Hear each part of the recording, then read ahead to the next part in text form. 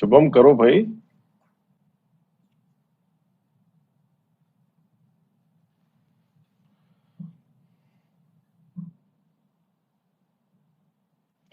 Very good morning. Welcome to the second day of the Global Finance Conclave.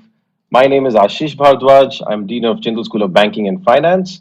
Thank you so much to everyone who's joined us live on YouTube or Facebook. Thanks for being here with us today. I'll be chairing this session. It's the first one of day two. We had 10 wonderful sessions yesterday. Today's session is on financing growth and growing finances. There are two parts to this session. We'll start with a keynote address to set the stage, contextualize the topic, and after half an hour, we'll form a panel and we'll continue the discussion. Our keynote speaker is Mr. Ajit Pai, a distinguished expert who's driving the economics and finance cell at Niti Aayog. He oversees public disinvestment, which means that the last few months have been rather very busy and exciting for him. Important files, I'm told, on finance from Manila, Washington, D.C., Paris, New York, usually lands on his desk, and that's to his versatile, multidisciplinary technocrat. Some know him as an astute economist, some know him as an architect trained at Yale. He's also the chair of the Delhi Urban Art Commission. He's been an award winning financial forecaster. Thank you so much for being with us today, Mr. Pai. With this, let me invite you to deliver your keynote address.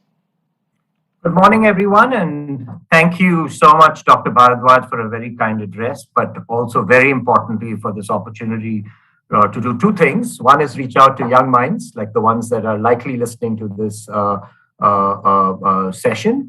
And secondly, to deal with an issue that I think, or rather a narrative that we would like to change.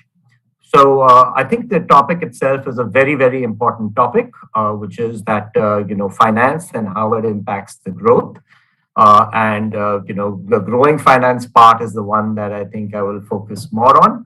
What we really want to change in terms of the way people think about the asset monetization, strategic disinvestment, the strategy that is mentioned about this session that was highlighted in the document, the flyer that was sent out. Was that the government embarked on a strategy of this asset monetization to actually accelerate growth.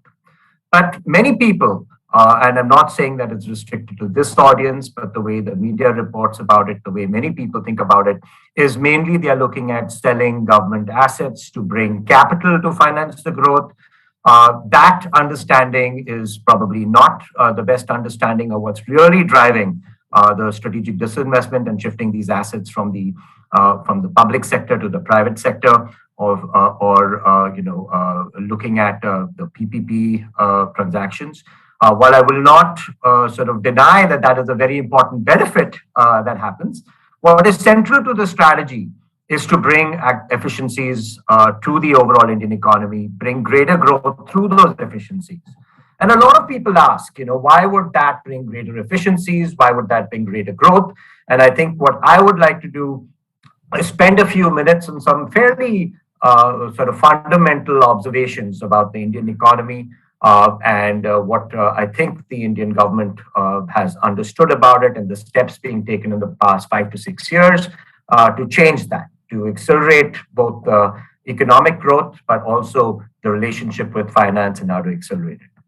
The first, I think a lot of you are familiar with that India's savings rate is significantly lower and capital formation is significantly lower than some comparable countries. The easiest to point to right now is the other very large economy, which is now the second largest economy in the world. And you look at China's investment rate and you look at its savings rate and you look at India's.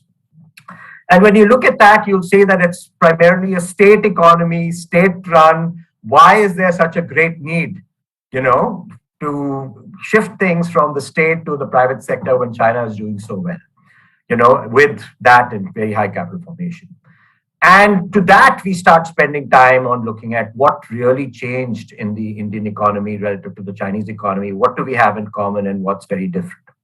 And what we find in the very low capital formation in India, which I think is a primary driver of growth, and we'll go through some of the reasons why, is the fact that India was not globally competitive.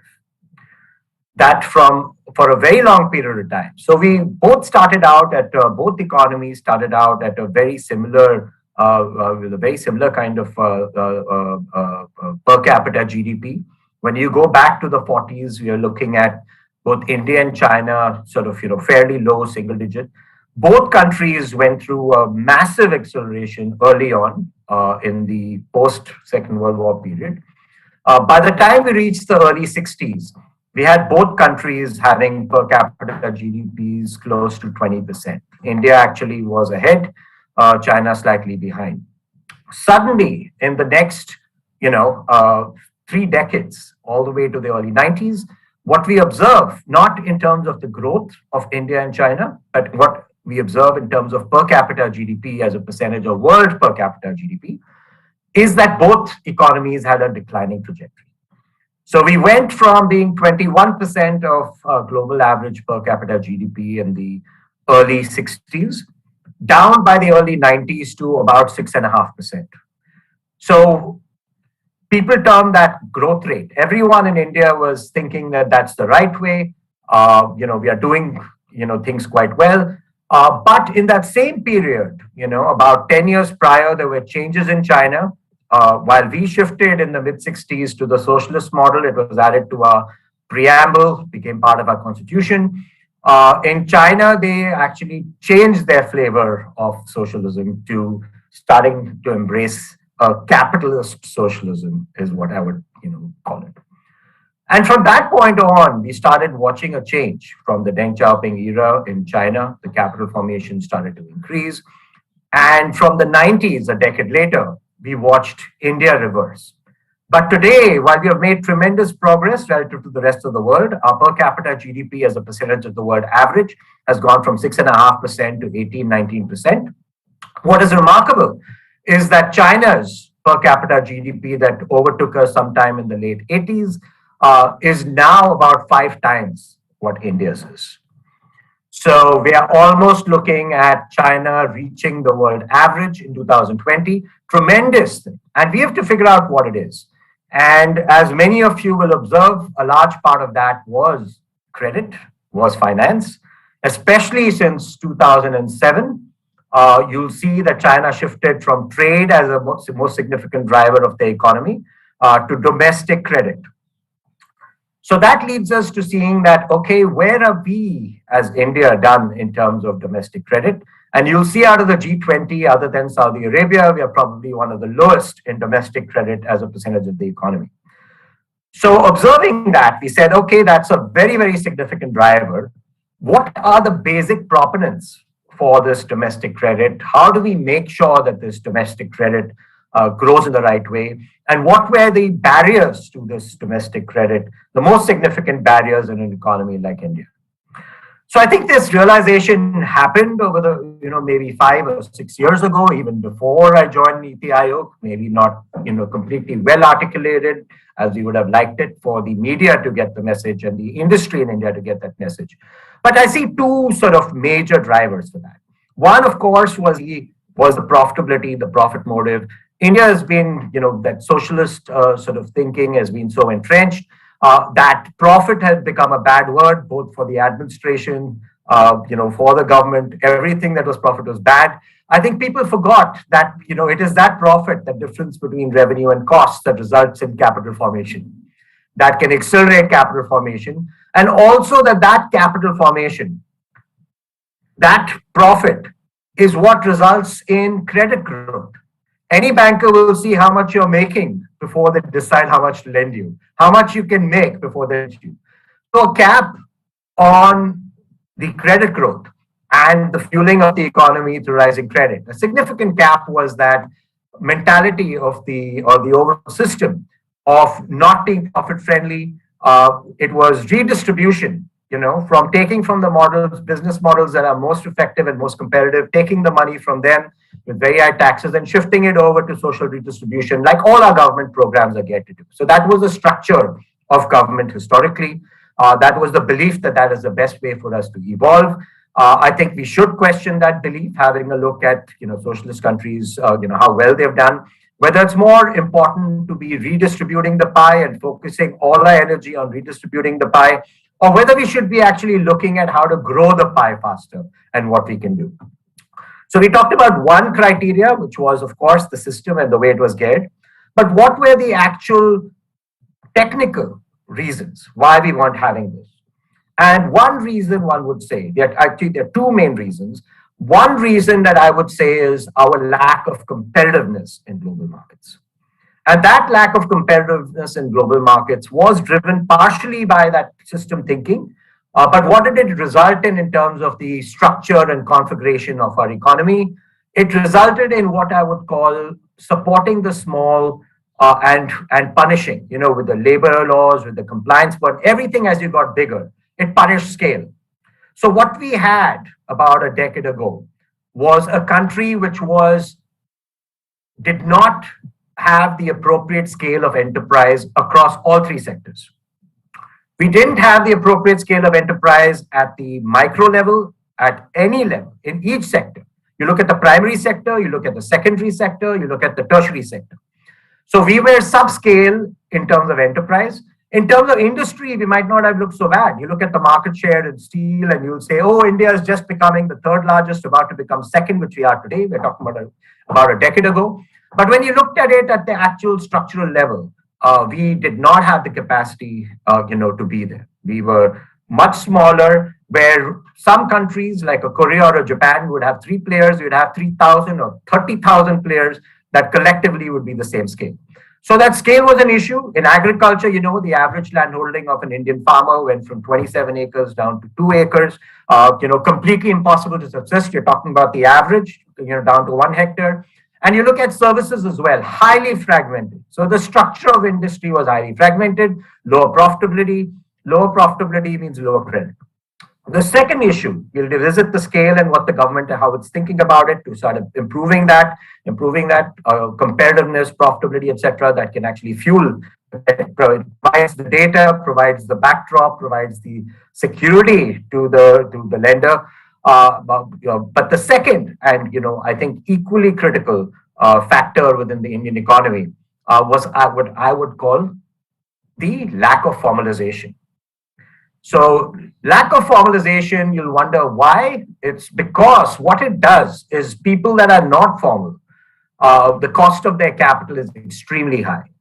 So automatically that slows down both the appetite for credit as well as slows down the ability to repay the debt, and it slows down that overall cycle for the people that are actually borrowing in the economy, not the lenders necessarily, but at least the borrowers. That informal credit in India has gone up. I don't have to mention the numbers about how high those interest rates have gone, but it's gone to several percent on a monthly basis, not on an annual, but a monthly basis.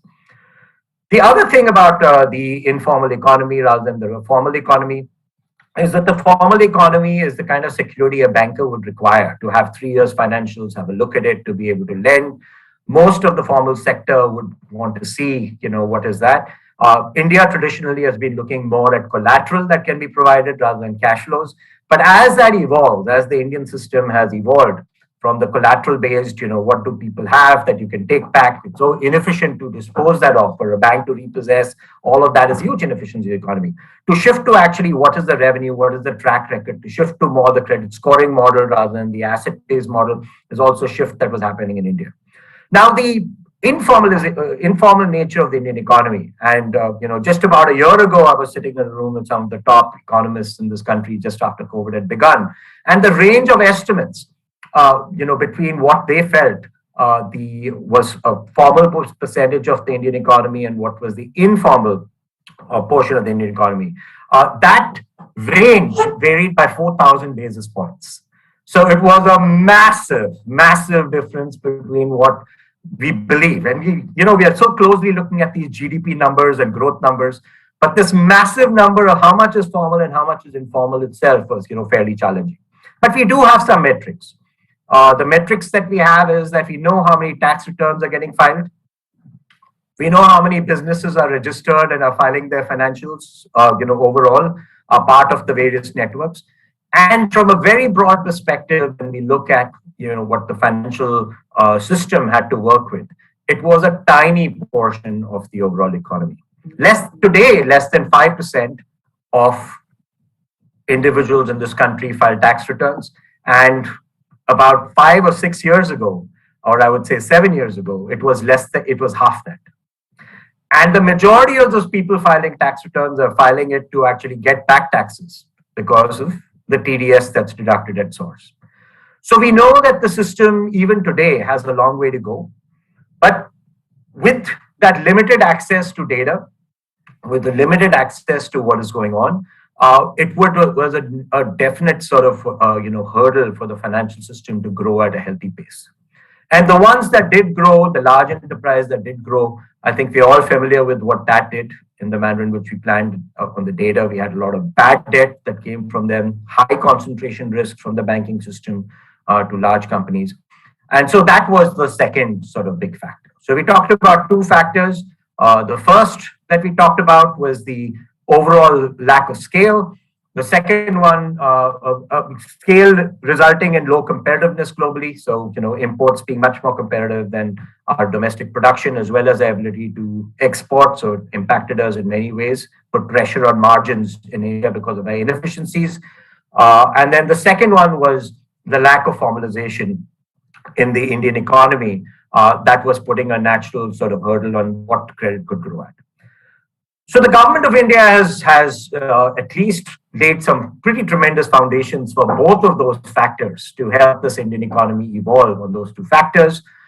You've seen in the past couple of years the definition of an MSME. People had an incentive, to stay small and within these limits, redefined by an order of magnitude just last year.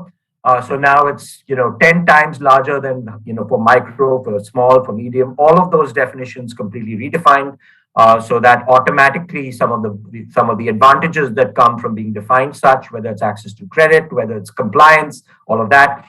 You saw the labor laws get redefined. So, highly simplified, trying to get people now to be able to scale without fearing. I know people that had started 10 companies earlier to keep each one under scale. But imagine an exporter with 10 different companies in 10 different locations relative to someone in Bangladesh, our neighbor, for example, with a single facility at the same scale as 10 Indian facilities. So all these natural sort of barriers, the labor laws could go. A big effort in the past 18 months to reduce the regulation and compliance burden as you get larger. So overall simplification. We also watched something that was very unique and very timely, which is as during the pandemic, we watched the risks of having very high concentration in a single economy for the entire world. Without anybody noticing, in the past 15 years, we had a single economy become 60% of the overall global production in certain, very core categories, whether we are talking about steel, whether we are talking about aluminum, whether we're talking about APIs, so pharmaceuticals. So that not, when you have a, sudden shock to the global system, the amount of risk that got exposed was very high. So the world automatically started to think about diversifying a lot of the supply chain. They became aware of what was going on in terms of the risks that are posed by having such high concentration in a single economy. And when they tried to diversify, we saw that at that point of time, the Indian economy was not as competitive as it should be. Now, while the gap from the past 5 to 6 years, you would have seen we have been trying to close. One is we've started looking at the scale issue, but it'll take time for these MSMEs to grow up and scale to their natural size of competitiveness. While we have invested huge amounts in infrastructure that you have seen, the pace of roads has increased multifold, the airports are being upgraded, the dedicated freight corridors have accelerated. We've been doing a lot. It's not where some of our competitors already are in terms of times and logistics, the compliance, regulatory, all of that we're working on. So the government of India decided to step in at this opportune time when actual shifting was happening. 3 years would be too late for us to be doing that, to incentivize producers, both domestic and foreign producers, to produce in India with what they call the production linked incentive scheme. So the PLI in 13 different sectors was one tool by which we said that we have to be figuring out how to get investment in, but also at a time when the overall global value chain was shifting. We really want to help them get in right now. And over time, over 5 years later, as we scale, it might not be that critical. So in the meantime, in this, for a period of time, you'll support these people as long as they start producing in high volume. And once our infrastructure investments and all of the transformations that are happening in the economy, all of the reform that's happening happens, then India would be a competitive economy because you have that massive advantage of a scale as a country, massive and growing fast. So that was the broad thinking of the PLI scheme. So from on the one side of the balance sheet, you've seen that one of the two issues that we talked about, we are talking about building comparatively, building scale, taking proactive steps in categories where India has competitive advantage to do that. And that itself, I think, is going to be, start helping with some of the capital formation, because as that money comes through, you'll start seeing that as the scale goes up, the eligibility of the borrower, the quality of the borrower starts going up. And then automatically the access to finance starts getting better. The amount of leverage it can support will get better. And hopefully our cost of credit also starts coming down, which can also support higher debt. Moving to the second side, which is looking at the lack of formalization in the economy. You've seen 2-3 different sort of tools. The one I'll spend the most time on is GST. So you had a changing in the alignment of interests of businesses, which is that earlier, whenever you paid, when you registered for service tax, it was only punitive, which is if you didn't sign up, you didn't have to pay that tax. So you would go ahead, the taxes were cascading with who you bought.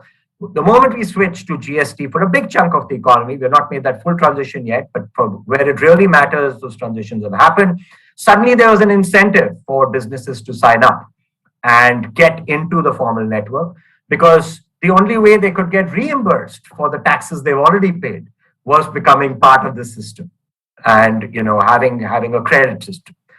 So that's had a massive effect on formalization. The number of enterprises that have been entering the system is huge. The number that continue to enter the system is fairly material. So we are watching that process of formalization increase. We are watching a reduction in the cascading of taxes. And we are watching now even the largest bank in this country, which is still the State Bank of India in terms of assets, begin about a year and a half ago, a program of cash flow based lending. And the prospects for that are fairly good. You also have during the pandemic, for all those folks over here that are planning to look at the new frontier of finance, you're watching the neobanks, the fintechs, all of them come forward. And this entire arena is enabled by data, by AI, big data, all of those things that, you're watching the account aggregation networks. You're watching a myriad of business models that are going to become possible in the largest democracy in the world, where the most underserved in terms of credit. You're watching all of that possible because you have the number of tax returns have doubled, number of people in the GST system and formalization have increased. And the last and most, I think, significant one for an economy that is still at 18% of the world average per capita GDP is what I would call the JAM Trinity. And this JAM Trinity, an effort that began, of course, a decade ago, but gathered material momentum as mobile prices came down. Today, you'd be happy to know that a Jan Dhan account, we've had, over 43 crores, over 430 million Jan Dhan accounts opened, which means that a Jan Dhan account is defined as an account opened by someone that did not have access to the banking system before, right, in the household. That number is a massive number that we have attained that. And what that does is that it is beginning to provide the foundations and the trail for a very massive opportunity for increasing access to credit and the private credit in this industry. I'm not saying all of them will get it, but you have seeded the few. Let's say even a 10% success rate is going to be bigger than all enterprises that existed in India not too long ago. All of the credit that existed in India. So that whole JAM Trinity, you'd be happy to know the deposits are continuing to grow. In double digits, very high single digits, right through this downturn. It's giving a different picture from what people believed about the state of the base of the pyramid of this country in terms of finances. And of course, it's also to do with all the other help that the government provided. But what we have done is we have laid the foundations for all of this to sort of drive private credit growth in this country. Now, why is private credit growth so important, you'll ask? other than that is a contributor. But overall cost of credit in the economy, overall cost of finance in the economy is unfortunately driven by what the sovereign is rated at. And India, I'm sorry to say, is right now one of the highest in terms of its sovereign debt to GDP. But the sovereign is forced to invest because there's market failure broadly in so many categories that the government steps in. Just during this pandemic, our debt has risen from, general government debt has risen from 70% of GDP to 90% of GDP. And what that does, it's relative. So it's not, you shouldn't look at it as, really bad and India's done a bad job. It's relative to all other countries in the world. Eventually, the pool of assets that are investing in G-SECs very broadly, I know many countries have it all completely domestically held. But very broadly, India's debt has actually gone up less than many, many of the larger economies. But still, at an absolute basis, having very high debt to GDP results in high cost of capital. And most private credit is referenced to the sovereign. It's BIPs. It's measured as how many basis points higher than the sovereign. And to have low private debt and have very high sovereign debt actually increases the overall cost of capital of the economy. We are at 6% or 6.5% on our 10-year GSEC. China is at 3.25%. Total debt of China is more than double India's. And you look at the reason why. It's because China kept its sovereign debt under control, and it did it through, public corporations, state-controlled corporations, but that's regarded as private debt. So we've got to get smarter about how we actually manage that. We've got to get private credit and private enterprise with the efficiencies that brings. And that brings us to the main core, I think, of the subject that Professor Bhardwaj wanted me to address, which is the strategic disinvestment and asset monetization program. And this program, the biggest reason why these programs have been such a focus. The first, of course, is to do with bringing efficiencies. The pace of decision making within the public corporation, because of being part of the government, is much slower. Due process has to be followed. Risk taking, as you've seen with the banks as well as with a lot of the corporations, is discouraged within the government system. And a decision was made by this government to actually accelerate previous trends by the new public sector enterprise policy, where the vast majority of the economy was declared to be outside of strategic, and even within the strategic areas, we said that we're going to only keep the bare minimum. So this move towards privatizing, it's not driven, some people might think it's driven by the sort of fiscal side, by the, non-tax revenue that the government will get, but it's not driven by that. This is more of the thinking on how do we grow the pie? How do we get efficiencies, remove the distortions, make the economy grow faster, not have the private sector compete against a government agency which can lose money for many, many years. So it distorts the marketplace. And we are looking at a lot of that strategic disinvestment, saying that the government's capital, people look at the cost of capital as that 6% the government is paying, but no. That capital's actual return on the market would be in double digits if that capital was given to the private sector. You just have to look at the stock markets to see that, the private bond markets to see that. That's a true loss to this nation by those assets staying with the government, especially some assets where on the balance sheet it might seem like these companies are 20 or 30,000 crores.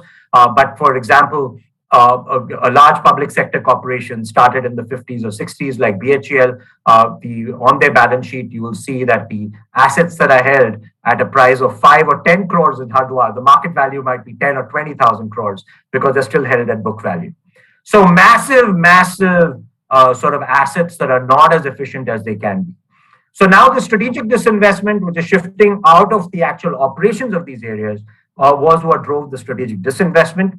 Asset monetization, which is the program that we just saw more recently, was driven by a different factor, which is was a factor that's saying, okay, these are areas where there is market failure, where investment is not happening fast enough by the private sector, whether you're looking at hydro projects, all of that, because the risks are so high, the kind of capital required are so high, they're in greenfield projects. And India, as a democracy, very difficult to do things as unilaterally as in China. You have the judiciary that steps in, you have, the National Green Tribunal that can step in, the permissions, you can have other litigation that can happen.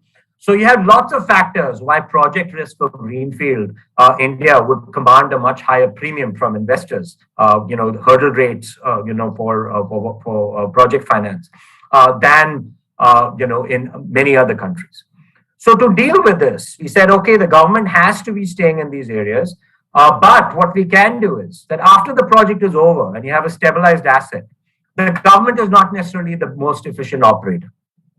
So these assets that are there on the government's balance sheet or the public enterprises balance sheets can go to the private sector, to the highest bidder as concessions that will manage it better and faster because of the interest of the efficiencies that come, the faster decision making that will come. And the cost of capital for these is actually going to be that is going to be demanded. The return is much lower because there's no project risk. The massive project risk of doing business in India, and that's what we took the opportunity within the pandemic, the slowdown, etc., to start accelerating that. Because what preceded the pandemic was another huge initiative of the government to meet some of those competitiveness gaps, which is what we call the national infrastructure pipeline. That national infrastructure pipeline itself, you'll see for the first time in the history of this country, we actually defined by the three sectors what the composition of investment that was required, how it was going to be met. So it was what I would call, why it was so material was historically we just knew the vast majority of the investment in infrastructure was done at the state level. The center was next, and private sector was negligible. Over here, you actually had 40% now with the states, approximately 40% with the center. I know it's 39-41, but let's just look at it as 40 and 40. So massive increase from the center. And we had private sector intended participation of 20%. So this new way of looking at it, this is what the goal is. This is the government of India saying that we want this greater private sector participation. We want great central participation, and the states are going to be helped because eventually, a lot of the projects at the state are going to be assisted by all of this because we need to improve this infrastructure in as quick a period of time and where the financing will come from. Fortuitously, we had that template already in 2019, December, when the pandemic struck shortly later. And then the asset monetization pipeline that we came up with, which are the areas, what is the menu? Investors come asking questions, what is the menu that we can provide in the areas and the kind of capital that we can get that can speed up the process. So that was the broad thinking behind both of those, that now the operating of these assets will be far more efficient in the private sector. And then the government shouldn't actually be there in number of those non-strategic sectors. And the intention is, of course, to see this massive sort of shift and greater private sector participation. But to do that, we also got to make sure that the private sector is making enough money to be able to get the leverage to take over these assets, bid for these assets. So overall, you would have seen the Prime Minister in the past 18 months make many statements about how private capital and the entrepreneur should be encouraged rather than discouraged.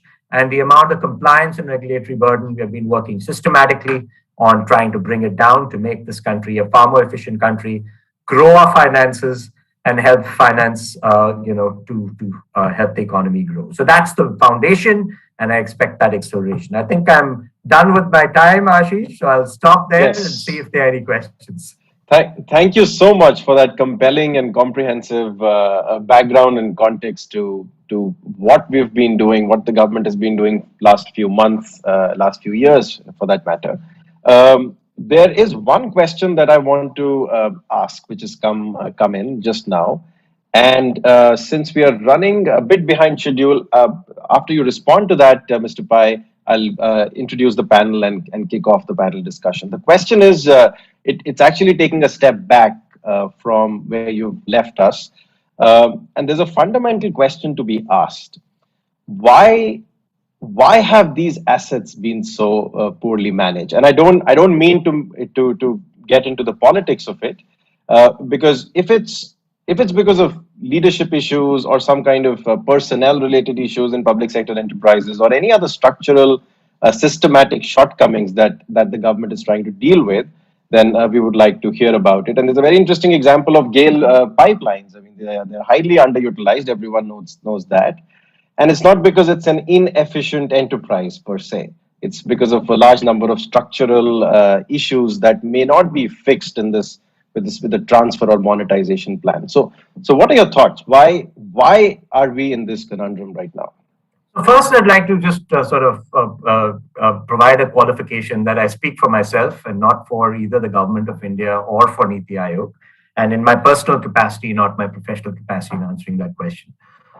The most important thing I think that I see is the speed of decision making.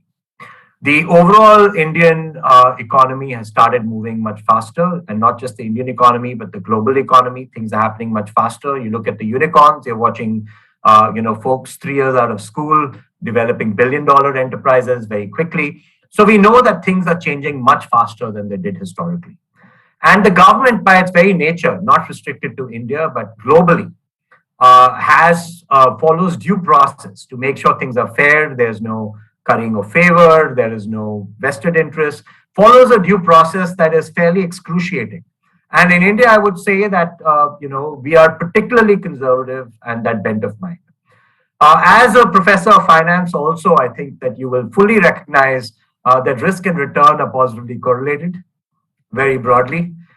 So if there's a big chunk of the economy that doesn't want to take risk, and that same chunk of the economy has extremely slow decision-making process because you can't take the risk of the board decision and within 3 months make massive changes, goes through, I don't want to describe the entire process. I'm sure most of you know, but it's a fairly tedious process that goes through many checks and balances. It's more about checks and balances than taking risk.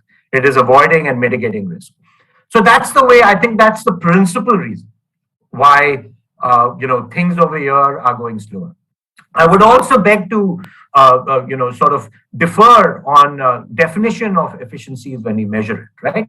So the example that you used, for example, was GAIL, which is a gas pipeline company. Now, most people would look at efficiency in terms of measuring the output per person or profitability, etc.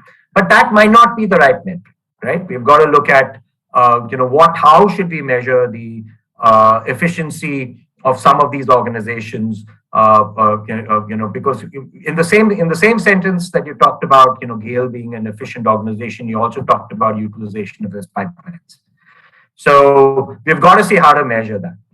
In a public sector corporation with multiple mandates, there is clearly going to be a hit on efficiency. And the hit on efficiency is because just production is not as important as the impact that production will have. One of the reasons why these are in the public sector is because there is market failure where the market is not clearing certain sectors, and especially in areas you're looking at. Now, in GAIL, in particular, there was a conflict between two separate alignments that were necessary. So one is the marketing side of the gas itself, being the owner, the buyer, the trader of the gas, and second is the pipeline. And what that does is it creates a conflict. If you own the pipeline and you have your own gas, even the company that is independent, just for sake of using names, whether it's a BP or whether it's a Reliance or anyone else that is going to be accessing that same pipeline. In their minds, they think that at any time where there's huge demand and it's full, the pipeline, even if it's not full today, who's going to get knocked off in their ability to send gas if that party is actually competing, with them in that business? So it owns both the asset as well as the business. One of the reasons why an airport is not allowed to be majority owned or controlled by a certain airline in most countries is to avoid that same issue, is to give an unfair advantage, because automatically you've created, an agency, cost over there. Now, even if both stay within the public sector, for whatever reasons, strategic and GAIL, there is a move to divide GAIL into a pipeline company and a separate company, because the moment it's arm's length, the profitability separate, all of that, you don't believe you're subsidizing your competitor. You also believe that you'll have a better chance of getting equal access with your gas getting preferred the same way. Decisions being made not for selfish return on their own balance sheet for their own assets on where they are, but on the basis of maximizing profit. And then it's a more competitive environment for the 4 or 5 other gas. So that's what I was referring to when we look at that efficiency and that capital. I hope I addressed both your questions. Yes, you very well did. Thank you very much. Well, the idea of creating these structural partnerships between public and the private sector to really unlock value from some of these assets in the public sphere, recycling revenues that are raised into new infrastructure, new investments, that makes imminent sense. And with this, I want to now congratulate all the viewers. You have unlocked the second segment of this session, which is a panel discussion. Now I'd like to invite the other speakers. We have Dr. Manoranjan Patnaik, Executive Director, Economics and Public Policy at PwC India. We have Saloni Javeri, who heads the Investor Relations and Partnerships at the National Investment and Infrastructure Fund, and my own colleague, Professor Rajiv Malhotra, a professor and executive director of Center for Development and Finance at the School of Government and Public Policy at Jindal. Thank you very much for joining. What I'm going to do is to skip my own opening remarks because all of us want to hear from you more. So let's dive into some of the things that Mr. Pai shared just a while back. Rajiv, I want to start with you. You've worked actively with the finance ministry of previous governments. Of course, the term PPP and its numerous avatars are not new to you at all. Uh, it's how does it sound to you, the plan that has been laid out by the government and articulated very well by Mr. Pai? How is it different from what was done in the previous 2 decades, and how do you see its potential? Right. Thank you, Ashish, for having me here this morning. Though I come at a very short notice, so I guess I'm less well prepared than the other panelists. But let me go straight into your question. I think, and let me just focus on the whole plan the current government has ushered in terms of monetizing the public assets. And I think to begin with, it's a step in the right direction. And I would say that it was inevitable. And why do I say that it was inevitable? I feel, without going at this stage into the background, we will see how the discussion pans out, and maybe I'll come back to that later. But I would say that the appetite for greenfield investments by the private sector has gone down steeply. Why it has gone down?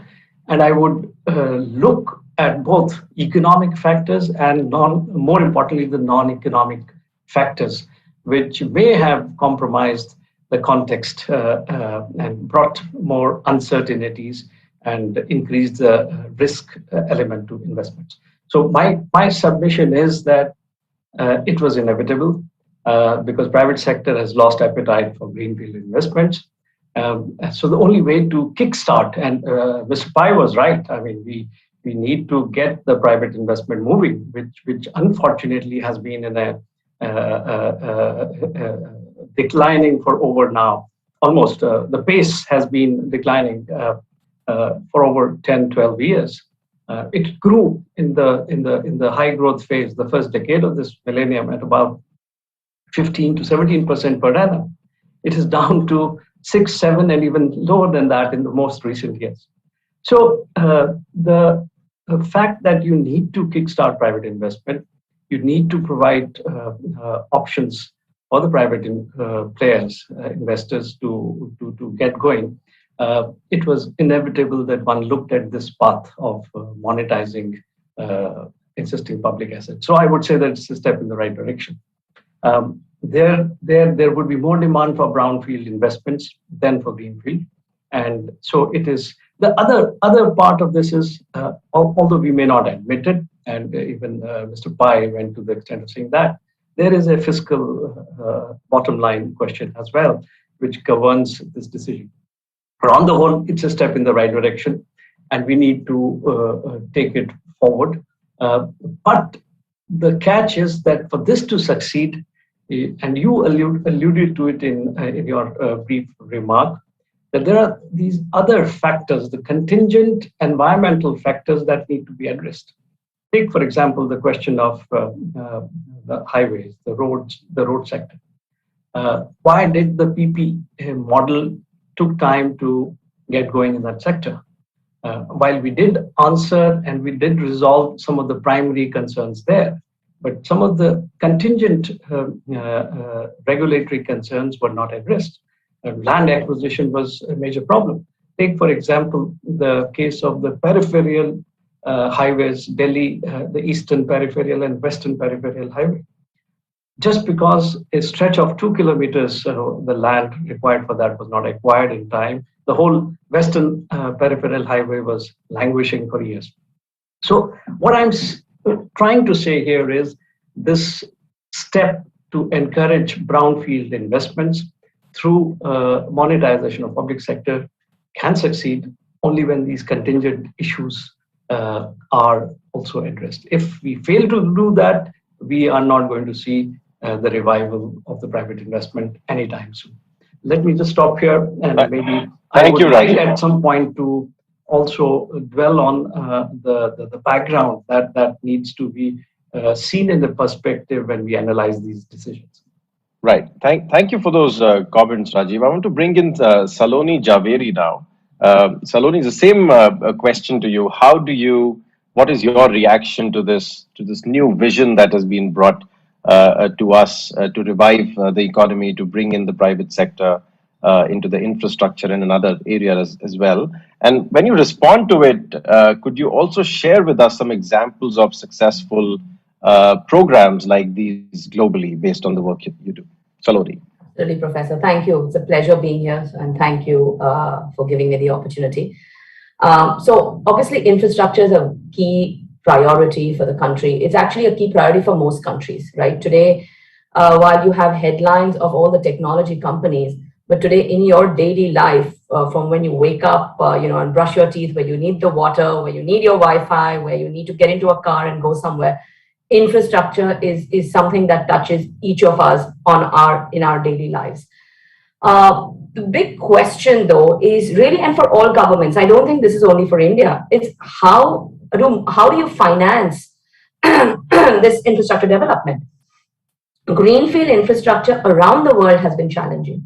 India has faced its challenges, but it's not only specific to India. Long-term investors, where large pools of capital actually sit, which is pension funds, sovereign funds, they have always preferred to invest in operating assets because the risk reward for them doesn't work in field infrastructure. In India specifically, if you look at what happened in 2000, we did in the late 95, post 95 to 2000, 2003, there was significant investment that went into greenfield infrastructure, almost I think $200 or $300 billion. But that, unfortunately, through private-public partnerships, but the investors did not really get the returns that they had anticipated. There were a couple of reasons for that. One big reason was there was a little bit of a misalignment of interest, as we see it. EPC contractors have become developers, and their core business is contracting. The development mindset is quite different, and financial investors who had actually backed these, at that point of time, there were challenges in terms of what really happened, and I think that's one of the reasons why private investments has dried up in the greenfield sector. Of course, other reasons we've all alluded to, and we're all aware of: land acquisitions, delay in approvals, all of that. But that, I think, is sort of inherent in most greenfield projects. Now, the question really is today is, where do we go from here, right? What is it that, because now it is, as everybody has said, private investments really has dried up. And I think the realization for the government also is that now the cost for greenfield development really has to be borne by the government, because that's really the risk return where that works perfectly well. So one of the structures that they've thought about is, asset monetizations, and it has been globally successful. It's basically recycle the capital from operating assets to build new assets. Now, one big advantage, and Mr. Pai also alluded to, the efficiency. The end user, in many cases where we've seen these assets go into private hands, the experience to the end user and the customer has also significantly improved. And today, just digressing a bit, today, where are the two big infrastructure programs that are ongoing globally? One is India, one is the US. India is around $1.5 trillion. The US is around $1 trillion. But that's truly where the similarity ends. How is the US thinking of financing it versus India? The US is thinking of financing it is by increasing taxes, which is one thing that every government can do. The second, the way India is thinking about it is really through its budget deficit, and then doing asset monetizations to really then, fill in the gap again of what that deficit creates. And many countries, the government has also realized that, asset monetization is a good solution, but they've realized that there are many different structures that can be brought to the market to really attract a wider set of investors. So today you have InvITs. Investors, if you want to invest in an InvIT, investors who are looking for stable long-term returns, yield type returns, that's where they would go to. Then you have TOTs, which is the toll operate transfers, the roads that have been given for TOT. That is for investors who are more active, who want to actually operate, manage them, and take long-term, do long-term concessions. That's and there are a number of investors who are interested in those type of models. Then there's of course NIIF itself, which is an innovative product that the government has come out with, which is a partnership-based product where you actually are partnering with investors across different asset classes. Then you also have the airport privatizations, again on a long-term concession. So these various different structures. And if you look at India, India is one of the one emerging market, I think, that has the largest stock of revenue generating assets. It's a huge pipeline, which other emerging markets really don't have this. So there's significant interest in a lot of in investors for this type of assets. Where you told me, what is happening globally, I think this is a model that's been used very successfully in Australia. Brazil also has done a lot of privatizations and monetization successfully. But if you look at the Australian model, which happened around 2015, 2010, between 2010 and 15, 16, they started this. The central government basically incentivized the state government. So they monetized the assets, and almost 15% of the proceeds went back. An additional 15% of the proceeds was given back to the state governments if the state governments use those proceeds to develop greenfield assets. So it became a virtuous cycle of asset monetization and asset development. And I think that's really an area, and I think that's what the government itself is trying to do over here, with involving the state governments as well as the central, as well along with the central government. Now for this, but there are a couple of things you have to do, right? You have to ensure consistency of contracts. You have to ensure stability of policy. Saloni, sorry to interrupt. That's one of the things that we would like to discuss in this panel, of what we need to get right in order to really implement it as it's imagined. We'll come to that. It's a very important point that I'm leaving you with. But I want to quickly come to Dr. Manoranjan Patnaik with broadly the same starting question. You've heard the different speakers, Manu. You've heard that it's a promising idea. It's a welcome step, as Rajiv says. But there are also certain challenges that we face because of the tax system. There's a certain challenges we face because of the pricing of these products and services, a relationship between state and center. There are many things and a lot of positives as well. Where do you stand? What's your view? Hi.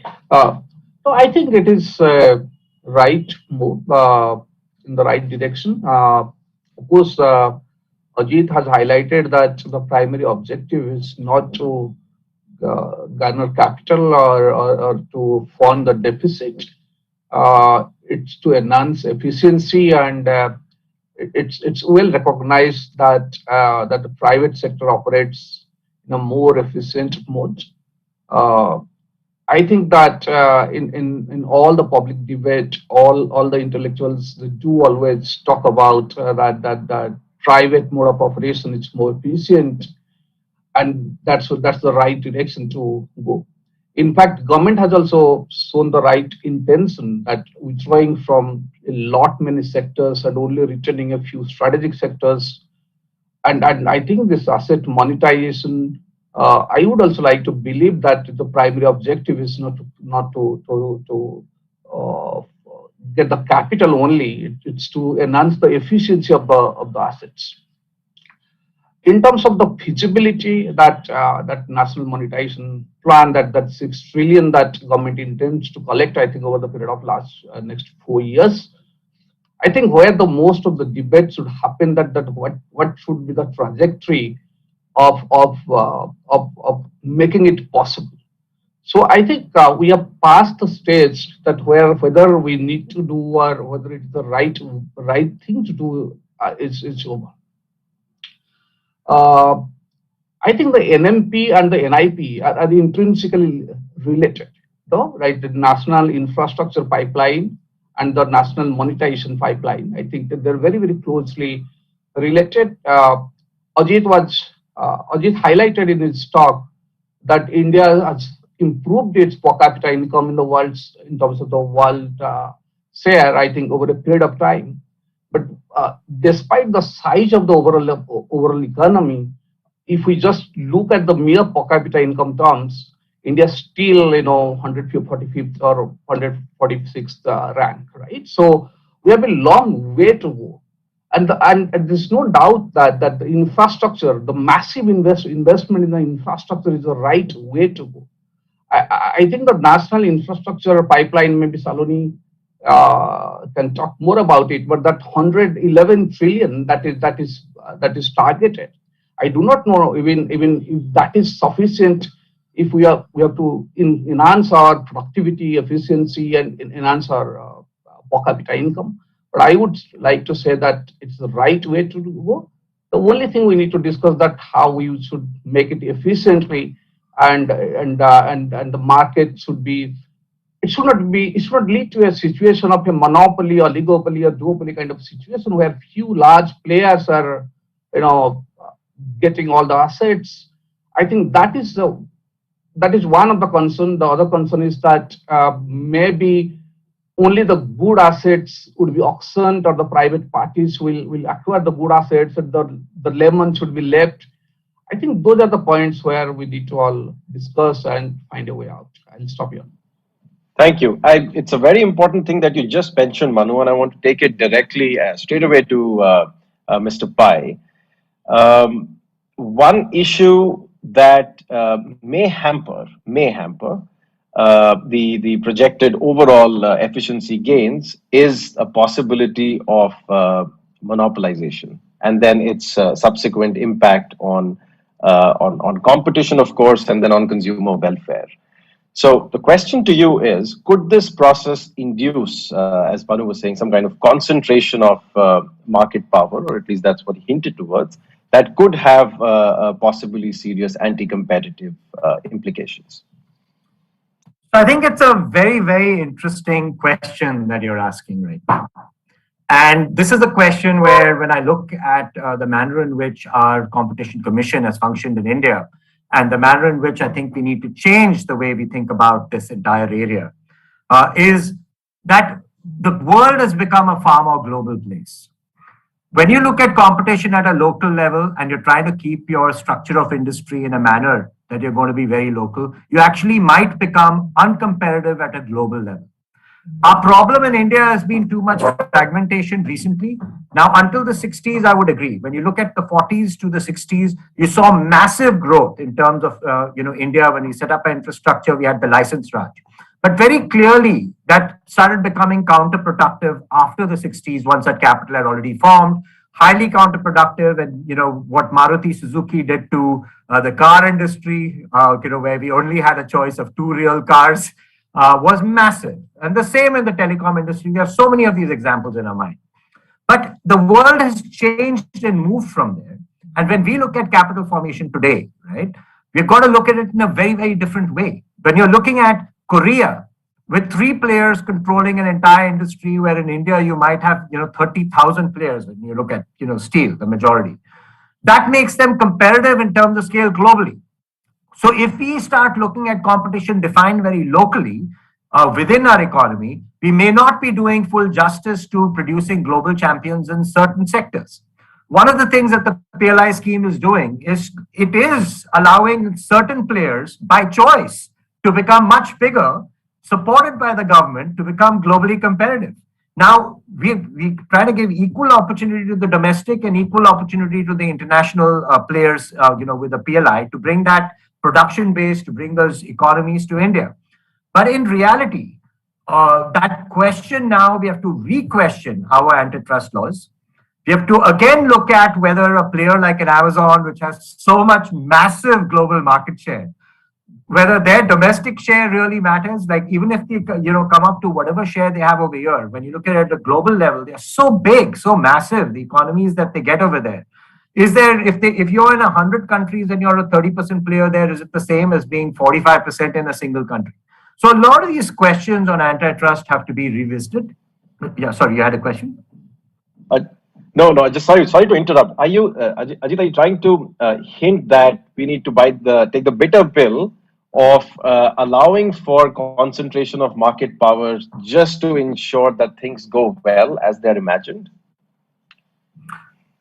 What I would say is that when we look at it, we've got to look at it in terms of not just a domestic industry. We have got to expand the horizon on which you measure that market power, because when we want to sign an agreement like RCEP, we would not be competitive in RCEP if we maintain the kind of ratios we have over here at this stage, because we're fairly nascent in many areas of the supply chain, the global manufacturing supply chain. So the perspective should not be a very narrow perspective. We've got to start looking at that global landscape, because trade as a percentage of global GDP has been rising. I mean, not for the past 10 years, since the global financial crisis, it's plateaued and coming down. But there are pockets which are still rising in Southeast Asia. It's still increasing in many places. So we've got to look at that broader canvas. You're not saying bitter pill. Now, to your specific question and what I think Dr. Patnaik referred to, for example, everyone, in the media, you're saying Ambani, Adani, all of that. In real terms, if you have a look at what happened with airports, the entire volume of the next 5 airports after taking away the 4 metros is less than number 1. So in absolute terms, when you look at it, the efficiencies that any operator, a single airport, single place in a single area would not be competitive. You remember when we had telecom circles and we had 100, none of them would be effective. So to give the number 4 player that is coming in as a new entrant, to give him scale in terms of 5 airports, you add them all up and it doesn't. People look at it and say, but he was aggressive only because he was going to get a certain number of these airports together. And even then, he can't simulate the economies. What happened with Mumbai subsequently is a different matter. We're just talking about the initial 5 airports that were going. After that, the Mumbai was, that's not what I'm referring to. I was about to say Mumbai airport, but I'm glad you brought it up. Well, it's a lot of people say that it's inevitable. The concentration that we're talking about is inevitable in the case of highways or railway lines that are so important for large sections of society. Maybe not so much for warehouses, which are also part of this plan, since all the warehouses need to be sold or leased at the highest bidder anyway. But just for the audience, I want to clarify that Dr. Rajiv Agarwal of Niti Aayog did in fact clarify this a few weeks ago, that the price is going to be regulated and any sort of increases are going to be capped in line with inflation. And that raises another question. Based on the solution which was proposed, that will the private firms that the plan is trying to engage with will be open to this kind of arrangement. I mean, private sector hates price caps of any kind across the spectrum. I want to bring in Rajiv on this point. Rajiv, what do you think? How can the interests of the consumers, what the government is trying to ensure through this plan, and rightly so for all stakeholders, how can this be balanced? Yes, thank you, Ashish. I think the bottom line is you have to encourage competition. There's no way else to protect the interests of the consumers. Now, Mr. Pai has a point when he referred to the case of the 5 airports. Of course, you need a certain scale for the private players to see it an attractive investment option. But look at what has happened in India since the opening of the economy in 1990s. The only thing that has worked in the favor of consumers is competition. Sectors where competition was allowed to flourish has brought the kind of surplus that we are all enjoying right now. So I have a serious concern if on one hand we are doing what we are doing, and on the other hand we are saying that No, there are going to be regulatory measures put in place. It would make the whole investment proposal for the private sector less attractive. So I wonder what their kind of response would be going forward. And since we are just at the start of this process, I think it is very important to get the ecosystem right. And unless the ecosystem is right, the kind of response that one is anticipating will not happen. We have seen that with the PPP model, and that may well be the case with what we are trying to do with the monetization of public assets if we do not look at the larger ecosystem issue. For that alone will attract more and more private players to come into this. Thank you. Thanks, Rajiv. I want to push this point a little bit more. I want to go to Saloni now. Saloni, we've been talking about what can go wrong, how well is it planned, how grand an idea it is. But let's get to one specific issue. Who are these investors? What kind of investors would be interested in investing in assets that are being monetized by the government? Thanks, Professor. Professor, just one more point. I'm going to respond to the point that you asked Rajiv earlier as well, just my take. So I think while in some of these infrastructure assets, when you're giving concessions, I think that cap is required from a consumer protection perspective when you're monetizing. So what investors like ourselves, when we look at investing in these assets and how do we think about making money? So if you look at roads, well, how you would make money is by driving more traffic growth. While your price might be capped, so how you improve efficiency, you improve the quality of the road, you improve safety standards. FASTag has been a big reform that obviously now the leakage has reduced significantly. So many such factors that you can actually look at when you're taking over the road and then make money even though you have a price cap. The second, even on airports, there's a lot of non-aero revenues. So how do you drive non-aero revenues to make money? So there are many models when you take over an asset from a private, privately and make money. It's just not the one number. And having said that, for investors, what's important is the stability. So as long as they know that these are the assumptions they're underwriting, it's fine. What is difficult is when you have to your assumptions change midway after you've taken over the asset, and there are changes then. But from the start, if you know these are the numbers, then that's how you underwrite your investments. Coming back to your specific question, so today you have actually some of the largest investors, pension funds, sovereign funds, who are extremely interested in acquiring operating assets, and for them investing at scale becomes critical. $200 million, $300 million are check sizes. For them, doing a 50 million check size is just not efficient enough. So you're looking at large monetizations. And why is that? Because this sort of gives them some sort of stability and long-term yield. Infrastructure for global investors, the reason they invest in infrastructure is to sort of balance out the rest of their portfolio. This gives them infrastructure is sort of a hedge from that perspective. It's yield-based assets. It's a little bit monopolistic, so there is stability in revenues, and that's why most of these investors are investing in infrastructure.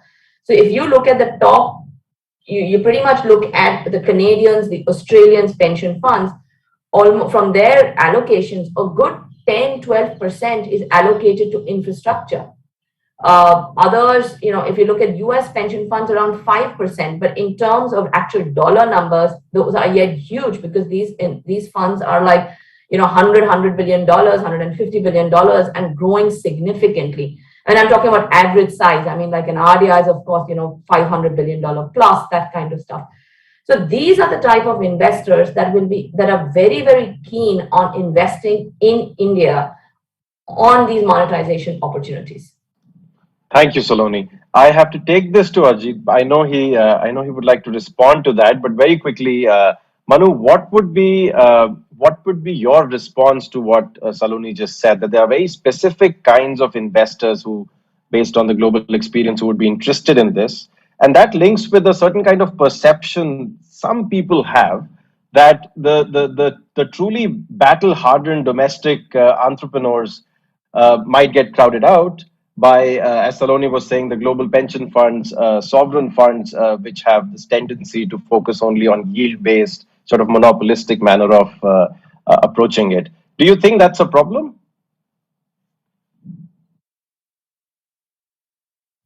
Sorry, yeah. So, first I would like to respond on the price cap point you raised in the earlier, discussion. Well, so this whole national monetization plan, I do not think it is going to change the structure of the industry, right? You are not doing, you are merely transferring the operational rights, right? The structure, if the industry structure is concentrated, let's say the CR4, the top four farms, if their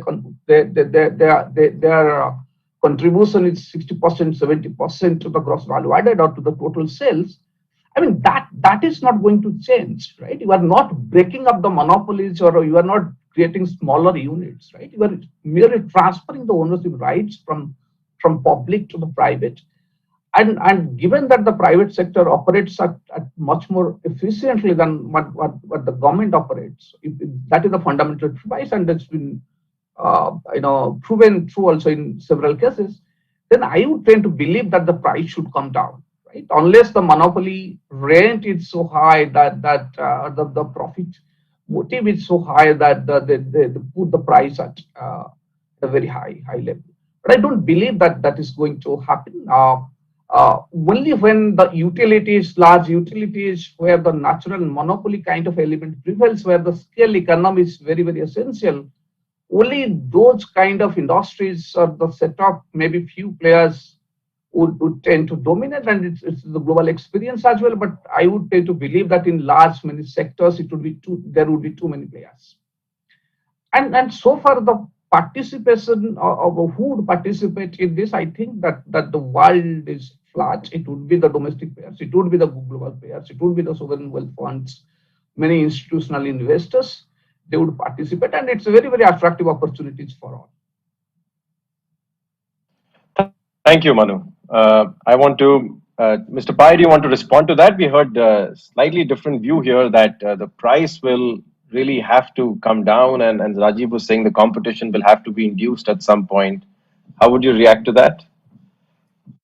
So, I mean, there's so many things to respond to and what the three other panelists have just said.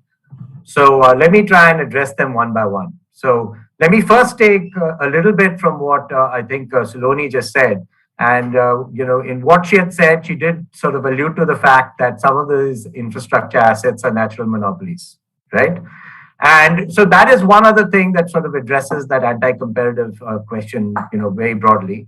The media and everyone is focused on 5 airports or whatever, even though the volume might be small. But at a fundamental level, each airport is a monopoly, and it's a state monopoly. Each road is a monopoly, because you're linking up two cities, you're not going to have a competing road. So Saloni is absolutely right. When you have all these monopolies, the regulatory aspect is very important. Now the question is that what is that right level? How does the regulator operate? Is India actually the regulatory environment, the suitable regulatory environment? And that's a whole different question. And that question, I think, when you look at the classic composition of a regulator, it is prior bureaucrats, it is a few other people. It is very much set in the way that the government system is done. And there are lots of reform that can happen there, but we're not going to touch that right now, because that is not the weakest link. Today, the regulatory environment is not the weakest link, it would be my prayer. And what I would say is that we do think about competition wrong, but I've not criticized the CCI because it's not CCI's fault, right? So when you look at telecom, for example, it is so complex. You're looking at an industry that we try to fragment it, we try to create competition at a local level, but there are no efficiencies there at a global level. We are now over-consolidated there. But what drove a lot of the consolidation was a disruptive new player that priced at negative incremental cash flow, drove a lot of consolidation in the others to a structure that very clearly is not favorable for the Indian public. Now, just price in the short run. I mean, the first antitrust law in the world, when you look at the Sherman Act of the 1860s, you're looking at against Standard Oil, it was because he was pricing too low to bankrupt his competitors locally and not standardizing it. So what happened in the telecom industry was also pricing like that. So pricing is a very, very delicate subject. Public good just being lower prices, it depends on the duration of those lower prices. It's not just the short run. I would argue that what happened in telecom, the current structure is not healthy for India, right? It is too highly concentrated, but it happened by someone charging below. It didn't happen by regulatory intervention and, price constraints. So we've got to think about this. Our institutions have to transform, all of them, and they are evolving. I'm not saying that they're static. The question in India that, the reason why I was measuring India's per capita GDP relative to world average is because we all look at our absolute growth and the progress we have made, all that, but you have to look at a relative basis. We need to be transforming faster. We need to be adjusting faster. But the issues that have been brought up on price, regulatory, recognizing that each one of these infrastructure assets is actually a monopoly, whether it's a GAIL pipeline you talked about or others. It doesn't make sense for a poor country at our per capita GDP to have two gas pipelines, to have two airports next to each other when the level of penetration efficiencies are not there. So we've got to think about the competition and that question, right? I hope I'm I addressed that question and sort of touched upon what all three of the speakers have done. But pricing control is important in a monopoly. I think we should all agree. And the method of bidding for these airports is very different. It's been actually how much that concessionaire is going to pay you. The other slight correction is that the assets are not transferring to the new owner. Like the ownership is not transferring, as I mentioned. Only the concession is for a period of time, just to clarify that, what Dr. Patnaik said. It's not the ownership that changes. It is for a period of time it goes there, and what's great is it reverts back in these asset monetization exercises, back to the government at the end of that concession period. So any sort of inefficiency now has been, minimized rather than in strategic disinvestment when the whole asset is gone. With asset monetization, it reverts back to the organization. So it can be bid out again, any disconnects over time, differences in inflation, whatever that will sort of renormalize. I'll stop over there. Thank you. Thanks. I'll give an opportunity if anyone wants to. Yes, please go ahead. Just Ajit, I mentioned that only the operational rights for specific period would be transferred. It is not the ownership rights. That is what I was trying to distinguish. That in terms of industry structure, I think the industry structure is not going to change. Probably the ownership structure, maybe for the temporary operational right. In that way, I was trying to define it. Certainly, it is not outright privatization or the disinvestment. Okay. Thank you very much. We still have about 5-7 minutes to go before I bring in questions from the audience, and they've started to come in. I want to go back to Rajiv now and hopefully not push the conversation around pricing and consumer welfare beyond that. Rajiv, a very important stakeholder in this entire discussion about national assets, public enterprises, public goods remains the end consumer, really. And after all, the leased assets were created through significant tax revenues from the public. What do you think are the kind of, based on the experience you've had of dealing with a PPP kind of model earlier, what kind of additional benefits can citizens expect to receive? And I'm approaching this question from what Mr. Pai just touched on, from a very public interest driven public good approach vis-a-vis a profit driven private good approach. We need both. So let me start by saying that what is it that the average citizen is looking for? An average citizen wants assured supply of and good quality public goods. And if this modality allows the space for meeting that demand, citizens should be happy. So the question is, the resources released through this act, where are they deployed, and how is that part of activity handled in the government, in the public domain? So citizen is ultimately wanting good infrastructure because aspirations have gone up. Opening up of the economy over the last 30 years have raised aspirations, and they are willing to pay for whatever they require, provided it is assured and supply is maintained. So that's the interest of the citizen. The question is, will this modality create the space for meeting that requirement? And that goes across not just physical infrastructure, but also social infrastructure. Look at the state of affairs on the social side. And I hate to say this, I studied in Delhi University, but the number of seats for students to get admitted there haven't changed over the last 30 years, over the last 40 years. So there are these gaps, and we have to find ways to plug these gaps. Is this modality going to help us? Yes, perhaps it would. But unless we get certain other contingent things going in the right direction, I have a fear that we may not have as significant results to see, much like the way we, with our initial experiments of trying to encourage greenfield investments through PPP models and so on and so forth. But let me also reiterate that this step is vital, because we need to do something to infuse the animal spirits back in the private sector.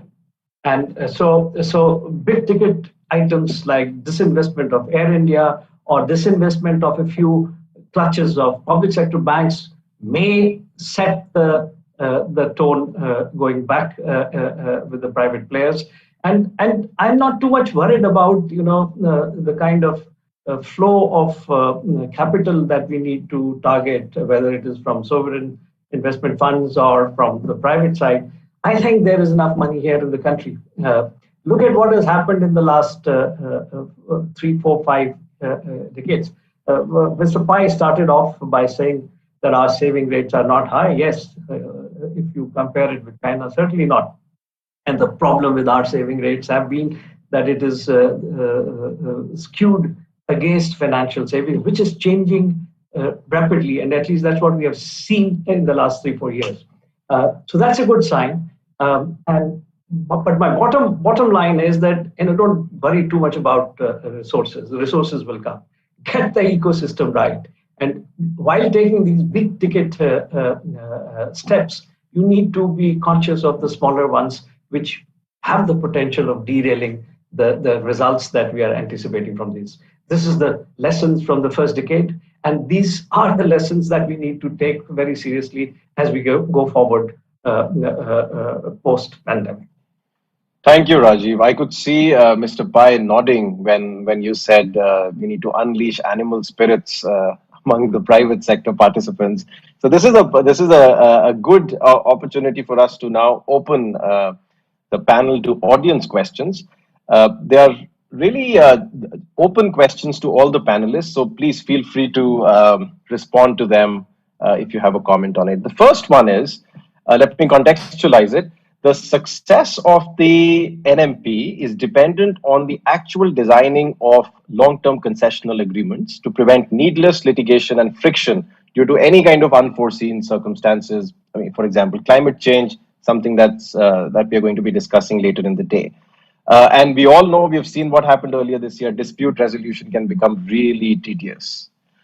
So the question is, how will we ensure efficient contract design and dispute resolution mechanisms, both of which are terribly complex legal processes in this plan?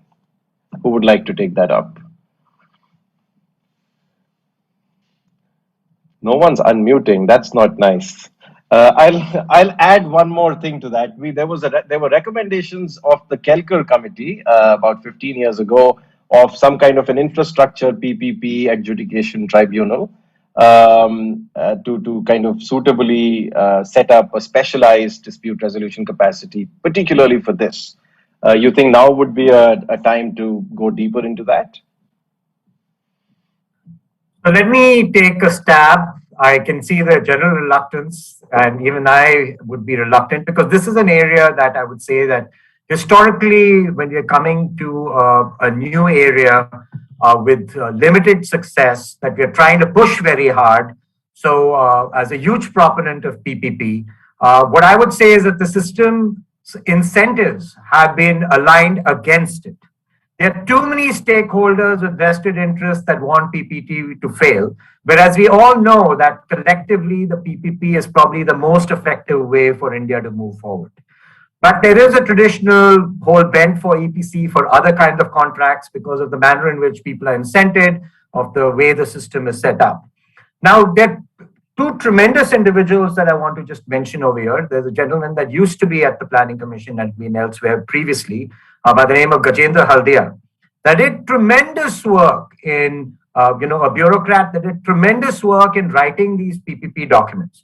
Because, the point that, what you referred to, Professor Bharadwaj was the resolution side. But if the work up front is done, if all our regulations in this country were highly simplified, that we didn't have an Indian penal code from the 19th century still sort of out there, I think the number of cases and disputes would get fewer if things are written better up front. So rather than look at the solution side, let's do the preventive side, So a lot of that work that has been done by people like that needs to be taken forward. We have to recognize that the system is set up to make PPP fail. Everybody over there wants it to fail, whereas collectively it is in our common benefit to make sure it happens. And so the examples of failure will keep coming because people don't want it to succeed. And I look at that, it is so perplexing to me that the system is so, everyone you speak within the ecosystem that has been in the previous mode doesn't want it to succeed. It's exactly like the faceless income tax. Everyone within the system doesn't want it to succeed. So we've got to figure out a way that it can improve, that there are enough officers within the system that have the right mind frame that want it to succeed. And as anything that is nascent, you're going to have your teething problems. You've got to ensure they get better and better. We've got to ensure it gets fairer and fairer. We've got to learn from our mistakes and make sure that it evolves much faster. So I know I've probably spoken more than I should have on in this particular subject. Again, the views are purely personal, not representing the government's view, definitely not the Niti Aayog's view. But there's a tremendous amount of work we are doing here as Niti Aayog. We have officers that have gone in, SK Sahu, we lost recently, but also tremendous work on PPP, and we're trying to improve it. We're trying to sort those problems out as quickly as I can with any of the stakeholders, any line ministries, with any of the agencies. We're working on it, but there's a long way to go before it gets, to where we want it to get. Well, thank you for that candid response, and we wish the Ayog and everyone who's involved in this massive project all the best with it. There's another question that has come in, although I feel it's slightly, it's water under the bridge at this point, but it's always wise to kind of under-promise and over-deliver, generally speaking. But the question is, do you think the government could have started with the sectors that would have offered the greatest cash flow predictability before expanding the experiment to cover all the other kinds of infra that the plan has now? Anyone can take it, maybe starting with Mr. Pai. Let me come in here, Ashish. Sure. I think this is a very, very important point which has finally come. The success of any policy really depends on how credibly it is seen by the stakeholders. And I think on that count, we have a lot of gap to bridge. If you look at the last 15 years, many announcements have actually not fructified. And that adds to the skepticism among the stakeholders who need to respond to these policies. So I kind of actually am of the view that it is sometimes easy to, good to promise less, deliver on it, and then build it up, ramp it up as people start getting into the move, which doesn't seem to be the way this government sometimes looks at things. And so I would have liked, rather than floating these big ideas, sometimes perhaps Mr. Pai may disagree with me, in a half-baked manner, then doing a good groundwork and then taking smaller steps, more credible smaller steps to create and strengthen the larger ecosystem that I have been trying to allude to in my earlier interventions. So I certainly disagree. After that, Saloni, sorry. Yeah. Go ahead, please. So I certainly do disagree, and there are two reasons for that. The first is that when you're looking at global investors, it's not a single investor; it's thousands of investors. And what we are providing in both of these is actually, I would call it, over a period of 5 years. Each of these are not things that happen overnight; it's over a period of time. Is you're providing a menu. So one of the issues you have if you put three out at the same time. I would also beg to differ that I don't think that we have not done the groundwork. The groundwork is extremely extensive. We are happy to walk, Mr. Malhotra through what went through this process. If he's ever interested, we are happy to go through it. But it was extremely strong diligence to do it. But the way to look at it is the perspective was that we need a menu. When people are coming, if they see 2 or 3 assets, it's of limited interest. When you give them a whole menu and you say this is going to happen not immediately, it's going to happen over a period of 4 to 5 years.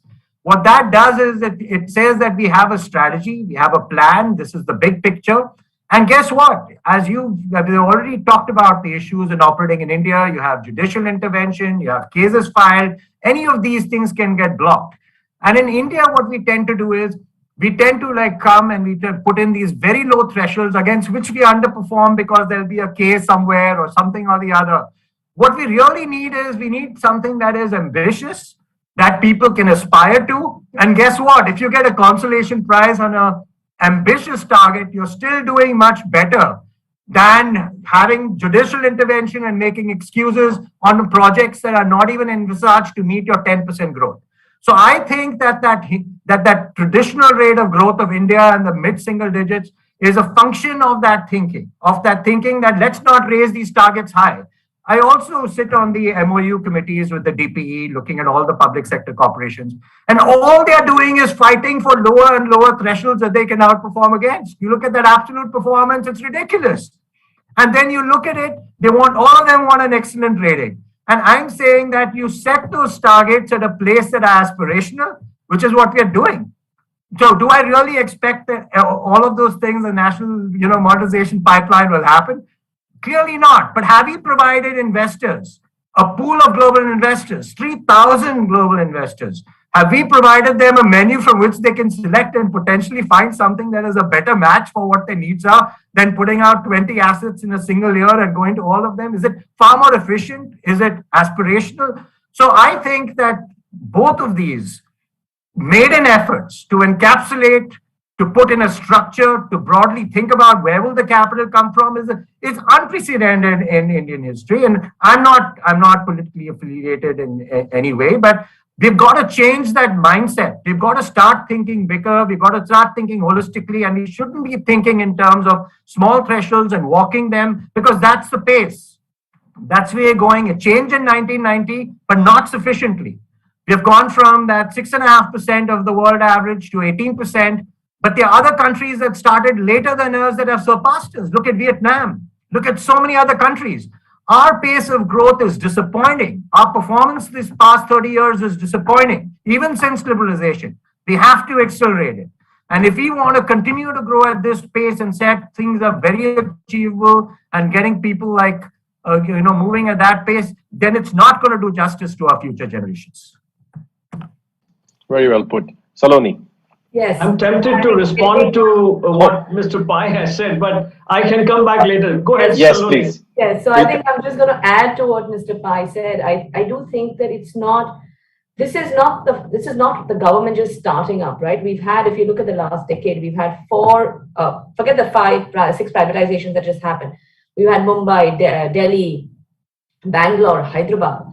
We've had 5 TOT projects that have come out. So it's been done. It's been done over the last 5 years, 10 years, and it's been done successfully. But I think, as Mr. Pai said, it's been done individually. And it is very important when you have these when you want to attract the kind of capital India needs, you need to show scale.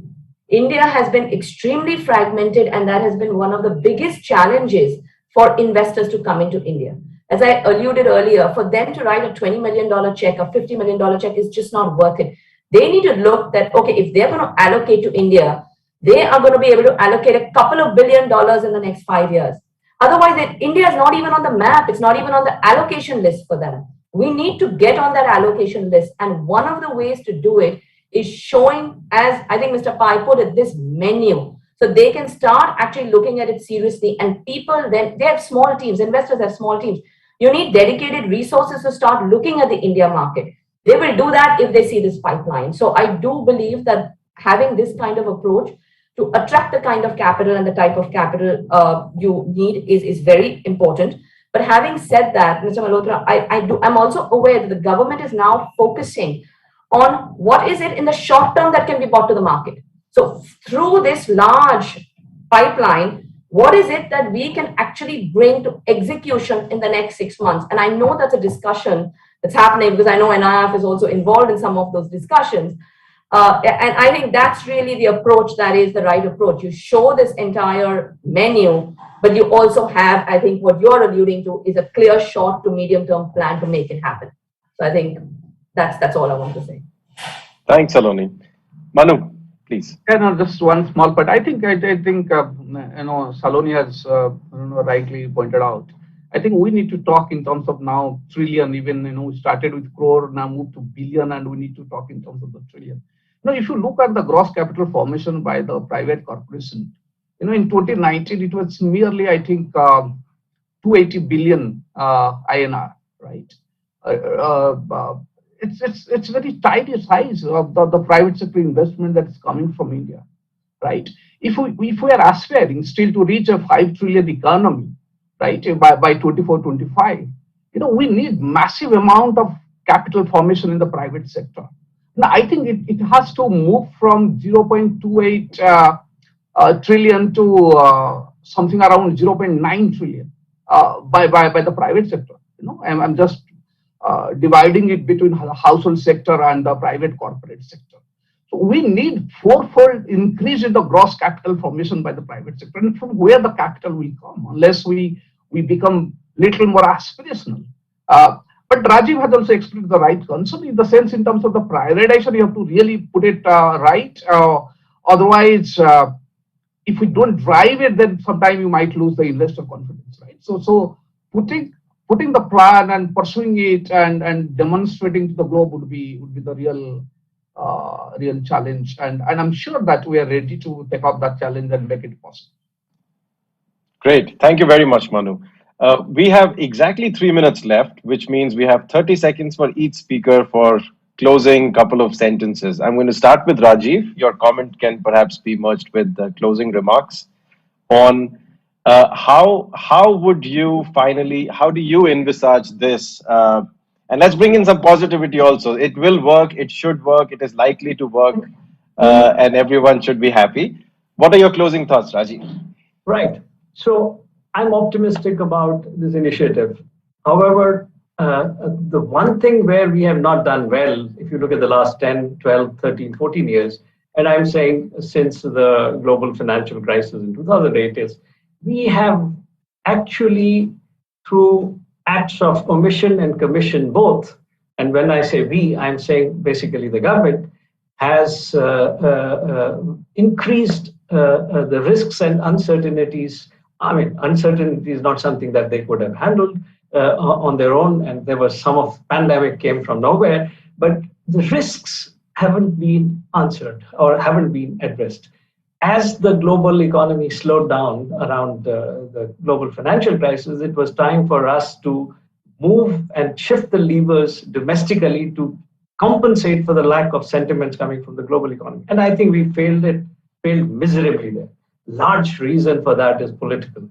And I would, if I can say, and it is not just political mechanization of the current government, but it is also to do with the previous government. I mean, the 3 C's, the courts, the CBC, and the Comptroller and Auditor General threw in the spanner in the momentum that we were seeing in the private investments. And at that juncture, we needed to compensate for the lack of sentiments from abroad. We didn't do that. And we have continued to miss out on steps since then as well. So my fear, my optimism about this initiative has to be a little guarded, because history doesn't speak well of what we tend to do, or in terms of timely interventions to address the concerns of investors. There's no denying private investment has to pick up, and to get it moving, you need to do these kind of big ticket reforms, which can fire the animal spirits. But for them to succeed, you need to do a whole lot of other things. Unfortunately, not perhaps enough attention is being paid there, and that may undermine the initiative in the coming years. Thank you. Thank you, Rajiv. Saloni, it's a terrific idea. It's a positive endeavor, but No, absolutely. I think it's a fantastic idea. I mean, I'm looking at it outside in, head of investor relations. That's the hat I wear. So I talk to investors. I know there's large pools of capital that is very interested in coming in and investing in this. But I agree, there are aspects that we have to take care of. I think consistency of contracts, ensuring that there is stability. There's stability in policy and regulatory environment. So the investors are willing to take a risk on traffic and growth, but they do not want to take a risk on policy and regulatory matters.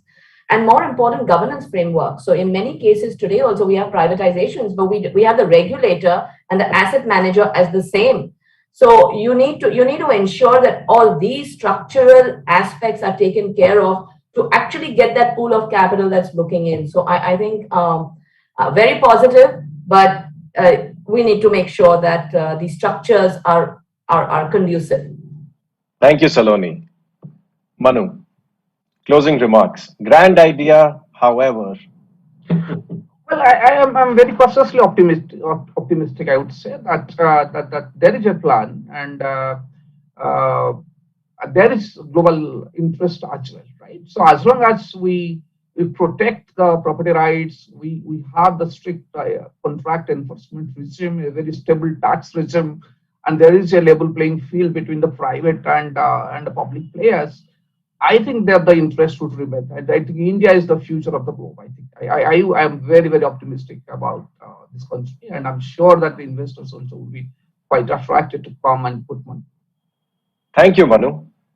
Mr. Pai, you have the last word. It's a grand idea, no buts, right? Well, all I'll say is that I'm very, very optimistic. I know that when you start with a nascent framework, that there is an evolution. But I'm confident that based on the individuals that I've been interacting with, that the mindset change is beginning to happen within government and without government, outside of government. And it will take time, because I said even all the odds were stacked against PPP despite some tremendous work done earlier. But we are watching people embrace it now, and I think it will go through this process of evolution. On the flip side, I think, while Saloni did mention that the core, growth and the economic risk is one that investors, care about, but they care about those other things more. All I can say is in the second factor, we've done tremendous amount of groundwork. I talked about the foundational groundwork that we have done.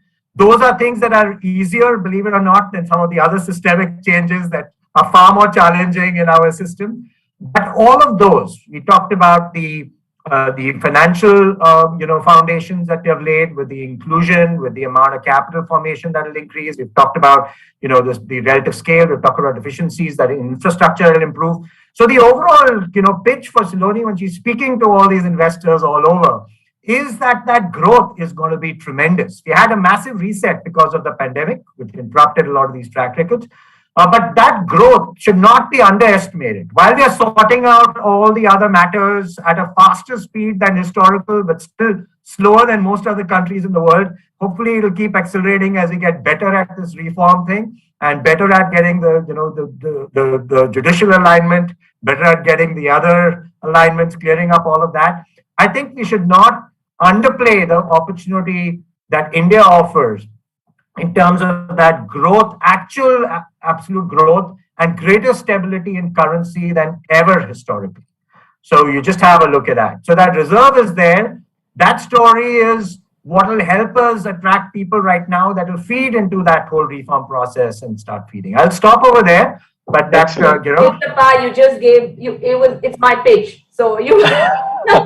It's a wonderful thought to end the session, that we should not underplay the opportunities that the economy can present, and at the same time learn from whatever mistakes that were committed in the past, so that we can do a better job. Animal spirits are important. They need to come out in a big way, not in the way that we are seeing in an overheated stock market, which is in fact the topic of the theme for the next session, which is going to start at 11. So thank you very much, panelists, Mr. Ajit Pai, Dr. Manoranjan Patnaik, Ms. Saloni Javeri, and of course, Professor Rajiv Malhotra. Thank you so much for your time and all the comments and ideas that you shared. Thank you. Thank you. Thank you, Faraz. Thank you.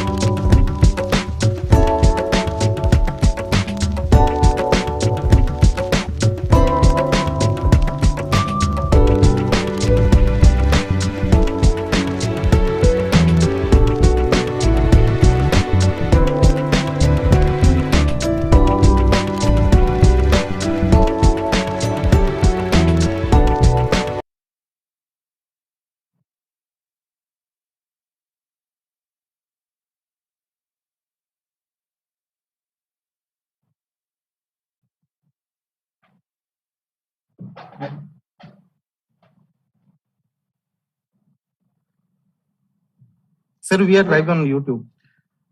Thank you, Shubham. Good morning, everyone. Welcome to third Global Finance Conclave, to the 12th session of GFC. We have a very exciting panel for you today. The title of the session is The Dissonance Between Capital Markets and the Real Economy. And At the outset, I must say, I must apologize on behalf of Mr. M. Damodaran, who will not be able to join us today because of some medical emergency in the family. But I'm sure that Mr. Vikram Kothari, Mr. Nitesh Bansal, and I will have a valuable conversation for all of you. So let me introduce our panel member before we begin our conversation on the capital market and its dissonance with the real economy. So let me first of all introduce Mr. Kothari. Mr. Vikram Kothari is Managing Director of National Security Clearing Corporation Limited, which is at National Stock Exchange. Mr. Kothari in the past has worked with a variety of organizations, including JP Morgan, HSBC, and ICICI Bank. And Mr. Kothari is a CA, if I am not mistaken, and also he has an ICWA. And we also have Mr. Nitesh Bansal, who is the Global Head of Commodities Research with GHF Group. And he's also is Director of Academics for Futures First Academy. And Mr. Bansal in the past has worked with Future First Info Services Private Limited, where he was head of research. He was also a research analyst, And in the past, he was a derivative trader. Many of my students would like to have a longer conversation with Mr. Bansal because many of my students are fascinated by derivatives. Undergraduate students find it quite complicated, but I'm sure that we will find an opportunity for Mr. Bansal to speak to students separately. And Mr. Bansal is also a chartered accountant. My name is Anand Mishra, and I am Vice Dean of Jindal School of Banking and Finance. Before joining academia, I was also a banker, although it's been a long time since I left banking. And before we start any kind of conversation, I must add this disclaimer that whatever conversation that we are going to have today is for information purpose, it's for speaking about some of these salient features of our economy and the capital market. You should not construe any of our conversation or any material as if that we are giving any kind of tax or investment or financial advice. Nothing that we are talking about is basically is a solicitation of any kind of thing. It's not a recommendation. It's not an endorsement.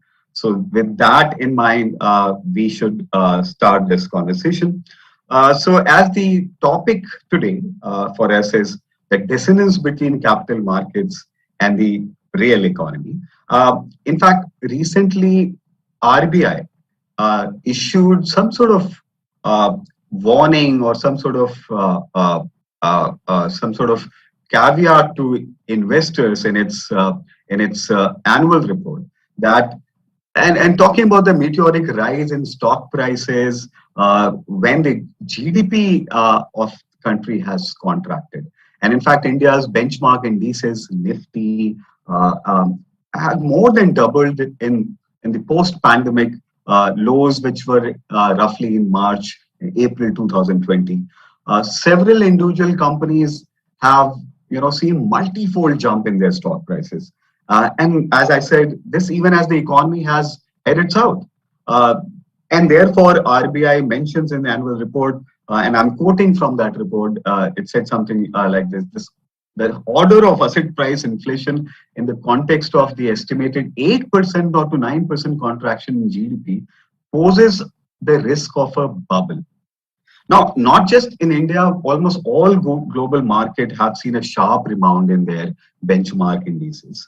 So my first questions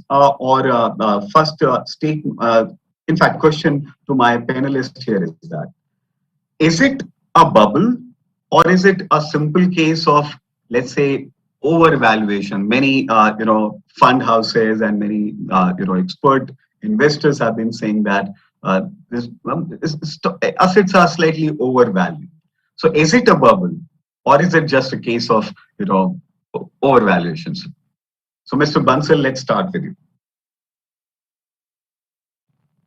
Okay, thank you, Professor Anand. Very good morning to all of you. Thank you for this interesting question.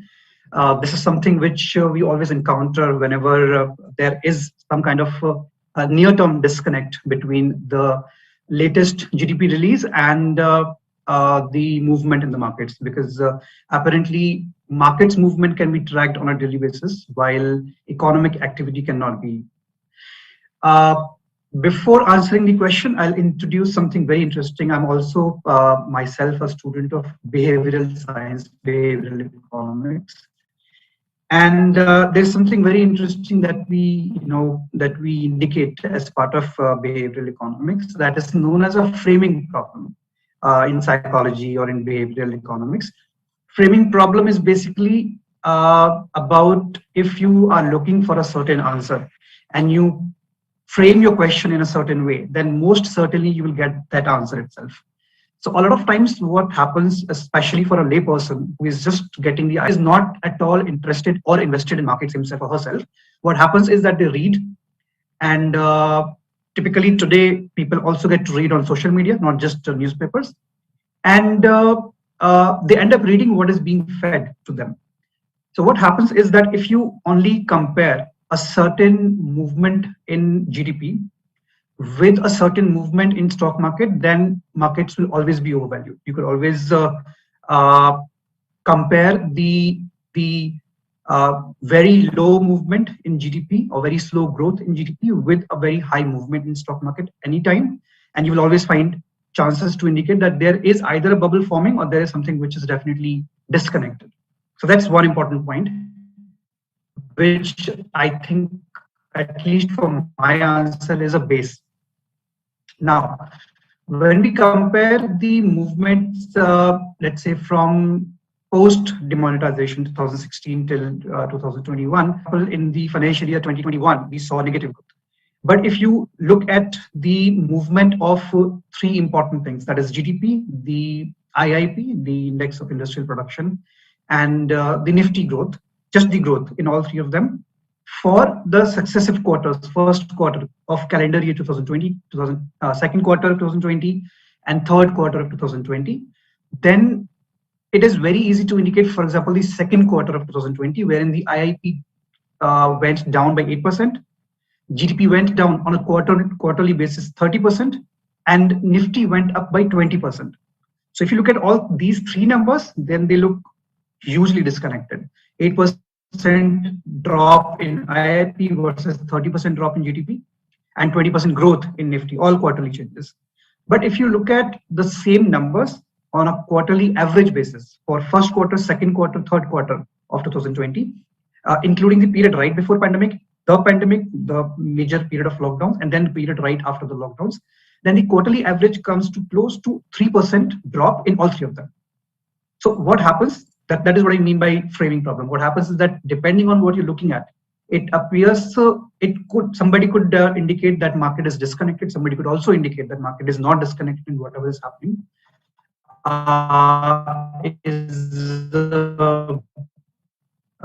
Definitely having in the right, the movement is happening basically in the right direction. Now, that's just GDP and Nifty, Sensex with a very small period, as I said, first quarter till third quarter of 2020. If I look at broadly, then it is easy to say from 2016 to 2021, on an average, GDP grew by approximately 25%, 27%, whereas Sensex and Nifty as well from that period has doubled. So how do we account for 100% growth versus 27% or 28% growth?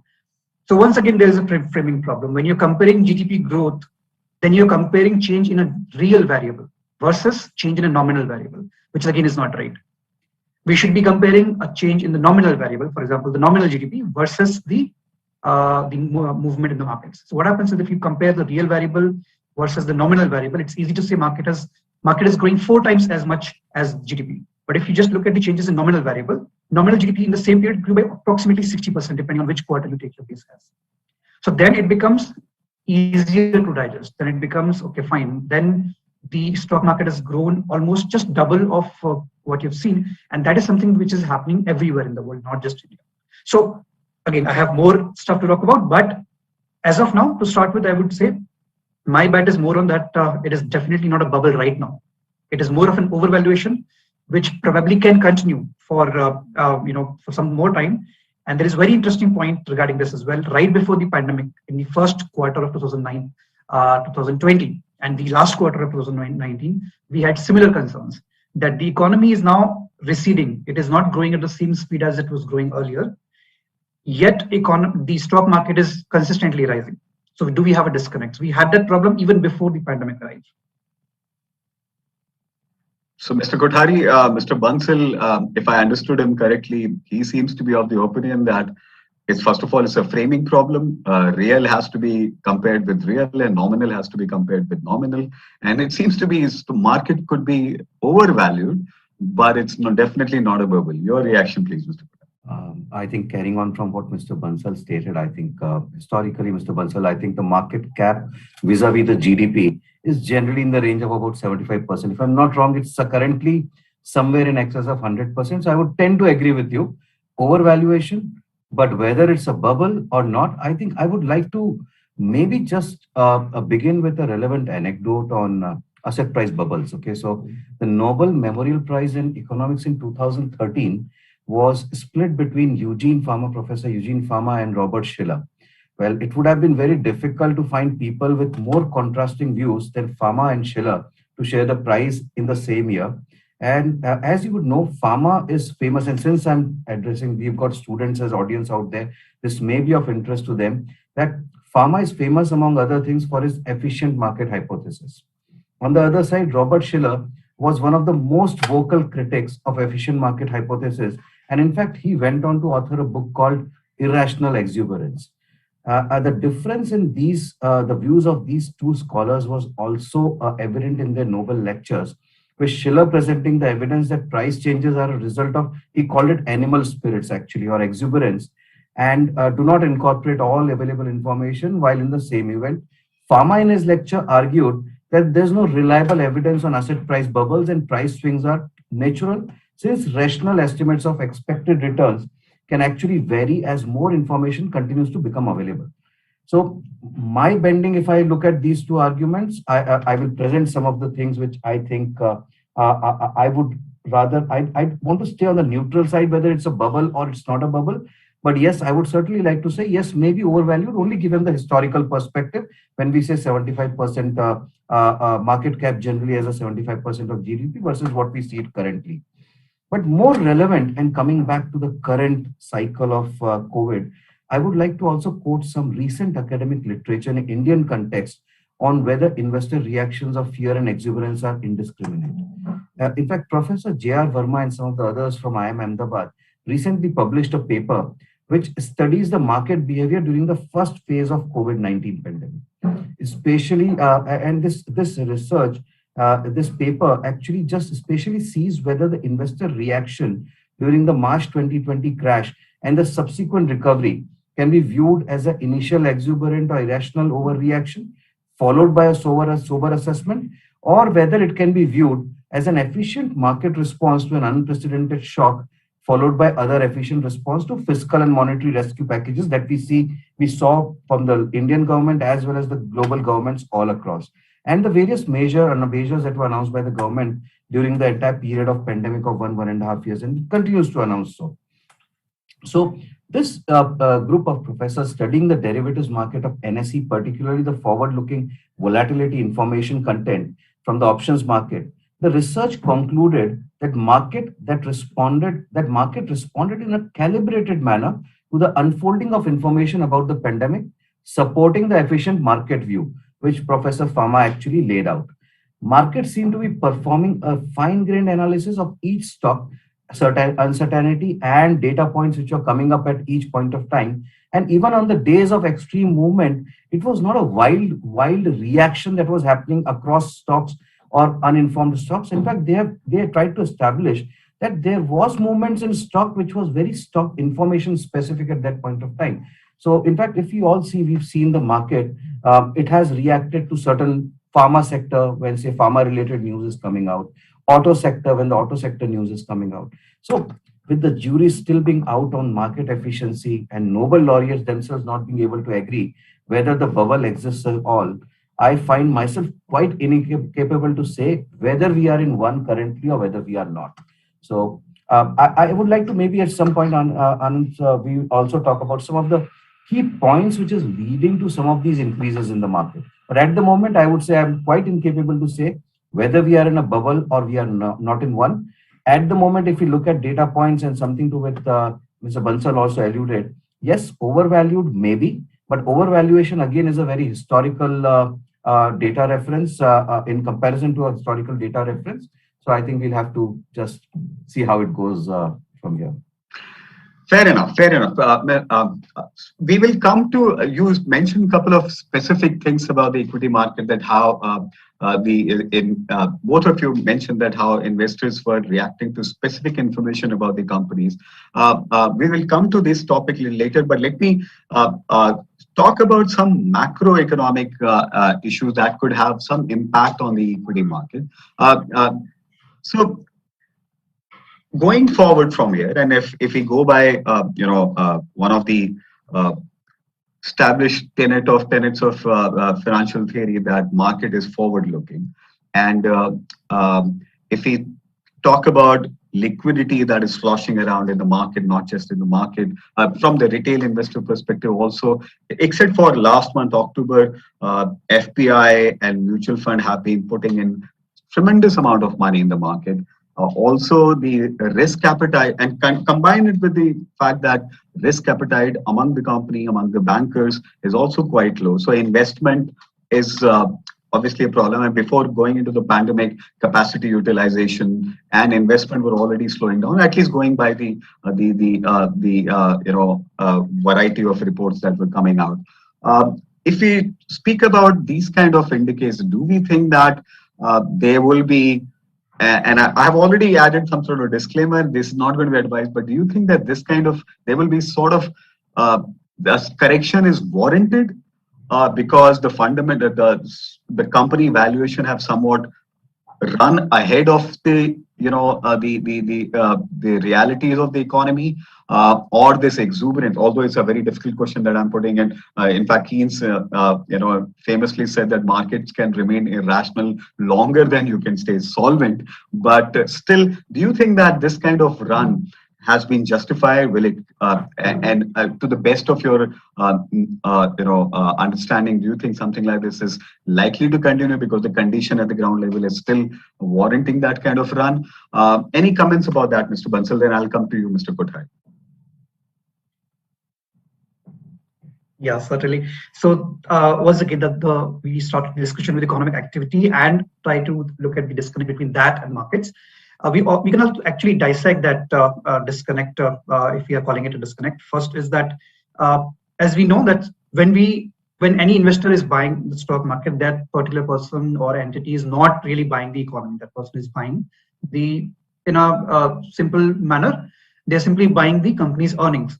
So if you look at the growth of earnings, that is closer to economic activity. But if you look at the growth of the stock market, that's where we have the more disconnect. So if you dissect the disconnect between economy and markets, that can be dissected as the relationship between markets and earnings, that is economic activity and earnings versus the stock market. So the major disconnect is right now between earnings and the markets.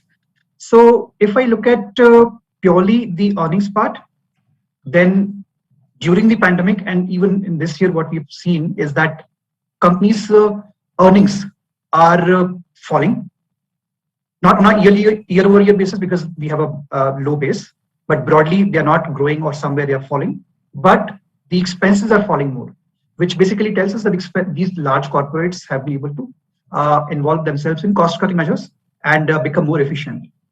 That is something which we also saw in 2014-15 globally in the oil market crash, that when the going gets tough, then it is really a chance of improving yourself and becoming more efficient. Because as we like to say, it's, if you waste a crisis, then it's bad, because a crisis always presents an opportunity. So because of pandemic and the ongoing recovery, we've had a chance as a companies that the companies were able to reduce their expenses more than their revenues. And that is why the bottom line eventually increased. That is why we were able to see good growth in earnings. And somewhere around 2020 end, somewhere around the end of 2020 and beginning of 2021, before the lockdowns of this year, there were expectations that the earnings growth should continue or should improve. However, if we look at the disconnect between the earnings growth and the stock market, it becomes difficult to connect both of them, at least for these 2 years, the calendar year 2020 and 2021.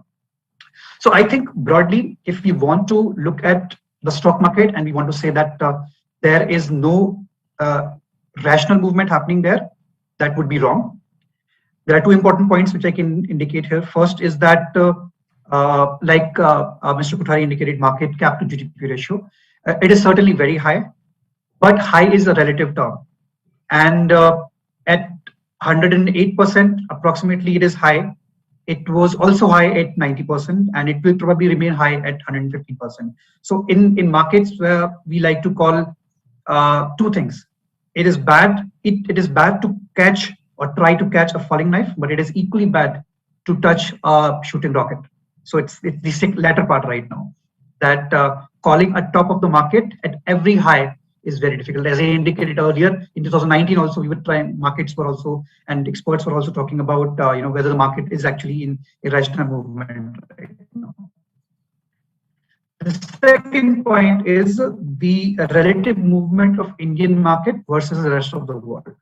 So if you see out of all the major developed markets, not developed, all the major markets, some couple of weeks back, in fact, about 2 months back, India was the third best performing market right after Russia and Australia. That has changed now. If I look at all these markets together, then the only markets which have performed better this year, YTD basis, are the Gulf countries, Kuwait, Saudi Arabia, UAE, and that's obviously because oil prices are going up, so their economy is doing good. Other than these three, we have only Netherlands and Denmark, which have performed better than India.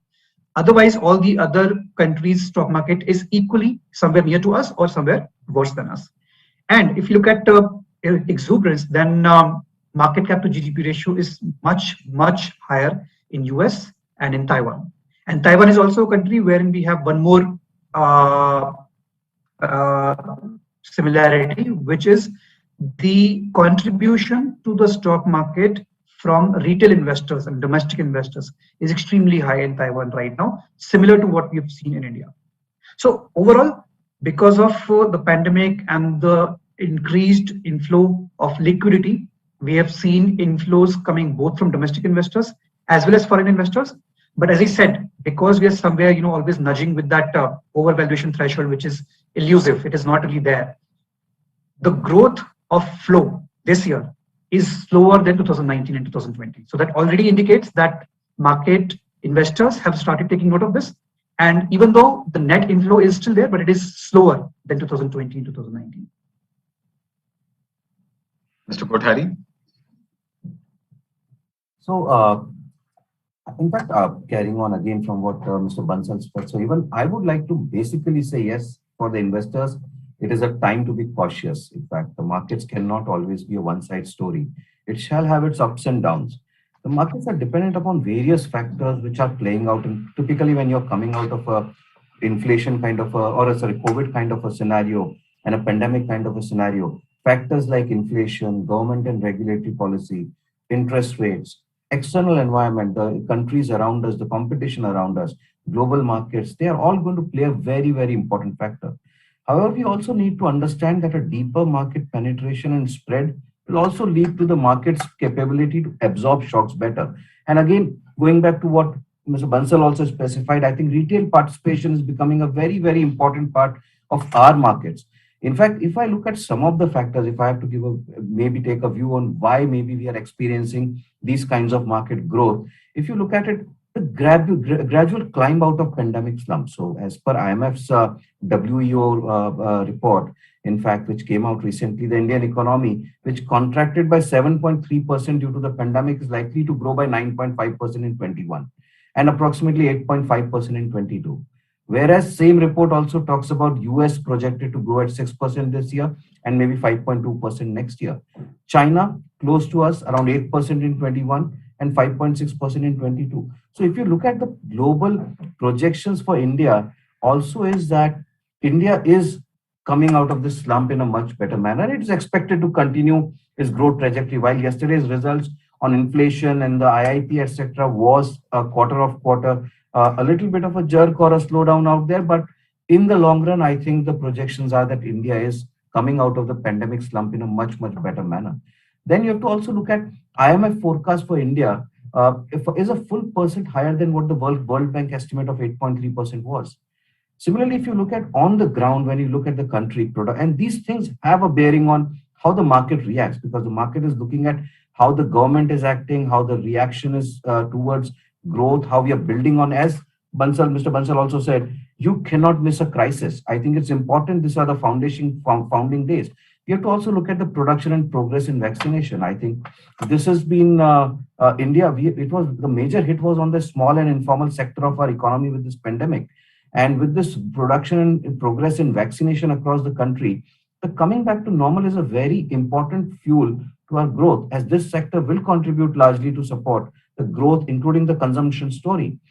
The second story that is playing out is growth in manufacturing, and which ideally with the growth in the capital markets or easy access to liquidity through the capital markets, I think we should hope that there's a revival in credit offtake, which is a much requirement, not only during the pandemic, but we've seen a credit offtake cycle which has been dismally low over the last 8 to 10 years now. I think the next is we have been seeing the strong emergence of the Indian startup ecosystem with the likes of this thing. But I think the most important part is the wider participation of retail investors. In fact, retail investors' participation is leading to a wider spread of investable surplus to capital market ecosystem.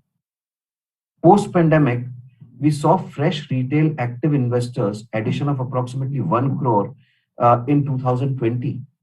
In the first 2 months of 2021 itself, Indian market has added 45 lakh investors, and the tally currently as at October end numbers, which I have, stands at about 1.445 crores, where there's still about 5 months to go before we close this financial year. We also have to understand what has played to this wider participation. I think technology, where we see apps, online accounts, availability of algos, and importantly, tutorials. In fact, let me tell you, while the retail share of market exposure, retail share in the market exposure has gone up from, I think, 35% 5 years back to about 43 to 45% in this current year, which is a huge, huge jump, which has been something that we as a country had been lacking, the retail participation. In fact, and let me also tell you, because I know the numbers, I will not be able to share the numbers here on this. As a clearing corporation, when we do risk management, we don't only evaluate, we also evaluate what is the kind of risk that sits in the market every day. Let me tell you, this investor is educated. In fact, we see that on an ongoing basis from the kind of product choices that they make. About 5 years back, the retail did not understand the principles of hedges, use of options, etc., to create structures. But what we see now is a protected and hedged portfolio more than ever across the retail portfolio as well. In spite of having a 10 lakh crore open interest in near about 10 lakh crore open interest in futures and options, when we look at the portfolio losses, in case we stress the portfolios out to the extreme levels, it is a minuscule level of losses out there. That means more and more people are adopting to hedged portfolios. Investment in cash market is also now not always naked and is protected by hedges, which is a very good sign for the market. So I think this is one thing that I wanted to maybe bring out, Professor Anand. It seems that both of you somewhat think that it's, although Mr. Kothari, you in the first part of your conversation, you mentioned you are not sure whether it's actually a bubble or overvaluation, but so to say that there are no, flashing red lights for you in the sense that there are, there are some factors which seem to warrant such kind of meteoric rise of Nifty and other indices. In fact, if you see, the market saw one-sided growth over a long period of time over the last couple of quarters and semi-years. But now if you see that growth over a period of time in the last, say, 1 month, we've started seeing the volatility creep in, right? Yeah. The market is showing signs of resistance and is reacting to news, but it's reacting to news in a mature manner. Sure. You're not seeing one-sided slumps or one-sided rises happen the way we saw over the last 1.5 years. In fact, FPI have pulled money out in the month of October, and domestic mutual funds have not actually jumped in, which we have been witnessing almost always. Let me move this conversation in slightly different direction to possibly the structural issue.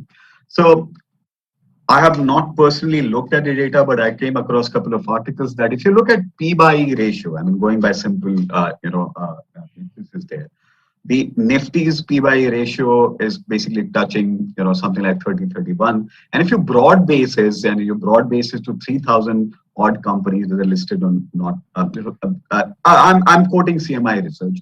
So even overall, if you include the sample of these companies, and even then P by E ratio is touching something like 40. Now, it doesn't seem to be, this kind of rally is not confined to certain kind of stocks only. It seems to be slightly broad based in market. Having said that, all of us went through this, pandemic, together, and we witnessed and we read about the terrible things that our country was going through. In fact, across the world, these things were happening. There seemed to be a real distress. Is it fair to say that the financial market are somewhat disconnected with what is happening with large section of the society, where and also within the businesses itself. uh, Formal sector has benefited at the expense of informal sector, and therefore to say that the financial market to some extent is is a barometer or is indicative of what is actually happening in the economy. So in that sense, do you not think there is at least some disconnect that large number, and there have been surveys, there have been reports which say that large number of people have lost job, there's a problem of livelihood, the private consumption has gone down. If you look at RBI's survey, the consumer confidence is also down, and many other surveys have also shown that. So is it fair for us to say, or for people to say, that this exuberance in markets is somewhat disconnected with what is happening with large section of our of a country? Mr. Bansal, I'll start with you again. Yeah, sure. So you bring two very interesting points here, Professor Anand.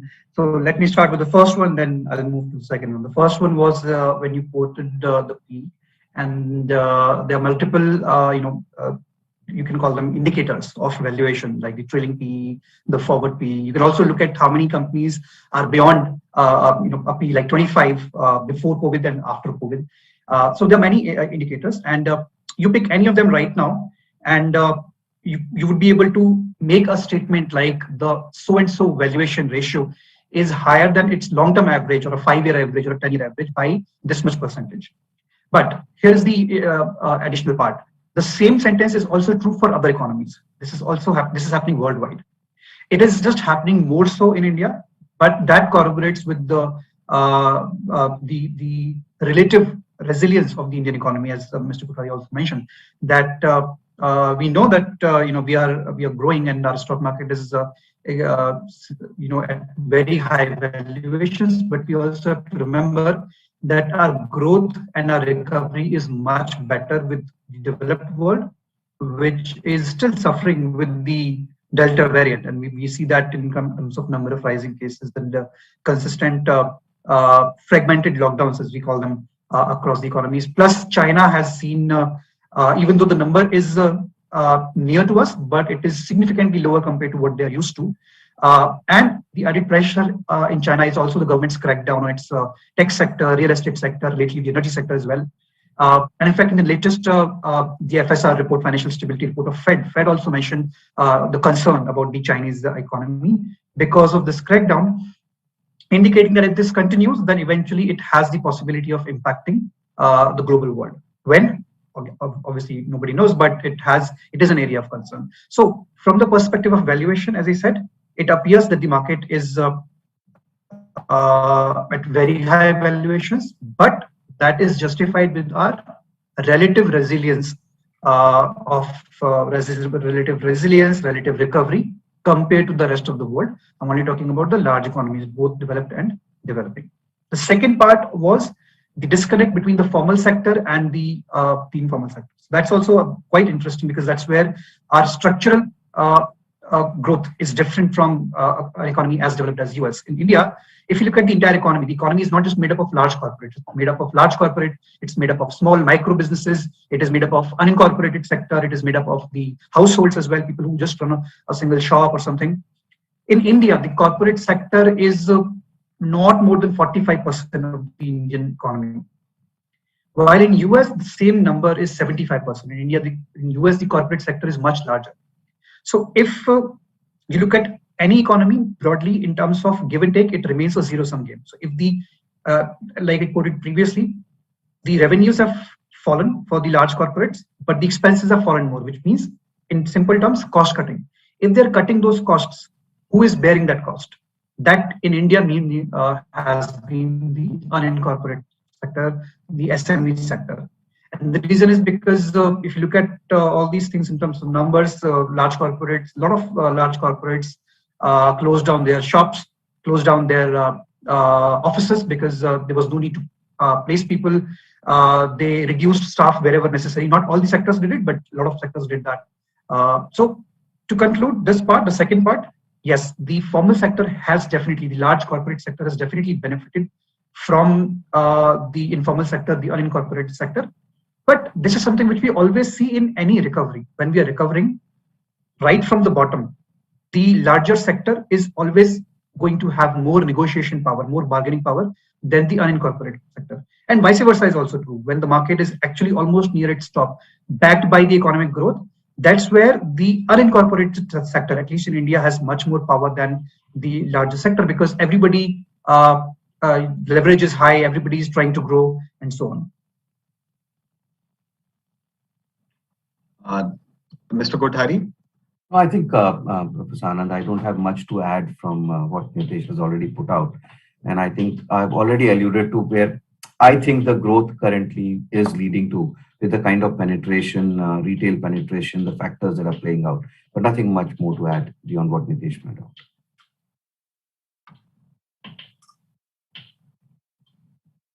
out. Sorry, I was on mute. So, Mr. Kothari, let me start with you on, I'm changing the direction a little bit. So do you think there are some market-related policy or regulatory change, for example, and also the macroeconomic related policy and policy changes? For example, before the pandemic hit, the taxation regime was rationalized, PLI schemes have been introduced, variety of things this government has been trying to do. Also, the government investment has also gone up. Do you think that these kind of things have also had impact on the market and the valuation in the market? Is there something specific would you like to talk about that it is having a direct impact on the valuation in the market? No, so Anand, I think I would like to address the regulatory moves in two aspects. Okay, I think since so first, absolutely, as you said, the government policies in the initial phases were in line with a lot with what the global economies and global governments are also actually outlining out there to pump the liquidity into the system, which has its effect. I think we have come out through the pandemic in a big manner. I think the reaction and the policy around vaccination has been a big driver.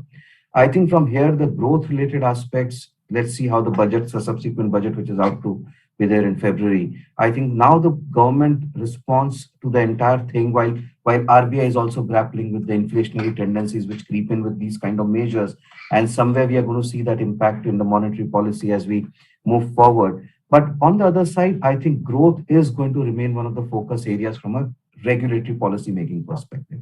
And that may be in terms of what kind of SOPs, etc., because that's going to be what is going to drive us to the growth targets and the GDP targets that we are trying to spell out for ourselves coming out of this slump. But more importantly, what you've not touched, and since we are talking about the a bubble or an overvaluation, is it out there? Is there dissonance out there? I would also like to talk about some of the things which SEBI as a regulator in capital markets has been doing. And I think it's very important because in such times, in normal times, we don't see a lot of these actions or which don't come to the visibility in the fore because we don't anticipate these kind of falls or explosions of the bubble, etc. But if you look at what SEBI has been doing over the last 2-3 years, in terms of changing the framework of the market to bring in protection for the investor, and when these changes kept coming out one by one, well, you were not able to visualize as to what they are aiming at. But when you look back over the last 2 to 3 years and you put all those changes together, I'll go through them one by one. And it all adds up to how the regulators have been anticipating that the market can be very reactive. And in a reactive market, it's not the institutions, it's not the big players who are always affected, it's always the retail investors which are affected. And typically when this kind of a phase comes after a long period of serenity, a lot of practices have built into the market, which maybe you need not have raised your eyes on at that point of time, but these become very, very apparent and very, very visible when you are into these type of markets. So if you allow me, I would like to maybe talk about some of the good things which the regulator has been planning for to protect against a possible explosion or a possible correction in the markets that are out there. And mind you, this has been done over the last 3-4 years. So in fact, we should appreciate the regulators to have that thought process into the future. In fact, if you look at it, review of the risk management framework. which was done in June 2020, implemented in June 2020. You can assume this study was going on for almost a year and a half. I was a part of this study on how to change the risk management framework, what to do. And when we implemented in June 2020, we had almost about a year of work that had gone behind it. And this was to ensure a far more smoother margining framework with a little bit of a markup and a built-in protection out there, but smooth tracking rather than jerking reactions to volatility. So this margin framework of 20 years, which was 20 years, which was introduced in June 2000, was changed in June 2020. That was one of the key moves that we did. It does not jerk now. Second big change that the market did, there was a lot of resistance to this, but we have to understand that over a long period of serenity, what happens is a lot of leverage practices, a lot of liquidity practices built up into the market. We had situations where I needed to put 1,000 rupees, somebody else was willing to put 10,000 rupees and give me intraday leverage. But that is what fuels a lot of bubble and a lot of volumes out there. But then is it safe? Maybe not, because a market may react intraday to certain news where that 10 times leverage or 15 times leverage on an already leveraged futures and options market is a dangerous phenomenon which a retail investor does not understand. SEBI came up with this upfront margin rules where it said, brokers, you cannot trade beyond the margins or you cannot give leverage beyond the margins which the client has actually provided to you. And how do you monitor that? They said, stock exchanges and clearing corporations, you go and monitoring starting intraday during the day to check where the utilizations are and let the broker be accountable for it. We've seen those leverage practices come down, or leverage practices that are out there are more regulated and governed. And in this garb of competition of leverage, there's a broker who has deep pockets. Yes, he can provide leverage, but there's a broker who needs to compete but does not have leverage. That's where practices come into which can be dangerous for investors. Well, that has gone out. That has been one big major change. Second thing we saw was the way the collaterals was provided by the investors was a very, very unsafe mechanism earlier. If I had to give my shares as collateral, I had to transfer it to your Anand, your account, and maybe you in turn had to transfer it to Mr. Bansal's account. I had no ownership of those shares. I had no control over their shares. Once they had moved out of my demat account, and SEBI said nothing doing. Come to pledge repledge. Pledge repledge was not a legal phenomenon which was existing in the market. SEBI went ahead, talked to the government. They created that framework which allowed pledge over pledge. And now an investor has the shares sitting in his own account, in the safe vicinity of his own account, and still he can trade with using those shares as collaterals. And now SEBI is also looking at announcement, and again, T+1 settlement. While there's been a lot of jury out there on T+1 settlement, very honestly, what it does to the investor is rather than carrying a 2 days of market risk, he's ending up carrying 1 day of market risk. So I think some of these regulatory changes which have been there, they are not overnight changes. They have been in the works for year, 2 years, 3 years. And when you put all of them together and the way they've come together, I think it is overall, I think it's the foresightedness. It makes the market smoother. Yes, I don't know whether it's a bubble out there or it's out there to explore, whether it's an overvaluation, it's a right valuation. But I think in the background, the regulators, in anticipation of something that might happen, are making these markets much more safer for us as we go forward. And I keep telling people, well, these kind of changes, yes, they do bring in pain in the short run. But in the long run, whenever we've had these kind of changes happen in the ecosystem and the market infrastructure space, it makes market much more bouncy and much more safer for our future. So I don't know whether we are in a bubble, but if we talk from a perspective of the MIIs and the regulator, I think we are trying to gear up to manage the risk in a far better manner as compared to where we were, say, 5 years prior to today. So. I do agree with you, Mr. Kothari, that as far as transactional frictions are concerned and stock lending is concerned and leveraged investments are concerned, I do agree that SEBI has done some stellar work in that. Mr. Bansal, you have been a derivative trader. Do you have any comments to make about the transaction friction and the other aspects of hedging and what SEBI has done or any other entity that has done, which has, if Obviously, it will not be the factor which is fueling the growth in the market, but it still basically makes things a little easier for people to participate and invest. Any comments on that? Not significant comments. Mr. Kothari is a much better expert at regulation than I am. But I would like to re-emphasize something which he has already said. And this is something which comes in conversation when I'm talking to colleagues or when I'm talking to friends in India, outside India. That almost, Mr. Kothari mentioned that over a period of 2 to 3 years, we've had so many regulations. I would take the liberty of saying that almost every 3 months, there is something, even if no regulation taking effect in 3 months' time, but there is some improvement almost on an average in a 3 months period, that either a new regulation is being announced or a new regulation comes into effect or a new regulation is being talked about. T+1, for example, has been, is being talked about for a long time now already. And hopefully in next couple of months, we get a closure on that. But I think all of these policies taken together provide a safer environment, not just to one class of investor, but all investors taken together. So I think what has happened in the last couple of years definitely provides that that environment. And obviously, there is always more work to do, but it definitely tells us that it is taking us in the right direction. Sorry, again, I was on the mute. I should take some questions because I have a few very interesting questions that have come in. Let me take a question that Mr. Amlan, Professor Amlan has already pasted there. Let me read it out to both of you. The history of asset price bubble is also a history of financial innovation. Call and put options were invented in the Great Tulip Bubble in Netherlands. The 2008 crash would also not be possible without the innovation of securitization of the subprime market. Are you worried about the impact of financial innovations on the overheating of the market?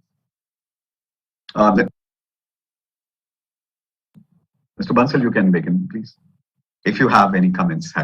Overheating, impact of inflation. Can you repeat that? Impact of? Are you worried about the impact of financial innovations on the overheating of the market? Oh, okay. This is in the context of that house. Apart from knowing that somewhere. Go on. Please go ahead. I think there's a little bit of lag. That's why we are interrupting you. So please go ahead. Yeah, I think there's some lag. All right. So what I was saying was that interestingly, we do have not just a connect between financial innovation and either a bubble or a crash. We also have something interesting, which is that every single time, if you look at last couple of crashes in the last, let's say, couple of decades, each crash has been different from the immediately previous crash and maybe last couple of crashes. This is something very different from the way it used to happen in the post-World War II world for the maybe 1950s to 1970s era in the global world, wherein even though they were partial crashes, they were related to economic activity much more than they were related to financial innovation or the problems such as high liquidity, credit growth, etc., etc. So I do think that there is some connect, but I think that is coincidental rather than we should not be looking into that as a cause and effect relationship, that a financial innovation will sooner result into some kind of a market impact. We can actually look at it in the other direction. As I said, no crisis should be wasted. Somewhere, I think, when the concept of cryptocurrency started, it happened right after the GFC, the global financial crisis of 2007, 2008. I'm not saying that that is the direct impact, but it creates the psychological base after which somebody, at least somebody in the world, is able to think about everything from scratch and say, what can I do better? How can I do something existing in a better way? So I think it's actually the reverse, that a crash creates the crisis creates the opportunity, it opens up minds, and it causes the next leg of innovation. Thank you, Mr. Bansal. Mr. Kothari, any comments? Crash creates the crisis and crisis creates the opportunity. Could there be some causes for the crash as well? No, so I would like to put it very simply. I think Professor Amlan mentioned that, well, one of the crises led to the creation of options. I would too, when I look at the market volumes currently and the product divide currently, I would say that this type of crisis led to an adoption of those options, right? So while somebody created options at some point of time, but the way our market has seen adoption of options, and when I say adoption of options, it's not only about pure call writing or naked call writing, etc. I think we've seen people, and when I say people, I'm talking about sophisticated investors or institutional players. In fact, retail guys discussing condors, they're discussing triangles, discussing covered calls, etc., which is a healthy sign. I think that innovation, big innovation, has been that people are going towards education. I would also like to bring out, I think, one big innovative change that this crisis has brought about is the bend of automated online based trading, mobile based trading. In fact, if I see some of the numbers, non electronic or non digital trading in our market has come down to less than 20% today as a market share. The adoption of electronic trading and digital form of trading through apps, through smart apps, etc., or algos or co-locations is now around 80%, which is a big adoption. What this is setting up as a platform is for the, I would say, the rocket start of the future growth of the capital markets.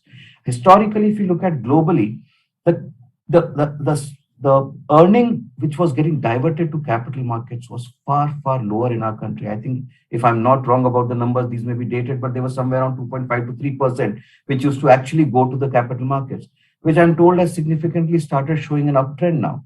I think that uptrend is because you can just log into your mobile, go onto an app, and you want to buy. And most of the advertisements also on the television now are about it, right? So that penetration is far, far higher. I think that has been one of the big innovation adoptions that has happened out of this crisis, in my view. I agree with you. In fact, you mentioned irrational exuberance by Mr. Schiller, and I remember a graph in the book where the graph was so astounding that at the advent of internet, the number of transactions, the frequency of transaction, the way it went up, it was humongous. I agree with you there.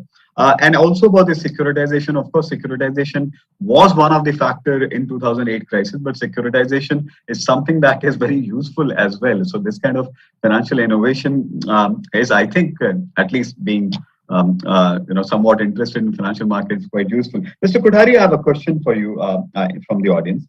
I'm going to read it out. You mentioned the retail investor these days are more informed as most of them have covered exposures. But is it possible that they are less informed about the fundamentals of the stocks they invest in, given the filings and disclosures are getting bulkier and less informative? Example, 500-page offer document of Paytm. Absolutely possible, because while I say that they're adopting to a lot of these innovative structures, etc., they are more of price information and price plays and mathematical plays rather than information plays. Very much possible. And very honestly, yes, I have seen my son and his friends also looking at markets as a mathematical modeling rather than a fundamental and an analytical modeling. So I think somewhere, yes, this trend, what the question that is there, is a very, very true trend that is out there. In fact, next semester I was planning to offer a course on technical investment, and because finally I gave in that, maybe I should talk about that also, because most students seem to be so attracted with this thing. Anyway, there's another question. Even if overall market is not in a bubble, what's your opinion about new IPOs, which are mostly earning negative and burning cash? I mean, at least in one segment of IPOs. Unprecedented valuation, but justified by valuation multiples. I will start with you, Mr. Bansal. Any comments about, Nykaa, Zomato, and Paytm? Any comments about them? I think, in my opinion, it's normal. Whenever any market in the world sees high valuations, it is actually a good avenue. It creates a good avenue for people who are still, not listed to come out with their IPO and start listing shares. So personally, I do not see any problems as such in a flurry of IPOs. In fact, this is one of the reasons.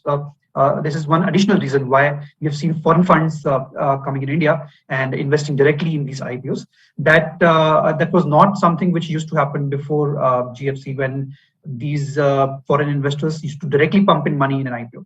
So I think in terms of the trend, it's fine, it's normal. Commenting on whether the valuations themselves are justified, that is again that is something which which is anyone's guess. There are a lot of examples, both in India, outside India, wherein valuations were stellar right when the company got listed and on its debut day. And then maybe the company still exists and the valuation has never been reached again, ever. So there have been many cases like that. So I think that the best judge for that is the market itself, wherein market somewhere is able to connect the company's earning, that particular company's earnings and future earnings with the market prices. But yeah, as far as the trend is there of IPOs, I think there is nothing wrong with that. If market continues with the same valuation, if you look at the current year, the best return I think was in the month of August 2021. And since then, if you see broadly, we've grown by, in terms of stock market prices, just by 1% a month, which somewhere indicates that all investors classes, domestic as well as foreign, are getting cautious because market broadly is just sticking there. At the current prices, 1% in Nifty is approximately 150 or 200 odd points move, which is significant in absolute terms, but not that significant in relative terms. So as long as, to conclude from my side, the flurry of IPOs is there, I think there's nothing wrong with that. Valuation is anyone's choice. So, Mr. Kothari, so much money is being raised through IPO. Obviously, this has to be opportunistic. Any company would like to, benefit from the uptick in the market. But any thoughts on that? Is there any predatory behavior on the part of, these VC-funded companies, and they are burning cash and stellar valuation that we are seeing? Any comments on that? Professor Anand, I cannot maybe give a view on that Sure. side.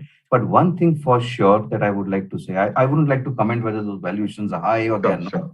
But what I see is what this is doing is this is fueling an innovative entrepreneurship in the back, right? Because obviously such things do not go unnoticed.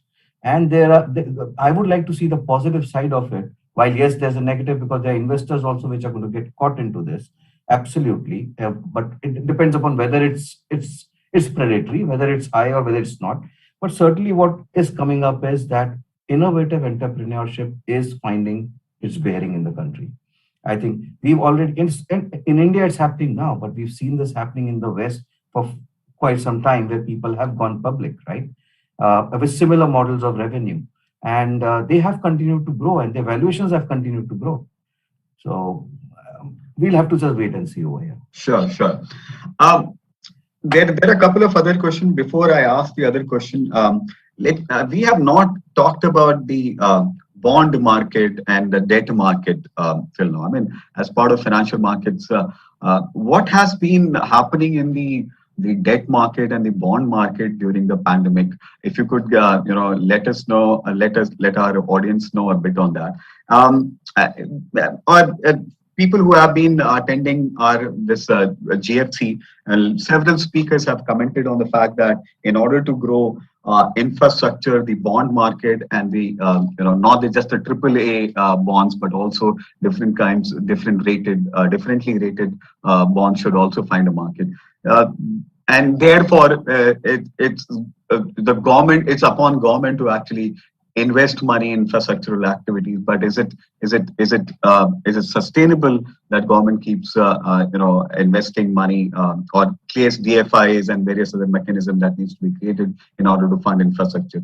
So what has been happening in the bond market, and going forward, the important part of our economy, that is infrastructure investment and capital investment, if the bond market remains the way it is, do you think that it will have some sort of negative impact on the growth, or it will create some sort of ceiling on the growth that the economy can experience? Mr. Bansal, I'll start with you. Any comments on that?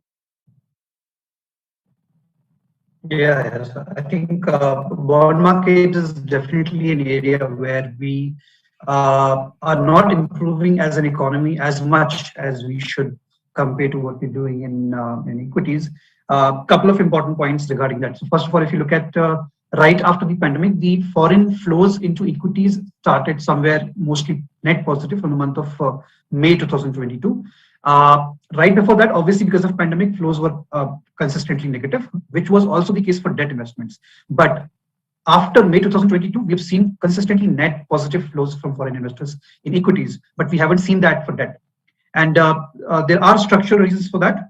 But I think whenever it is about debt market of any country, including all types of debt, government debt, corporate debt, I think the primary instrument there is the growth of the government debt market itself, wherein we have some very important,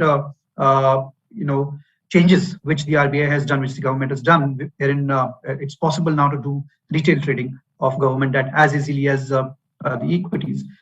The second trend in debt globally, at least in US, is that, and that's recently, this is a new trend, that while electronic trading in equities across the world has started much earlier, it's at least a 20-25 years minimum phenomena, but electronic trading was not something which was possible that easily in debt market, both government debt as well as corporate debt. And what we have seen in US is that that has been used as an opportunity. The current crisis has been used as an opportunity to improve the share of electronic bond trading in the US, typically mostly for corporate bonds. Government debt is consistently improving already. But because our government debt market is not as liquid and as improved already, this is where somewhere we are lacking. So I think this is one area wherein we have a lot of room to improve. And the moment we do that, I think the quote that Mumbai and Delhi as the financial centers of the world's financial capital, it's not going to be that far. As of now, we are not a typical contender for that, purely because of this kind of flow is not as easy. The moment we approach that, it is going to be a lot easier. Mr. Kothari, what should we do to deepen our debt market or bond market? Government, debt market is definitely. Professor Anand, that has been a question out there, which the regulators and the government has been delving on in a big way. But it's very important because this is not a topic which we can give away so easily. Because today, if you look at it, majority of our industrial growth and credit offtake is driven by bank lending. Somewhere corporate bonds have to become an instrument of choice, but that will require a vibrant secondary market and liquidity to be available to make it vibrant enough. So while there have been multiple steps that the regulators have been taking, but still there are discussions on in this, I think one big factor change that they made was about limitations of the number of ISNs that can be issued in a period of time. And more than that, I think if we are to look at the liquidity driving parameters for the secondary market, one important need that has been felt is a requirement of a repo market that is out there for a corporate bond. A repo becomes a very important element because that allows easy raising of liquidity if you've got a bond in your portfolio, which may even be an HTM for all you know. And that is where, while the exchanges were allowed to launch repo products, there were flaws around it. And it is, I think, about 6 months back where permissions were given. In fact, SEBI permissions were allowed for setup of a separate limited purpose clearing corporation only for the purpose of allowing repo transactions in corporate bonds. And this was for the first time where it was said that this limited purpose clearing corporation is going to be co-owned by the mutual funds because they are the biggest participants on the repo market. It was said that it will be co-owned by the mutual funds. And how do you raise security fund or a settlement guarantee fund in that, where any new issuances was required to be actually a percent or a basis point of that was to be contributed. So I think there have been some remarkable issues. Then we saw the introduction of the RFQ platform, the request for quote platform on the corporate bonds. And then regulations were that every mutual fund was required to post minimum 10% of its secondary market volumes through the RFQ. And we have seen liquidity grow up in the RFQ platform. And I think now the recent regulations have been changed or they're yet to change, I think was to make it higher to about 20 or 25%. So I think somewhere the regulators are intending to bring the corporate bonds more from an OTC kind of a structure, bilateral kind of structure, to a more liquid and transparent platforms like the stock exchanges and the RFQs, etc. On the other side, creating a vibrant platform for repos, buybacks, etc. On the other side, providing enough safety and enough independence and transparent professional structure to that infrastructure. I think this is the way to go. Yes, but a lot of debate is still to go on this. I think a lot of miles to cross. But certainly, yes, this is something that is on top of the radar for the regulators and the government, as well as the stock exchanges and the other MIs, is what I can say. So this is something that I'm not much aware of, and since both of you are practitioner and senior practitioners in the industry, is there something afoot in terms of credit enhancements? Is there some movement? I read a RBI report on credit default swap and some other instruments. Is there something happening? Because my understanding in this area is not very deep, but I think this could also be a one factor in deepening of the bond market in terms of credit enhancement. So, Mr. Kothari, any movement on that area? No, not in the recent past. So no, again, my understanding also of this area is a pretty low. But yes, there have been on times discussions about whether swaps as a product can be brought onto the exchanges, transparent structure, etc. But very honestly, not much that I've heard of on that front. Mr. Bansal, do you have something to add to what I just asked? Is it? Similar comments there. Yeah. All right. So I have another question. Nothing new that I've heard. Okay. So there's one question from the audience. Could the high equity valuation be justified by reduced discount rate attributable to higher confidence of global investors, especially PE, hedge funds, etc., in Indian markets, leading to a lower perceived risk? Should I repeat the question?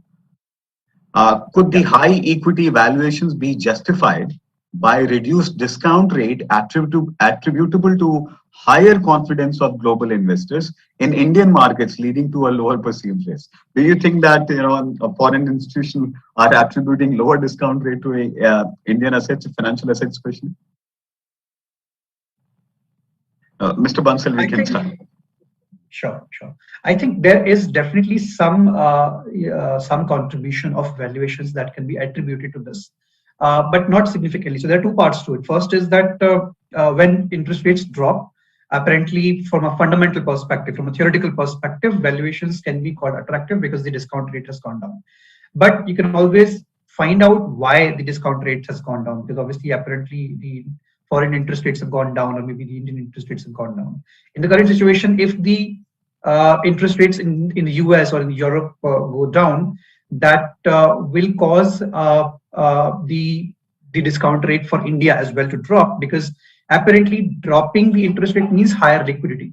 Higher liquidity in foreign flows, if that results into foreign inflows of money into India, that actually is the glue between the drop in the interest rate and the increase or potential increase in stock.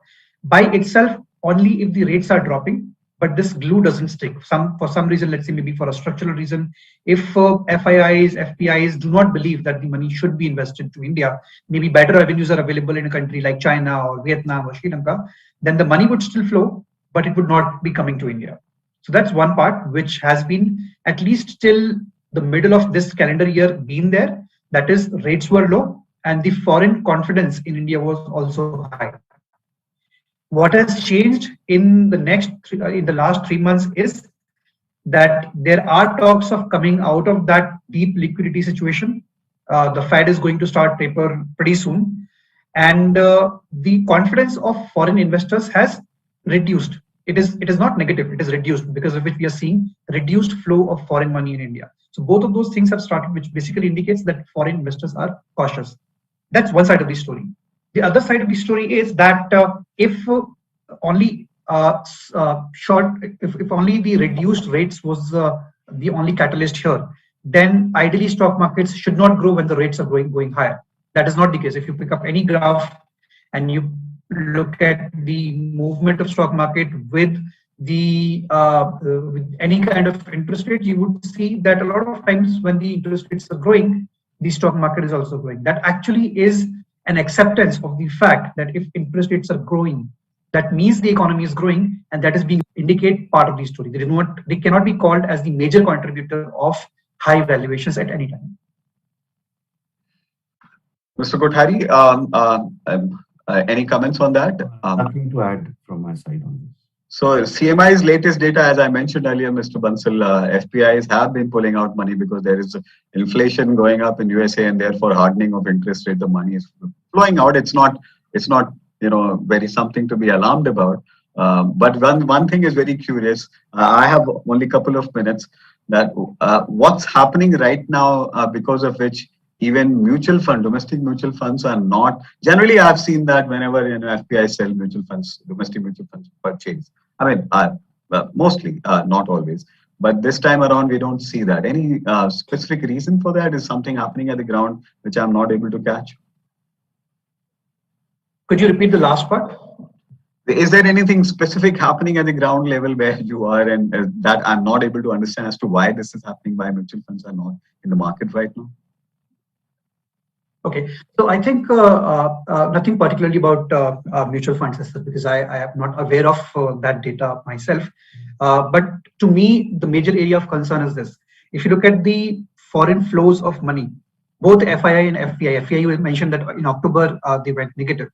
In November also, if I look at the running data, it is still negative. And we are not even in the middle of the month. So the FPI numbers for the current calendar year are still positive. But if the same thing continues for 2 more months, November and December, then probably FPI net flows would become very close to zero. FIIs already are fiddling with that number. So my particular concern is that it is only the domestic investors which are holding this rope right now. And as I said, whenever valuations start getting higher, this is a typical reaction that we see, that FIIs start allocating their money to more defensive sectors. It could be bonds, could be anything else, but it's only been a couple of months. And a couple of months cannot be called a trend. So we have to see that data for a couple of more months to make a trend out of it. And if that continues, then that causes an important concern. Mr. Kothari, any last comments on this? So again, I'm not aware about the facts on the ground, but as they said, yes, FPI trends have been negative, and even domestic mutual funds have not been big buyers, which was earlier in the past. The factors for that maybe they depend upon the retail investor deposits or retail investor buys flows as well, right? But again, Anand, I'm not an expert on that and have not been analyzing that area. Sure. So I think that's all the time we have, and it was really wonderful having both of you. I understand that both of you lead a very, very busy life, and even on a Saturday you took some time out to speak to us. I'm very grateful to you, and we hope to speak with you again in some way or the other, with students and faculty member, because I think it's a very, very important exercise that practitioners such as you speak to students also. This is also sort of a capital investment that we make in students. So I'm very, very grateful that you came over and found some time for us. Thank you very much, Mr. Kothari, Mr. Bansal. I'm very, very grateful. It was an honor as well as a pleasure for us. Thank you. My pleasure, sir. Always Thank grateful. you. Thank you. Thank you for having me. Thanks, Mr.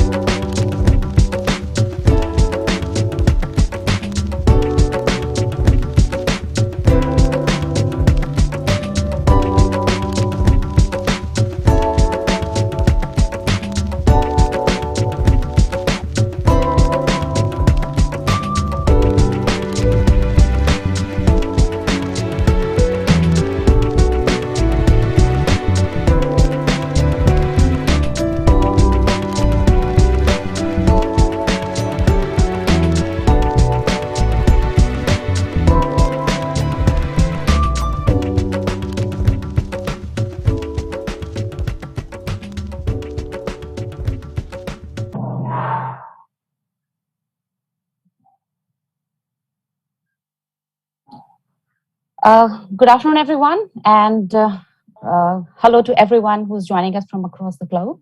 A warm welcome to all our viewers on YouTube. My name is Arkuja Chakravarti, and I'm an associate professor at Jindal School of Banking and Finance. I would like to thank all four presenters of 13th session of the third Global Finance Conclave for presenting their ideas and knowledge with us and sharing their knowledge with us. At this point, I would like to mention that Professor Prasanna Tantri, who is one of the presenters, will not be able to join us for today's session owing to some personal reasons. And one of his co-authors, Mr. Srinivas Mahapatro, has kindly agreed to present his paper today. So without much ado, I would like to invite Dr. Nidhi Agrawal, who is an assistant professor at IIM Udaipur, to start the session. She's going to present her paper titled Surveillance of Overvalued Stocks, Implementation and Impact. Dr. Agrawal, the floor is yours. Hi, thanks, Arkara. Thanks, everyone, and good morning, good afternoon to everybody. I would first like to thank the organizers for giving me the opportunity to present my work here. It seems to be a great event, and I really look forward to all the comments and suggestions on the work that I am doing. So let me start by sharing my screen.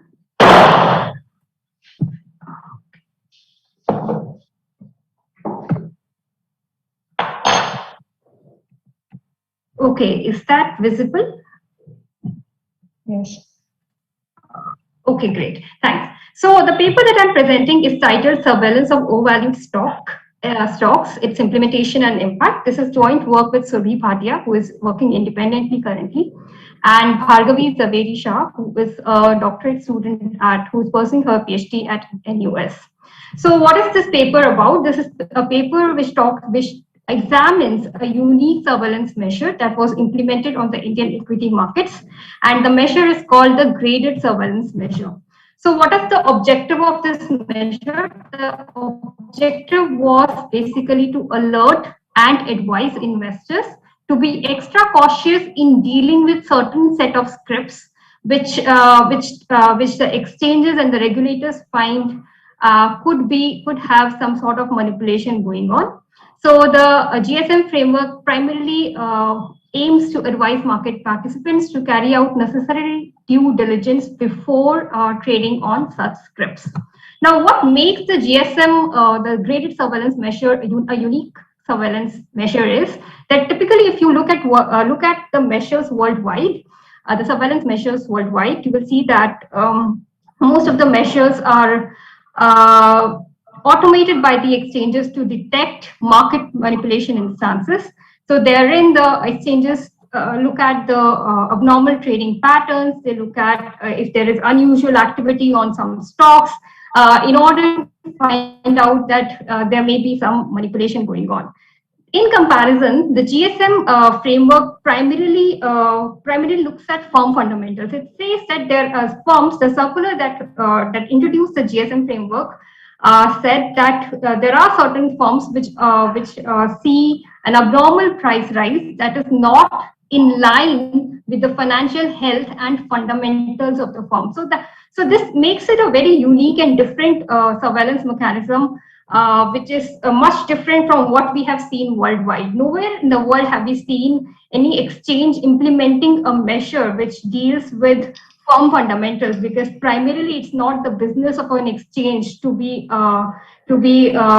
engaging in determining the true price of a firm. So that's made the GSM framework quite unique, and we aim to study as to what its impact is. The second major difference between this GSM measure and other measures that we see worldwide is that most of the measures worldwide are exposed. That means that once an order has been placed and the trade on a stock has been executed, then if the exchange finds that there is some abnormal activity going on, they would be implementing those measures, the surveillance measures on those stocks. However, GSM is an ex-ante measure wherein even before market manipulation may have happened on that stock, the exchange is flagging that stock, saying that look, you need to be careful about this stock before trading on it. So that's another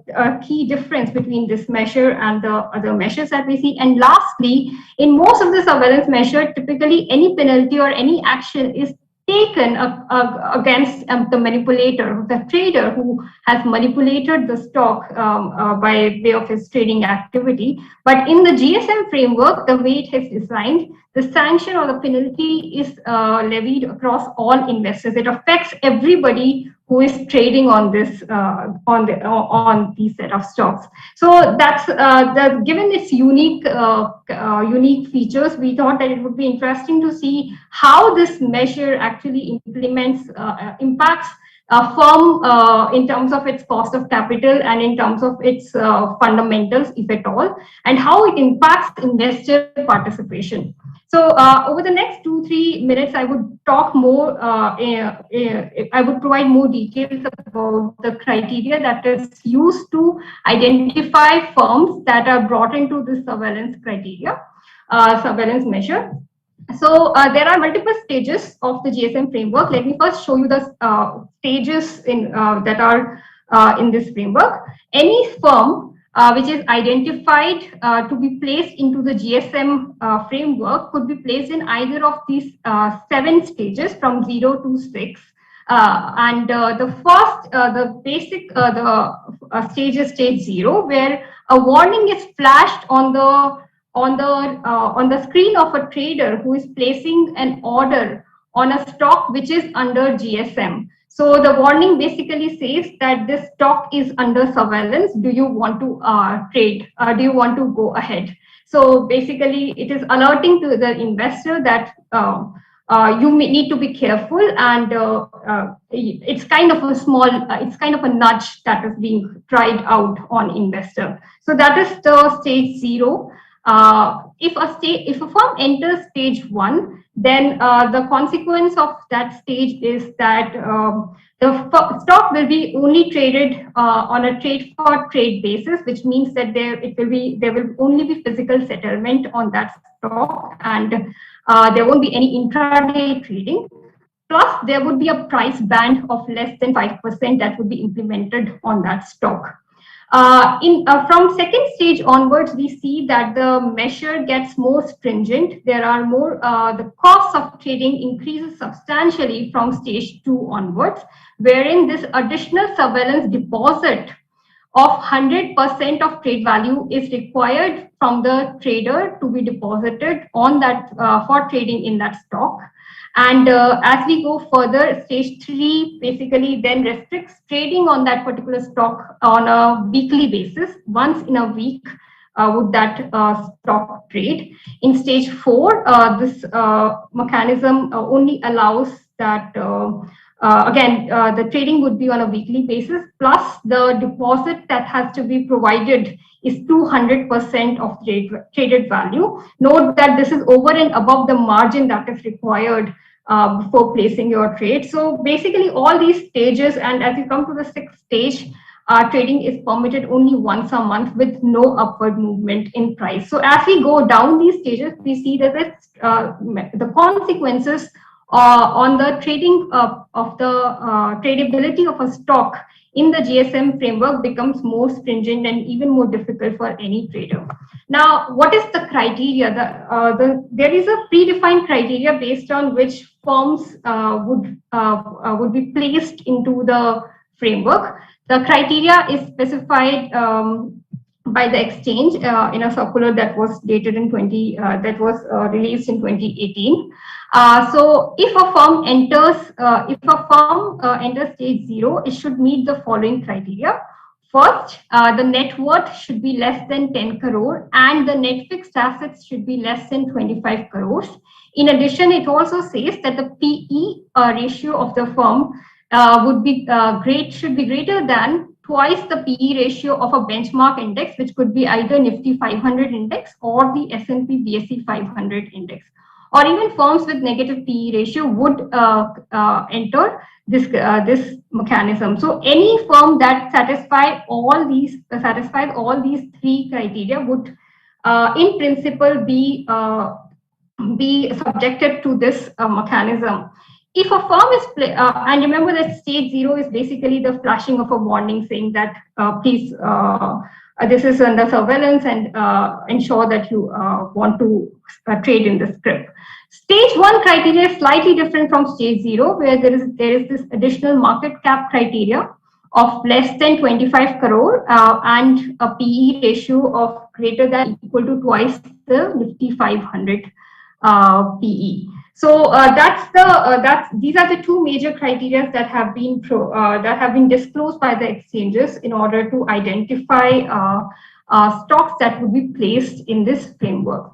So what are we trying to understand here? We are trying to understand whether this mechanism offers any advantage over the surveillance measures that are used worldwide. What is it that the GSM changes about investor participation and about firm fundamentals that perhaps has some benefits on the equity markets? So in order to do that, we have two sub-questions that we are primarily investigating. One is the criteria that has been levied, has been disclosed, is that being consistently applied across firms that meet the stated conditions? So in that, we try to study the characteristics of firms that enter and exit GSM. And secondly, we also study the impact of firms in terms of their stock returns as well as liquidity. What happens to the liquidity of the stocks? In order to do that, we use a DID and an event study framework where we identify a treated and controlled set of firms using propensity score matching, and we also do this by using the Mahalanobis distance metric. So I will quickly show you the data that we have for this paper. We hand collect data on securities that were placed under GSM during March 2017 to 2019. The circular came in March 2017 and it is still in place. As of today, there are about 84 firms that are placed in the GSM mechanism. And for our sample, we saw that for a 2-year sample, we saw that in total 121 securities were placed in this mechanism, of which there were 111 unique firms. So there were 10 firms which exited the GSM framework and then re-entered this framework later.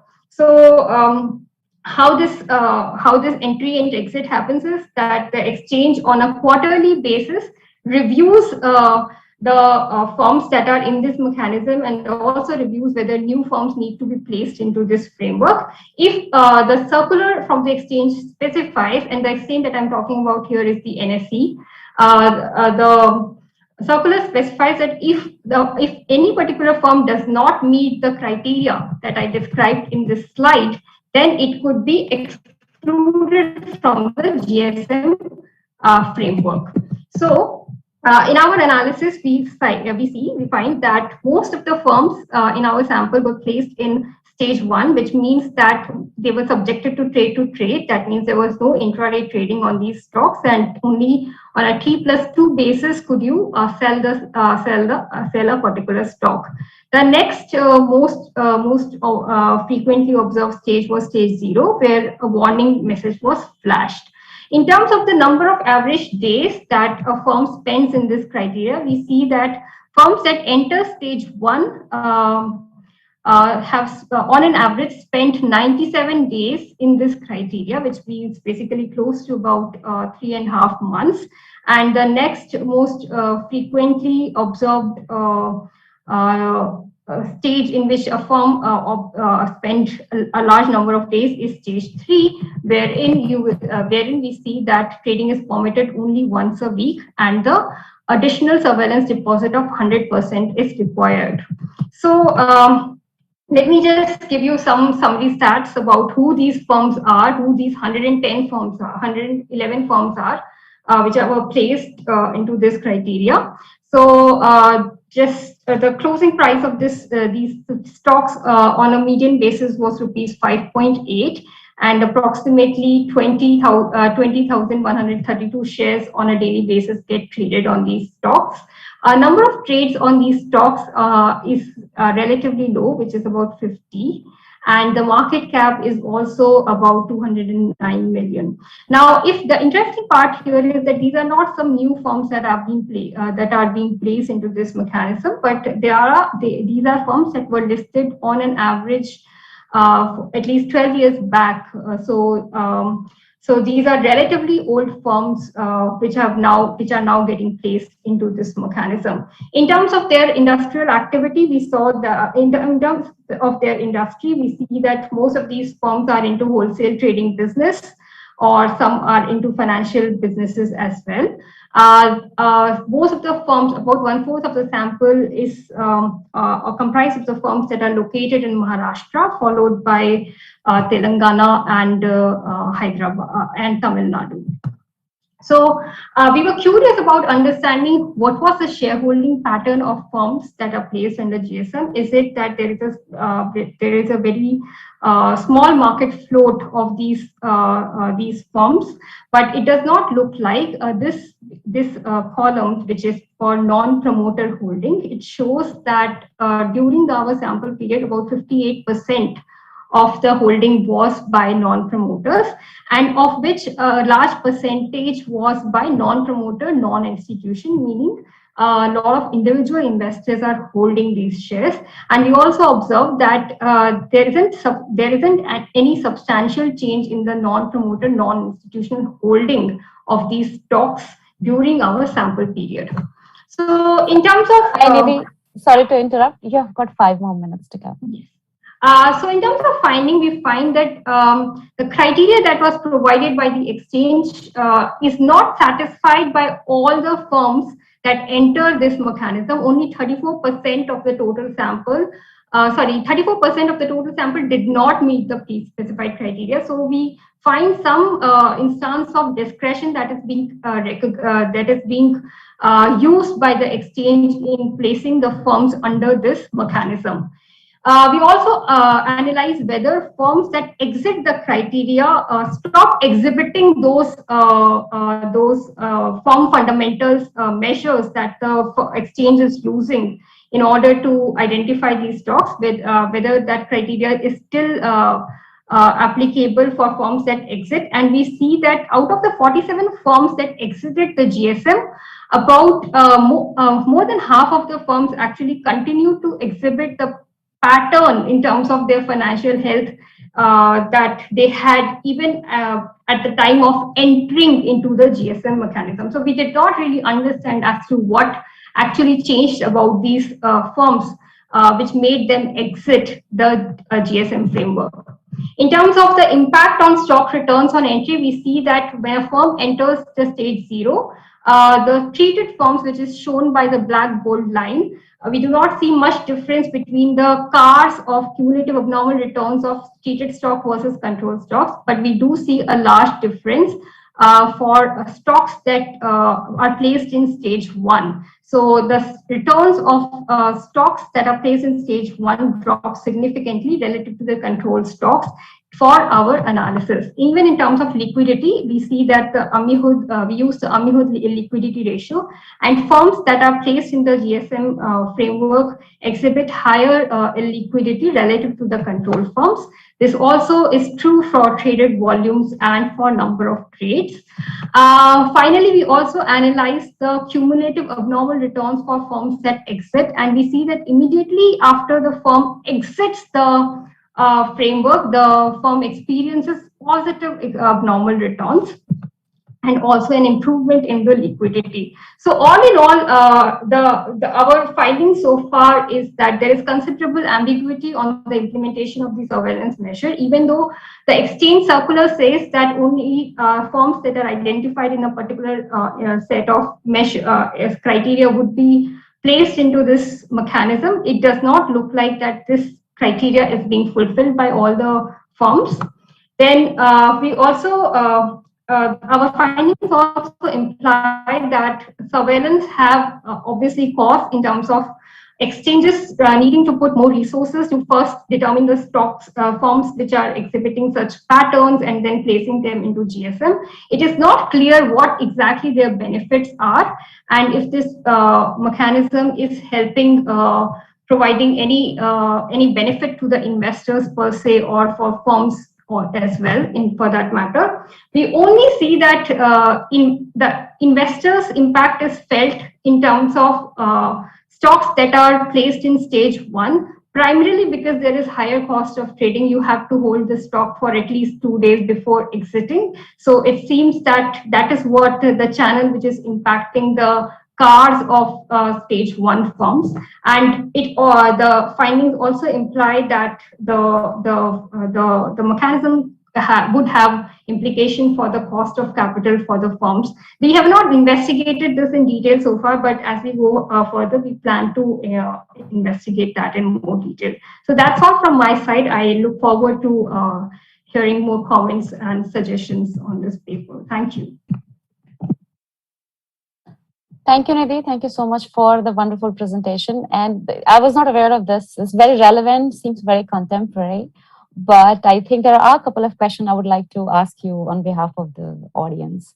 So first question, so whenever there is a trigger, whenever there is a trigger warning sign, so would it not suggest that you should rather short the stocks? It's like a signaling mechanism. So the surveillance is kind of turning into a signaling for investors. So would you not expect it, or even if the investor was probably not planning to short the stock, but once they will see the warning sign, people would there would be penalty to trade into that counter. So there would be more like a shorting signal. And second question, I think kind of building onto the more like about the event that you have used. So as the understanding goes, the objective is to achieve surveillance for the stock. But how does penalizing every investor for something that a bunch of people have done kind of achieves that target? So before I go on to the next. Yeah, so the second question that you raise is exactly the question we are also asking. Like, why would you penalize everybody? And that's the reason we are looking at this measure, simply because it penalizes everybody without any particular reason, right? And this is not the practice that is followed across the world. So I agree with you. Like, why should it be done? And we do not have the answer to that. Okay. With respect to the first part, actually, the signaling, whether you short the stock, first of all, obviously you'll have to borrow the stock from the SLBM market. You cannot simply short the stock without holding it. But even if you were doing that, still the cost of trading would be there, right? You still have to deposit that 200% of your traded value. I think it has implications for shorting per se, but yeah, you're right that it is a way of signaling the investor that I want you to be cautious about it. You should not be trading in this stock. So to that extent, if that fulfills the purpose, then we should see that investors then selling of the stock, because the moment the announcement comes in that these stocks will be placed into GSM, then the investors should have sold the stock, because otherwise the cost of trading would increase over the next 6 months, which is the typical time period for which the stock is placed into this mechanism. But it does not seem like that is working. Only when the investor feels the cost of trading being impacted because of this mechanism, we see that investors then reduce their trading activity. Otherwise, at least in terms of that flash message that comes, it does not look like that is impacting the investors trading on these stocks, if that answers the question. Yeah, it totally. Thank you. So one question is about kind of methodology. So not that I'm questioning the methodology, it's just that a thought. So you're using difference and difference, but you have a very nice setting, I believe, for regression discontinuity design, because you have a cutoff threshold of Absolutely. 10 crores and 25 crores. And as my understanding goes, the acceptance for or the interpretation of causal coefficients is much better in case of RDD in comparison to difference and difference. So why is it that you guys have done difference and difference and not RDD? Yeah, actually, so we also initially thought that we will implement an RDD, but when we were doing this, then so we were trying to understand if we will find this.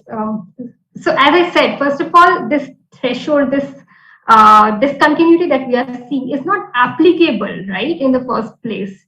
So there are some stocks which are not meeting this criteria but are still being placed, and that's the reason this RDD framework is not working for us. So initially, when we thought about exercise, we thought we will do an RDD, but that simply becomes difficult in this setup only because not all stocks are meeting that threshold criteria. Plus, there are multiple criteria for which we need to see how RDD would be implemented. So that was the reason we went ahead with DID rather than the RDD. So one suggestion that has come from the audience is that you may try with fuzzy RDD. That's something probably you may consider. Yes. Yeah. Yes. So we also plan to do that going forward. Thank you. Yeah. One last question, if you don't mind. So, yes, wondering whether you guys have exploited some cross-sectional heterogeneity across industry variants, because it's a possibility that even if, of course, there is a size threshold, but if all the industries will not behave different in the same way. So, are you anticipating? Yeah, so primarily the problem is that when we did matching, right, the sample size reduces to 30 firms in the treated and the control sample, which basically then reduces your ability to do cross-sectional analysis. So one way of doing this is to do kind of form fixed effects and then just not do DID kind of thing, but do a simple panel and control for everything else, and also then analyze if we are getting similar results. So that is something that we can try for sure. Yes. That's great. Thank you so much, Nidhi. It was a wonderful presentation. So Thank just a little bit off the topic, do you really think that this achieves anything? It looks like, from the face of it, it looks like more like a whimsical decision than based on economics. It does. It actually raises a broader question about how much, what are these surveillance measures doing really, and whether they should be there in the first place or not. There is a lot of literature primarily on delisting, which also says that there was this 2008 paper by Ms. O'Hara, which is published in the Journal of Law and Economics, where they primarily lay out this only, that there are exchanges which exercise significant discretion in identifying firms which should be delisted versus not. There are firms that actually continue to violate the norms, exchange listing norms, but still continue to trade, and some other firms which are subjected to listing. And the moment there's this level of discretion that is coming into the enactment of any surveillance measure, then probably it is doing more harm than good. So right now, what I've presented is a very narrow way of looking at this measure, but it raises more broader questions about what are these surveillance measures really achieving? And as investors and as firms, all of us must be thinking about that. So yeah, that's my take too on that one. Thank you so much, Nidhi. It was a wonderful discussion, and I learned quite a lot from your paper. I certainly wasn't aware of this regulatory. I'm sure our audience has benefited immensely from the discussion. So thank you so much. Thank you so much, Nidhi. Thanks. So on this note, I would like to invite our next speaker. It is my pleasure to invite Dr. Susan Thomas to present her idea on the topic of information efficiency on firm credit measure. So Dr. Thomas is a research professor of business at Jindal Global Business School. So welcome, Dr. Susan. Thank you so much. Yours. Thank you. It's an honor to be here. It's a new year for me at Jindal Global Business School, and it's fun interacting with all of you.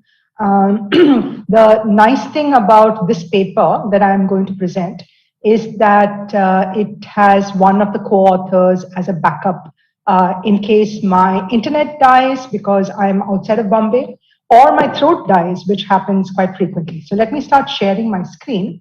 Are you able to see this? Yes, it's visible, Susan. Perfect. So today the paper that I'm going to be discussing is going to discuss information efficiency of credit risk measures across firms. This is joint work with Nidhi, who you just heard speaking. She's at IIM Udaipur, of course, and a colleague of ours, Manish Singh, who's at IIT Roorkee. This is actually a revised version and an updated version of an older paper, which looked at a slightly different question, but I think that there has been a nice change about this question, which remains relevant because we are sitting in a time when there are 2 years of a pandemic and a shutdown that has happened. That shutdown has caused a lot of stress to the firms. And over the last couple of years, the entire world, not just India, has been asking about how to assess and take into account the level of risk or the financial health of all of the firms across economies. So to be able to come up with an accurate and timely assessment of the financial health of a firm has always been important, not just at the time of giving the loan, but also when you want to evaluate whether you need to hold the loan. And it has always had implications for financial investors like banks and other creditors. And of course, people like you and me who may have bought these bonds from firms. And finally, of course, regulators who care about systemic risk of what happens not just to these firms, but to the financial institutions that hold the loans and the bonds of these firms. Now, very often, when we look at how we can see or understand the financial health of a firm, the information that's most often cited, and we believe that it's publicly accessible, is the credit rating of the firm, right? And it's a bit of a challenge. A firm has multiple instruments. They could have different credit ratings, and that has been one of the challenges in understanding how do you map from the credit rating of an instrument to the financial health of the firm.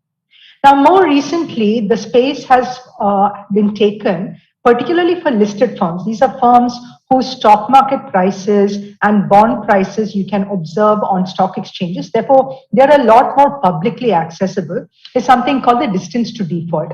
And what has emerged is that because these are coming from market prices, if the market prices are updated, we can actually get a measure of the financial health of the firm, which is updated at a more regular frequency as compared to the credit ratings. Credit ratings have got a much less regular and a much less frequent updating of their rating, and therefore we don't see a more timely measure of the financial health.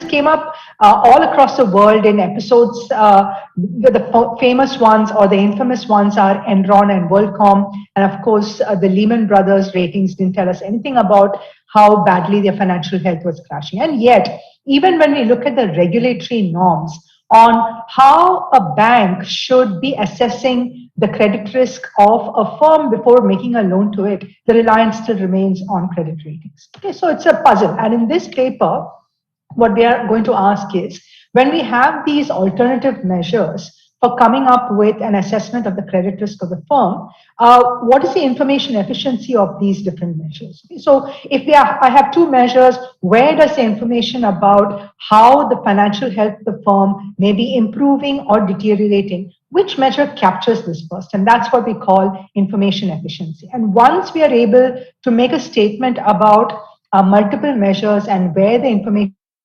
is, perhaps, and this is not something that we can take for granted, if there is an information efficiency that is different across different measures, then can we make predictions about the changes in the credit rating of the firm? So what we're going to do in this paper is we're going to compare changes in the more timely, the more updated measure, which is the market price-based distance to default measure, and compare it to the changes in credit ratings. Just to set a context, let me lay out what the literature knows about this field, right? So there are typically two measures, as I mentioned at the start of this talk. The more familiar one is the accounting-based credit scoring models. And why is this something that remains relevant today? Because all firms publish accounting data. And once you have a method to look at accounting data and get an assessment of financial health, then you can do this for all firms. The problem is that accounting information is frequently, right? It's not like you can get it, for some firms, you only get it once a year. For some firms, you can get it maybe 4 times a year or 6 times a year. But at the end of the day, at every point in time, you're basing your assessment of financial health on outdated information.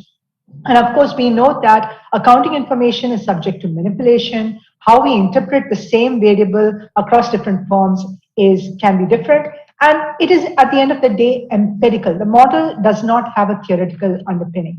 The second measure that we talked about is distance to default. And this comes out of the Black-Scholes or the Merton, makes a model about how financial health can be tagged to the price, either the price of the bond or the price of the stock of the firm. And there was a firm called KMV that operationalized this theory, this model, called distance to default. Now, the pros is that because it's information, every time you get a change in the information, you can recalculate and recalibrate the the financial health of the firm. And it means that it'll not likely to change when you look at a different sample. So across different samples, you should see similar dependence. Now, the con, of course, is that, as I said, it can be updated when the market price updates. If it is an illiquid stock, it does not update that frequently. And of course, like Nidhi just mentioned, there are concerns that stock market prices have a tendency to be manipulated. So when we look at all the previous studies that ask this question, that if you have two different measures and how we can use it, most of the previous studies have focused on analyzing and predicting credit distress using both accounting data and market variables. Our focus is going to shift from the accounting information or the level or of the probability to default to asking, can we make a statement about how, once we observed a particular probability of default or a particular level of financial health, can we say how it's going to change over a period of time? So the premise is that irrespective of the level of the market-based distance to default, if we see that for a firm, there's a very large drop or a very large increase in this distance to default over a period of time, it could be indicative of a change in the financial health of that firm, and it's likely to lead to a change in credit rating at a future date. So our approach was, look, because we're looking at market-based prices for one measure of financial health, we're going to have a focus. For these firms, we are going to collect the credit ratings across time, and we will look at the credit ratings and how they've changed. And in parallel, we are going to look at the distance to default for all of these firms. And this we will be able to do at the frequency of daily changes. Once we do this, we've got two time series. One is the time series of changes in credit rating. The other is the time series of changes in distance to default. And we're going to evaluate whether there's a relationship between the two, which one of it responds more rapidly to information about changes in health of the firm. And we're going to do this in two ways. One is a simple event study, and the second is to do it through the rigor of a logit model, which is going to ask, was there a downgrade or was there not? And just to summarize quickly before I go into the paper, so that if I run out of time, you get a sense of what we find. We find that there is significant evidence that changes in the distance to default, and this can be the change in the distance to default month, or for some firms all the way up to the last 2 years, can indicate a credit rating downgrade. So the focus in this presentation as of right now, although you can do it for all kinds of rating changes, is looking at whether a credit rating downgrade happens.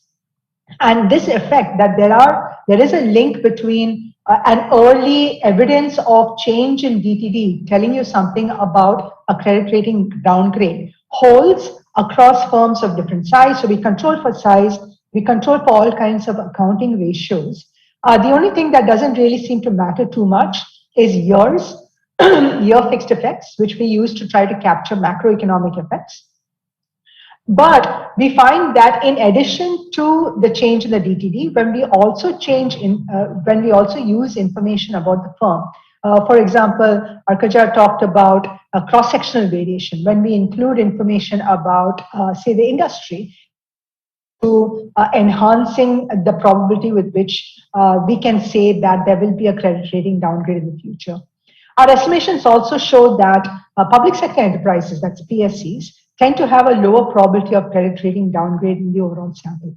So this is what we find. And now let me go into describing what we are doing in the paper. So let's go through a little bit of the description of the data first.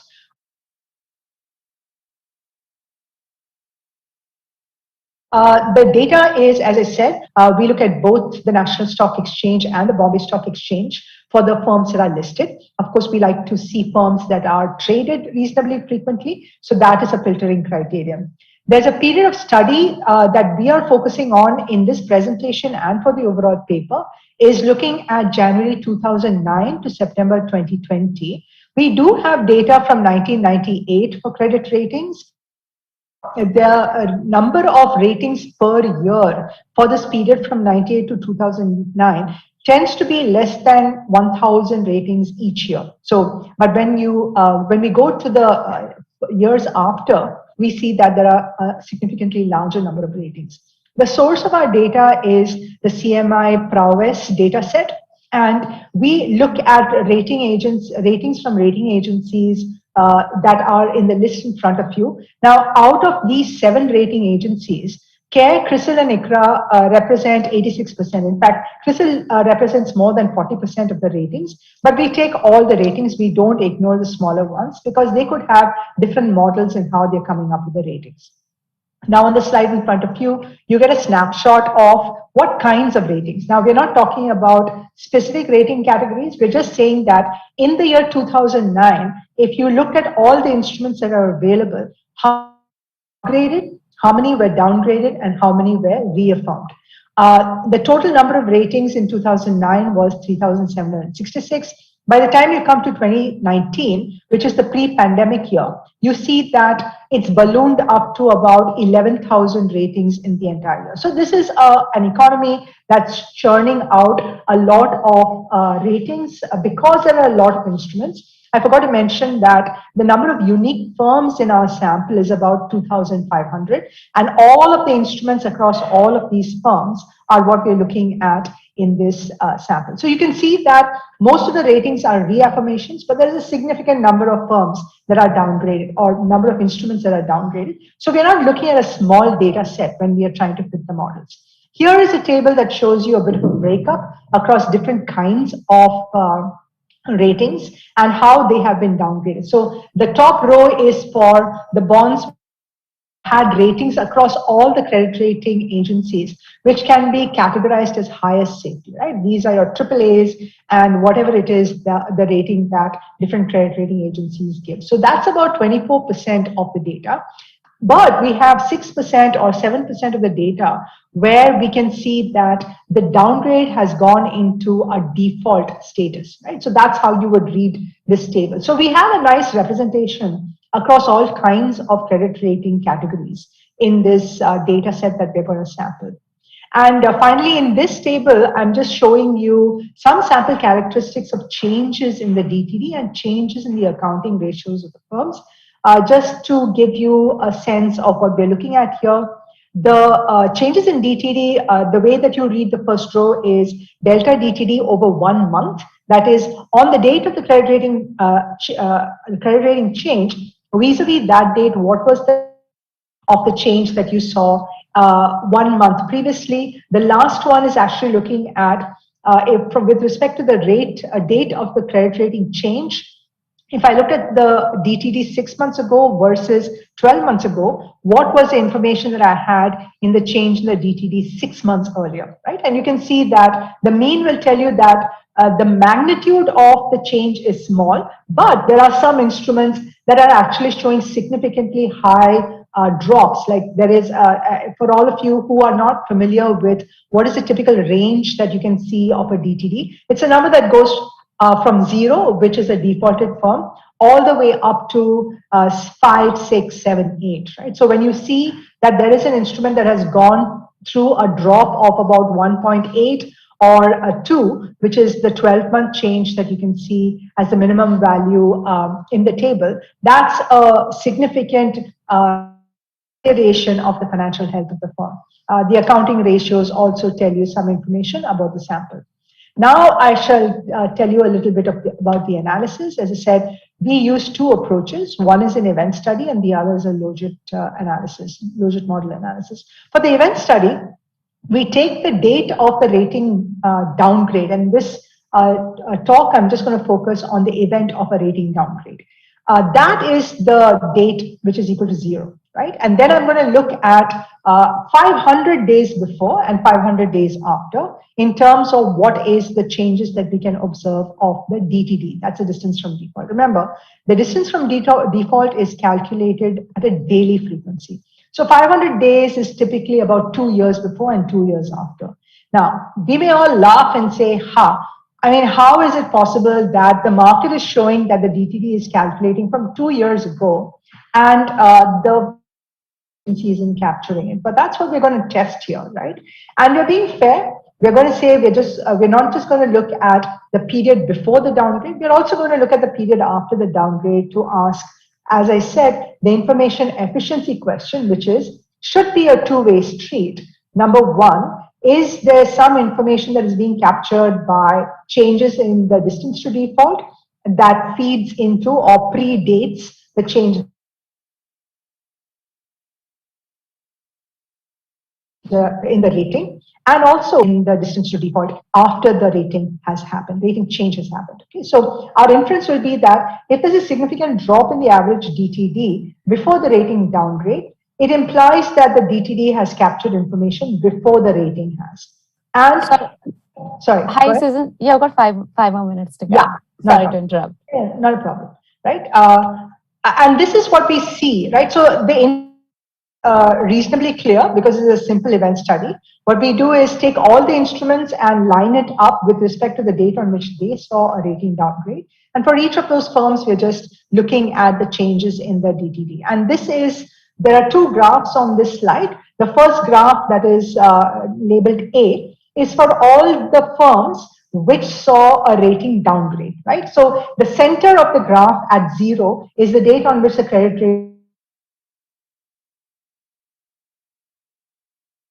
rating downgrade happened, and they are all the way from 2 years before to today. And you can see that across the board, when there is a downgraded firm, the DTD is responding and telling you that something's going wrong because it's trending downwards. Just look at, in stark contrast, for those firms where there was a reaffirmation of credit status at the date of the rating change. And you'll see that the DTD is pretty flat, except for the bonds firm to be defaulted bonds, right? So that's where you can see the bottom line for the second graph. Once we see that there appears to be information that the DTD is capturing before there's a change in the rating, and in this case, it's about rating downgrades, we're going to put it into a logit model where we're looking at the probability of YT, which is if a rating is downgraded at time T. And if it's not, then it's going to be 0. And we're going to look at this probability as a function of changes in the DTD over various periods of time. Okay? We're going to do two things. Number one, we're going to ask when there was a change with respect to the past today, is it important or would it have contributed information to the probability of a downgrade? The second one we're going to ask is, did different chunks of time changes, did that matter? So what you see on the graph in front of you is the first question. We are looking at the probability of a rating downgrade. See that there are single models where we're running to see whether the change in DTD from 1 month ago, 3 months ago, 6 months ago, and 12 months ago, did it matter? And we can see that all across the board, these DTD changes from the past, with respect to the past, it has contributed to the probability of a credit rating downgrade. Okay. We ask about identifying the horizon, where we're looking at not just the entire period vis-a-vis the point of the rating downgrade, but saying that with respect to today, if I looked at 1 month ago, what was the change in the DTD? That's going to be your delta DTD underscore 3M minus 1M, right? And you see that even that coefficient is positive. The last column is interesting. That is model 5, where we ask which is the most important. So we are looking at the magnitude of the coefficient, and we actually see that the most recent period, that's the last 1 month change, actually has got the largest But we can't ignore the others because they are all contributory factors. We're going to do some robustness checks, as I mentioned earlier. We're going to control for firm-specific factors where we're looking at size, because size is always important, right? Age, the industry, and various accounting ratios. And in this case, we're looking at the last available value of these variables as of the date of the credit event. We're also going to control for credit instruments, right? So who was the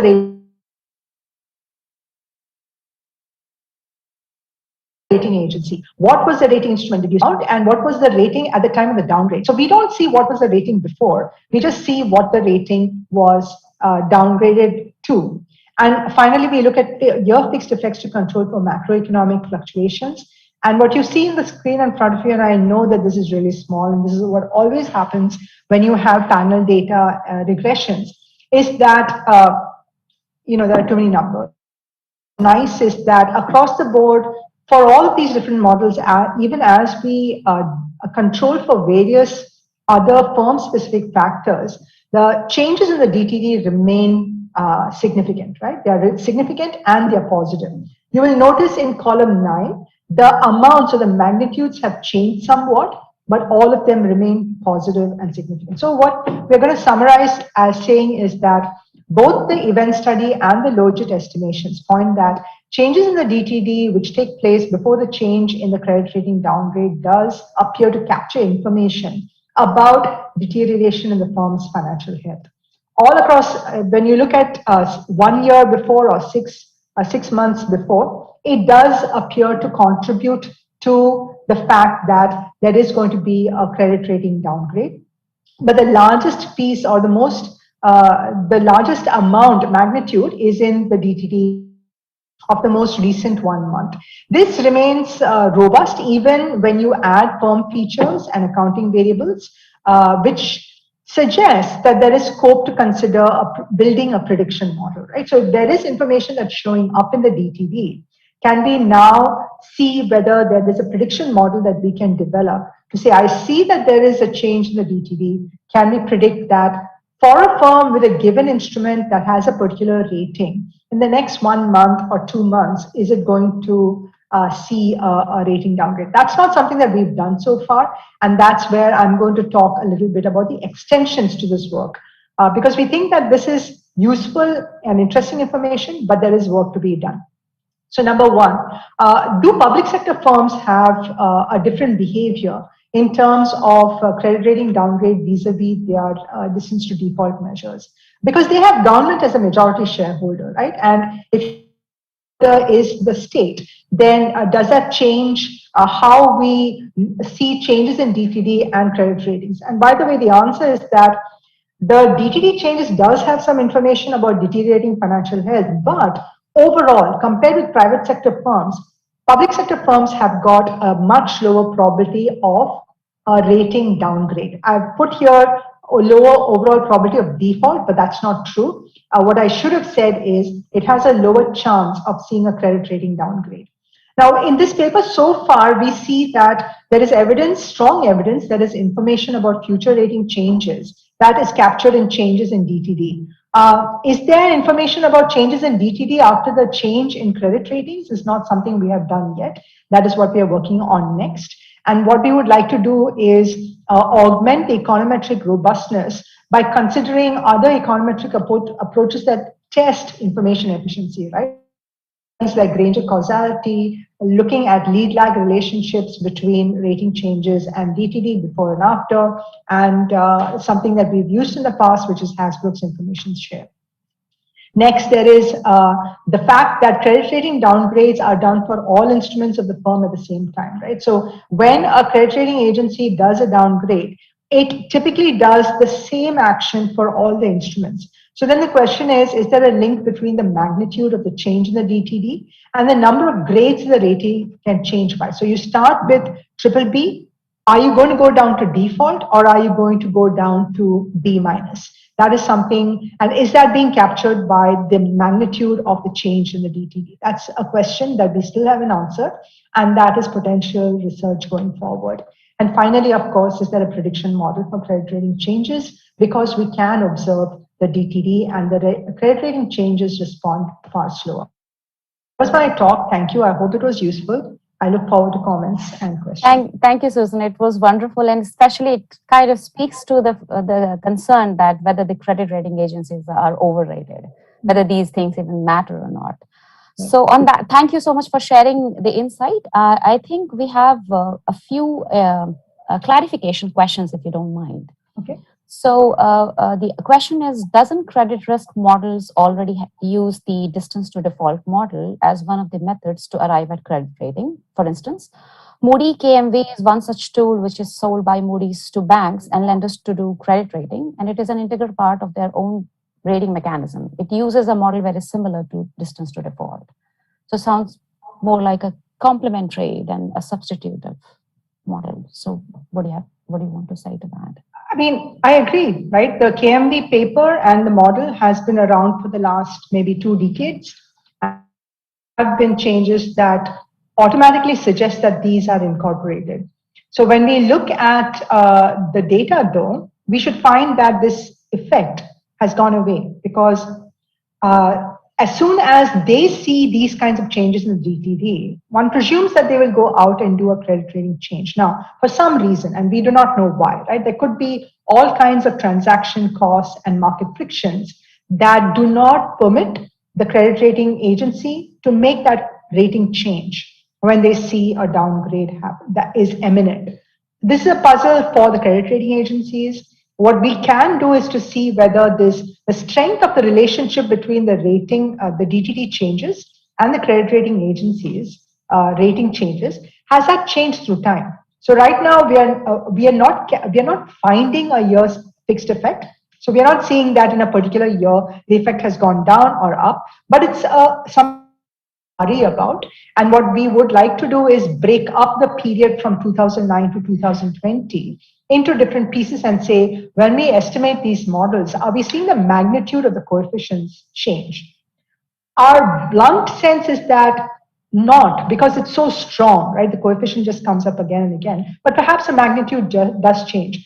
I would think that if it doesn't matter, all these coefficients should go to 0. They should become insignificant. It's not. So there is something that is a puzzle. It could just be market frictions. Maybe it's a pricing model that they can't charge for. I honestly don't know. And it's something that is a good question to ask a credit rating agency. Okay. Second question is, so I'm wondering that distance to default is, so higher the distance to default, that's a good thing for a firm. Is that not right? Yes. So interpreting your coefficient, so if distance to default increases, because that's what your delta is capturing, if I'm right, then the probability of credit downgrading increases. Now that seems quite opposite of what you just showed. I'm not sure. What am I missing? Yeah, so no, that's a good point. I think that I should look at the probability of default. Where's my co-author? Has she gone away? Yeah, she has. Yeah, she had to leave. Yeah. So no, I will look at it. I think that what we found was that the information is strong. It could be in the way in which we modeled or calculated the numbers. So what I think is that there is a change in the DTD, which is a drop, and the positive coefficient is capturing it as going down. So in that case, probably you're ignoring where the distance to default actually increases. So firms become safer. You don't care about those. Yeah. You only care about, okay, that might explain the coefficients. So in that case, won't the difference in difference kind of setting serve you better for a causal interpretation? So we are not doing causal interpretation here, right? We're just looking at the relationship between one thing and the other. So I think that the next step becomes more of a causal interpretation, because we at the first cut, it's pretty difficult to set up causal, because we're going to have to look at two firms which are alike in terms of the financial health. One of them goes through a downgrade and one of them does not. And we'd like to be able to say, I can see the DTD for both, but it doesn't happen. Now, because the credit rating agencies do not have a calendar on which they regularly rate these instruments, it's very difficult to set up a causal study, right? It's not clear to us that even if we were to locate a firm which is a like firm, should be able to see the credit rating of that instrument or that firm at that point in time when the second firm has got a rating change. Based on what you just, I think what you discussed in the beginning, that not all drop is significant. So let's say that not all change in the distance to default would be material in to the same extent. And if that is the case, maybe you can treat the firms where distance to default changes is large, becomes the treatment group, and where the distance to default change is small. Yeah, no, of course, right? But the thing is, what is it that we are trying to predict? So we would try to say that there would be a rating downgrade that happens for one set of firms and not for the other, or vice versa, right? Yeah. The problem is that we don't control the date or the observation of the credit rating. We can see the DTD. We can calculate something like an Altman Z-score, right? Because we see the accounting ratios, but we don't know what. Fair enough. Yeah, I see there are data constraints. Yeah, because I mean, for sure. Right? Because that's what we're trying to predict. So your prediction model, so we're going to sell you a prediction model, you're the bank. You have these bunch of loans to firms. What you'd like to figure out is that your regulator is going to come to you and say, put up provisions because the credit rating has slipped from investment grade to a non-investment grade. However, the credit rating agency doesn't give you a rating on a day-to-day basis for all of your firms. So you're stuck, right? Then you'll have to look for alternative measures saying, I see that the DTD of this firm is on a slippery path down. This one is not going to be rated anytime soon because ratings typically come on a 6-month cycle, right? And which bank wants to provide proactively, right? Yeah. They would like to put it out. No, it happens way less frequently. I totally get it. That's it. And so that's where I think the causal inference is different. We need to do some predictions, but even that is difficult because even that is very interesting. It doesn't have to be causal, but the finding itself is very interesting. No, I agree. Right. So Thank you. I agree. All right. Thank you so much, Dr. Thomas. It was really insightful and wonderful discussion and presentation. Yeah. So next presentation is from Mr. Srinivas Mahapatra. So given the growing concerns around banks' financial health, the next topic is as relevant as it gets. So I would like to invite now Srinivas Mahapatra, who is an FPM student at the Indian School of Business, to present Cleaning Up Distressed Banks, the Prompt Corrective Action Approach. Mr. Mahapatra. I hope you can hear me. Yes, you're audible. Yes, you're audible. Okay. Yeah. First of all, thanks to the organizers for giving us an opportunity to present our paper. Right. So the paper is titled as Preventing Borrower Runs, the Prompt Corrective Action Approach. It is co-authored with Nishant Kashyap and Professor Prasanna Tantri from ISB. So this is the summary snap of what we have. The motivation of this paper comes from the fact that borrower runs are pretty much prevalent in India. Borrower runs is a little different from the bank runs that we observe. Borrower run is the phenomenon where actually a borrower strategically defaults to a bank which is not performing well. I'll talk about it in detail in the next slide. So our main research question is centered around does regulatory intervention in the form of a PCA, prompt corrective action, actually helps reverse borrower run? There is already some literature around prompt corrective action which was implemented in US and how it helped improve the banking system and all. But focusing on borrower run has not been done. That's what we have focused on here. Our main results talks about that PCA implementation actually reduces borrower run by reduction in strategic defaults. And this decrease in default is actually observed in jurisdictions which have low court efficiency, and it is observed in both distressed as well as healthy borrowers. All right. So going forward, I'll first explain the borrower run phenomenon. So borrower run phenomenon. There's a theory paper by Bond and Rye 2009 where they talk about how borrowers default on lenders where they observe that a lot of other borrowers are also defaulting on the same lender. In such a scenario, what happens is the value of the continued relationship with such a lender reduce, and the borrower kind of strategically defaults on such lenders. This was the theoretical setting. It was observed pretty cleanly in a paper by Centrali, Staccini, and Strahan in the Italian setting. It's a JF paper where they establish empirically that the probability of late repayment is actually positively associated with the proportion of bad loans that are present in the bank's portfolio. In fact, they find it in within a firm. If you have exposure to two different banks, the firm kind of strategically defaults to the bank which has a higher proportion of bad loans as compared to the other bank. They also observe that they kind of conclude that this kind of a default is strategic and not actually default because of the distress of the firm, because they find a couple of channels. One is they find that these defaults are more prominent in jurisdictions with inefficient judicial enforcement. And the other thing is they find that these strategic defaults are not just limited to borrowers who are distressed. It is also very much prevalent in borrowers who have good operating performance, good interest coverage ratio, and all. So, taking a cue from this, first we try to find out whether the borrower run phenomenon is prevalent in India or not. So we try to replicate the exact specification which they have. We take the bank firm loan data from Ministry of Corporate Affairs, and then we try to build the proportion of bank loans which are given to distressed borrowers. Distressed borrowers here means borrowers which have a interest cover ratio of less than 1. We have taken that definition. And we find that, like Chantilly et al. Find in Italy, even here we see that there's a significant positive association of defaults and the proportion of bad loans in a bank's book.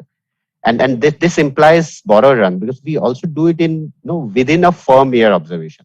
We have used firm and year fixed effect.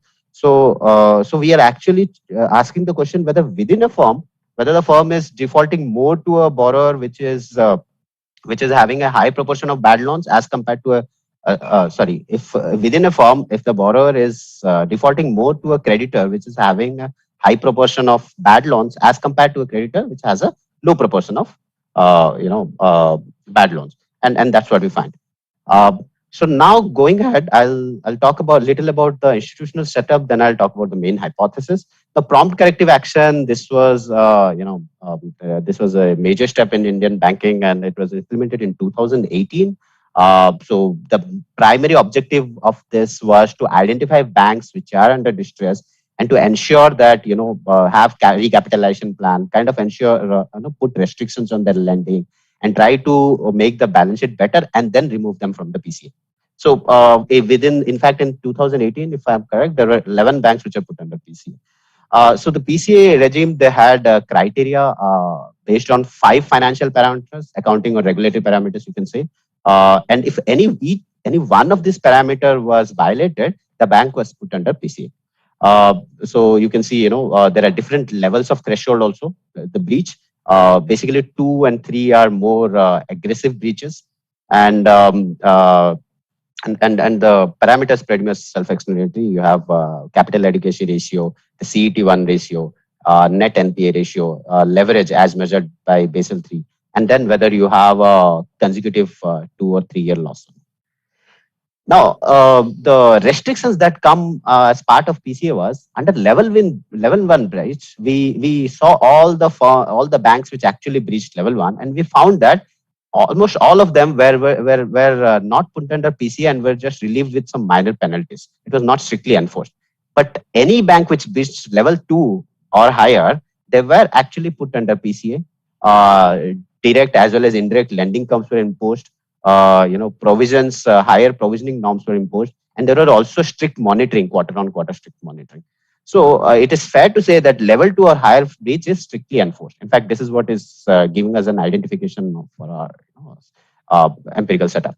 Also, just to casually note it's not the first time that prompt corrective action was implemented in India. In 2002 to 2017 also there was one regime, but it was very mild. It didn't have any Basel measures. Then, the banks were also allowed, due to the regulatory forbearance regime which we had before 2016, banks were allowed to, restructure, and it's not necessary that they will always put the true NPA.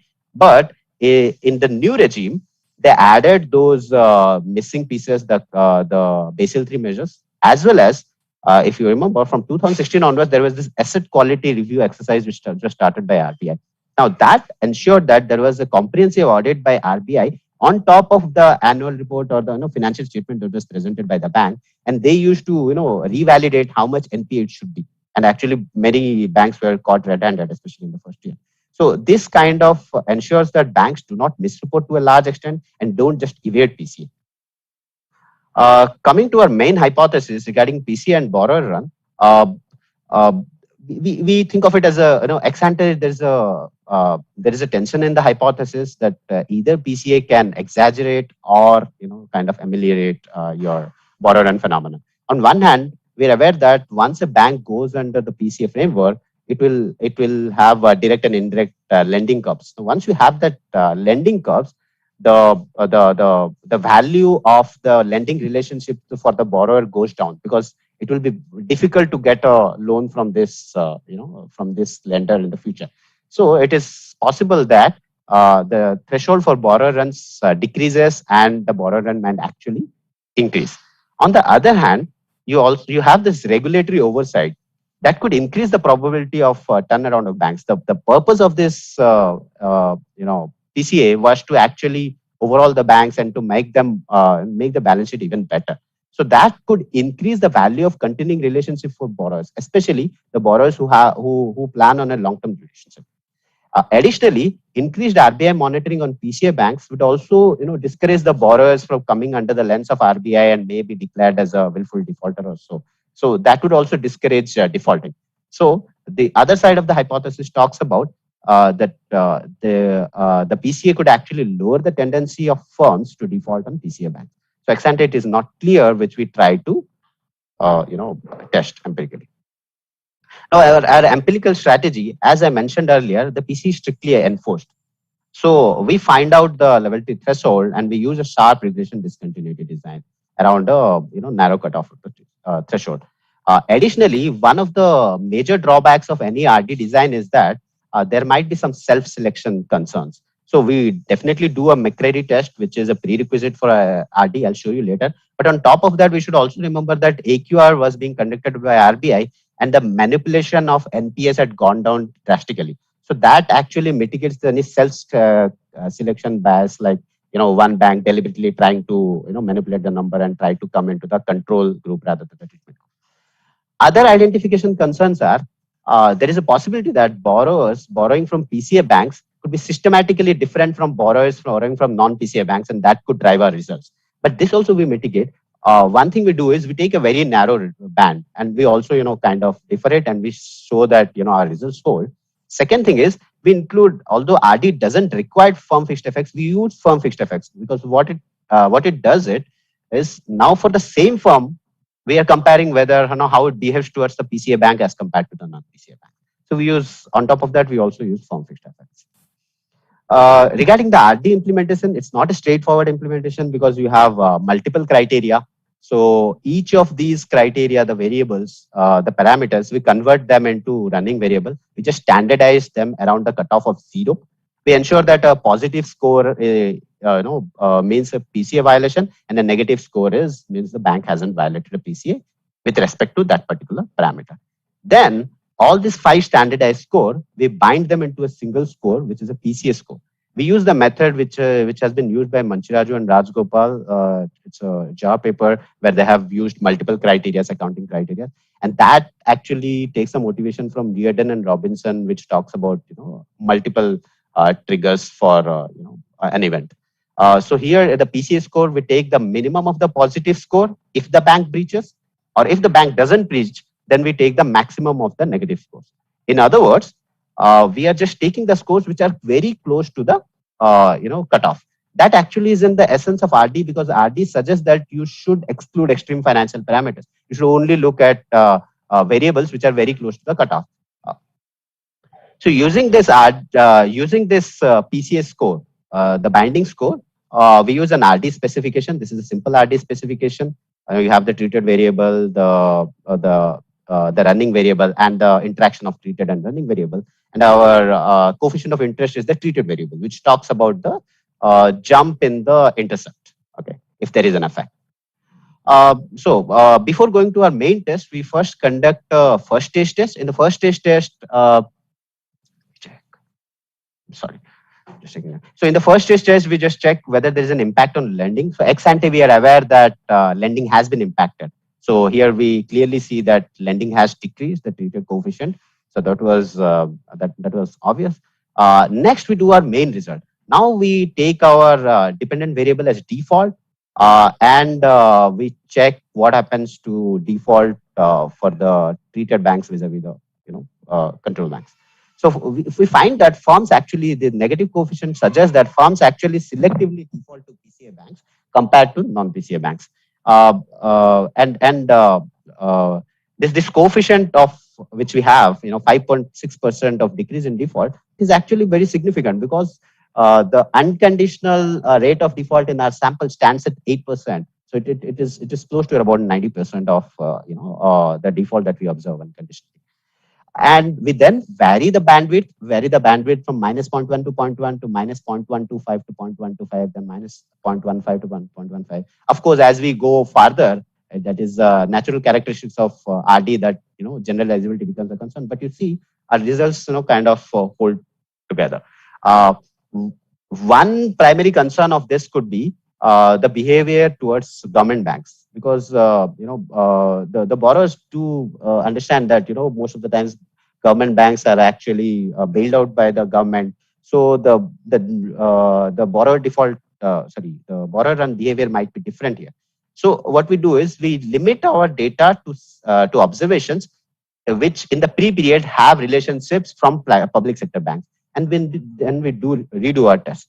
The results are presented in panel B. As you can see, the results are even much stronger, actually. So in essence, what we say is PCA appears to reduce default on PCA banks and thus averts borrower runs on these banks. Then we do a host of robustness tests. The first prerequisite comes from the McCready test, where you see whether there is a change in density of the running variable below and above the cutoff. And we find that the T-stat is statistically highly insignificant. So we can rule out any evidence of manipulation.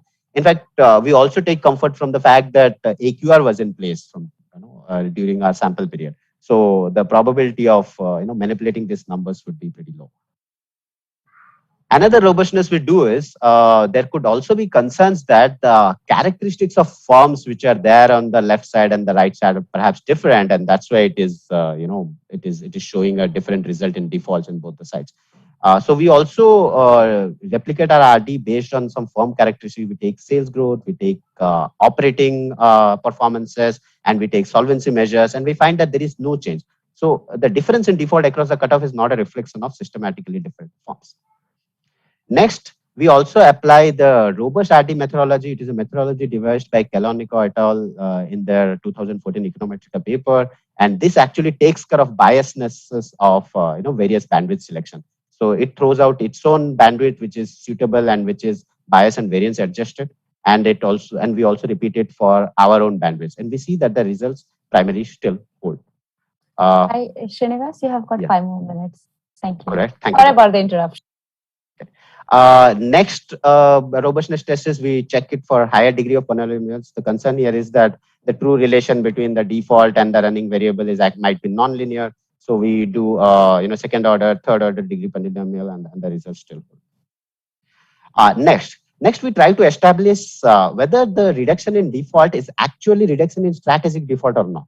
So recall what I had mentioned earlier about the Strahan paper. It says that this borrower run actually happens more primarily in areas which have lower legal efficiencies, and it happens for both healthy and troubled firms. So if PCA reduces strategic default, then we should see reversal of the coefficients in these parameters. So we use a triple interaction where you use a firm level indicator. The first column is for court inefficiency, where the firm level indicator is 1 if the firm lies in a jurisdiction which has high court inefficiency. And there we find that exactly our reduction in strategic default actually comes from areas with higher court inefficiency. Similarly, we take a couple of measures for firms in distress. We take operating, there is a change in EBIT or there is a drastic decrease in tax, all those measures, and we still find that this interaction is not negative significant, but this primary coefficient which is treated, it is still negative significant. That means the deduction which is happening in default is equally coming from both good and bad firms. And that actually more kind of stresses our point that it is actually a reduction in strategic default. Next, we try to question what are the kind of firms which would still go ahead and do strategic default. Now, for that, we take indicators to identify firms which have highly credit constrained or the firms which have high growth. Now, these are the firms which won't value long-term relationship with bank because they are in immediate need of credit. So, in these banks, we should not accept a reversal in default. And that's what exactly we find. Actually, it is exactly offset. If you see, treat into firm level indicator, you have a positive coefficient. And interestingly, it is almost equivalent to the negative coefficient that you see for the other non-credit constrained firms. So it suggests that reduction in strategic default doesn't happen for firms which are in immediate need of credit. Overall, the summary is we first established that borrower run is prevalent in India, and the implementation of PCA framework reverses borrower run. This reversal is actually driven by reduction in strategic default because it is driven by firms which are located in inefficient court jurisdiction, and it is witnessed in both good and bad firms. However, the reversal of borrower run is not witnessed in firms which are highly credit constrained or which have a high growth rate. Thank you very much. I'm looking forward to questions and suggestions. Thank you so much, Srinivas. That was a very well within the time presentation. I really appreciate it. And it's very relevant and given the current scenario of borrower run and high NPA status, bank status of India. That's very concerning. So a few clarification questions from myself and audience both. So how do you estimate strategic default? Because I understand when a default is visible, but what is the precise measurement that you use in your strategic default measurement? Right. So we use the strategic default definition, which has been used by Strahan. So they term that if we observe a default, it could be very well due to that the firm is in distress. But if you see a default which is happening, within a firm towards bank, and he's selectively defaulting to somebody, and it is happening even if the firm is having a good solvency, good profitability measure, then he terms it as strategic default. So here we, that's why we show that on the last one of the tables where I show that even it is within a firm that they're selectively defaulting to a bank, and it happens irrespective of whether the firm is having a ICR more than 1 or less than 1. In fact, even if in high ICR, sometimes they are defaulting. So that points to strategic default. That's a way which we have taken from the Strahan paper. Thank you. Another question is, how do you measure the variation in legal enforcement? All right. How do you capture that variation? Yeah. We take another JF paper. I forget that, but what they have done is they have taken the average years of it takes to solve a civil case in the high courts of those jurisdictions. So we take the we take the registered address, the state, and then we take the average the pendency rate, or you can say how much delay those high courts do, and we classify them into medians and terciles, and we take high legal efficiency or low legal efficiency. This is actually, I think, similar to what Ponticelli and Alankar and few others people. So basically, you have the state headquarters. Jump in here. It's a Boehm and Overfield paper from QJE. It's a 2020 paper. So they have used High Court efficiency of India. So we have taken the data from their paper. So you look at the headquarters states and then you look at the cases there. Yes. What kind of variation do you observe in this data? Yeah, there's quite a bit of variation. I don't have the table, but yeah. States on the top? Is that the worst doing states? There are quite a few worst doing states. I don't want to. I think UP, Bihar, Jharkhand, these and Odisha at the are top doing of great, our mind. Okay. first, and the good ones So are, it's in the Boehm and Overfield paper. There's a nice graph about it where you can see a huge separation between the worst performing and it's a very polarized if you look at that graph. Yeah, they have this graph and. Okay. It looks like this is the one of the most interesting aspect of the paper. So another further clarification question on that is, how many days of pendencies do you observe, and if you could please cite the reference for this? For the paper? I don't have the data right now, but yeah, I have it in the. Okay, Nishant, Nishant has replied. Okay, great. So any recollection on what kind of days of pendency do you observe in your data when you talk about legal enforcement? It was in years, I think. Suppose it was somewhere like, I don't remember the average. I think average was somewhere around 4 or 5 years. Okay. And it was as high as, I think, 13, 14 years. So another question we have from audience is, at what level of stress for the lender do you start to observe strategic default, and what does the literature say about the level? So we have the strategic default that we did was, yeah, right. So I think I'll have to go to the coefficients that I had. So I think for one standard deviation of increase in, just let me correct it.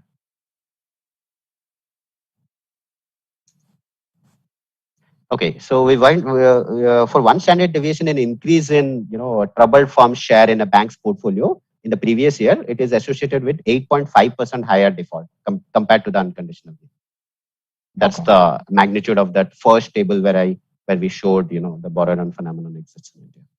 Okay, so I'm just wondering that, for example, before a firm has decided to default, even if it's strategic default, they must have signed some debt covenant contract with the bank. So what happens to those debt covenants? They would trigger way before they have defaulted on those loans, right? And if it's particularly a secured loan, that would behave differently from in comparison to unsecured loans, right? Because then you have a collateral to seize, put it in auction, etc. Then that strategic default might not look like a very good choice. Yeah, so do you see a kind of a difference in? Yeah, so that's where it comes from. I mean, the actual setting is from Italy, where even legal court enforcement is law. So, is low. So it actually happens in areas where the legal enforcement is low. So even in India, I don't think India has even if you talk about the ranking of India in terms of legal enforcement, although in terms of conducting business, it is improved by leaps and bounds. Some I think 50 or 60. In terms of legal enforcement, we are ranked at out of some 200 odd countries, we are at some 190. And it's a given fact that even though somebody has declared as default and civil default list, it takes a lot of time to recover it. So SARFAESI has changed that about banks, right? Especially for the but still, secured loans. I agree. Even IBC has changed that, but still, I think not all the cases go to we still see a lot of default. It's not. I mean, we are taking default from the civil file suits, and we also find that a lot of cases kind of breach these like ICR less than 1 is very common one, which we can at least even if we don't have the data on covenants, we can check. There are a lot of firms which do that, and it's not like everybody is taken to default. That is very much common in countries like I think in India. Would it not be better to look at debt recovery tribunal data instead of civil data, because there is the very specific codes which are dedicated especially for the debt recovery DRT Act 1993, right? It has little to do with the civil codes or cases that you have talked about. But don't the DRT also come under the year of the? It is a precedent to SARFAESI and then precedent to all the bankruptcy laws. Since you're talking about specifically about the defaults, and when it comes to secured loans and seizing of the property or the especially in collateral, then the cases tend to go to DRT first. before it gets challenged anywhere else. So since you're looking at the legal aspect of it, I think the more accurate measure, if at all you have the data, I understand there could be. I think the DRT data, somebody, there was another, I think QJ paper which had done that. I can check that, but I think if I rank them in terms of DRT efficiency and High Court Civil Court efficiency, I think it comes same. I had not checked it in this paper, but in another one I had checked it, and the ranking of the states still don't change. It's the same. Because see, I mean, in fact, even DRT also it borrows, I think, most of the legal infrastructure from that particular state. In fact, I have also made one comparison. The efficiency of even high courts and subordinate courts is same if you rank them. I mean, it's not the same, but if you rank as per states, they still fall on the same line. Okay. So I can give this as maybe we can put it as an appendix and saying that even if we have used the DRT. So one comment from what I have is that some of the civil courts have commercial benches when resolution of debt contracts can be heard. So maybe if you have that kind of data, you can probably make a classification based along this dimension, if at all you will. And second, I have one more clarification question, if you don't mind. So the question is the dependent variable default is available in MCA? No, we have taken that from civil suit filed cases. So where the bank acknowledges the default and starts the legal recovery processes. So that is publicly available. Civil suit, TransUnion Civil is the website. Thank you. Thank you so much, Srinivas, for such an, and Nishant as well for this wonderful interaction and presentation. It was really very insightful.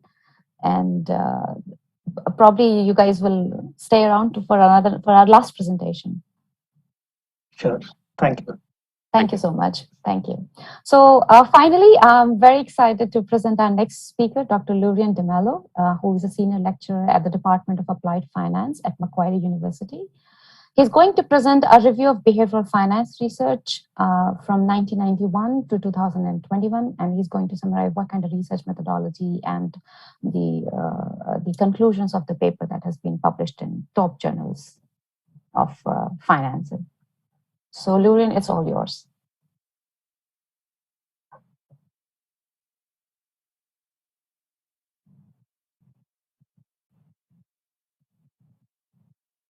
So it's a bit slow. Sorry. Give your own time. Okay. Can you see my screen? Not yet.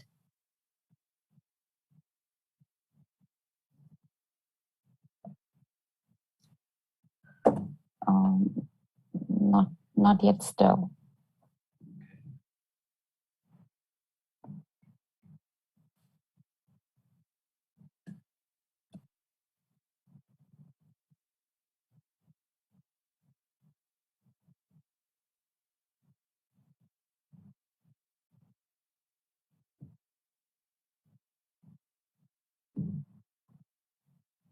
Yeah, I think it's going to work.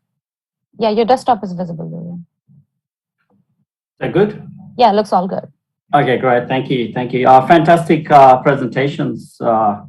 And yeah, I mean, look, my job here is pretty much to, give you an overview of behavioral finance. So I decided to go with the theme of the Conclave, 1991 to 2021.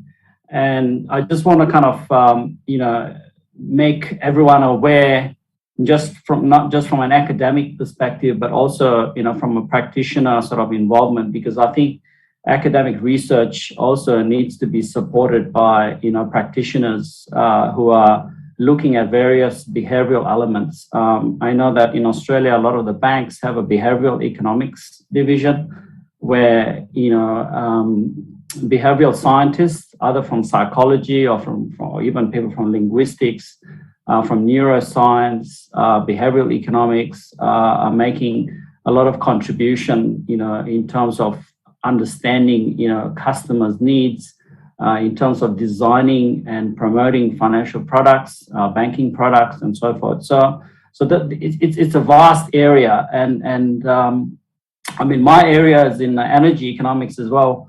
If you look up my publications, or if you just search me online, I have a lot of interest in energy economics, but behavioral finance is also something that I'm very much interested in, and managed to do a few things in terms of publications. So yeah, so I just want to start off with the typical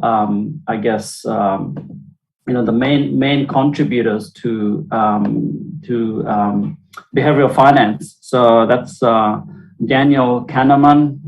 You might have come across him, and Amos Tversky on the right. So it's these are the main contributors to behavioral finance. So they came up with things like prospect theory, heuristics. You've got other sort of biases like cognitive biases, where Daniel Kahneman came up with like loss aversion. He worked on judgments and decisions. These things become very important, particularly people who are accountants, people who are auditors, because a lot of things are judgment based. I mean, I don't want to go into a rules based versus principles based sort of accounting, but judgments and decisions are something that are extremely important for various practitioners. So I mean, look, I don't want to go too much into the theories, but the main role of behavioral finance is to apply psychological theories to financial models, right? To explain market anomalies. And there's tons of research that's been done, not just on prospect theory, which is kind of based on a lot of expected utility theory, where probability is replaced by weights. So I've done a little bit of work on that, on looking at overconfidence in markets. Other theories are like disposition effect. So this is where investors tend to hold assets, that have lost value. So you tend to hold because you're expecting assets to turn around, or your stock holdings to turn around. And we tend to, sell assets that have gained value because you're afraid that those assets might go back into the red. Right, so there's all these theories around that, and another theory is overconfidence. So overconfidence has become quite popular these days, with asset markets and stock markets, reaching record highs. Everyone's kind of, I was listening to the previous presentations, about looking at bubbles and whatnot. Is the market overvalued? Right, that's on everyone's mind at the moment.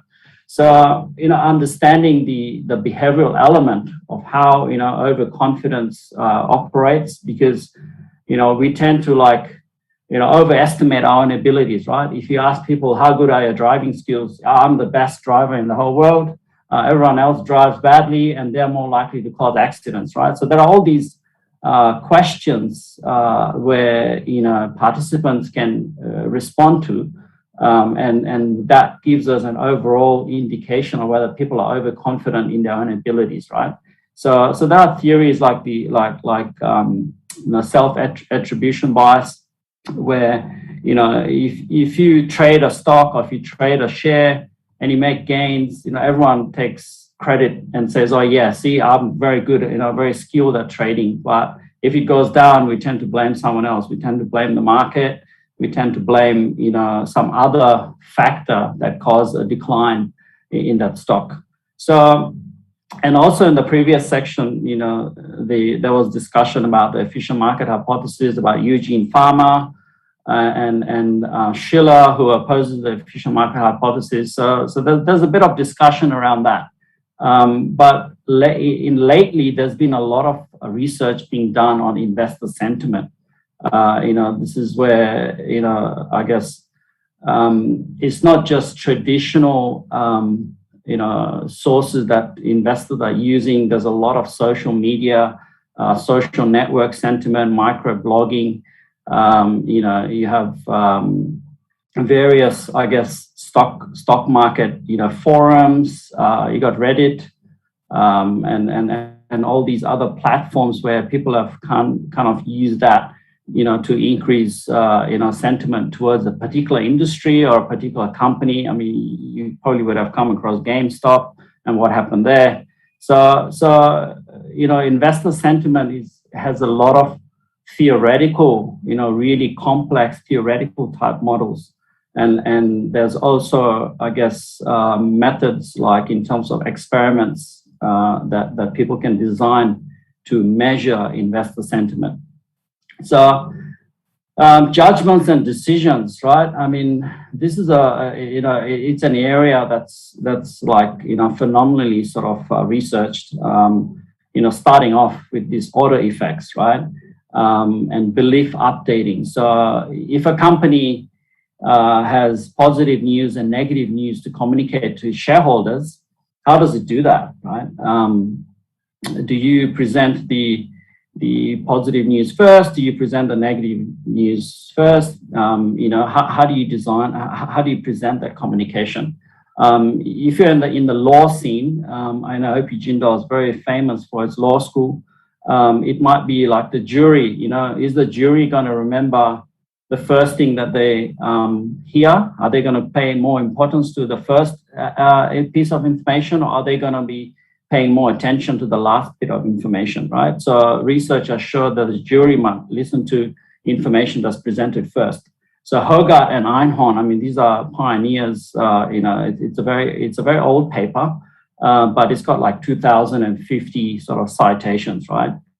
And so from an investor's perspective, when we make decisions, an investment decision, how do we go about it, right? Do we update our beliefs towards a particular company or towards a particular industry based on information arrival, right? So there's a whole psychological theory on what we call primacy and recency effects, and this is something that we tested through designing a stimulus. So when you do an experiment, you need to design a stimulus, and we have a set of questions. We have different subjects. So I don't want to go too much into the methodology, but so I would like to make you guys aware that primacy and recency is a very well applied psychological theory.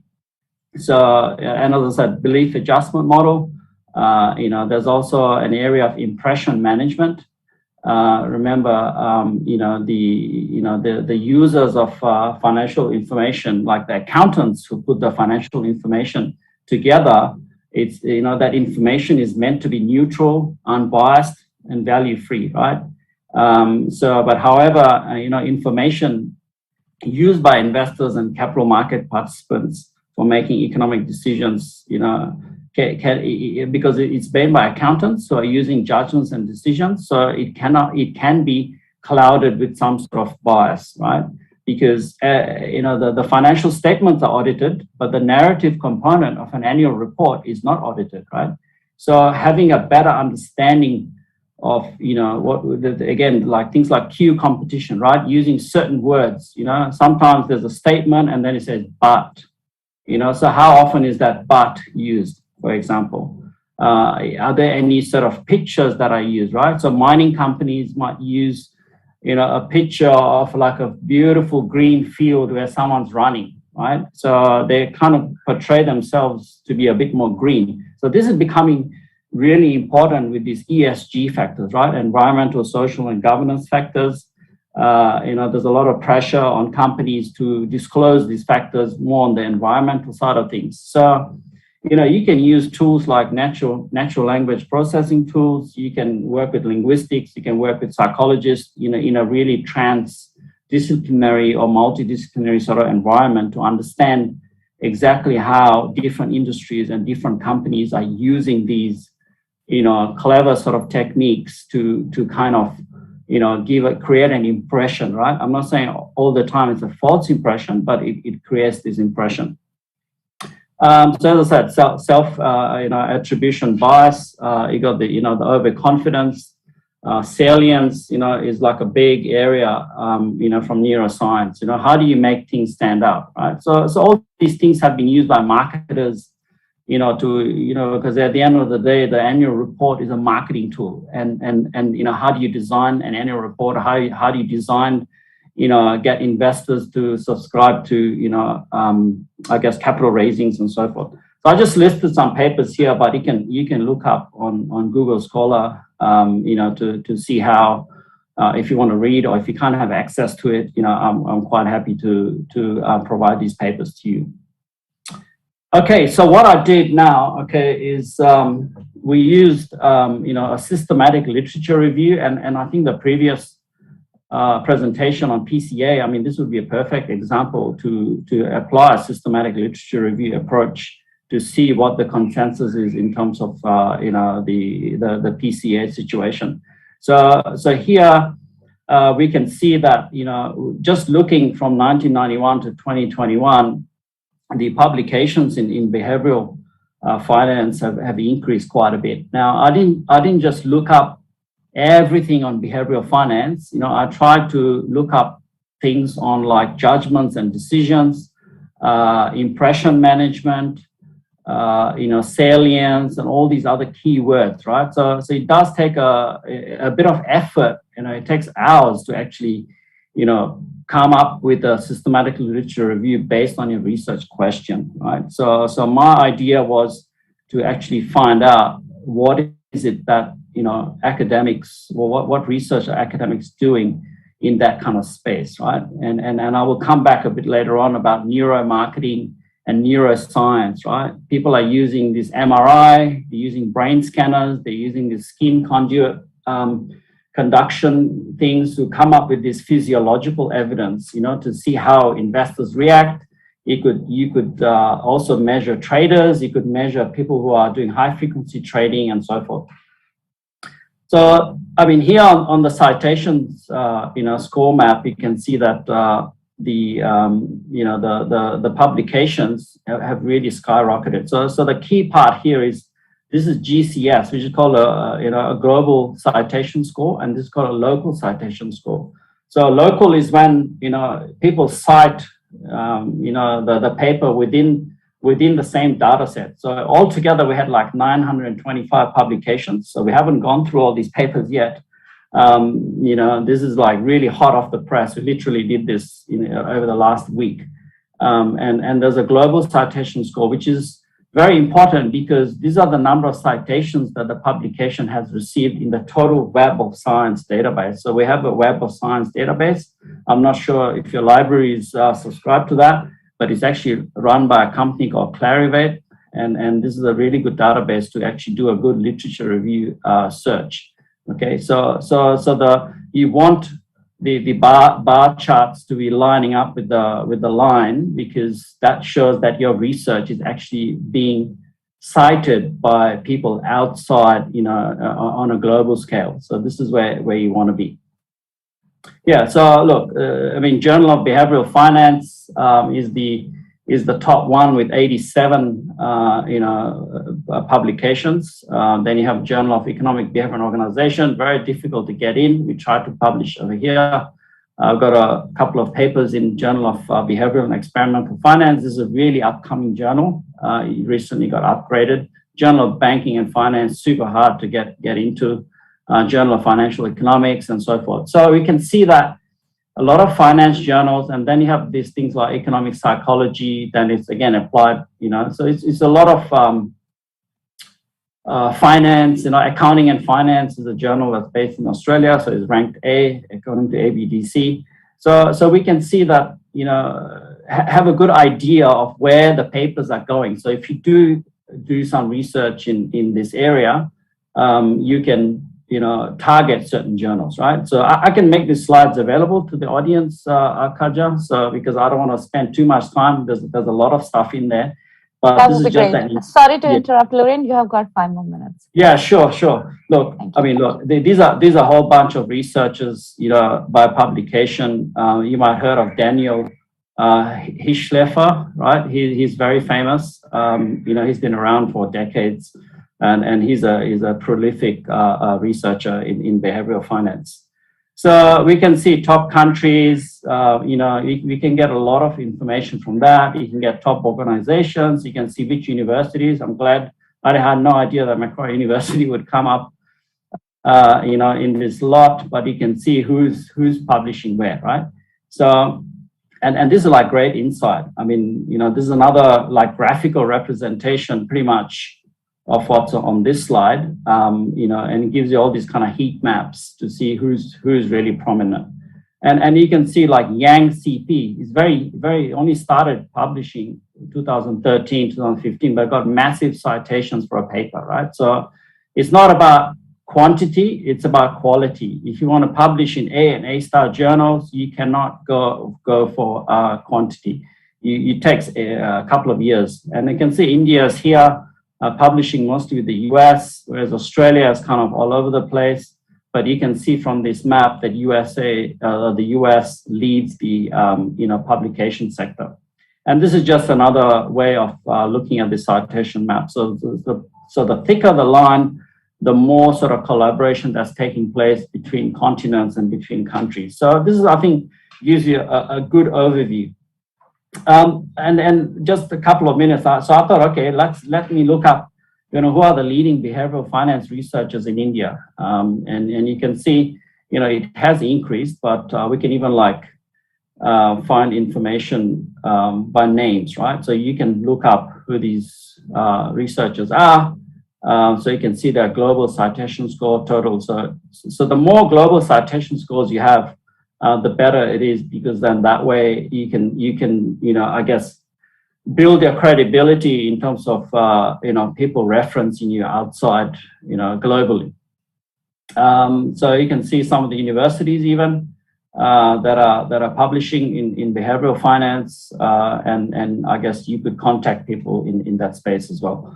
Yeah, so it's just like, look, there's a lot of information that you can take, extract out of this literature review, and one thing that, as I said, I looked up neuroscience, behavioral science, because this is going to be the future, right? People want more and more sophisticated way, right? You don't want to just send a questionnaire to someone and fill out some, you know, behavioral thing. You know, experiments in labs, you know, is becoming popular. As I said, neuroscience is becoming really popular as well. So look, there are a whole bunch of you know, factors you could look up, and yeah, and look, this is one. This person here, I forgot his first name, but Aids. I mean, he's been around for many years. I think since you can see since 1994, and you can see that his research was around environmental disclosure, you know, in terms of accounting, you know, sustainability and so forth. But then he's now moved into areas like, you know, how can you issue a coin? Like if you're a blockchain company and you're trying to raise funds, you know, can you issue a coin in terms of, I guess, as an investment, right? If you want to invest in terms of a VC kind of space. So he's done a behavioral paper around that in terms of the tone that is used, right? So it all comes down from the tone from the top, right? The tone from the chairman in an annual report.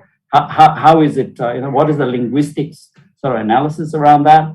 So the tone around a prospectus, for example, you could analyze that, right? For different industries, for different companies. So yeah, I mean, look, I think I'll stop there and, you know, probably take some questions if there are any. And that's my little T-shirt here with FC Goa, because I was born in Goa, and that's the team that I follow. Thank you for sharing the picture as well as a wonderful insight into behavioral finance research. And I'm sure there is a lot to learn from this and draw from your presentation, especially for a researcher who is interested in behavioral finance. We have a few, one comment and question from one of the audience. So Hamid he says that thank you for bringing a practical orientation to your presentation, Lurin. Given the pandemic we are going through, what do you foresee is an emerging area of research for academics? Specifically in the area of behavioral finance, are there any interesting examples that finance academics have observed during the pandemic? Yeah, look, I guess during the pandemic, you know, we have a lot of things like, you know, house prices going up, right? I don't know how is it in India, but here, you know, in Australia, the house prices have gone crazy. So I think you could do a lot of behavioral research around literacy. You know, people really understand, the implications of an increase in interest rates, for example, right? And I mean, just looking at pandemic, but I think if you look at, like, we have had the COP26, it hasn't been very successful. I know there's an environmental section on next, but companies are continuously required to disclose their carbon footprint, right? So do retail investors have a proper understanding of ESG elements? So do they actually understand these sustainability reports? Do they actually take that into account? So I think you could use linguistics, as I said, natural language processing type, and this is something that I'm trying to work. You'll have to work with someone from, like, Department of Computing or something like that, or someone who has really good natural language processing skills. You'll have to know Python, you have to know R and all these software, right? So look, the opportunities are there, but I think in terms of, look at your own discipline and perhaps try to do this systematic literature review and bibliometric analysis based on your own discipline. I mean, we had credit risk, quite a bit of credit risk stuff, distance to default. I mean, I do know a little bit about that because I teach in our banking and finance units. So, see what the literature is at the moment, right? So look, don't just focus too much on pandemic. There's a lot of pandemic papers that are coming out, and some of them I find are not of very good quality because they've just, like, taken 1 year of data and tried to apply a time series model, do causality tests and so forth, right? But if you look at the econometric side of things, you need a longer time span, I think, to really understand. This is a very unique phenomenon, right? Too many factors moving, too many goalposts that are moving. So I would look at the future, if you're in finance, disclosure and how the narrative component is communicated to shareholders, and is there any sort of manipulative type tricks that are used? Thank you. So one question is from Amlan. So he asks whether you can give us a bit about what students of behavioral finance can look forward to as jobs in the industry, or maybe the government or public sector jobs. Yeah, look, as I said, look, banks are hiring behavioral economists. Of course, that's why I said it's important to understand a little bit of neuroscience, okay? Neuroeconomics, neuromarketing. If you look up all these terms online, you will see a lot of research being done around it. It's the same thing, like if you want to work in, like, blockchain, right? I had to give a presentation about the future of cryptocurrencies. And, I had to really understand about proof of work, proof of stake, private keys, public keys, right? But if you ask me to program something on an Ethereum platform, I wouldn't have a clue, right? So you need to, I guess, understand a little bit, have that sort of marketing, business development type hat on, even though you're a finance, graduate, and just have that ability to think critically, understand the seminal papers, right? I mean, the key important papers in behavioral finance and what is they're trying to do, like prospect theory and all this kind of stuff.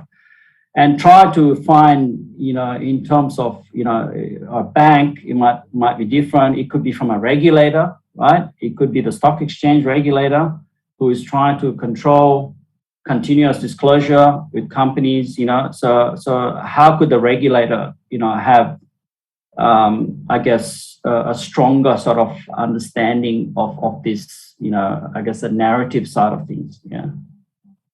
And I think one question which probably is more contemporary, more relevant lately, because how do you think the wider presence or growing presence of social media is affecting these biases? For example, take an example of GameStop prices.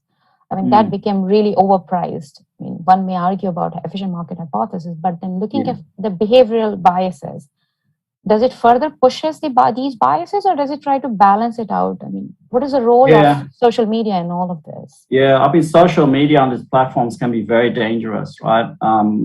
It's all about, look, do your homework, don't go with the herd. It's not like the herd, right? So people are trying to build these, herding sort of type measures, and it can be very dangerous because, you're going against hedge funds with multi-billion dollars, right? And they could have $500 million to lose.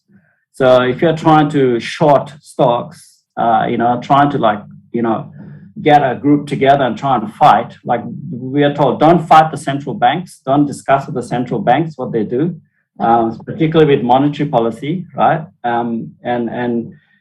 So don't fight against hedge funds, right? So I think, look, use these platforms. They can be quite informative. The same way if you're on LinkedIn, you can get a lot of information, you can learn a lot of things, but as soon as you hear this thing, look,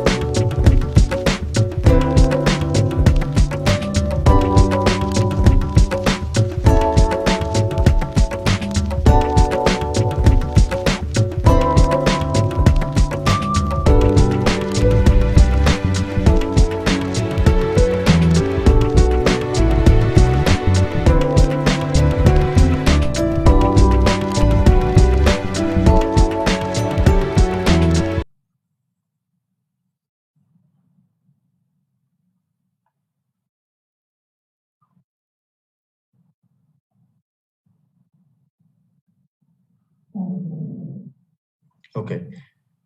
So we can start now, right? Shubham? Yes, sir. Okay. Okay. So welcome to everyone. We are about to start our session. So all the speakers, all the audience members. So this is the 14th, I think the 14th session as part of the third Global Finance Conclave organized by the Jindal School of Banking and Finance. And they have requested me to chair and moderate this session. Let me quickly introduce myself before I introduce the speakers. I am Abhijit Banerjee. I am a professor of environmental studies at the School of Liberal Arts and Humanities at Jindal Global University. So we are in a different school, but we have a lot of collaborations between the different schools at our university. So thanks to the School of Banking and Finance who have invited me to chair this session on a very important topic of climate finance. So let me just introduce the session, the purpose of the session, and then I'll introduce our speakers. So as we all know, climate change is a big crisis, and right as we speak, today is the last day of the big UN summit going on in Glasgow as part of the UN climate treaty negotiations, the 26th version of the Conference of Parties going on. So it's high on the agenda, it's in the headlines everywhere. And countries are supposed to, we are all familiar with the Paris Climate Agreement. We are supposed to, collectively, we have agreed to keep global warming within 2 degrees Celsius and preferably within 1.5 degrees Celsius. Because scientists think that if we cross that limit, what would lead to catastrophic climate change. Climate change is already happening. We are already seeing all these natural disasters, and they have not only a humanitarian cost, but they would, if we let it run out of control, it would lead to widespread economic collapse. So this is probably, many people may not realize it, that we think of climate change only as natural disasters, which we think we can manage. But if we let it go out of control, the cumulative impact of climate change would have devastating economic consequences. Obviously, the poorer countries will be affected first, but even the rich countries will not be immune.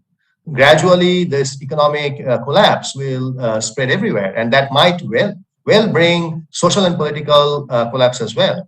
So definitely, we have to avoid at any cost catastrophic climate change, and time is very limited. So we have, if you look at the scientific studies, we have barely 20, 30 years to avoid catastrophic climate change. So our entire economy is dependent on fossil fuels, our entire energy system. So we have to undergo a rapid energy transition, unprecedented in human history. We have had energy transitions before. We have, we switched from biomass to coal to oil and so on, but we have never had an energy transition so rapid. Within a few decades, we have to completely switch away from using fossil fuels towards non-carbon sources of energy like solar, wind, and many other biomass, whatnot. So that requires a whole of society response, a whole of government response, and there comes the role of finance. Finance is very important in this whole transition. Those of us who, by the way, my background is in environmental policy. I'm not a finance expert myself, but it's a great opportunity. I follow the whole evolution of the debate on climate change, and it's an opportunity for me to learn a lot from the experts we have today. So I'll just put it in context. When we think of climate change, we tend to think of government policy only. But the huge energy transition that will help to rescue us has to be financed, right? So that is why the role of finance is extremely important. It's, one could say, central to this whole debate on climate change, to whether we will be successful in making the transition in time to avoid catastrophic climate change. Now, when we think of finance, you can think of it in many dimensions. There's public finance, there's private finance, then there's the international dimension, especially for countries like India. How much can we generate domestically versus how much are we dependent on international finance? So there's many dimensions of finance, climate finance, which we shall learn about from our experts. Also, historically, and we can think of finance in several ways. In one sense, finance can be very innovative. The financial sector can be very innovative. Things that are difficult to finance, not everything is immediately profitable. So those sectors that are difficult, normal financial instruments may not be workable. So you need to have innovative financial instruments to address those, and these are pioneering things that the financial sector enables us to do, technologies that are not yet so commercially viable. How do you finance them? So that's a very important dimension. On the whole, however, I must also admit that the financial sector has historically been quite conservative as a whole. So things that are already profitable, the financial sector wants to go with that. Things that are risky, things that are cutting edge, the financial sector is hesitant. So this is a big challenge for us. How do you move a conservative financial sector towards taking on some of these risky new emerging technologies which will help us make that energy transition? Increasingly, however, we see a lot of good signs. Number one is the fact that, due to pioneering work carried out 10, 20 years ago, we see many these green technologies have now become commercially viable. Their costs have fallen. We know about the economies of scale. With large, it's like a virtuous cycle. With more investment, there's more deployment and more innovation, and costs fall. When the costs fall, more people are able to adapt it. So the deployment increases. So it's like a virtuous cycle. So particularly for solar and wind, in the last 10, 15 years, costs have fallen 70, 80, 90%. So much so that even optimists did not predict the cost would fall so much. So that's now increasing a wave of investment, and even developing countries can now afford. In many parts of the world, solar is now the cheapest form of energy. It's cheaper than coal, which was unthinkable a couple of decades back. So we see a big push for investments on that front. Whether that will be enough, the rate at which the investments are flowing, given our deadline, given how much we need to scale up. Our Prime Minister is at the COP event in Glasgow. Prime Minister Modi just announced very ambitious targets. India is already a world leader in renewable energy, but we adopted in order to really achieve carbon neutrality, we need much more ambitious targets, and the Prime Minister announced so ambitious targets.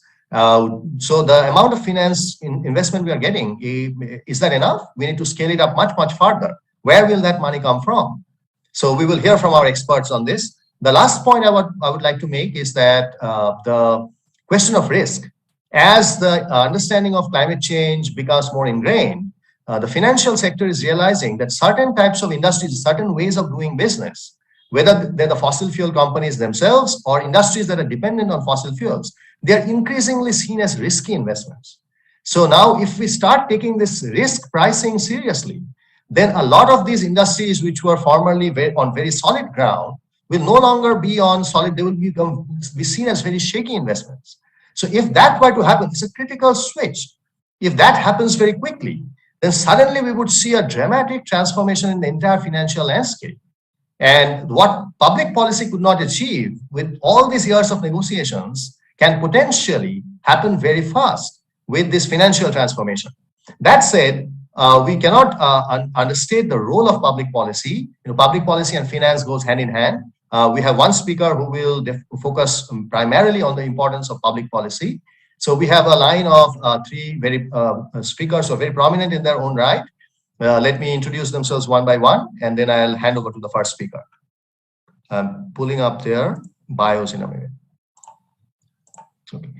Our first speaker in order of appearance is Manvi Singh, who is the Program Manager, Energy and Climate Change at the International Forum for Environment, Sustainability and Technology, in short, iForest. Manvi is an energy policy researcher, currently heading the Energy and Climate Change program at iForest. She has over 12 years of research and advocacy experience in this field, having previously worked with organizations engaged in bilateral technical cooperation, energy policy research, and infrastructure research.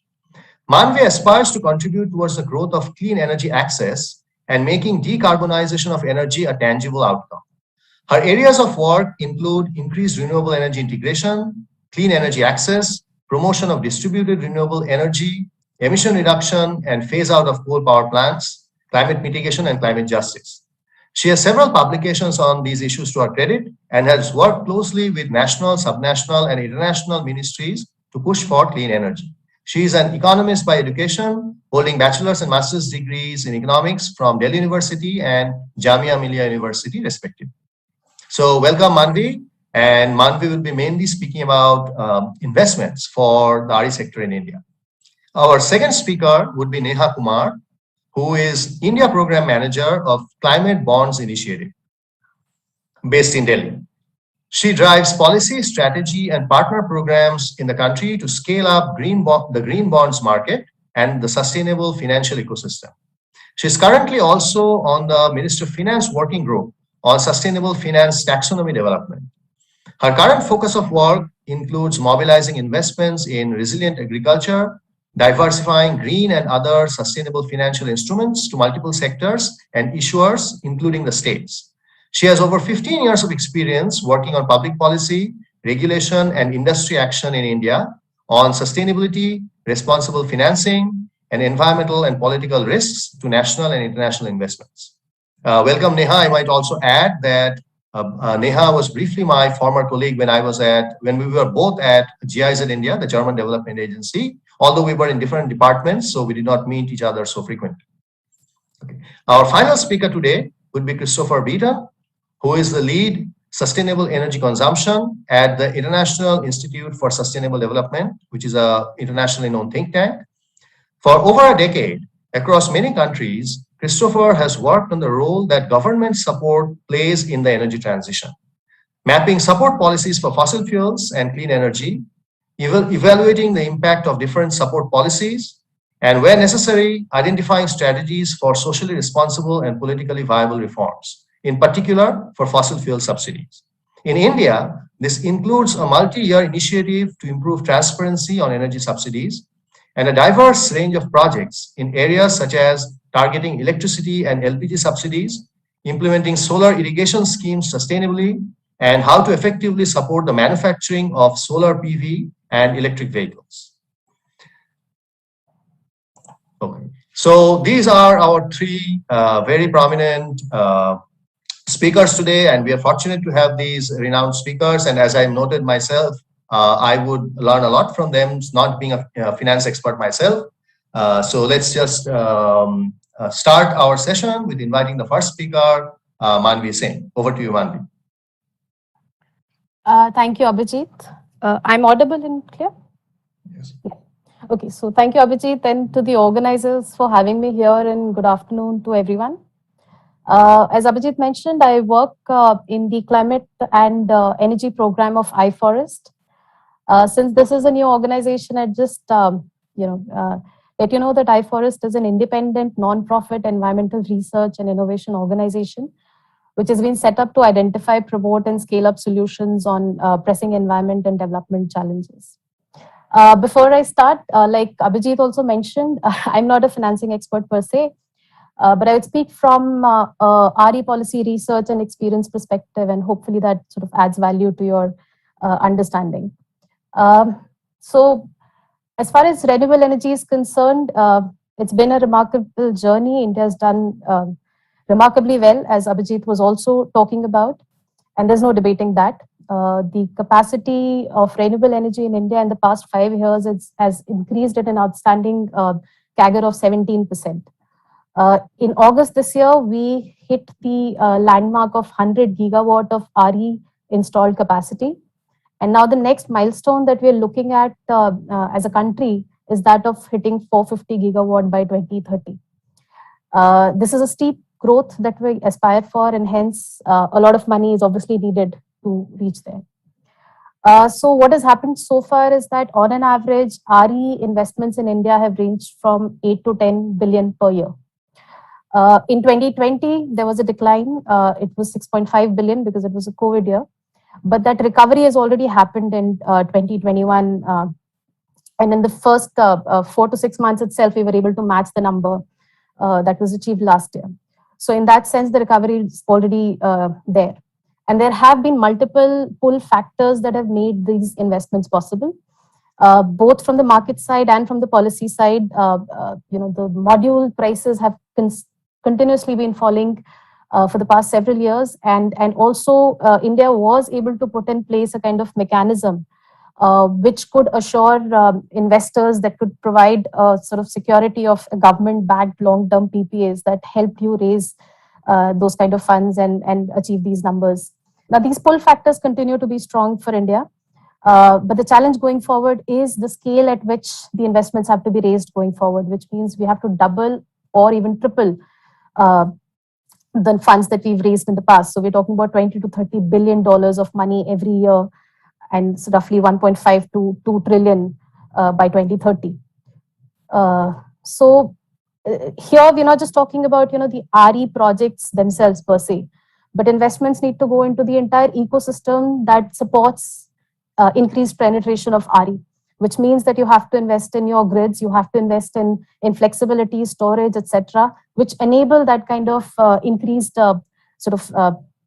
variable power source in your system. So that's important to understand that the phase 2 of RE, the second phase of RE growth in India is in some ways difficult in that sense. But the positive news is that in the past decade, sustainable policy and investor effort has already put in place a clean energy ecosystem where multiple stakeholders are involved and who can be and sort of should be built upon. So we're talking about significantly augmenting what is traditionally there as well as creating new avenues. Debt becomes quite crucial because majority of RE funding, about 70 to 80%, is debt. And traditionally, majority of this has come from domestic banks and financial institutions, initially more from the private banks and later from public banks. And then usually these are raised at higher rates and then refinanced. Now here the challenge is the limitation of domestic sources is growing. There is the continued struggle of stressed assets, the NPAs, and relatively lower appetite towards less established segments. Also, the non-bank domestic debt sources are limited. The corporate bond market is quite shallow, and then the domestic institutional financing is also lacking. So a lot of reforms are needed at this end. We have heard the government recently clearing a guarantee scheme of 30,600 crores to resolve the NPA, which is amounting to about 2 lakh crores at this point. So those kind of efforts from the government sides are happening, but more financial innovation is also needed in the domestic sort of bond markets to stimulate that avenue. I think Neha might talk about that in greater detail. But a viable alternative, which is gaining significance for you to reach the 450 gigawatt scenario, is tapping into foreign lenders and the global bond market. We see that already happening in the transactions that are taking shape for the past 2-3 years. On the equity front, also, again, quite a diverse set of resources are expected to play an important role. Domestically, you also mentioned that there's increased pressures on companies to reduce investments in fossil fuels from their boards, from the government, from policy side. So we do hear companies like NTPC, Reliance, CIL, even the domestic oil and gas majors making big commitments into investing in RE. While again, the power sector giants are also saying that Reliance or Adani's, they're all putting up capacity for renewable energy, and this is not just it's a financial decision. I mean, it is a sector that has proven itself to be paying off, and hence this is an investment decision when compared to coal. This is actually more sort of attractive. In the past 2-3 years, we've also seen a lot of M&A activities happening from foreign investors that are infusing money into RE developers. In addition, then again, there are other routes. For instance, IPO route is being tapped both domestically and overseas for raising money, and then there are the private placements taking place. Now, the good news is that there is a rise globally in sustainable finance and ESG financing. So there's a large pool of money for developers to tap into. The one factor that will gain significance going forward is that a lot of recycling of capital would also need to be done so that more risk capital can go towards new projects. So, and we do already see a lot of pooled investment vehicles being used, InvITs being used going forward, and already right now also. Finally, public funds will remain crucial to mobilize private investments. Government of India has announced about 1,000 crores that will go into SECI and 1,500 crores going into IRIDA's capital for mobilizing private funds. This is big amount, but obviously a lot more needs to be done. And for that, you need to have financial structures which kind of facilitate the leveraging of public funds and even multilateral funds to attract private investments in clean energy. So overall, I think it is a daunting number when you think about it, the money that has to be raised going forward, and a large sort of range of institutions and instruments will come into play towards mobilizing it. But one thing which is clear is that global capital will become incredibly important going forward. And with the advent of ESG investing and the net zero commitments, that pool of money that wants to invest in zero emissions kind of assets is there, it is available. And it is possible for you to secure low cost, capital going forward. It's just that, the onus is on policymakers and developers to ensure that the frameworks are in place that are able to mobilize these funds. And also the pull factors that I mentioned are, kept strong, which means that, you need to have demand creation for domestic power. You need to ensure that the contractual sanctity of your PPAs is maintained, and those tendering gaps and those disputes are minimized. And most importantly, those payment delays are taken care of. I think from a broader perspective, I'll stop here and maybe address some questions at a later stage. Over to you, Abhijit. Yes, thank you very much, Madhvi, outlining in a small, it's 8-9 minutes, capturing the diversity of problems related to investment and financial risks in our RE sector. Could you elaborate before we'll look at questions? I will ask the audience to put questions on their YouTube. They're on live on YouTube. There's a chat box. You can put your questions for each of the speakers, and our moderators will share the questions with us. But before we move on to the next speaker, if you would, I ask you to elaborate slightly one point, this question of payment delays or we have a solar developer who is not getting paid, and someone has invested in a solar development, but our discoms are not paying them timely, which adds to their potential financial solvency, and that is kind of hurting potential future investment, even though the economics of solar is very attractive. But if they're not getting paid on time because the discoms have financial problems, how do you solve? Is the government trying to solve this problem? Because to my mind, this would be a big part of at least for the solar energy sector. Yes. Yeah, Abhijit, that is in fact the crucial point. I think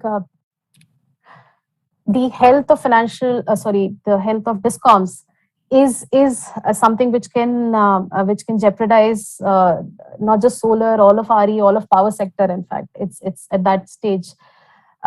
We know that the discom overdue payments are more than $100 billion at this point. So that's very crucial, and that's very fundamental to power sector. Any kind of intervention that we're talking about. Now, the way that the government had designed to sort of give investors comfort around it was that there was a payment security mechanism created through SECI and institutions like these, where developers were essentially entering into a contract with SECI for the power purchase, and SECI was paying them and then collecting the money from discoms. Now, what has happened is that over time, as the capacity put up through these institutions like SECI has increased, the payments that they're making to IPPs are also increasing. It has in fact tripled in the past 3-4 years. We're talking about rupees 100 billion of payment going through SECI to IPPs. Now, if SECI is not able to get that money from discoms, then that's a fundamental challenge. So it has a limit. That growth model itself has a limit, and then it will ultimately fall back on taxpayers, and then it's again a bailout in the making. So the whole question of power sector reforms from the distribution sides remains very fundamental to this conversation. And more than financing being a challenge, I think this is a bigger challenge that will need to be resolved from the government's side. So yeah, so this challenge there's no denying how big this issue is. Yeah. Thank you, Manvi. So, Manvi has captured some of the major challenges and obstacles in our in Indian market for renewable energy investment, both from the whether it's from the banking sector, the health of the electricity distribution sector, and policy challenges as well. So we have developed a good understanding of the challenges related to investment. Now we have a few more questions. We'll come back during the Q&A session, but it's time to move on to our next speaker, Neha. Neha will be speaking about some innovative financial instruments, climate bonds, which can potentially be transformative. So let's hear about these potentially innovative financial instruments and maybe the experience in India as well as experience in other countries. Over to you, Neha. Thank you, Vijit, and good to be here with you, Manvi and Christopher. So yes, your question about instruments in specific, I mean, right now, as Manvi set the context that she spoke about RE, but, you know, taken in broader set of things, the entire climate finance, the kind of sectors that need support, that need a lot of financing, means that we will have to unlock and unleash finance from wherever it is possible to do. So that is the first thing. And, you know, she explained about RE. And if you look at some broader kind of figures, everybody knows them, but it is always good to sort of drill the point home that the pace and severity of extreme events is already causing a lot of economic costs to India. WMO, World Meteorological Organization, estimated that we spent about $87 billion in 2020 alone on you know, because on the account of droughts and cyclones and floods. IMF predicts that if we are not, if the emissions keep on rising, then our GDP may actually fall by 10% by 2100. So in terms of climate's impact on, as they say, lives and livelihoods and economy is immense. So she mentioned that you know, we will have to treble our renewable energy you know, investments. They were happening, but they did plateau out, you know, since 2017 onwards. So, but also I just also wanted to bring the focus a little bit back to these mitigation and adaptation also, because you need financing, because India is already reeling under immense climate impact. So while most of finance has been flowing to mitigation, adaptation, which is a crying need for a country like India, whose more than half of the population depends upon a sector like agriculture, you know, this financing, whether it is through grants, whether it is through market, is extremely, extremely important. Now, why is green bonds important in this context, and what are these green bonds? So let's just, you know, spend a little bit of time and say green bonds 101, since I gather that a lot of our audience will be young students. So let's just conceptually dive into it a little bit. And why is it, say, a preferred source of financing? The bond markets. I'm not talking about only green bonds, but basically why bond markets need to be unlocked for climate action. So there is, when you look at bank loans, which immediately go into, say, project financing, etc., there is an inherent asset liability mismatch. You know, so the kind of long tenure that is required for infrastructure projects is more amenable to bond financing. And then when you are tapping the bond markets, you're basically getting access to much more diverse set of investors, unlike a bank loan. Then, so green bonds are basically just like any other bond, a vanilla bond, but with green features. And what does that mean? The main thing that why green bonds actually became popular was that the structure was not very difficult to understand. People who were raising money from the market knew how bonds worked. But what was the green feature? The green feature is that you raise the money with a transparent intent, with a very, very stated intent that this money will go to green green projects or sustainable projects or environmentally sound projects. And then you have to report that you deployed those use of proceeds to that project. Now that actually turned the switch in the market, because it was in a way something that comforted investors that if I am looking to put my money in a green project, a labeled green project, and preferably a certified green project, will give them a little bit of, say, pre-due diligence comfort that the money that is being raised will be deployed for the stated purpose.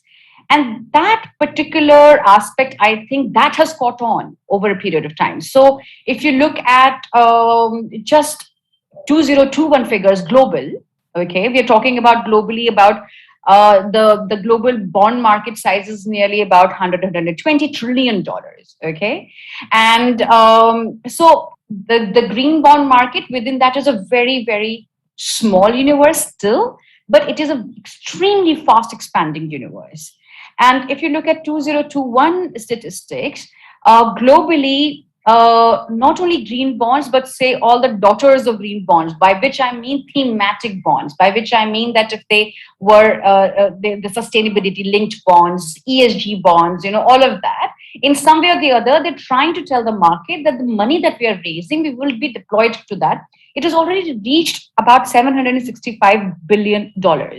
So it is tipped to reach about $1 trillion, by 2023. So that is, if that kind of, it was just about $1 billion or so when it started 10 years ago. It is that kind of surge in the investment universe you're seeing within a period of 10 years and not more. Look at India, what has happened. So in 2015 was our first green bond. Okay. By the time we were in 2020, we had issued about 11 billion worth of green bonds. And in 1 year alone, which was last year, we issued another 9 billion worth of green bonds, plus sustainability linked bonds, and etc. So what basically these figures, I'm just trying to put it out over there for a little bit of context and perspective. We say that India requires anywhere between 2.3 to 3.2 trillion dollars to meet our targets, to have actually credible work done on both mitigation side and adaptation side, and we are able to tap only say about 20 billion worth of green bonds from the global markets. So there are a lot of reasons for that, but one thing that we can say is that India is actually batting below its potential. If you look at China, it is at least 12 to 15 times more, okay? And there are many reasons for that, why we are not able to do that. So I will just spend a couple of minutes in elaborating or pointing out to a couple of reasons. The main one is that, okay, RE, which itself requires much more, multifold amount of investment, it is still a familiar sector now. Investors know, investors are aware of the risks, so you can raise the money from the international offshore capital, money will come.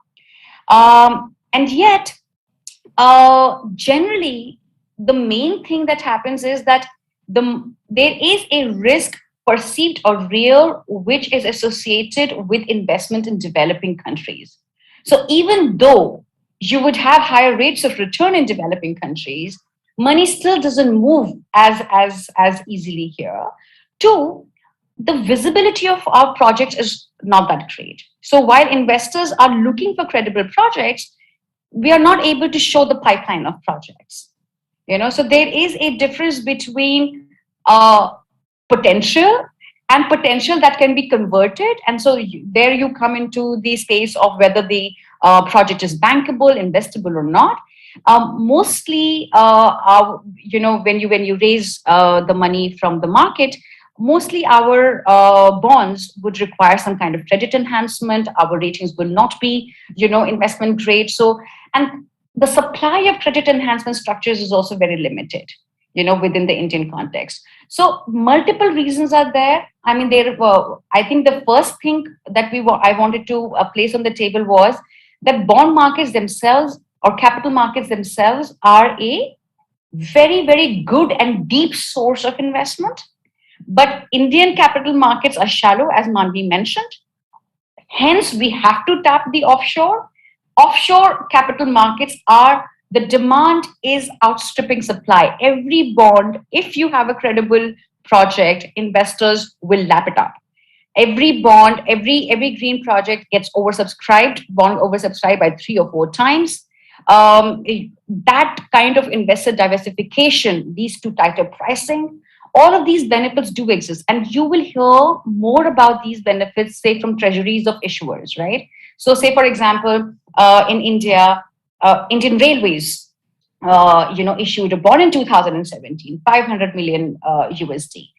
And what they told us was that investors who are actually looking for green projects, they're at least about, if they had, say 100 investors which invested in them, about a quarter of them invested in them only because the project was green.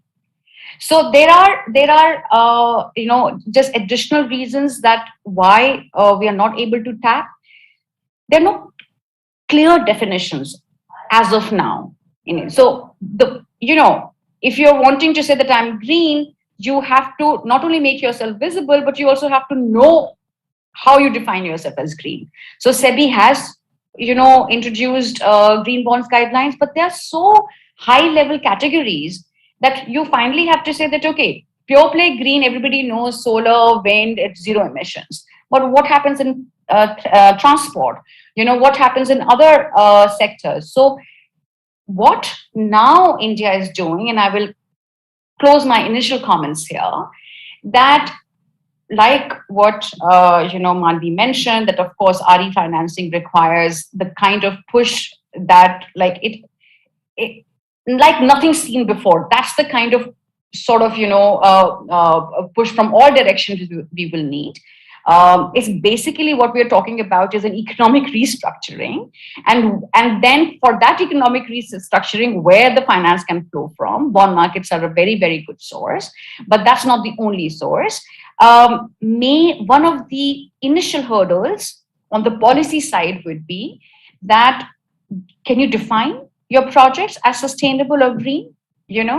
Then second, are there going to be certain regulatory alignment that will be required so that this market can get a little bit of a fillip? Indian government last year, you mentioned that I am on the Ministry of Finance working group on taxonomy, actually took the bull by its horns. And this is something that we have been really, really pushing for like at least 1.5 decades.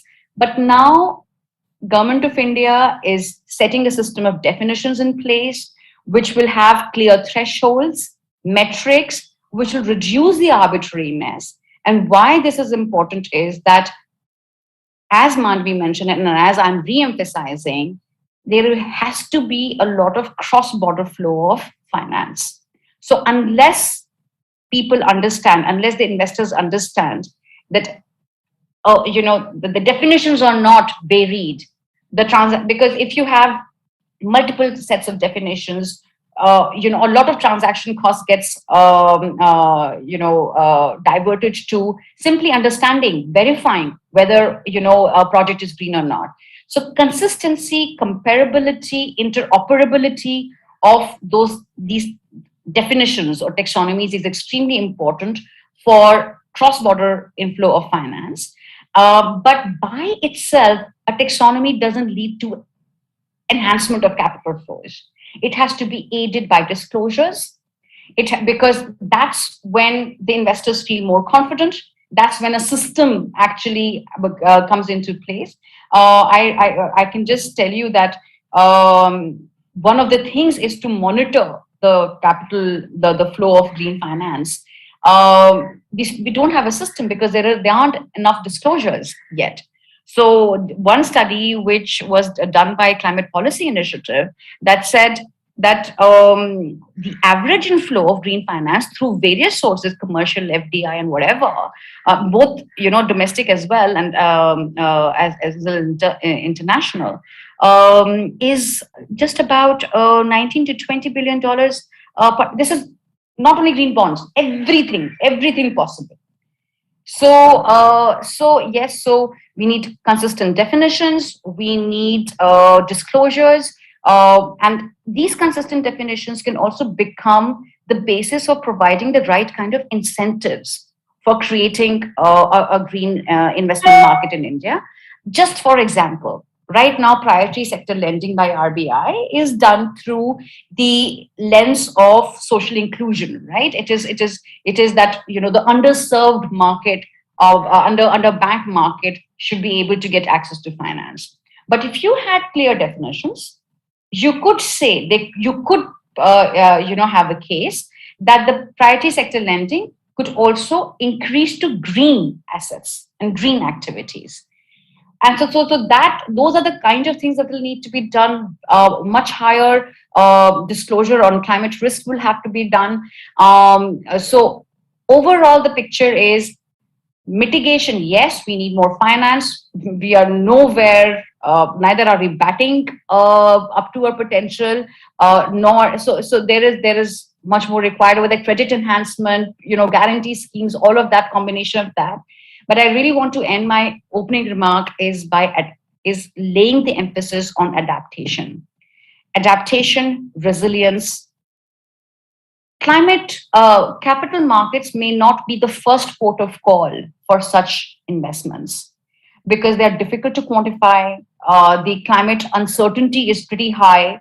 That said, you will have to look at the entire spectrum of financing instruments, including public finance, which can perhaps be used to de-risk investments and invite more investments in adaptation. The other opportunity that India should be able to tap is transition finance, because while green is green, there is an entire swath of industry which is trying to move, which is right now brown because it doesn't have those kind of technologies which are economically viable right now. You take cement, you take industry, you take steel, etc. All of that will require investment for us to be able to come close to realizing our net zero ambition, for the ambition to be for the pathway to be much more orderly. There are aspects of social and just transition which are extremely important to this green transition, where investment will have to be guided, whether it's a combination of public or private. That will have to be seen. Capital markets give you that access of tradability, long tenure, a better preferential returns, and that is why they need to be tapped. And I think an what should I say, a sort of a holistic approach to actually developing our corporate bond markets will also be necessary to tap these instruments. Thank you. Okay, Neha, thank you. Neha, gave us a good understanding of not only she started with the bond market, but she went much beyond that. Innovative instruments, but also overall where we are short. A few key takeaways that we are punching well below our weight, as we saw the comparison between India and China, number one. Number two is adaptation. It's very important. It's a great thing that you mentioned it, because most of the investments seems to be focused on adding more RE capacity, new green technology. But countries like India are very vulnerable to disasters already, to say nothing of what is going to happen in the future. So where is the money to help these people? Very important point. And the third point is something simple like taxonomic definitions and standards, which get ignored. I mean, we think of investments only in terms of money flows, but relatively simple things can make a big difference. This is a big learning for me as well. It's a very important key takeaway lesson. So thank you very much, Neha. We'll come back with questions later. Moving on to our last speaker today, Chris. Chris is an expert at IIST, a prominent think tank. He is now based in Geneva. So special thanks for joining us from Geneva. So Chris is an expert on public policy side. We have heard about the capital markets, but the public policy side is equally important. And especially one way to think of finance is not only do you generate new finance, but almost every country has a lot of fossil fuel subsidies. So, which are in today's world, these are, we are, one could say, we are financing our own destruction if fossil fuels are subsidized. So, if we gradually move away from fossil fuel subsidies, we are freeing up a lot of money, which we can invest in, whether we want to invest in climate change mitigation or adaptation. So, there's a whole new, and the numbers are quite stark in terms of global fossil fuel subsidies. However, removing fossil fuel subsidies are not so easy. It's easy to say, but there are pitfalls when we actually start thinking about them in detail. So let's learn a little more from Chris. Over to you. Thanks so much, Abhijit. I'm just going to try and get my screen sharing going because I've got a few slides to support what I'm talking about today. So hopefully you can now see the slides in slideshow view. Okay, great. So yeah, thanks for the excellent introduction. I'm going to chat now about the role of government support for energy and what it can mean for climate change and finance.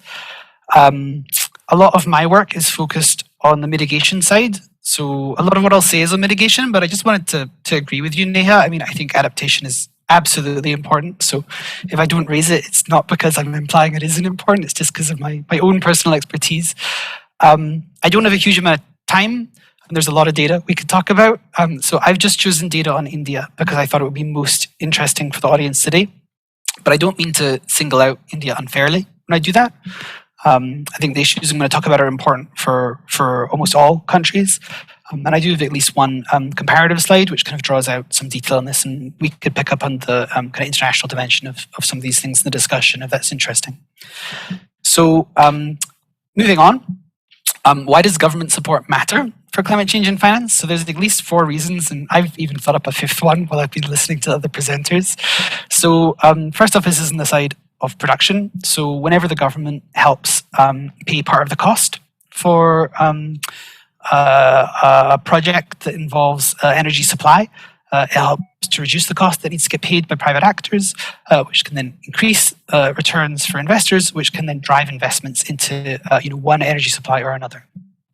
Very similar mechanisms around consumption. When the government provides support that essentially pays for part of the price, end user price for energy, it reduces the share of the price that private consumers have to pay, and so they're much more likely to consume one energy source or another, and it may also increase the total volume of energy that they consume. So it's clear that all of this flows into deployment, right? And so I think that the importance for climate change is really key. So where government is putting support can influence the share of fossil energy or clean energy in the energy mix and the speed at which we see kind of clean energy be the core of the system. I think it's also really important to flag that deployment matters for technology development for clean energy. So one of the main ways we can bring down the costs of clean energy sooner and therefore transition sooner is just to deploy it sooner. So for every unit that we deploy, we reduce costs through learning by doing and by increasing market maturity. The 4th one is around signals.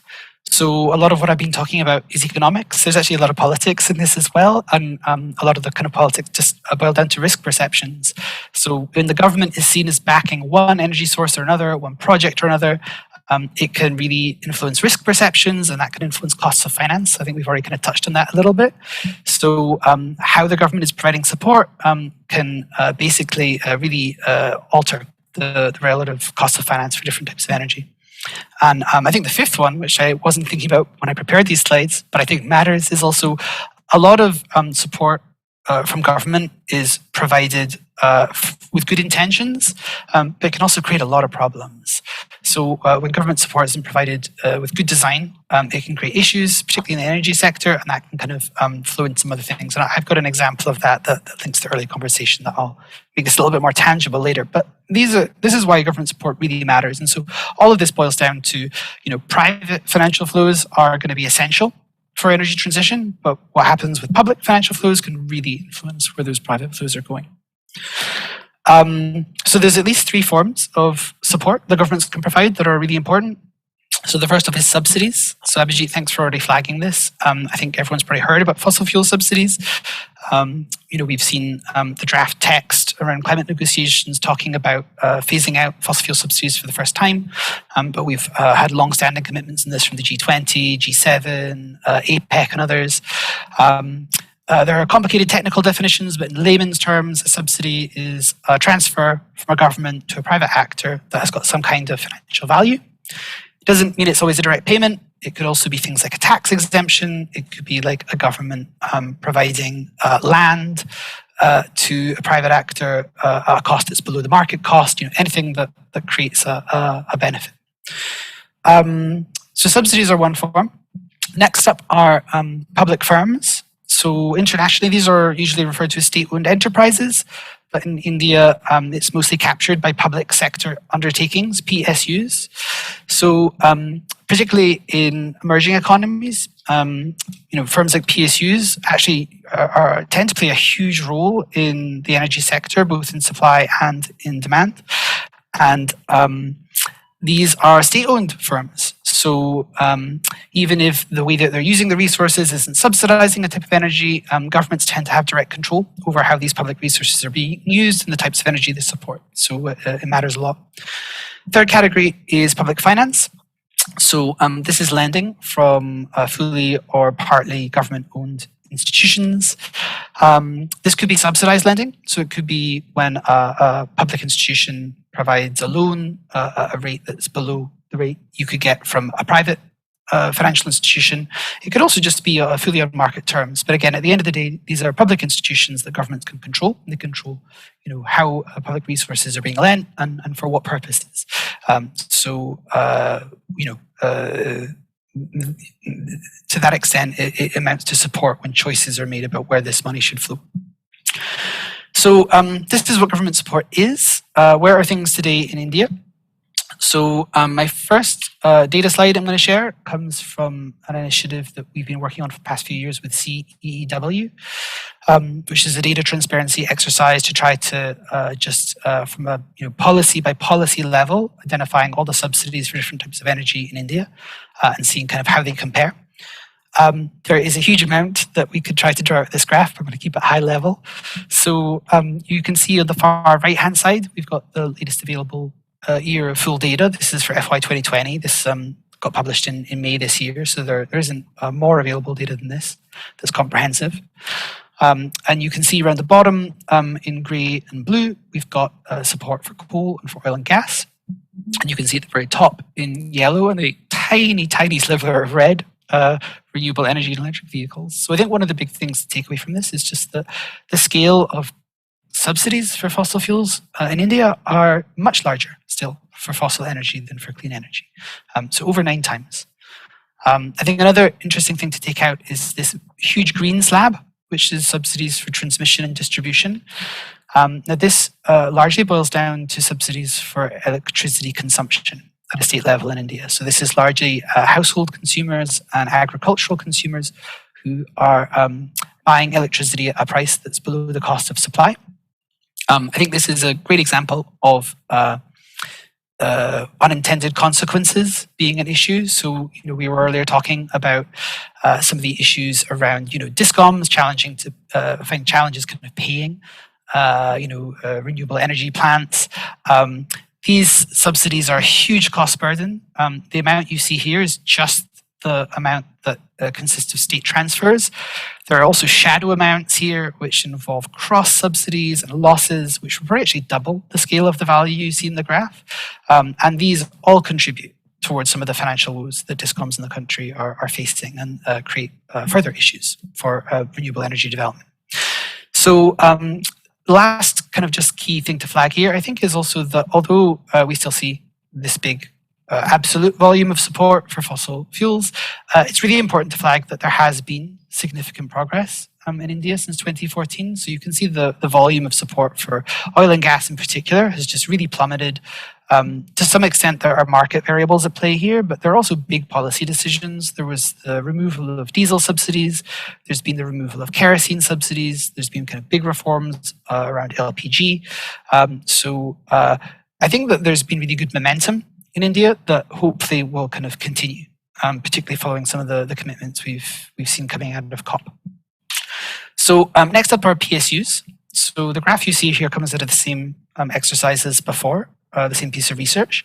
And this summarizes annual project level investments by India's 7 Maharatna level energy PSUs from 2014.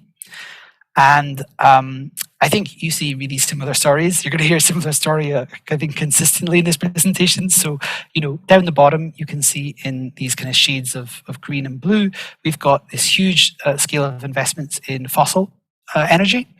And then at the top, a much smaller share for electricity, or for renewable power and for hydropower.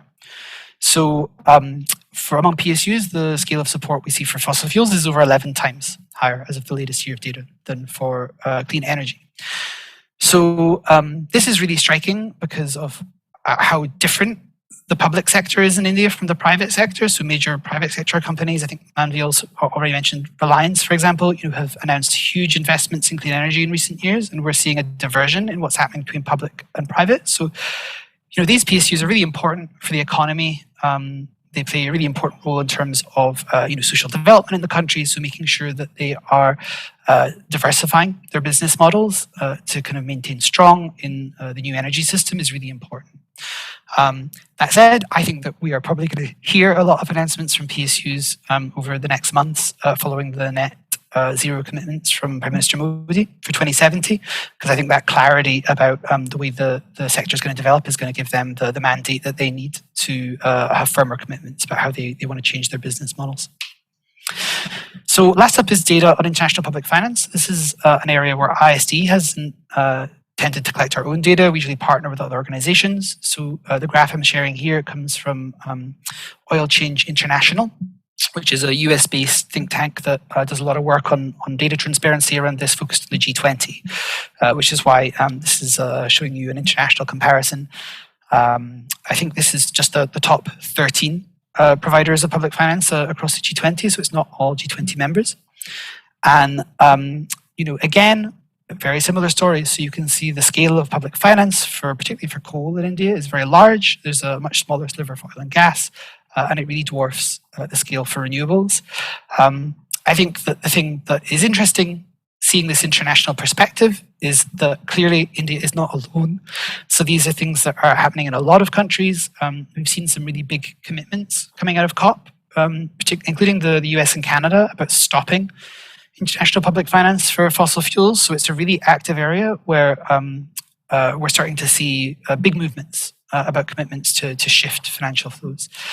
I should note, and I have slides I can share on this, backup slides later if we're interested in the discussion, that this is an area where the absolute volume of public finance for India is much smaller than other G20 countries.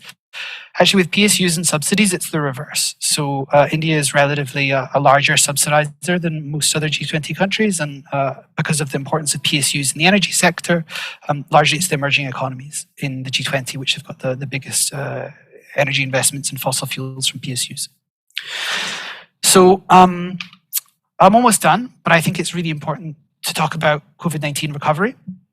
So this slide just shares some data from an initiative that we've worked on with over 20 other organizations internationally, where we tried to track major public money commitments affecting energy since January 2020, because there's just been huge responses to try to stimulate economies following the COVID-19 crisis. You see a very similar story here, right? So this is the results for India. So we have, again, a larger volume of support that we've been able to track and to quantify that's supporting fossil fuels rather than clean energy.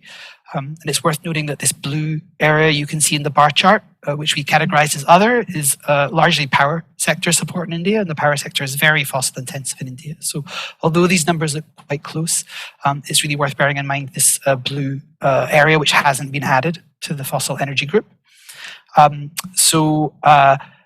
This matters, I think, because we always hear that it's really hard finding finance and it's really hard finding public resources to support critical things to do with climate change. It's also a problem when we need public money for health. It's also a problem when we need public money for education. But then something like this comes along, or other political issues which maybe are seen to be security imperatives, and all of a sudden money flows very, very easily. So we ask ourselves, where are the resources we can do this? And the answer often is we are spending them now. But are we already spending them on the things that we need to be spending them on? So I think COVID-19 recovery really matters in this respect. And again, the trends that I've got in the graph here are very similar for other countries. So India is not alone in this. That's all I've got time for in terms of data. I just wanted to finish by a few words about, what does all this mean? So I've given you a lot of data, but okay, what does this mean in terms of analysis? So I think just first off is there is clearly huge potential to swap public support away from fossil fuels and towards clean energy. We can just redirect some of these public financial flows, and that can then also leverage what's happening with private financial flows. A second one is, I think, the importance of kind of targets and vision and transparency. So I think that, things like the 450 gigawatt, I think now as of the COP announcements, 500 gigawatt target for 2030, the fact that there's now a 2070 commitment for India, creates a kind of a framework for where things need to go, particularly beyond 2030, which we didn't have clarity on before, which can help create a mandate for change. And then the sorts of transparency we've been doing, hopefully should start to get picked up more from state-owned institutions. I think this is particularly important for public finance, where right now we really do not see a good degree of transparency about the amount of exposure the public financial institutions have got to fossil energy. And understanding that, I think, is extremely important for then making sure it's being managed properly, and particularly with stranded asset risks, change is happening in a timely manner. A third one is just to emphasize how important it is to do socially responsible change. It's really easy at a high level to point out these big numbers and to say, oh, we should just swap them.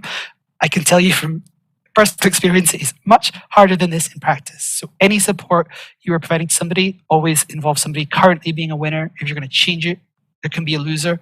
A lot of subsidies in India are linked to energy access. There can still be really good reasons to change them, but it is really important to make sure that that change is responsible and it's not done in a way that harms people.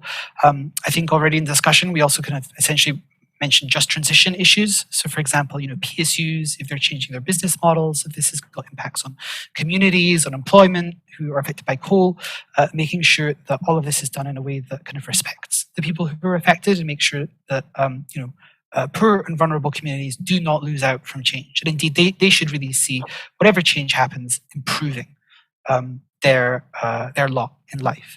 That cannot be underestimated. I wanted to pick up on the risks of inaction. I think, Neha, you said this as well. I just think it's, whenever we talk about socially responsible change, it's really easy to get lost in the costs of change. We cannot underestimate the costs of just continuing the way things are. I think a big risk for countries like India, which are building their energy systems, is making investments which are going to turn out to be really bad. We already see the non-performing asset problem, the NPA problem involving coal. This is almost a pre-climate problem. So climate, I think, is part of the pressure on this, but the scale that we're seeing already, I think, is much smaller than what we can see in, say, a decade from now. And at least in the conversations we've had with financial experts, there was already anxiety about what impact is it going to have on the banking system in India if these assets are allowed to fail, or these projects are allowed to fail. So the risks of inaction are really high. We need to start changing government support to minimize exposure. And then Chris, lastly, we need to. Yes. Oh, sorry. I'll be really quick. Just consistency. For clean energy, there were a lot of talks already about risk, where government support for clean energy goes up and down and changes all the time. It really spooks investors. So in India, we've had things like uncertainty about solar safeguard duties, things like the ISTS waiver on transmission charges, a lack of clarity about how long that's going to last, and all of this creates uncertainty about planning projects and estimating returns on projects. So just last part, where there is support for clean energy, it's really important that we can plan around it properly and investors have got confidence. So sorry, I ran a little long. Thank you very much. Okay, thank you, Chris. You can exit the slideshow. The bottom line is from Chris's presentation, we saw the magnitude. I mean, we know about subsidies, but we saw the magnitude and compared to other countries as well. I was going to ask you the question about, how removing subsidies might hurt the poor, but you already answered that in your presentation. So let's, hopefully we have a little less than 10 minutes. Let's go through a few questions. Maybe first question for Manvi. We have noted that the prices of solar are coming down so much, the tariffs that are being quoted.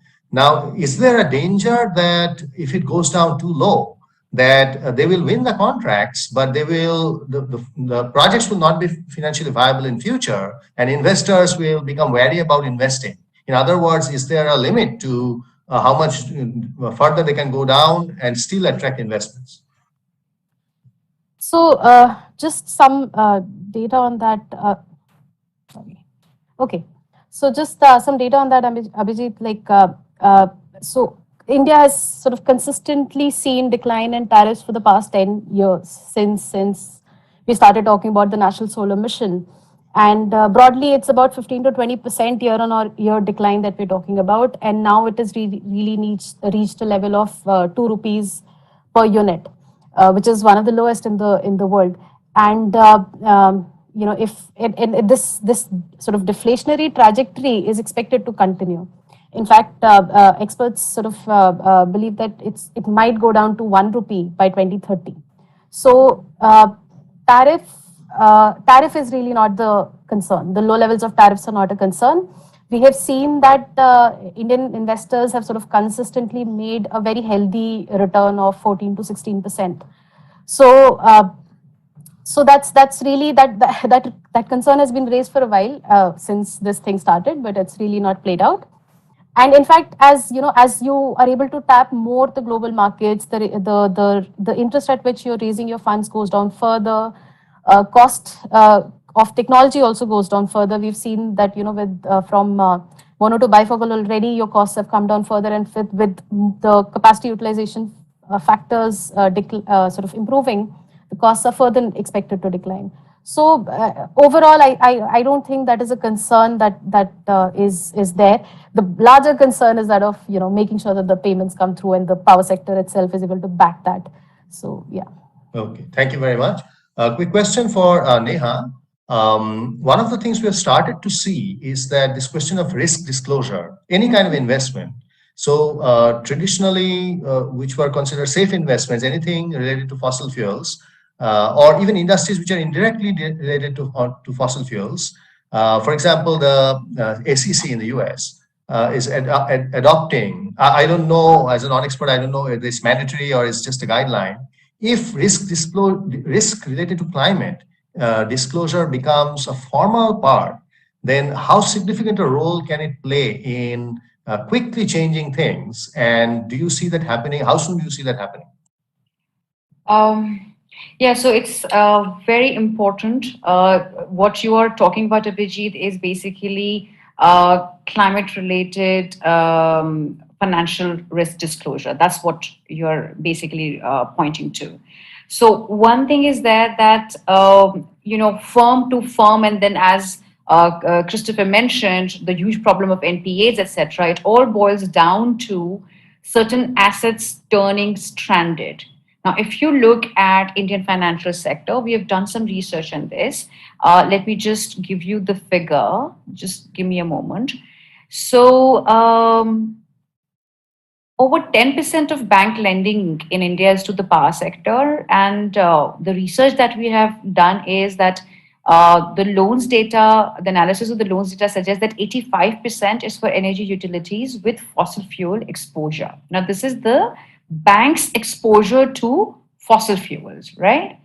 And but then one would argue, and this is something that we've been also engaging in conversations with the Reserve Bank of India. They're very seized of this particular aspect, So how does this climate risk actually turn itself into the financial risk? So you have physical risk emanating from climate, you have transition risk, you have liability risk. It can convert itself into market risk, credit risk, operational risk for the financial sector. And ultimately, what it turns into is an NPA problem, right? So as far as what the term for that is a TCFD, climate related financial disclosures, which are mainly meant for the financial sector to come out with. I think the conversations till now or the evidence in the market is that only 2 banks, these are very reputed front leading banks, have actually done it on a voluntary basis. Say about 20-25 companies are looking at it on a voluntary basis. There is definitely a sort of a call for it to make it mandatory. RBI is taking a very, informed look at it. It's very much seized with this aspect that it wants financial sector and banks to actually start doing certain climate related assessments, scenario analysis, etc. Wants to build the capacity so that the transition can be orderly. So from what I have understood is that the financial risk for the entire financial sector, as far as it isn't significant enough, but for certain banks it is significant. For certain actors within the system, it is quite significant. And what the regulator is saying is that there needs to be market discipline through disclosures, so that the exposure to some of these highly exposed financial actors is whatever is reduced, systematically reduced. Okay, so in one line, we are not as equipped. We don't have that kind of capacity right now to undertake these kind of risk analyses, but those are constraints. That said, there is an overwhelming acknowledgement of the fact that going forward these will be necessary. Whether they will become mandatory is very much a part of conversation as things evolve, but there is a huge amount of basically the financial sector is also saying to the RBI that, look, you tell us what to do. Finally, they respond to a regulation, right? So they said, if you tell us that this is the way you have to go about it, we will do this. But for us to do it on our own, there is capacity constraint, there is awareness constraint, there is a lot of, this is a huge exercise in itself. So some financial sector actor doing it and not others also doesn't really resolve the problem. Okay, thank you. We have time for one last quick question to Chris. Maybe Chris has Chris has to answer very quickly. We have all discussed a lot about international finance. Developing countries like India need a lot of international finance, whether it is concessional or not. Now, the question can be that countries like India or China, one could argue that the renewable energy is already booming and private investors are already investing. Now, the concessional finance agreed at COP20, COP26, or anything to the UN process, to the World Bank or to the Green Climate Fund, is it more necessary to channel that towards the poorer poorer countries like African countries, while India is doing well on its own? Is that how would you respond to that question? It's a great question. I'm going to be really quick, I promise. So I think that it's really vital for the whole world that China and India manage to transition their energy systems. We just will not manage to constrain climate change without that. And I also think the challenge is huge. It's true the market is booming, but I think the market is booming for phase 1 of clean energy, which was getting on-grid solar and wind at kind of cost-competitive prices. But the gap between that and net zero is very big. There are huge technological and social challenges that haven't been resolved yet. I think that although both India and China are very large economies in global terms, they also contain huge populations of people who I think are very much in need of assistance. I think that's particularly true when it comes to the side of socially responsible change. And I think if the world would like to see, on ambitious timelines, China and India try to achieve some of its goals, it's really important that they're providing that assistance to make sure that it's done in a socially responsible way, given their development needs. So I don't think it's a question of choosing between these big emerging economies and low income countries. Obviously, they need assistance as well, but I do think it's absolutely vital that kind of climate finance includes India and China as well. Okay. Thank you, Chris, for the quick response. We are out of time. We have, because the same link is for all the sessions, so we have to end it right away so that the next session can start. I would like to thank, there was some of you mentioned this question of just transition, that this rapid transition that we're doing, it doesn't leave anyone behind. Whether there's a fossil fuel workers who are directly dependent on the fossil fuel industry, or even communities who are dependent on it directly or indirectly. So there's a lot of, if we had more time, we could have delved into that question a lot more in detail. How do you generate finance to make sure that while we have the energy transition, we leave no one behind? That itself is a whole another area of research, and Manvi's organization, iForest, is doing a lot of research on that.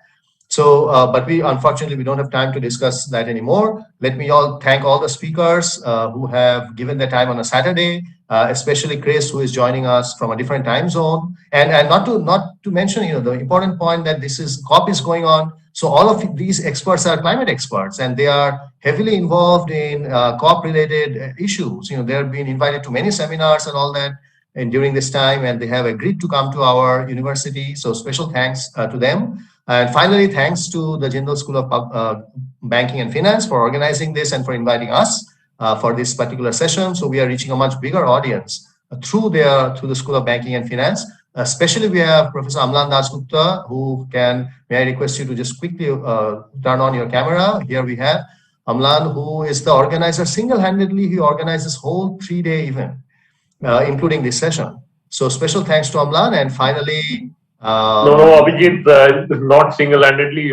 Obviously, support from our faculty and a lot of support staff is there. But yes. On the behalf of JSBF, I really want to express my gratitude to all the speakers and Abhijit.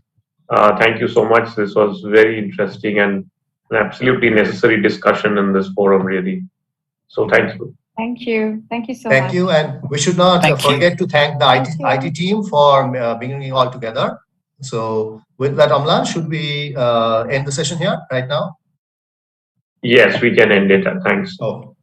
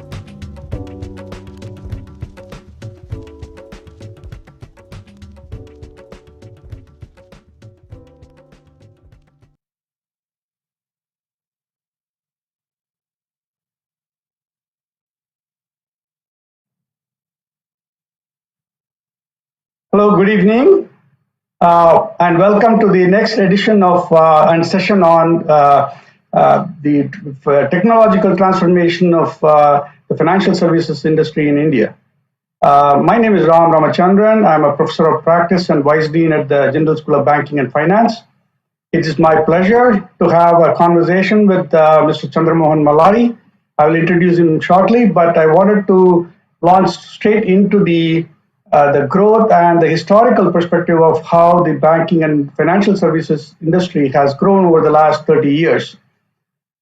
Since independence in India, the banks have been nationalized. There were about 20 odd banks, along with the 17 banks that were under the State Bank of India branding. And since liberalization in 1991, the government allowed foreign banks to set up shops in India, and which also enabled not only competition with local banks, but also truly enhanced the customer servicing, product offerings, and the operational efficiencies of financial institutions in India. Along with that, the insurance companies have also been playing a very active role in collaborating with foreign insurance companies in making sure that they have a very significant role to play in the Indian economy and the Indian citizens' quality of life.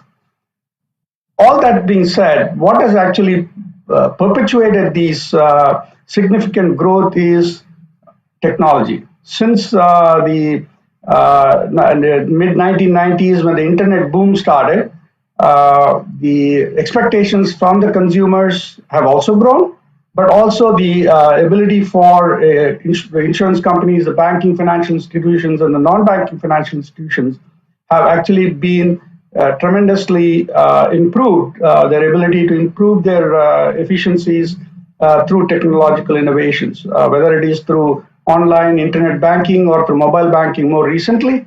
The ability for the institutions to really pivot from their old traditional banking platforms to new ways of interacting with customers and consumers it has exponentially grown.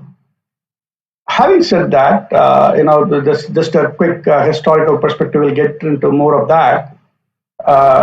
In the last, I would say 10 years or so, 10, 15 years, the ability for institutions, financial institutions, to whether it's pension funds or insurance companies or others, for them to truly leverage the technological prowess has been magnified with the use of these new form technologies, including fintech and blockchain and artificial intelligence and others. And then more recently, with the introduction of robotic process automation in the back-end BPO or the business process automation capabilities, it has catapulted our technological industry, our fintech startup community, as well as our own institutions to be able to perform on par or even exceed what the financial institutions can do in India.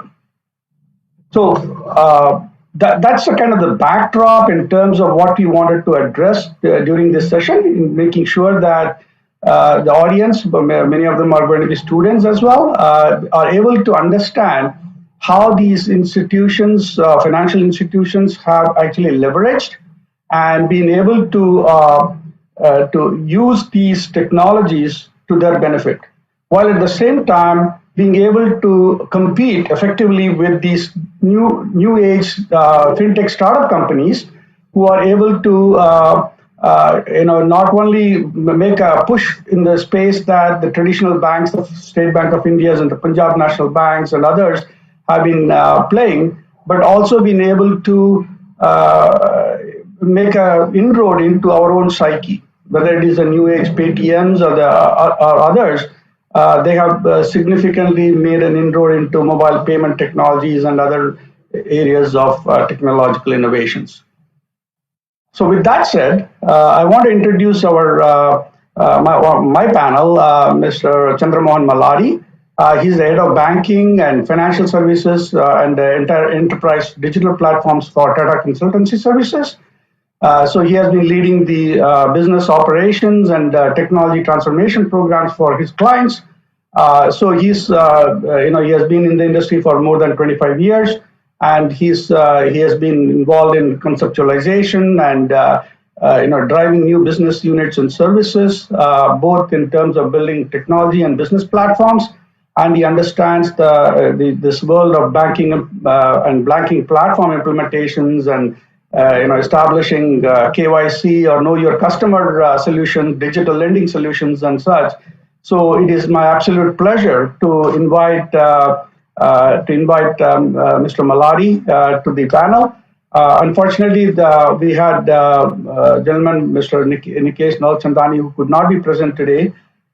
He's based out of Sydney, but unfortunately he could not make it at the last minute. So he sent his apologies. And so we'll have a conversation with Mr. Maladi for the next 40-45 minutes. So welcome, Mr. Maladi, and it's our pleasure to have you on board. Thank you, Ram. Hope I'm audible. Yes. Yeah, and good afternoon to all the participants in India, and the good night or good evening or good morning, whatever the rest of the geographies you are in. And it's a pleasure to participate in this forum to share some of the industry experiences related to the banking evolution. Well, probably, Ram, the way I plan to organize this session is to look at the entire the theme behind the banking financial services to become a technology savvy or a tech savvy, and why it is important for a country like India or any other global country in the world to adopt the technology changes which are coming up on time to time. And then probably we'll touch upon the key pillars or the themes on which the entire digital adoption and the digital disruption that is taking place, and then how the citizens and the customers and the enterprises are able to adopt these digital disruptions happening quite fast now. So we can see that the IT industry in the last 30 years has been just taken over in 3 years. And I think the progress in the last 3 years is as good as the progress in the last 30 years. And it's going to be much more faster and agile. And looking at that, how exactly, the technology, I think that's a theme, and also the kind of evolution that is taking place in India and the global marketplaces, how exactly the technology adoption takes place. We can touch upon those aspects of it. So I think, you can suggest the way you want to. Perfectly good. So one of my first questions, I think there is a number of questions that have been posed by audience members and students as well, either online right now or even before the presentation. So one of the things that has actually been talked about is in terms of the challenges that institutions, the financial institutions in India faced, the banking, insurance industry, asset management, wealth management companies, have been in terms of policy decisions, right, that have been made by the government of India and and the regulatory bodies. So I think that is one of the main kind of I would say the hurdles that institutions have faced. So I want to take that off the bat in terms of understanding if you think those stipulations and the licensing and the engagement with the government and the bureaucracy that may be associated with it, rightly or otherwise, have you seen any shift in that in the last 30 years as to how the use of technology and the use of the technological innovations that have been sprouting up in the last few years that you mentioned, have those been reduced, and do you see any movement in on that front? So we'll start with that, and then we'll get into some of the the more recent advances, whether it is in terms of the India stack and other areas that would be of relevance to many of our audience members. Yeah, thanks, Ram. I think see, any government idea is to build an inclusive society, right? So for an inclusive society, you need to have a formal economy. The biggest challenge that India has for us to move from underdeveloped to developing to developed, right? If you have to transform the journey, essential part is that the growth has to come from all of the society, whether it is individual or businesses. We are largely a bottom of the pyramid society. We are largely a MSME segment. And India as a government, whoever comes into the government, the policy is to look at how do I drive the inclusive growth. If I have to drive an inclusive growth, there are four pillars normally a country will look at, right? One is your financial inclusion, including the people financially, provide them an access to banking and financial services, provide them a protection, provide them a pension schemes kind of thing, provide them a health inclusion, the education and skill inclusion, and a social inclusion. We will talk about the first one, which is the financial inclusion, which is the first step towards bringing the citizens into a formal economy. I think the government perspective, there is a progressive policy making in terms of the changes that are brought in by the various governments in India run today have been adapting time to time in terms of various policies. But I think in the rapid development has happened from 2010 to now. In the sense, last 11 years, the policies have been very, very flexible, very open, encouraging the public-private partnerships to come in and also to open up startups. And there are states who opened up, where I stay in Hyderabad, the Telangana has T-Hub, right, which encourages a lot of the startups and fintechs to come up and operate. The policies have become simpler because if you look at ease of doing business, you can set up a company within a very simple, defined timeline, and there is a single window mechanism. I think the government perspective and the RBI, the policy perspective, regulation perspective, I believe the advancements that have taken place in the last 11 years have been very progressive in nature, open, competitive, providing equal opportunity to the organizations to set up and come, and promoting a lot of these adoptions, digital adoptions, whether you call it as PMJDY or UPI. You must have seen all the top Indian political leaders are also talking about it. I think, the idea of the country is to drive the inclusive growth. Idea of the organizations and enterprises is to catch up that game and then create that market which is available, a large market of 1.39 billion people, to make a larger market. I think we are in the right path, and I would see that any of the policy decisions, the regulation changes which RBI adopted in the recent past have been very, very open, and then creating that competitive environment, creating the policies. And let's say take example of KYCs. There are relaxed KYCs now compared to the stringent KYC norms which were there before 2010. And there are electronic KYCs, there are video KYCs available. Payments experience has been externalized to other than the banks, right? The non-banking or the fintech companies are delivering it. I think there are a number of ways we can say that the policy framework and the regulation framework is helping the ecosystem to build and sustain on its own so that the citizens can adopt and then progress. So, but talking about the private companies, you gave examples of Telangana.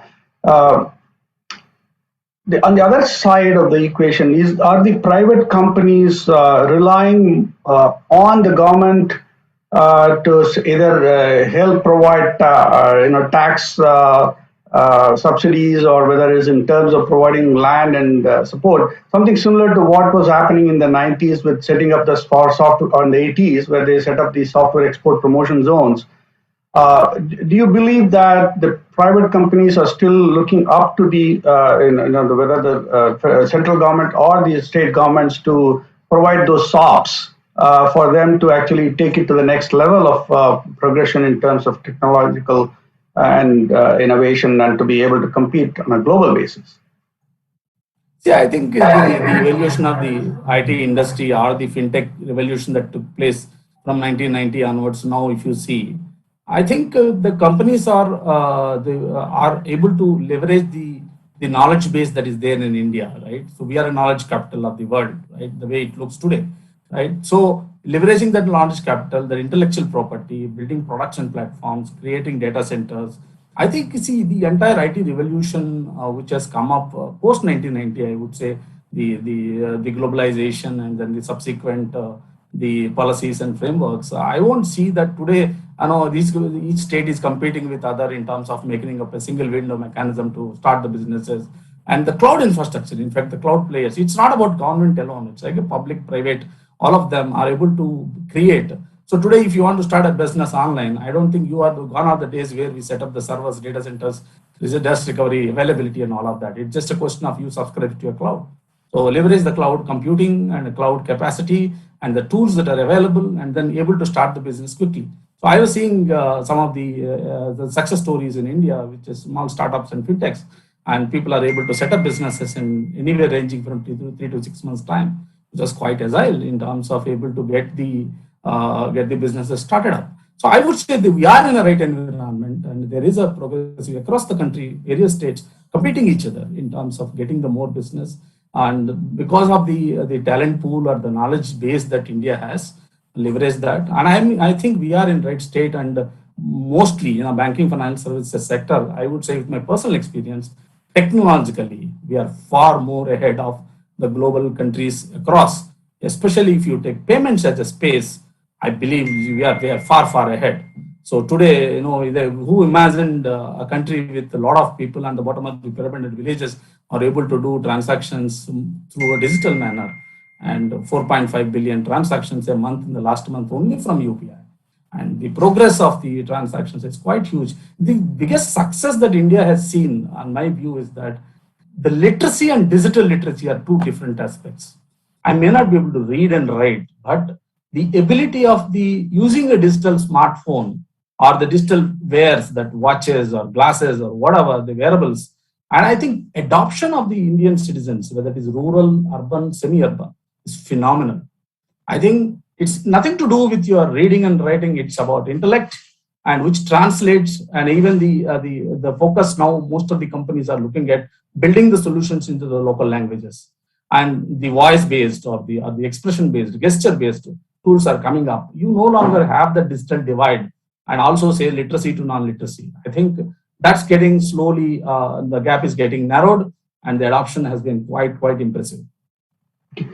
So you talked about financial inclusion a few times. So I just wanted to come back to that theme and the whole sustainable aspects of it, right? So while there is general acceptance and adoption of the mobile technology and the use of phones to transact business, and from the vegetable vendors to the farmers to other traders have become very comfortable with the use of that technology. There still seems to be the ability to rely and to trust the systems, and I'm sure that the government of India is through the whole Digital India and other programs are trying to push that, and the banking the unbanked.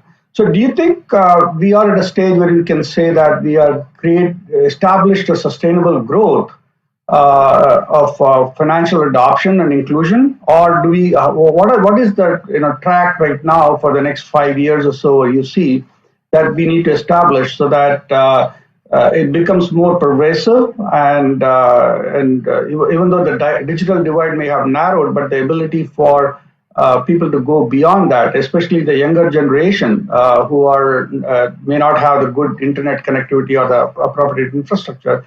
What do you think should be done from a sustainable growth perspective and the use of these technologies from a financial standpoint? Yeah, I think this is a very important topic for me, because I was personally involved in the drive of digital financial inclusion in India way from 2010. See, I have seen the days where there was no data network connectivity in villages. We used to go to a place where we can get a transaction. We used to do transactions on a smart card where the value of the money is stored inside the smart card. And we have seen all of that. But I think what we have seen is with the 2014 onwards, in terms of the Prime Minister Jan Dhan Yojana, Prime Minister Jeevan Jyoti Bima Yojana, Suraksha Yojana, Atal Pension Yojana, all of this, what is giving is a comprehensive protection to the citizen to get included. Okay. So when I say this, what happens in this whole thing is that you get an access to a banking system, whether you want to save money, whether you want to spend money, whether you want to take a loan, or whether you want to take cover an insurance, or you want to get a pension scheme. I think the biggest point is that this is a comprehensive package which is being driven none other than from the government of India at the top level. And in fact, this has created close to, I think, 430 million accounts in the country as on date, and with a huge low-cost CASA deposits into the accounts. See, what it translated is, it included the larger segment of the population. I would say 80% of the people in India has been included with the drive that the government has run and the ecosystem, whether it is public sector banks, the private sector banks, the regional rural banks, the fintechs, the startups, and many the business correspondent companies, all of them have made a collaborative effort to bring this included. Now, having this included, I would say that one point of time I used to say to the people that the technology that is available at the rural locations is far superior than what you have in cities. Because if you want to do a transaction, you need to go to internet banking, mobile banking, you need to understand user ID passwords, or you have to have a smartphone, and smartphone needs so many things, the data, all that. But we have deployed a Aadhaar-enabled payment systems in the ground in villages where you exactly don't need anything. You just need your biometric, whether it is fingerprint or an iris. And once you have that, and with your Aadhaar number, the JAM Trinity, which we talked about, JAM, Aadhaar, and mobile, every citizen in the villages need not have the phone on their hand. And they were able to come to the shops and do an Aadhaar-based payments, Aadhaar-based transfers, withdrawals, deposits, all of that. So now what's happening is the dependencies of progressing towards technology adoption have been removed with the framework called as JAM Trinity. And where merchant alone needs to have a phone to do it, or a point of sale machine to have it, or a computer to have it, or multiple varieties of doing it, but the citizen need not have, right? So that's a huge thing which you and me do not experience in cities. So the whole point of now the question comes in, how do I become self-driven, right? It's all government disbursement which is going to the villages where the citizens are taking money, and most of the time it is withdrawal only. There is no saving and there is no thing. I think the whole aspect is to create the skill around it, to give the protection to the head of the family so that you have included somebody, he should not be excluded again, right? The effort to include him again is a huge cost to the government or the society at large. So I think the framework is designed well. The technology has started. With the advent of UPI now, it's going into the villages. I think the adoption level, the biggest point is technology we can build, right? The biggest challenge is to bring the adoption into it. I think that place we are superseding with the rest of the world, which in an unimaginable manner. You just take an example of the COVID vaccination that is done with the COVID app. So the amount of adoption that took place in the time that is left, hardly 10 months time, I think probably 12 months time, the adoption is quite amazing. So I think the estimates towards the India at the bottom of the pyramid has got shattered with the type of the learning, the ability that people have in terms of the technology and financial inclusion. I personally was there, and we have contributed. We are servicing close to 100+ customers in the country on the digital financial inclusion space. I personally can vouch that the amount of progress that the inclusion took place is almost at 80%. And obviously, you will never be able to 100%. You will have people dying and people born again, and then you have the cycle will continue, and you have things like that. I think the reasonable level and the progress has happened, and large financial inclusion worldwide is exclusion is in India, and that gap has been bridged. I think we are able to set that benchmark to the world. That's really heartening to hear. But so that brings me to the other side of the equation, which is the startup ecosystem, right? And the fintechs. While there is a lot of emphasis on the government and them pushing the direct benefits transfer and then using that as a mechanism for digital adoption, what is going on in the startup space as it relates to, especially in the fintech startup space, as it relates to providing the higher order innovation? While we at one point in time considered, Bangalore and other places as the Silicon capital of the other Silicon capital, if you will, not just the Silicon Valley, but has there actually been a meaningful contribution by the fintech startup companies in India? When I use the word fintech more broadly, in terms of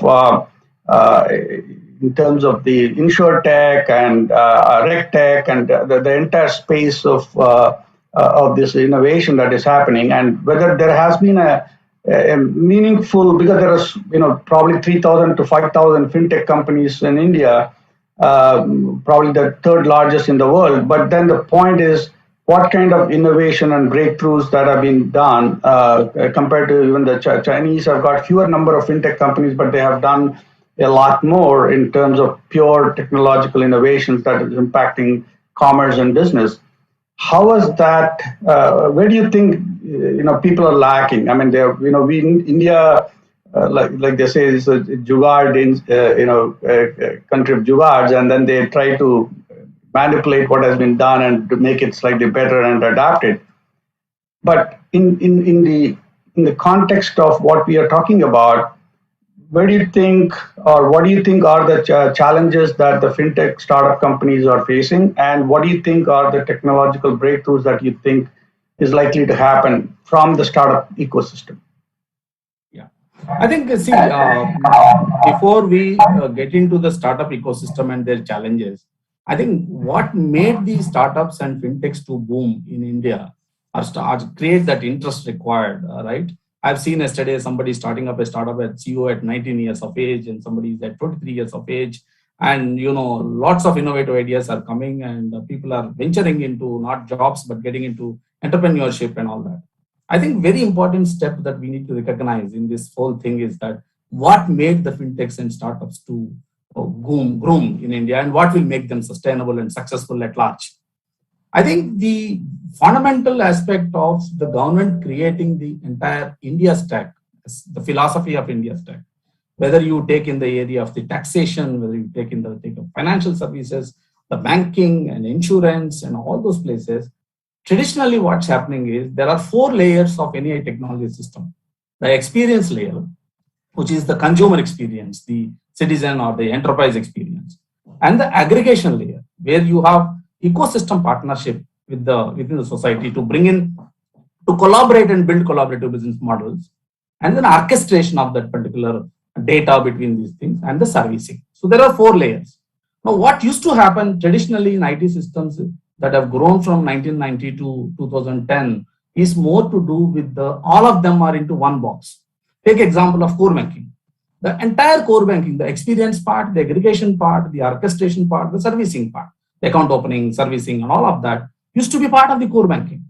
What happened in the recent past, whether you take the same thing happens to core insurance systems, the core trading systems, the core systems are able to provide the end-to-end services. So the organizations used to keep the branches and the net banking, mobile banking kind of channels for them to attract. Now what's happened, the revolution is with the startup and fintech thing is externalization of the top 3 layers. You have externalized the experience, externalizing the orchestration, externalizing the aggregation, and servicing remains with the business owners. Like the account remains with the bank, but the payment is externalized. Today, whatever you are seeing apps in the payment space, we don't want to name, but there are n number of apps which will enable you to payments today, is all about experience layer is taken outside the bank. And the framework to externalize that experience and aggregation is created by the Government of India, Reserve Bank of India, and so many policy organizations, whether you take IRDA or all of them. So essentially what happened is that the structure that have been put in place, ability to externalize the entire services, whether it is sales and service. The aggregation layers are like you take the NPCI is an aggregation layer where you have a lot of, between the banks, there are a settlement agency, right? So RTGS is a settlement layer.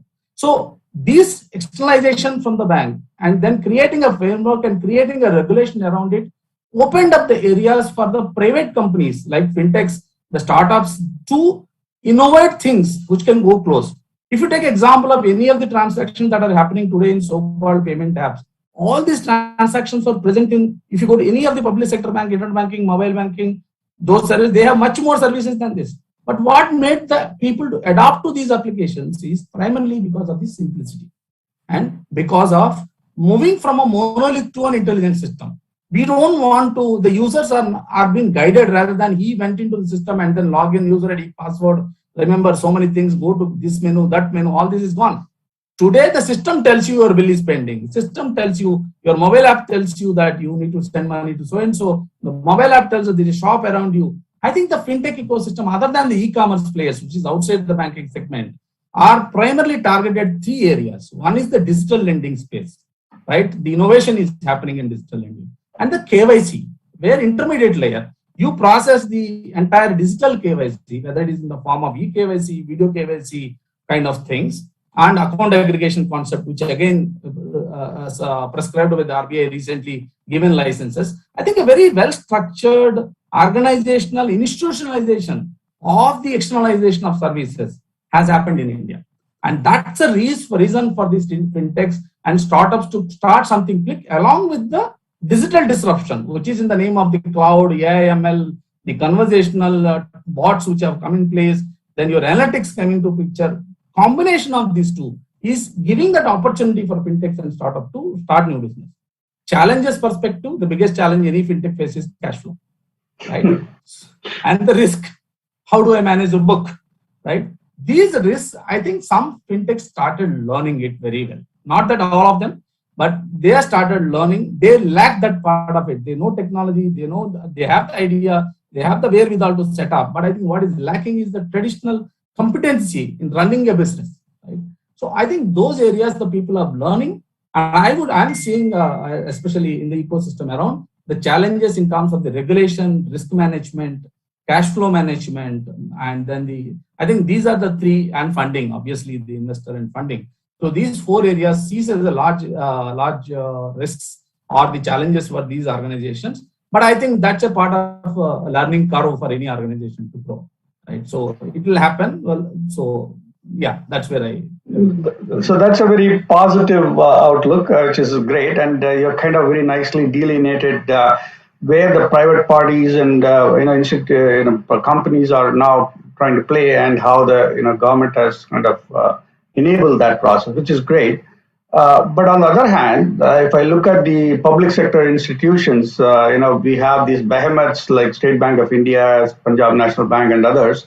Especially after the 2017-2018 consolidation, it's become, for all the right or other reasons, there has been a consolidation. But when before the nationalization, right after the nationalization to where we are right now, there has been a little bit of consolidation on one hand, but also there are 10 or 12 or 15 different private banks and other institutions. The mutual funds, the growth has been phenomenal. The wealth management, financial advisory space has been growing as well. The young investors, especially in the age of 18 to 24, 25, their savviness is also growing. So, do you believe that the traditional banking and financial institutions, they are going to feel the heat from these fintech startup companies? Because I still want to kind of focus on that for a second. Whether these startup companies are geared themselves to be able to provide the run for the money to these larger traditional institutions, and what is being done by these larger banks and mutual fund companies and insurance companies as well. So, any thoughts on that? Very good question, because you have large giants who are there, established business, the private sector, public sector. I don't want to name, but essentially we have a lot of them with running the huge legacy and huge customer base. Some of the public sector banks, a lot of customers are inactive in nature. You can say X number of customers, but inactive in nature. Vis-a-vis a small fintech, which is startup with a very niche area, let's say SME funding, right? Or you talk about only a specific closed loop payment, or you talk about a very specific microfinance functionality, right? They are budding into that area and they are getting an entry. But the point is it difficult for the larger organization to create? It is not.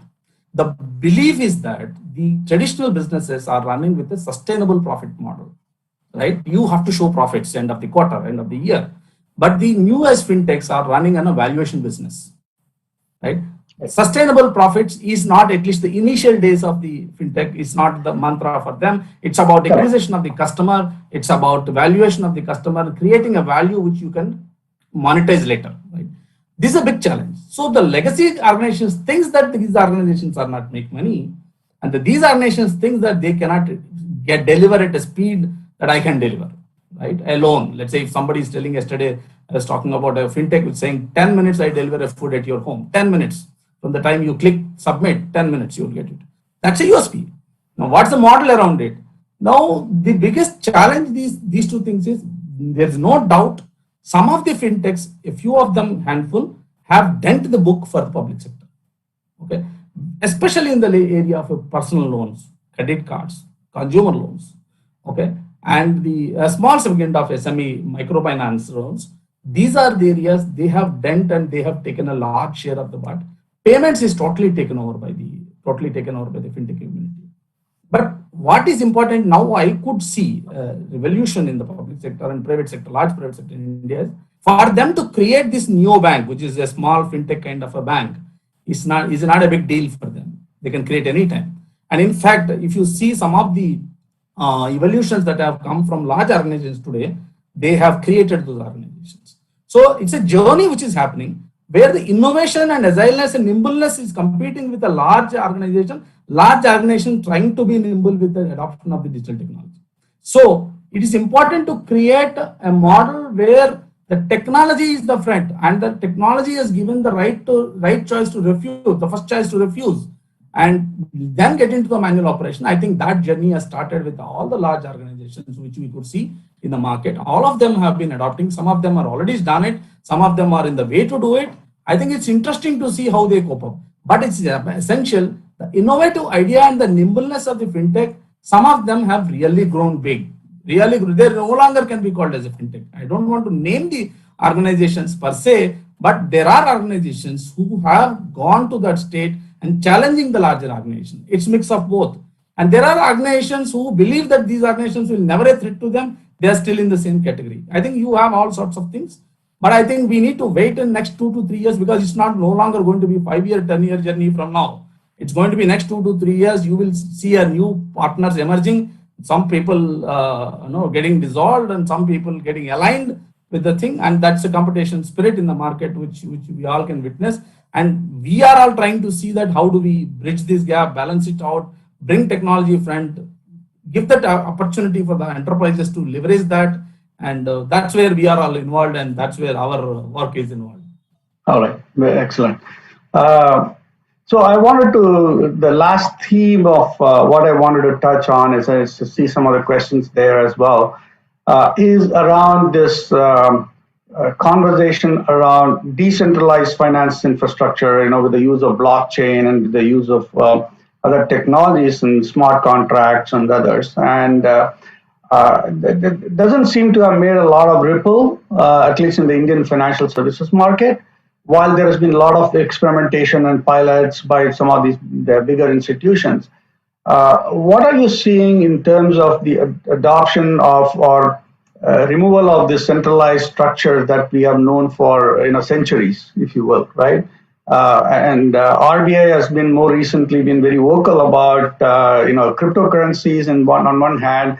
But I think I wanted to go away from the cryptocurrency conversation, but more talk about the infrastructure in terms of the entire blockchain and creating a decentralized platform for financial institutions. And what have you seen in the market, and what is the pulse, if you will, in the market space? So if you can touch on that. Yeah, I think the adoption of the blockchain technologies onto the business cases. The biggest very important point for the success is to identify the right use case. See, just because the technology is available, you can't use it and make it a profitable business unit out of it. What is important is this technology, the business is first, right? For me to sustain and run a business, is this technology is applicable to me or not? I think the biggest hurdle or a challenge today and the large scale blockchain adoption, it's there in bits and pieces across, is that identifying the right use case. See, identification of the right use case comes from a use case where you need a multi-stakeholder environment, consent-based framework, and you need utmost security for that, and a perpetuality of the transaction or immutability of the transaction, right? That use case is required. Currently in Indian banking system, if you look at it, all the banks are silos. Individual banks, individual systems, individual processes, all of them do interoperability across the banks, right? So they do transactions from bank A to bank B, but that's only related to that transaction. I think there is a theme which is coming up. I don't know when it will happen. Banking as a service. Banks becomes primarily a product and a service company, where they innovate products, business products, and I say business products and services, and become the banking regulator. As a licensed regulator, they give the services within the regulation, and the technology takes over delivering that to the customer. I think that is a long journey from now in the way we are constructed today, because these are all, we are talking about still individual silos connected by an interoperability. When you are looking at India as a country, as a citizen in the center of it, he has a choice to choose multiple products and services. He need not know from which financial institution he is taking, but he know that this is the terms and conditions and this is the financials that I am going to get it. And that's an open framework which requires to be evolved. I think that's where the blockchain will play a very important role. Today, blockchains are primarily put in places in banking sector, especially where there is a huge interbank transactions happening, like trade finance, right? Exchange of documents takes place, the wage bills takes place, where there is a consent is required. There is a trust is to be established between the players who do not know each other. Like example of trade receivables system, where you wanted to ensure that the bill purchased by an organization is not purchased by another body, right? So all these things are put into a blockchain and then created, especially in the area of the trade, in the area of the receivables area, and in the, especially outside the banking, in the land records. I think the identification of such and cross-border transactions, like example of Ripple in Middle East, right? So essentially, you need an identified use case which will give that business benefit back to it.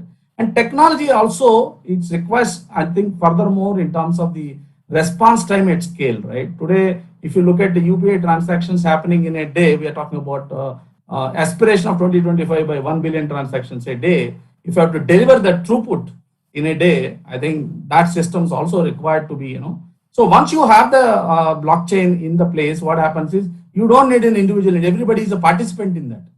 You don't have an individual things, and you can see a transaction done today in my book, debited, credited to you. I can see the credit also. Today, I can't see credit happened in your account, except I get an SMS, it's credited, right? If I get it. But otherwise, you can see the good ledger, which is shared across two people. I think the biggest advancement can happen only in the when you have the business case, right return of investment, and also the technology to give that throughput required for the scale that India requires. So, in some sense, what I'm kind of interpreting from what you're saying is that while an appropriate business use case needs to be created, I also see a sense of caution in terms of how rapidly we are moving into that space.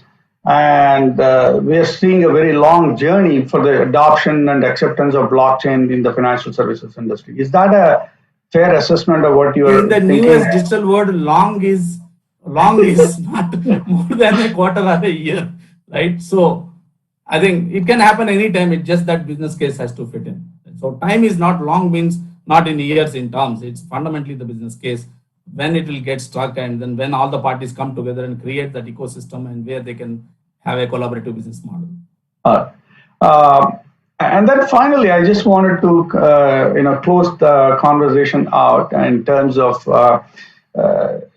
talking about how and what young students of business and commerce and people who are studying finance and accounting, what is it that they need to be looking at and focused on, especially in the next 5 to 10 years journey as they are establishing their career? And clearly, these technologies are going to have some impact on their own future of work and future of in terms of their own career.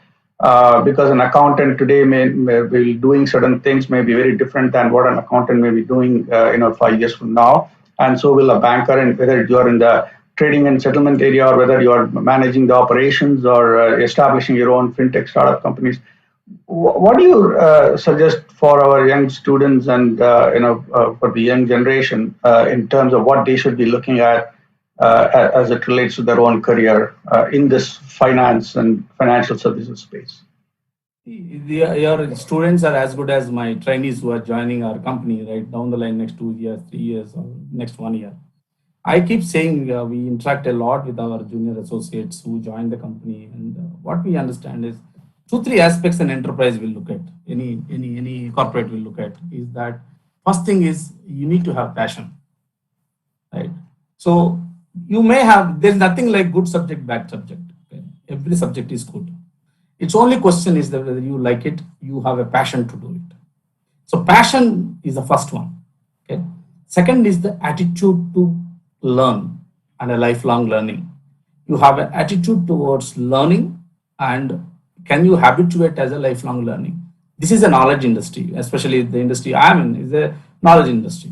A knowledge industry is knowledge is your capital, right?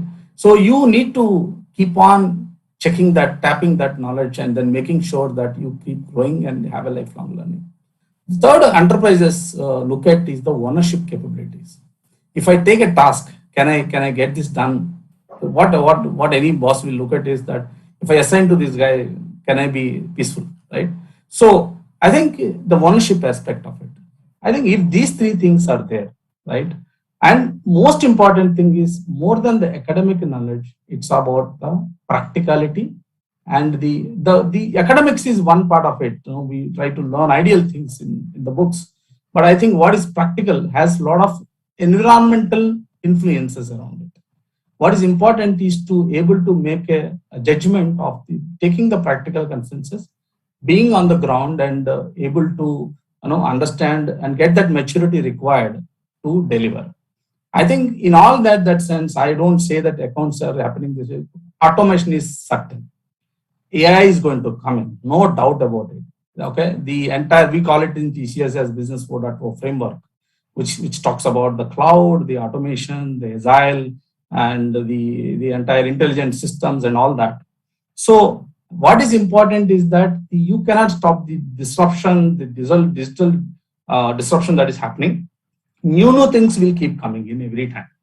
Right? What is required from you is to have the passion and a continuous learning along with the right attitude for your goals. It's not about only organization, no? It's about your goals and your commitment towards it. And work-life balance, I have seen recent times a big USP that every individual is looking at. I think that is possible when you are able to do within that time frame, right? So I think I would suggest associates or the young students is to choose your area which you believe that you want to excel, stick to it. Results may not come tomorrow, day after, it will come. But you just need to stick to it, be focused, be passionate about it, and then be positive about it. I think that will make you a desired success, whatever the individual is wishing for. Perfect. Thank you, Mr. Maladi. I really truly enjoyed the conversation. I think we need to continue this.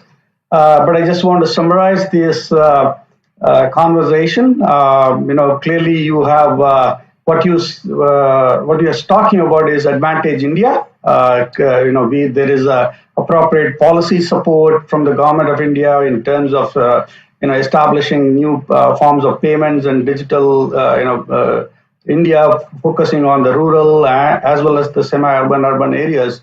And while the credit and insurance and investment penetration is growing, the high net worth individuals are also participating in wealth management activities even more so now. And the innovation is continuing to evolve and being adopted by not just the big companies, but also by the fintech startup companies. So while there is a growing demand in India for especially with the rising income and everything else, there is a clear path to the glory of future of India, and the technological revolutions, especially in the financial services world, is going to make it happen. So with those very positive thoughts, I want to thank you again, and it was an absolute pleasure to have you. And we should continue this discussion offline as well. Extremely pleased. Thank you. It's a pleasure talking to you, Ram, and very nice of you for giving me an opportunity. And I'm thankful to you for ability to allow us to share what we have learned. Some of them are in my individual capacity I have shared, some of with my experiences. And thank you so much. Yeah, very nice meeting you.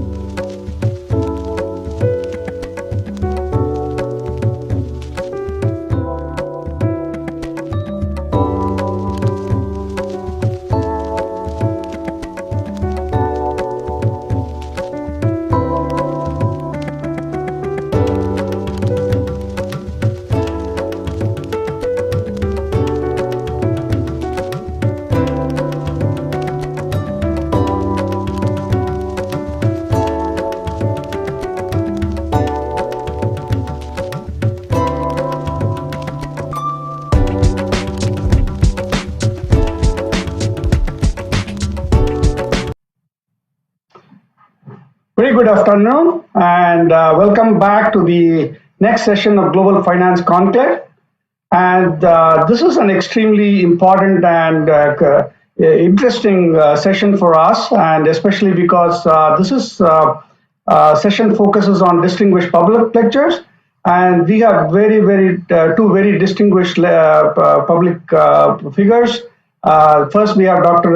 Mukhlita Vijayvaragya, and then we have Dr. Ashok Lahiri. In this first session with Dr. Mukhlita, she'll be talking about the Shubh Law procedure. And to do that, I'm going to hand it over to Dr. Ashish Bharadwaj. He is the Dean of Jindal School of Banking and Finance at OP Jindal Global University. And so over to you, Ashish. Thank you very much, Ram. Thank you very much, Dr. Vijay Varghya, for joining us. I'll be very quick because we're all looking forward to hearing from you, in fact. So for all the audience, for all the students and others who are joining us live, you should know that you're now going to be hearing one of the leading voices in the area of insolvency and generally in legal scholarship. Dr. Varghya is a whole-time member in Insolvency and Bankruptcy Board of India. She's predominantly responsible for the key tasks of adjudication, prosecution, court proceedings, limited insolvency, and valuation examinations in the board. Her 40 years of work has involved some of the most impactful and challenging roles, including being a law practitioner, a law professor, a senior civil servant, and there's so much more. She's delivered a variety of lectures at leading universities around the world. She's drafted 100 plus principal legislations and bills, and she's drafted more than 3,000 subordinate legislation. So you can imagine the kind of knowledge, intellect, rigor, and experience she brings in this lecture. She's an inspiring intellectual and astute legal and policy practitioner, and I truly believe an academic at heart. With those words, Dr. Vijay Varghya, thank you once again for joining us. Over to you. Thank you, Bharadwaj. I think this is an important, conclave which the Jindal Global Law School has organized, especially at the time when the whole country is celebrating Amrit Mahotsav, our independence, 75th year of independence. And we are very near to celebrating, I think, a time when India will become a superpower. And I think in this age of rule of law, society or the countries or nations, certainly the enactment of laws and the laws are enacted to govern the human behavior, maybe of the corporates, transactions of corporates, or the human behavior. So at this juncture, I think whatever laws are being enacted by the parliament, certainly they play a significant role in making this India and new India, I should say, a power which will become superpower in times to come. As we all know that there is a concept of insolvency, not of this century or the previous century, but it is since the dawn of civilization. During the days of Mahabharata also, I think there was after completion of the Mahabharata war, Yuddha, Yaksh asked a question, he posed a question to Yudhishthira that you cannot cross this path unless you answer my 10 questions. And one of the questions was that who is the happiest person in this world? And the answer Yudhishthira replied, Dharamraj Yudhishthira replied, was that a person who is in debt. जो निऋणी है वही सबसे सुखी इंसान इस देश। इसका मतलब यह है कि महाभारत काल में भी ऋण वाला कंसेप्ट था और तभी उत्तर धर्मराज युधिष्ठिर ने दिया कि जो निऋणी है, जो इंडेप्टेड है, वही सुखी इंसान है। सुख कानूनों से नहीं बनता है। हम सोचते हैं जितने ज्यादा कानून इस देश में बन गए हैं, I hope I will speak both in English and Hindi, Mr. Bharadwaj. But जितने कानून हमारे देश में बने हैं, यदि ऐसा होता है कानून ही हमें happiness, so pleasure, whatever term we can call it, for having any good thing or good feeling, then I think India would have been the most happiest country in this world. No. Merely enactment of the laws is not sufficient. Laws grant rights, laws provide remedies. So rights and remedies go together. Without remedy, enactment of law is not complete, or I should say the rule of law is not complete, because if you enact a law, certainly there will be violations, contravention, you need to provide remedies. If you register a company, naturally you are entitled to the Companies Act, association of persons, or now it's only single person company also, one man company, but there are also registrations required, and you give a birth to a corporate. But how the corporate should be dissolved, and in case of contravention, operation or mismanagement or insolvency, then how this corporate should be dealt with. All was provided under the Companies Act. It was a complete code, maybe a registration of the company, or maybe dissolution of the company, or liquidation of the company. Certainly, the Companies Act 1956 and later in 2013, the Companies Act of 2013 did provide for all these processes. Remedial provision, I think it's a success of any remedial provision, it comes into play or when the procedure is very simple, the procedure is receptive, the procedure is responsive. If the procedure is not responsive or it is not simple, certainly people or the corporates will try to evade, violate, contravene. So the root cause of these contravention or the violation is that the procedure is not simple, it is not receptive. We had many acts, maybe SICA, maybe Debt Recovery Tribunal Act, and other acts also. In the previous times, in the last decade, we had many acts, but we find that these acts, on the contrary, gave rise to a number of mischief, evils, and especially deterioration of the assets of the corporates.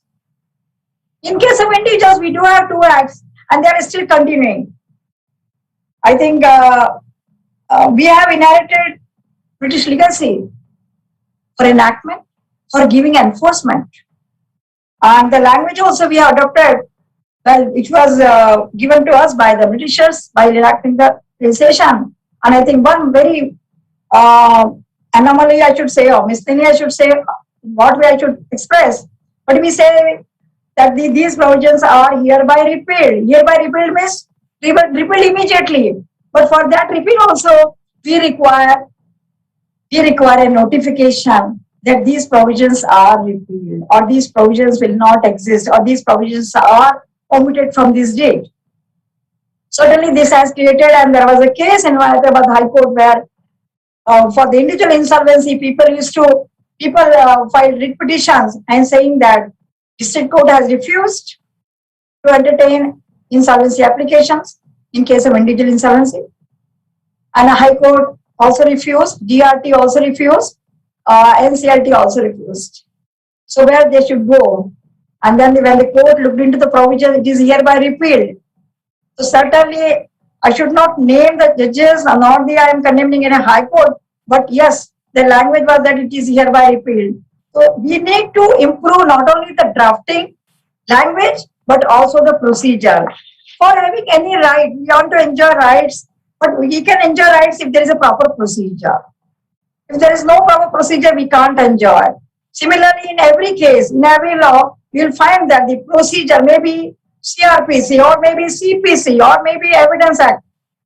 All these procedural laws, I think they are not outdated, but require radical reforms in the approach. I think in the provisions, especially at the time when we have a knowledge economy and knowledge economy with the infusion of technology. So if we can infuse technology and knowledge of particular domain together and make the process simple, certainly we can derive desired results. We can achieve the state objective which is stated in the statement of objects and reasons. So with this enactment of 2016, I think it was the first footstep by the government of India in enacting Insolvency and Bankruptcy Code, bringing a paradigm shift in the whole procedure.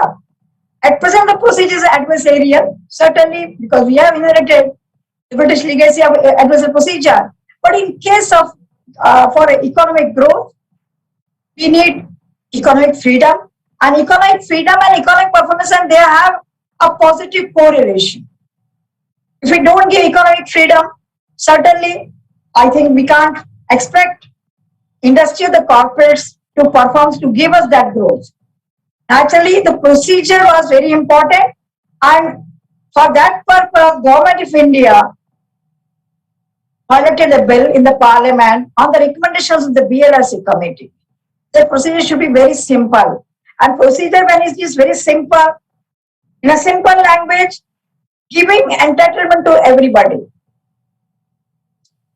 I have my own house, suppose I want to renovate. Why others should say, please renovate it, वो गिर जाएगा? Why municipal corporation should say, आपका मकान गिर जाएगा, आप renovate करिए? Why can't I myself renovate my house? Why should I wait for others to renovate it, or others to suggest it, or others to ask me, please ऐसा कर लीजिए? That's not the culture. हम अपना introspection खुद करें और हम देखें क्या इसको रिनोवेशन की आवश्यकता है. Same is the case with the business. If the business is not, I mean, you're not doing good in business, or business are not flourishing, or you're not getting any profit. So actually, that debtor, the corporate debtor, should himself he should have a right that he can ask, he can make an application that I want to revive it, I want to reorganize it, I want to resolve it. Operational characters, which make the operations, I think, which makes the city's operations seamless, or they provide provisions, they provide computers, or even the government agency providing water, electricity, they are operational characters. Workmen employees, they are making the operations of that corporate data. Certainly these operational characters, they also require that we are not getting salary, companies going into losses, what should we do? They are equally important, they are part of it. Though they are not shareholders, but they are part of it, and certainly they should also be given a chance to revive that company, to reorganize that company. And under this code, maybe corporate debtor, maybe operational creditor, or certainly the creditors, other financial creditors, they have this stake and they are the secure creditors, so they had the right earlier, but at present, under this code, a flexibility was given, a choice was given, whosoever is a creditor, or maybe a debtor also, he can make an application. So it was, the process was made very simple, giving entitlement to involve the process. So that is the beauty of this very code, that it has facilitated all these stakeholders. I am talking about Shubh Labh procedure provided under the code. Shubh Labh is an Indian term. It's our religious term also. Shubh means auspicious, and Labh means the net worth, the net profit.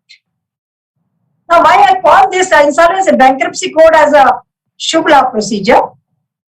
What is Shubh? What is auspicious? If suppose something is giving happiness to me, or pleasure to me, or profit to me, it's not auspicious. हम जब घर में कोई काम करते हैं, हम देखते हैं कि क्या ये सबको पसंद है? Whether everybody likes it, whether we have taken care of interests of all the persons of the family, all the members of the family, वो शुभ है. और जो शुभ होगा वो लाभ जरूर देगा. जो शुभ नहीं है वो लाभ दे ही नहीं सकता, या उसे हम लाभ की कैटेगरी, वो लाभ देगा और उसे हम लाभ की कैटेगरी में नहीं रख सकते. तो पहले होना चाहिए कोई चीज शुभ हो. अब शुभ कब होगी? जब होगी जब when we are able to take care of interests of all the stakeholders, and this is the process which will reduce, or which has reduced various of cases. One person files application, and that application becomes a repository application, and after that application there is a moratorium, no other person will file, everybody will keep quiet. जैसे क्या होता है, मंदिर में पुजारी पूजा करता है, जब वो पूजा करता है तो सभी लोग हाथ जोड़ के खड़े रहता है. इसी प्रकार से यदि एक एप्लीकेशन आ गई है तो naturally all are debarred from filing application against the CD, और कहा जाता है please be quiet, keep quiet, you will get your share, you will get your whatever is due to you, you will get it. तो वहां पर इस process में if one person has applied, the others are debarred because of the moratorium. Moratorium is required. जब पूजा करते हैं तो कोई व्यक्ति बहुत बोलता नहीं है, अदरवाइज हम लोग उतना ध्यान नहीं लगा पाते हैं. तो जब उसको इंश्योरेंस रिजोल्यूशन प्रोफेशनल को जब प्रोसेस कर लिए अपॉइंट किया जाता है, certainly there is a moratorium. So you know that even for puja we have pujari, We have Pandit for Havan because he is well versed in that. वो बहुत अच्छे से पूजा करेंगे, अच्छे से मंत्र बोलेंगे, उन्हें पूरी विधि मालूम है, और जब विधि से पूजा होती है, naturally it gives results. Similarly, a process which is professionally driven. Nowadays, I think in today's time also, no activity is done without engaging a professional, maybe a birthday party or maybe a wedding party. You need a professional. And what is professional? Professional does in a very organized way, and he will analyze everything and he will decide the priorities also. What is my first what is to be done, and then next what is to be done. That's the skill of the professional. And if we assign this task for resolving dispute of the corporates or the individuals to a professional who is well versed in the law which has been enacted for the purpose, because he is well versed in law. Well versed means he knows about the provisions of the code, how to go about, because it is a procedure. It is application of the provisions of the code only, and to follow the code of conduct. That's all. Otherwise, it is not that skilled one. But certainly, it requires a management skill. It requires a skill which a person who can see the balance sheet and decide whether there is any undervalued transaction or extortion transaction or any fraud has taken place, and that's why there is an NPA, or that's why there is a default, or that's why the company is going into losses.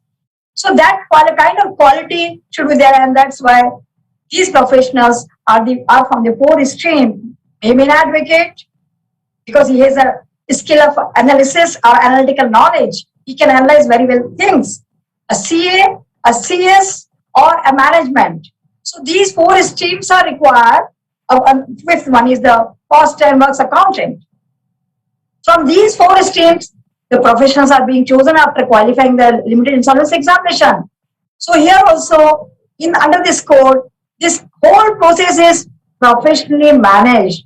Person having the domain knowledge, person having the knowledge of the insolvency bankruptcy code also, and thereafter there are directions and he can seek guidance from the NCLT. Now, one thing to be noted, the whole process is out of code. After admission of the application by these persons, the whole process takes out of the code without wasting the judicial time, without wasting the court's time, and it is a commercial wisdom needs to be applied. Certainly, there is a committee of creditors to decide whether these resolution plans, which are received after expression of interest, but those plans should be submitted by a person who is eligible under Section 29, or I should say that who is not declared as ineligible under Section 29. And 29, that provision also is, I think it is in tune with the laws of equity, that one should come with clean hands, and to provide for that, the person who is tainted, convicted, or who is a defaulter, he should not submit resolution plan, because a person who is already defaulted, certainly he will also commit same mistakes here and again bring that company into NPA or losses. So Section 29, resolution professionals, flexibility at every step in this process. Look at the point, why it is sure, because it takes care of the interests of all the stakeholders, number one. Secondly, a person with a tainted person cannot submit resolution plan. Number three, there is a COC committee of creditors. Committee of creditors, it comprises the financial creditors, no doubt. But those committee of creditors, because they have advanced the loan, they have sanctioned their project. Certainly, they are aware of the project, what kind of project was submitted, for what purpose they have taken loan, and they are the best persons to decide about that company, that how this company can be revived back. And committee of creditors, recently there was a voice for making code of conduct for the COC. No doubt, I think in this regard, steps have been taken, and Indian Bank Association has given a formula, and for that, in this regard, those code of conduct is also being laid down for the committee of creditors in the form of guidelines, because the code of conduct can't be laid down by the board, because they are regulated by the RBI. Certainly, but because they are very much part of the process, so committee of creditors has a significant role to play in this very process. Section 28 of the code provides for certain actions which require approval of the committee of creditors. Otherwise, the resolution professional, after being assigned the task of conducting this process, announces publicly, gives a public announcement of that the company is in insolvency, receives collects claims and verifies claims, prepares the information memorandum, and notifies for the expression of interest for receiving the plans for the resolution applicants. So process is simply worded in the act, and you will find that in consequence, 13 acts have been amended, because in those 13 acts, they had the repercussion or they had the ramification of this enactment of the code. So 13 acts have been amended in this process, and they are provided in the schedule of the code itself. These are the 13 acts which have been amended. This act, when I am saying that it is a Shubh law procedure, now what is a law? Shubh, I have told you that this is Shubh, because only one application, it will reduce the areas, there will be no appeal because the resolution is there, certainly there will be no appeal. If there are 7 stakeholders in a case, 7 will file the case, 7 appeals may be there. So we have reduced the areas. I mean, this court has made an endeavor to reduce the appeals even before the Supreme Court, also, because High Court doesn't have jurisdiction under this code. NCLT applications can be filed. Even the guarantors, the personal guarantors who are the promoters of the company, naturally they are also responsible because they have given guarantee. So they are equally responsible for this debt also. And there are provisions for personal guarantors.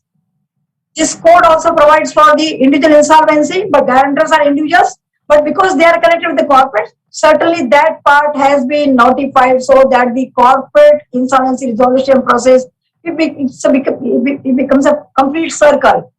And personal guarantors, we have provided a separate rules and regulations for personal guarantors also, so that the guarantors can also be made part of this whole process, and they can also have a voice or say, and they can also know that they have given guarantees. And from now onwards, guarantors will also be careful because there is a code, and because they have given guarantee, it's not that you have given guarantee and your company can do anything.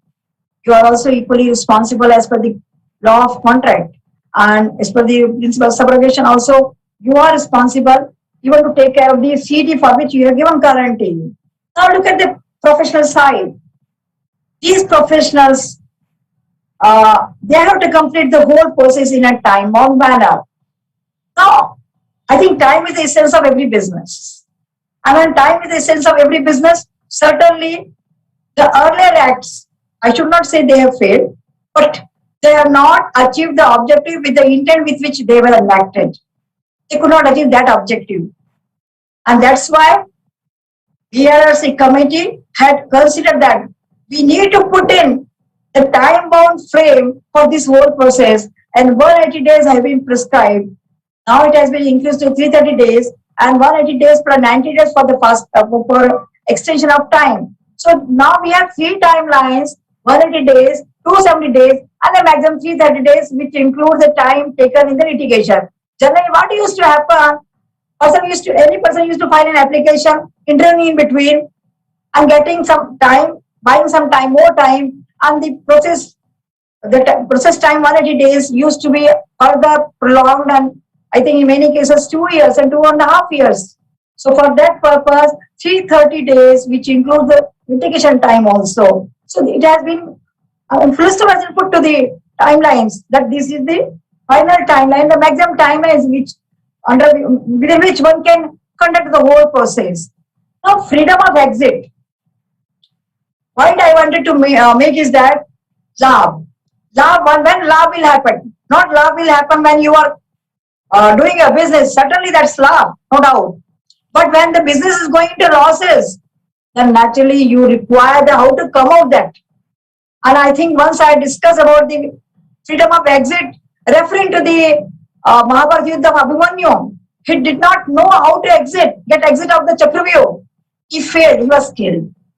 Similarly, if we don't have flexible freedom of exit, how to exit, in what way to exit, and if we have clear provisions for freedom of exit, this code doesn't provide for only resolution, even for exit also, liquidation also, how to come out, and every process is exit. If you reorganize, it's exit. If you give handover this company to another company, it's an exit. If you liquidate within timelines, within 2 years or 1 year, it's a good exit because you are preventing the deterioration or devaluation of the assets.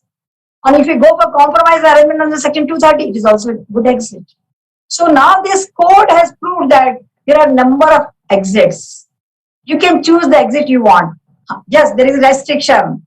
Restriction under this act, if you want to choose liquidation, first you have to initiate corporate insolvency resolution process. When it fails, when you are not able to complete within timelines, or you are not able to implement the resolution plan, or there are some contravention of the provisions, certainly there is a failure. And if the plan is not approved by the required majority, 66% of the creditors, then certainly the outcome is liquidation only, no nothing else. So it's not an independent liquidation. That means first you initiate with the auspicious process of insolvency, and then you can have lab after that. Maybe resolution is also lab, and if you are liquidation, that's also a lab because after 180 days or at any point of time after initiation of the process, COC can decide, oh, there are no assets. No, it cannot survive. No, not worth in wasting time. Let us liquidate. COC can liquidate at any point of, can resolve to liquidate at any point of time after constitution. So without losing time, you can decide whether you want to exit, liquidate it, or you know that it can be, you try first insolvency and try. And for that trial, there is a professional to guide the COC, to receive guidance from the COC, and that resolution professional, certainly, I think with the resolution of the more than 400 companies, it has proved that if 400 cases would have been filed before the DRT or before the NCLT of these corporates, I can't think that there would have been 400 resolutions or speedy liquidation or even compromise or arrangement, no.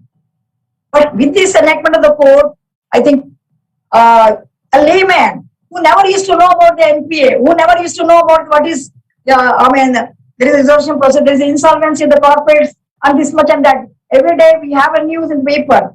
We have on the website the judgments. We have on the website the NCLT, those judgments are also uploaded on our website also. So now there is a more transparency, and the NPA, which was only between the bank and the debtor, I think now it has come to the notice of every stakeholder who had stakes in that company, to the shareholders.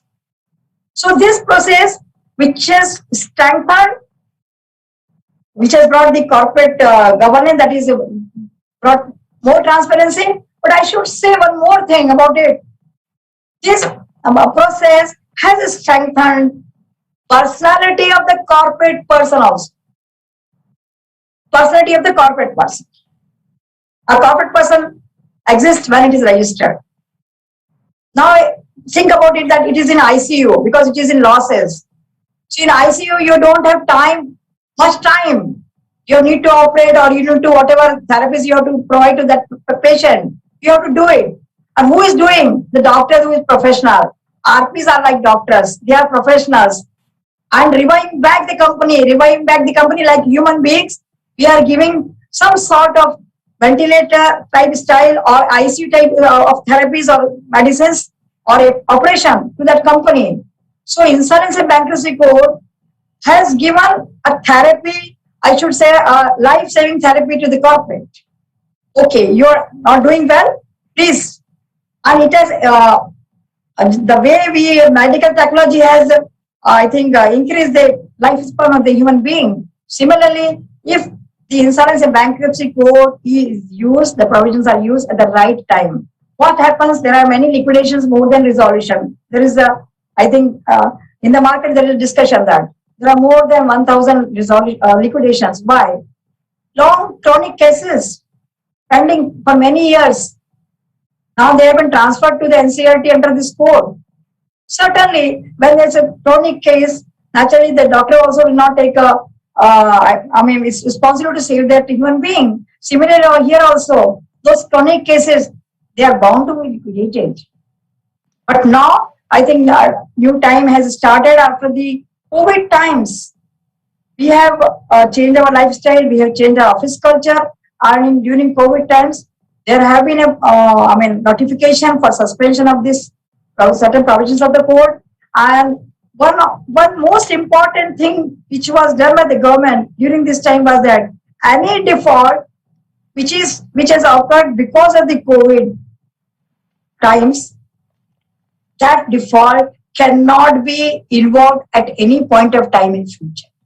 I think this is a very soothing point for every manufacturer, for every company, that if the default has taken place during this time, and the reason is because of the COVID time, certainly you are not responsible. Be relaxed.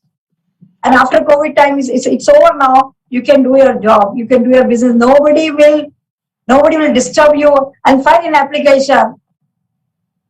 Another point is that the startups.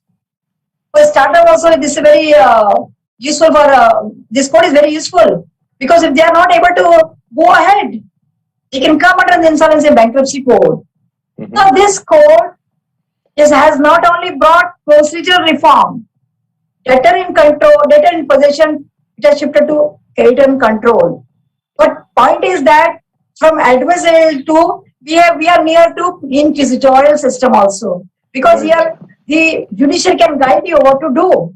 You can seek directions also. The way in other countries, in civil law countries, I think the judges do intervene and give directions even to investigating agencies. Similarly, they give directions to the professional also. You know how to go. He can also ask if there is no provision, what to do. Now the provisions cannot address challenge of every company or every sectoral company, because there are various sectors. To my knowledge, I think there are 26 sectors of the corporates of different of the goods sector or maybe the service sector. So law cannot capture. You have to develop best practices, because if there is a steel sector, there is a textile sector, there is a service sector, or there is other sectors also. So handicraft sector. So you cannot. And for that purpose, I think we have another category of MSMEs. Certainly, the board or the government has tried to capture not only all the sectors, but MSME sectors to help them. And they have prescribed a procedure which is a hybrid in nature. Debtor will continue to have the control of the assets, and the professional will continue to conduct the resolution process. So there we have given a facility to the debtor that you please continue. We will conduct the resolution process. The professional will conduct the resolution process. So two types of processes are existing today under the code. One is the creditor in control. Other is the debtor in possession and creditor in control for the process. So two processes are together going on in our country. I think this is the first country where there are two types of processes going on just to facilitate their stakeholders in the country. Now, when I come to the ma'am, can we take a ma'am? Do you want to take a question at this point, because we have only 5 minutes left? Yeah. Okay. We can do. Okay. So actually, you answered a couple of them already. If you're in your comprehensive presentation, one that I had at least was about micro enterprises, which you have touched upon, MSMEs. Yeah. So let me contextualize that for the students. We talk a lot about one particular section of our society and the economy, the unorganized sector, and also the informal sector. And in some ways, they can be different from one another. So although you touched on MSMEs and what is being done for them. MSMEs which are corporates at present, MSMEs which are corporates, I think they are able to get the benefit of this code. But those MSMEs which do not fall under this entity of corporates, I think they still need to wait, because we need to notify the indigent insolvency part 3 of the code. Yeah. Yes, that's still it's yet to come in force. There's another very important question, and it's actually the last one, because it's a comprehensive question. The question is about the matters that NCLT can entertain. So given the scope and the extent of the jurisdiction of NCLT, What do you think about the real powers that it has to deal with matters concerning companies that are undergoing insolvency, resolution, or liquidation? There have been certain concerns around that, around the jurisdiction of the tribunal. Actually, under the code, NCLT, it's not NCLT, it is adjudicating authority. It's designated adjudicating authority. It's not tribunal. I think some disturbance from my side is that? No, I hear you very well. Yeah. So NCLT is having jurisdiction under the code, and there is a chapter on this, and jurisdiction to entertain applications, decide applications, dispose of applications, and NCLT to decide appeals. So the jurisdiction is clearly marked, and civil court jurisdiction is ousted. Fine. So I think, what kind of question? What kind of issue you want the question was coming from a couple of decisions in the embassy case and GUVNL cases that are kind of raising some questions about the jurisdiction. But it requires a really longer conversation when we'll invite you for a full-on talk on this. Yes. So that we can do justice to this question. One last is you mentioned the role of RPs when they are assigned in a certain case. So the resolution professional. How can, it's a query coming from a student, how can one become a resolution professional? I think we have regulations on the insolvency professional. A person who is having 10 years of experience as a CA, as a CS, as a cost accountant, or as an advocate, or 15 years of experience as a manager, he can become a resolution professional after qualifying the examination. Recently, we added 2 or more categories. A person who is not in practice, but he is a law graduate, he can also become a professional if he is serving in a bank or in at some other place. So we have also given, or we also addressed that those persons can also contribute to this society by undertaking such processes. So, and a person who is having a managerial degree also, degree in management. So we have also included that person, and a GIP, Graduate Insolvency Program students, those who have qualified that examination, they can also become insolvency professional. But point is that first one has to clear the examination, and then they have to undergo pre-registration course, which gives you an orientation of the whole process and the course also. And thereafter you are registered, subject to the condition that you are fit and proper person. So you are registered, but after registration, you become a member of the insolvency professional agency, and thereafter you apply for registration, and registration board registers the candidate. But to practice as a professional, again there is a qualification that you have to have certificate of authorized, means you have to have authorization for the practice. So that 3 steps. First step is the examination. Second step is that you have to register, become a member, and register with the board. And third is that the certificate you need to have for doing practice. So this way you can become a professional, and it is a time-bound process. Certainly, a professional is very busy. He has to be alert. He has to have a good managerial sense, and other qualities. As per the operation, volume, and nature of the CD, naturally he has to apply his mind and wisdom for managing and conducting the whole process. Right. Thank you very much. I see Ram there. So over to you, Ram. Yeah, I know we are running short on time, but Dr. Vijay, I think it was I think, I will take 1 minute. Yeah. I will take only 1 minute, and I think I should conclude it.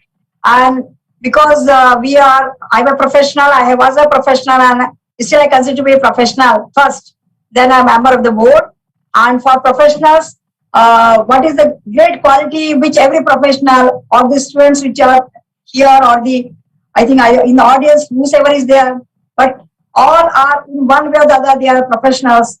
And for professionals, our Lord Krishna, I would like to end this conversation with this one shloka of Gita, which everybody will find that it's still relevant and relevant for the professionals. And what is that? Just I will कर्मण्य कर्म यः पश्चेत कर्मणि च कर्म यः स बुद्धिमान मनुष्यसु स युक्त कृत कर्म कृत। जो मनुष्य कर्म में अकर्म देखता है और जो कर्म में अकर्म में कर्म देखता है वो मनुष्य बुद्धिमान है और प्रोफेशनल है। The person who finds fault in every good action and person who finds potential in every bad action or in every default, he is a professional. So we have to see what is best in this corporate data which is in losses, what is the potential lying there. Let us use it. Let us hand over those resources to others so that those resources can be used for better economic growth. And जो जहां पर default है वहां potential ढूंढी है और जहां पर डिफॉल्ट नहीं है कर्म में अकर्म देखना है। यदि कोई अच्छा काम है उसमें देखिए डिफॉल्ट उसमें कौन सी ऐसी चीज है जिसको हम सुधार सकते हैं। सो अकर्म में कर्म देखिए और कर्म में अकर्म देखिए। I think this is the quality of the professional. With this words I conclude and I thank the global Jindal law school for organising and giving opportunity to interact with you all people. I think in future also I would like to contribute, I think, to this concept of insolvency so that we can make our country nirogi, nirani. Jai Bharat. Jai Hind. So, Dr. Vijay Varagi, I think that was a fitting conclusion, even though I had like half a dozen questions, coming from students and other faculty members. I don't want to take away from how you concluded the session. And so on behalf of Jindal School of Banking and Finance, we truly appreciate and thank you for your time. And like Dr. Bharadwaj said, we would really love to have you on a full-fledged session in a different forum some point in time in the future. So thank you very much and appreciate it. Thank you.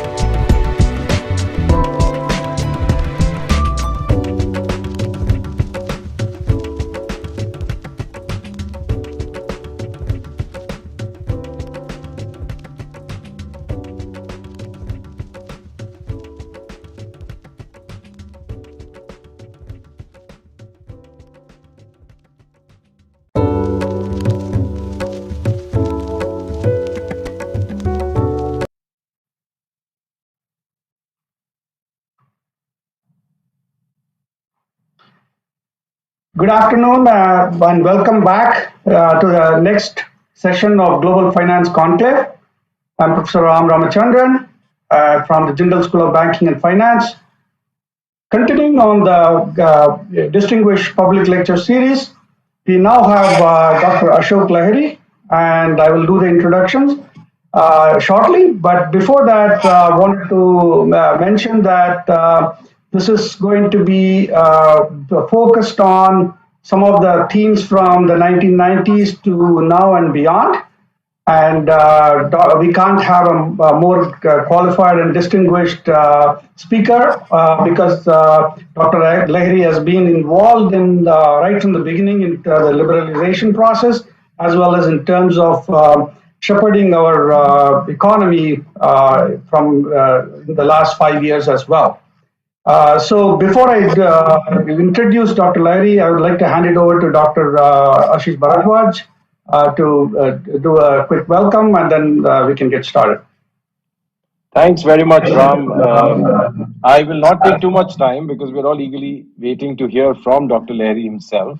I was intrigued by the choice of your, the title of your lecture, Dr. Lahiri, Golden Age of Indian Polity and Economic Policy Making. It's quite apt for the conclave that we are doing. So what I want to do in about 60 seconds is to tell you how different aspects and different sessions of the conclave, which started yesterday morning, touched very briefly and vaguely on what you'll be speaking on.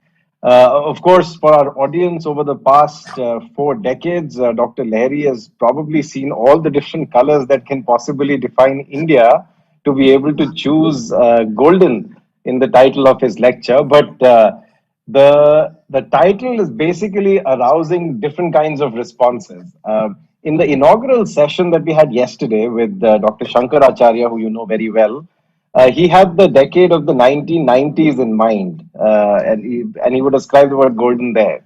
And several economists spoke after him. They pointed to the first decade of the 2000s as golden in terms of macroeconomic parameters. In the discussions today, they were quite exciting. Several practitioners talked about the second decade of the 2000s that witnessed a lot of excitement in the financial markets, animal spirits coming out, and they thought that was kind of a golden period.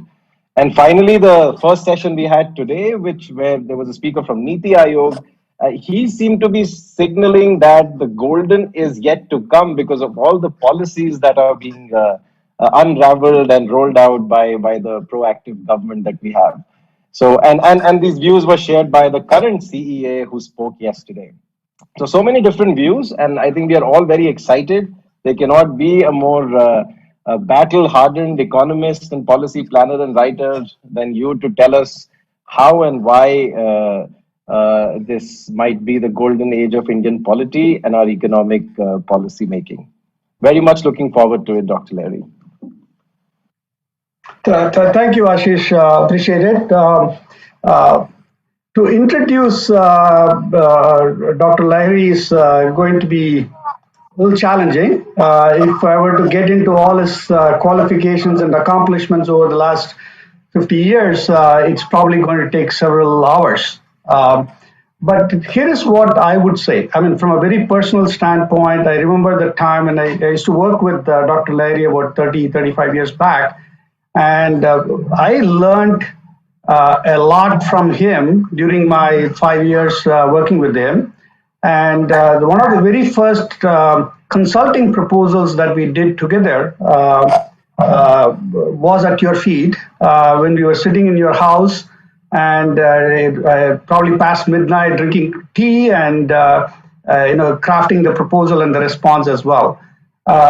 So Dr. Lahiri is someone who has done it all. He's an educator, he's an academician, he's a researcher, he's a banker, and then he has taken on the new avatar of, he was a policymaker, now he has taken the new avatar of a politician as well. So we need more of this new blood, young blood of people with very profound and solid intellect who can actually help drive the economy and our growth forward. So, however we define our golden age, whether it is the Chandragupta Maurya period or whether it is the 2021s and beyond, I think that is for Dr. Lahiri to figure out as to how to make this happen. So, so I want to hand it over to you, Ashok, and if you can enlighten us as to what you think is the golden age and how the intersection of the polity and the economic policies intersect. I think that would be very, very helpful for our students and the faculty members as well. Thank you. Over to you. Thank you, Dr. Bharadwaj, Dasgupta and friends. Whatever Ramach spoke about may or may not be right, but one thing is definitely not true. That's the adjective of young. I no longer consider myself to be young. But anyway, I'll take it as a compliment that I don't look too old. Now, what Ashish talked about is, and Ramach also pointed out, is am I talking about the Mauryan era? Am I talking about the 1990s? I'm talking about the 2000s. I'm not talking about any of these. I'll not go into that controversy. It's a minefield. I'm only going to talk about when that golden age is likely to come. It's more about political economy. So without further ado, let me start. All of you know that with the sun never setting on the British Empire, the 19th century was widely described as the British imperial century. With the ascendance of the United States from the First World War, the 20th century was characterized as the American century. Of all the continents, Asia has always had the highest number of people, and Asia's share of world GDP was more than a half, even around 1700. Today, with a population of 4.6 billion, or almost 60% of the 7.8 billion people of this world, live in Asia. Even in the 18th century, that's around 1700, 17th century, to visit prosperous cities and buy high-quality goods, travelers and merchants from all over the world came to Asia, particularly India and China. For reasons that need not detract us today and now, Asia continued to slip, and its share of world GDP fell to less than 20% by 1950. For over 300 years, the centuries have belonged to countries from Europe and North America. Asia was not in the foreground. Finally, the tides have turned, and now there appears to be wide agreement that we are in the Asian century. The Asian Development Bank, ADB, brought out its publication Asia 2050, Realizing the Asian Century in 2012. And in the same year, Australia published its Australia in the Asian Century. It's almost like Asia is reclaiming its past. In terms of spectacular growth and rapid development, Japan had successfully paved the way in the 1960s and was succeeded by the neighboring Asian tigers and most recently by China. The ADB in its flagship 2012 publication pointed out, Asia's march to prosperity will be led by 7 economies. 2 of them already developed. These 2 are Japan and Korea, and 6 fast-growing middle-income countries, China, India, Indonesia, Thailand, and Malaysia. The ADB pointed out that the march to prosperity is not preordained or inevitable and will require appropriate policy actions. What I want to focus on is the economic policies to realize India's golden age and the fundamental factors at work behind economic policies. Now, what are the achievements so far? Indians take pride in their past glory. Underneath the freedom movement, there was always a celebration of the past when India occupied a pride of place among nations in terms of civilization, including intellectual achievements and economic development. Freedom from colonial rule was expected to enable the country to reclaim its past glory. On the eve of independence, towards midnight of 14th August 1947, Pandit Jawaharlal Nehru, the first Prime Minister, pledged to do in his iconic Tryst with Destiny speech. Indeed, India and Indians changed significantly after independence, but not enough to reclaim its past glory. On 25th January 2013, in his Republic Day address to the nation, on the eve of the Republic Day, Pranab Mukherjee, the 13th president, summed it up succinctly when he said, India has changed more in the last 6 decades than in the last 6 centuries. This is neither accidental nor providential. History shifts its pace when not touched by vision. Indeed, independent India has plenty to show for its achievement. According to pioneering work by economic historian Angus Maddison, Indian per capita income in real terms increased by only a little over 12% in 447 years between 1500 and 1947. 447 years and 12%. In 61 years between 1950-51 and 2011-12, per capita income at constant prices increased by 432%. 12% in 447 years and 432% in 61 years. The Midnight's children, or babies born when India became independent, grew up in a country markedly different from the one that they lived in as adults. At constant 2004-5 prices, per capita income increased more than 5-fold, from around 7,000 rupees in 50-51 to about 40,000 rupees in 2013-14. India's performance may have been good compared to its own past, but not good enough for reclaiming its past glory in the Committee of Nations. It was particularly disappointing when compared with some of its not so distant eastern neighbors. In the 1960s, relative to India, per capita GDP at constant 2010 US dollars for South Korea was only 2.8 times higher, whereas Singapore and Hong Kong's were 10 times higher than Japan's 26 times. The corresponding figures in 1990 were South Korea's 14.6 times. It was 2.8 times in 1960. Singapore 38.8 times, Hong Kong's 31.4 times, and Japan 65.5 times. The relativity started narrowing only from the 1990s or the new millennium, but just as that narrowing was taking place, the relativity of Indian per capita GDP vis-a-vis China started to explode. Between 1960 and 1990, while India increased its per capita GDP at constant 2010 US dollars by only a factor of 1.8, the East Asian tigers, namely Hong Kong, South Korea, Japan, Singapore, and Taiwan, increased theirs by a factor over 5.5 and totally transformed the very nature of living of most of their population. The much smaller tigers, both in area as well as population, like Taiwan or even Korea, could be dismissed by saying that a mouse cannot be the model for an elephant, but the Chinese dragon is not a mouse.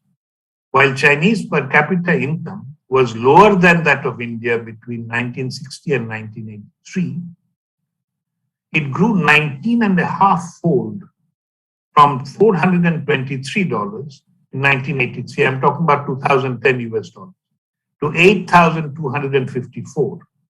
India's grew only 4.7 times, or from $464 to $2,169. With its comparable size of population, China's rapid growth has taken the sheen away from India's performance. You all know about Hindu rate of growth, a term that Professor Rajkrishna of Delhi School of Economics coined. No matter what India did on average, he used to claim it tended to grow annually only at the Hindu rate of 3.5%. If population is growing around 2.2 by 2%, India's per capita income would double only in about 46 years. The eastern neighbors were growing much faster and doubling their per capita income in 10 to 15 years.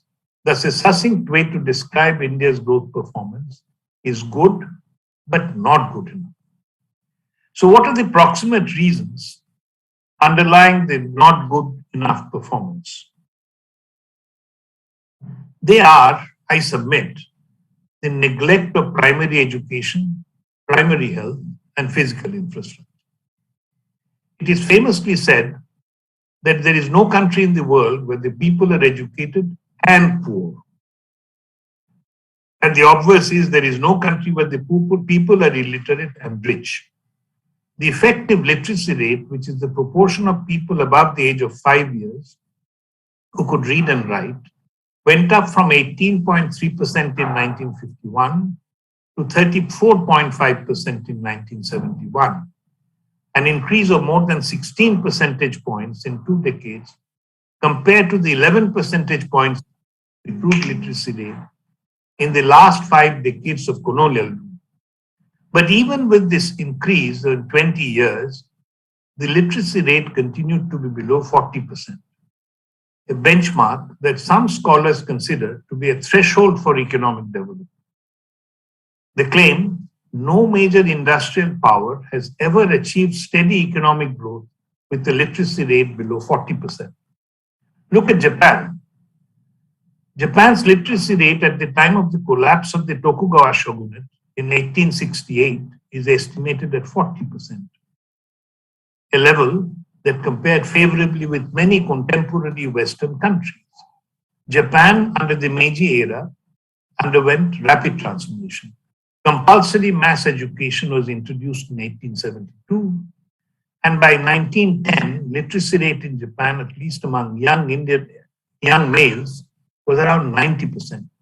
China's effective literacy rate above 6 years of age of 43.2% in 1964 was far higher than India's effective literacy rate above 5 years of 28.3% in 1961. Like education, health was another dimension that remained neglected in Indian economic policy. Health is not only a critical component of human welfare, like education, but also an important determinant of economic growth. Good health is a necessary condition for people to provide efficient labor services. What is needed for a healthy population is adequate nutrition and good sanitation and healthcare. In 2004, Robert Fogel, the American economic historian who had won the Nobel Prize in Economics in 1993, argued that a healthier population, bigger and stronger, accounted for around half the growth in national income in Britain since 1790. A healthy person may be expected to live longer than an unhealthy one. Thus, rising life expectancy in general is taken as a proxy for improving health status.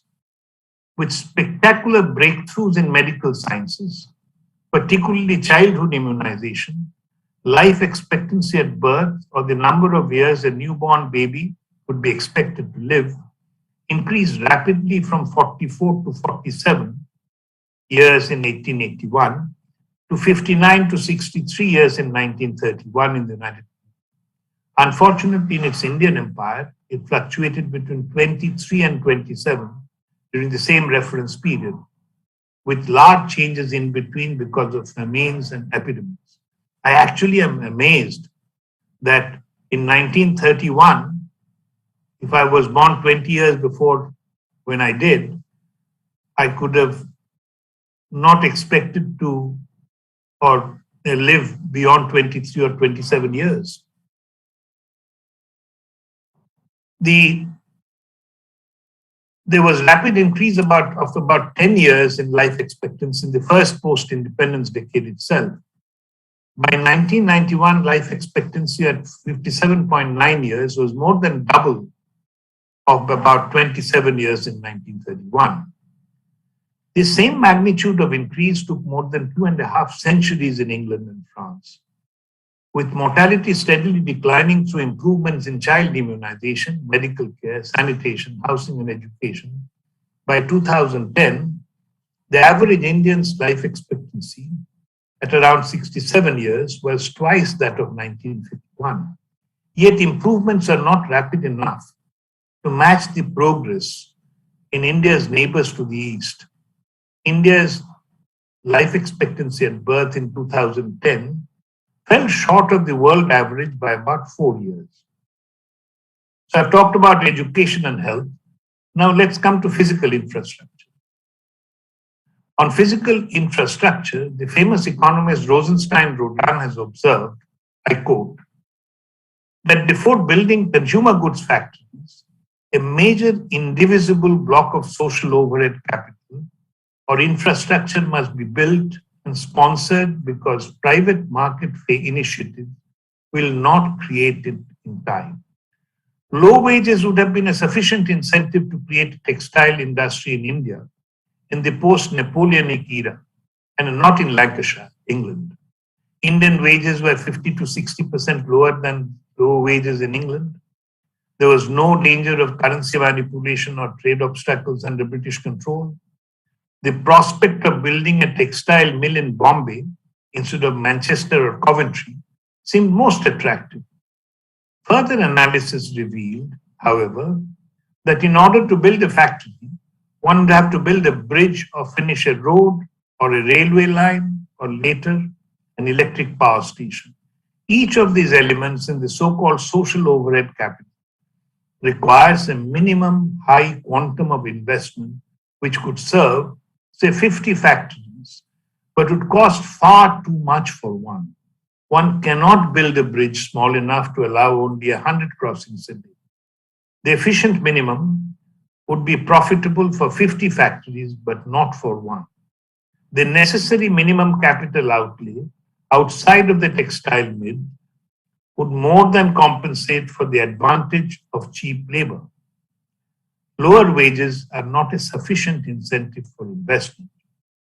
Under the British, the country was poor and the people suffered from ill health, low longevity and illiteracy because the colonial government spent little on social overheads such as health and education and on economic overheads or infrastructure such as roads, railways and irrigation. Almost no individual can provide any of these key services on their own. Supplying the overheads or facilitating their supply is an integral part of the government's responsibility. The framers of the Indian Constitution understood the importance of health and education, and under Article 45 stipulated that the education for all children until they attain the age of 14 would not only be free but compulsory within a period of 10 years, and under Article 47 that among other things, the state shall regard the raising of the level of nutrition and the standard of living of its people and the improvement of public health as among its primary duties. State referred to both the center and the states, but because of resource constraints and other implementation issues, both the articles were directive principles and not enforceable in courts. Independent India came out with its first national health policy only in 1983 and revised it in 2002 and 2017. Similarly, national education policy came in 1968 and was revised in 1986. The Sarva Shiksha Abhiyan or Education for All campaign, to be jointly funded by the center and states, came in 2001, and right to free education up to 14 years of age came after passage of the 86th Constitution Amendment Act in December 2002. It came with a new Article 21A stating that the state shall provide free and compulsory education to all children of the age of 6 to 14 years in such a manner as the state may by law determine. So there is a slight difference between right to free education and compulsory free education. If there is a question, I can answer that. In the supply of physical infrastructure, independent India got stuck in a low infrastructure quality and subsidy trap. There can be vast differences across households in the quality of infrastructure, electricity and water supply, roads, education and health facilities between areas inhabited by the rich and the poor. Think of a place like Vasant Vihar and Shahad. For example, the more affluent areas typically have adequate supply of tap water in their homes, while the poor queue up early in the morning to collect their few buckets of water from the tap for common use, or pay exorbitantly high prices for the limited quantity of water that they buy from tankers supplied by the water mafia. The rich, with their expensive water purifiers at home, have learned to live with the poor quality and unsafe water, while the poor have learned to live with their digestive problems and waterborne disease, or else buy expensive bottled water from shops. Poorer households with low level of education tend to settle down to living with such poor infrastructure because of their highly subsidized or even free provision. For example, water supply in the city of Kolkata. It's completely free, even for me. But productivity and growth suffer from the structural deficiencies. The story of endemic power shortages in India from the 1960s is too well known to repeat. Power could not be produced because the thermal plants did not have enough coal, and coal was not produced or transported because power was not there, and or their dues were not cleared by the power utilities. It was a story that has continued with ups and downs. At a fundamental level, the problem was that the state-owned power distribution companies were not levying or collecting appropriate charges from the consumers, mainly in the agricultural and the domestic segments. Even after the creation of the independent power regulators, both at the central and state levels, regulatory capture by popularly elected governments has not led to a resolution of the problem. To take another example, the passenger segment of Indian Railways, which is owned by the government, is a loss-making business with passenger fares not frequently revised. Around 2012, Indian Railways operated about 7,000 passenger trains and carried some 13 million passengers. While railway passenger fares were too low, railway freight rates were too high, not only to compete with the less efficient road transport, but also to result in high all-in cost of goods and reduced competitiveness. This was diametrically opposite of the policy in China, where passenger fares subsidized railway fares. There are signs that democratic politics in India had a palpable tendency of getting stuck in low supply of quality infrastructure and subsidy trend. Similarly, while the share of urban in total population in India has gone up from 17.3% in 1951 to 31.2%, the country has made insufficient progress in planned urbanization. Failure in drawing up master plans and implementing them, raising and collecting enough property taxes and spending them wisely and efficiently to provide civic facilities have resulted in proliferation of slums and the rise of extensive peri-urban areas with miserable roads, sewage, and other civic amenities. It is difficult to believe that our enlightened policy framers after independence were unaware of the importance of social and economic overheads, including planned urbanization, as crucial ingredients for development. The critical question to ask is, why did they not emphasize these three important ingredients for development? First, I'll give you the reasons which I think are behind it. First, subsidies once given are difficult to take back, even when the reason for giving them have disappeared. This is particularly true in a democracy with social fragmentation, where policymaking involves too many compromises to satisfy people divided among multiple criteria. A policy which was useful at the time of its introduction may lose its usefulness over time, but in many cases, there would be some beneficiary group with enough political influence to block the change. The plurality of proprietary classes with multiple veto powers in the dominant coalition can lead to policy hysteresis. Economist Pranab Bardhan aptly compares India with a battered, bulging, and extremely slow-moving public bus commonly found on Indian roads, and in which every passenger gets to decide the stocks. The capture of the policy of food grain price and procurement provides an illustration. Facing a dire shortage in the mid-1960s, the Union or central government intervened in agricultural input markets through subsidies and output markets of mainly wheat and rice through minimum support price, public procurement, and public distribution system. The Commission for Agricultural Costs and Prices, CACP since 1985, earlier named as Agricultural Prices Commission, came into existence in January 1965 to recommend the MSPs. It started announcing a procurement price and an MSP. 1968-69, MSP and procurement price became the same. Procurement was through the Parastatal Food Corporation of India.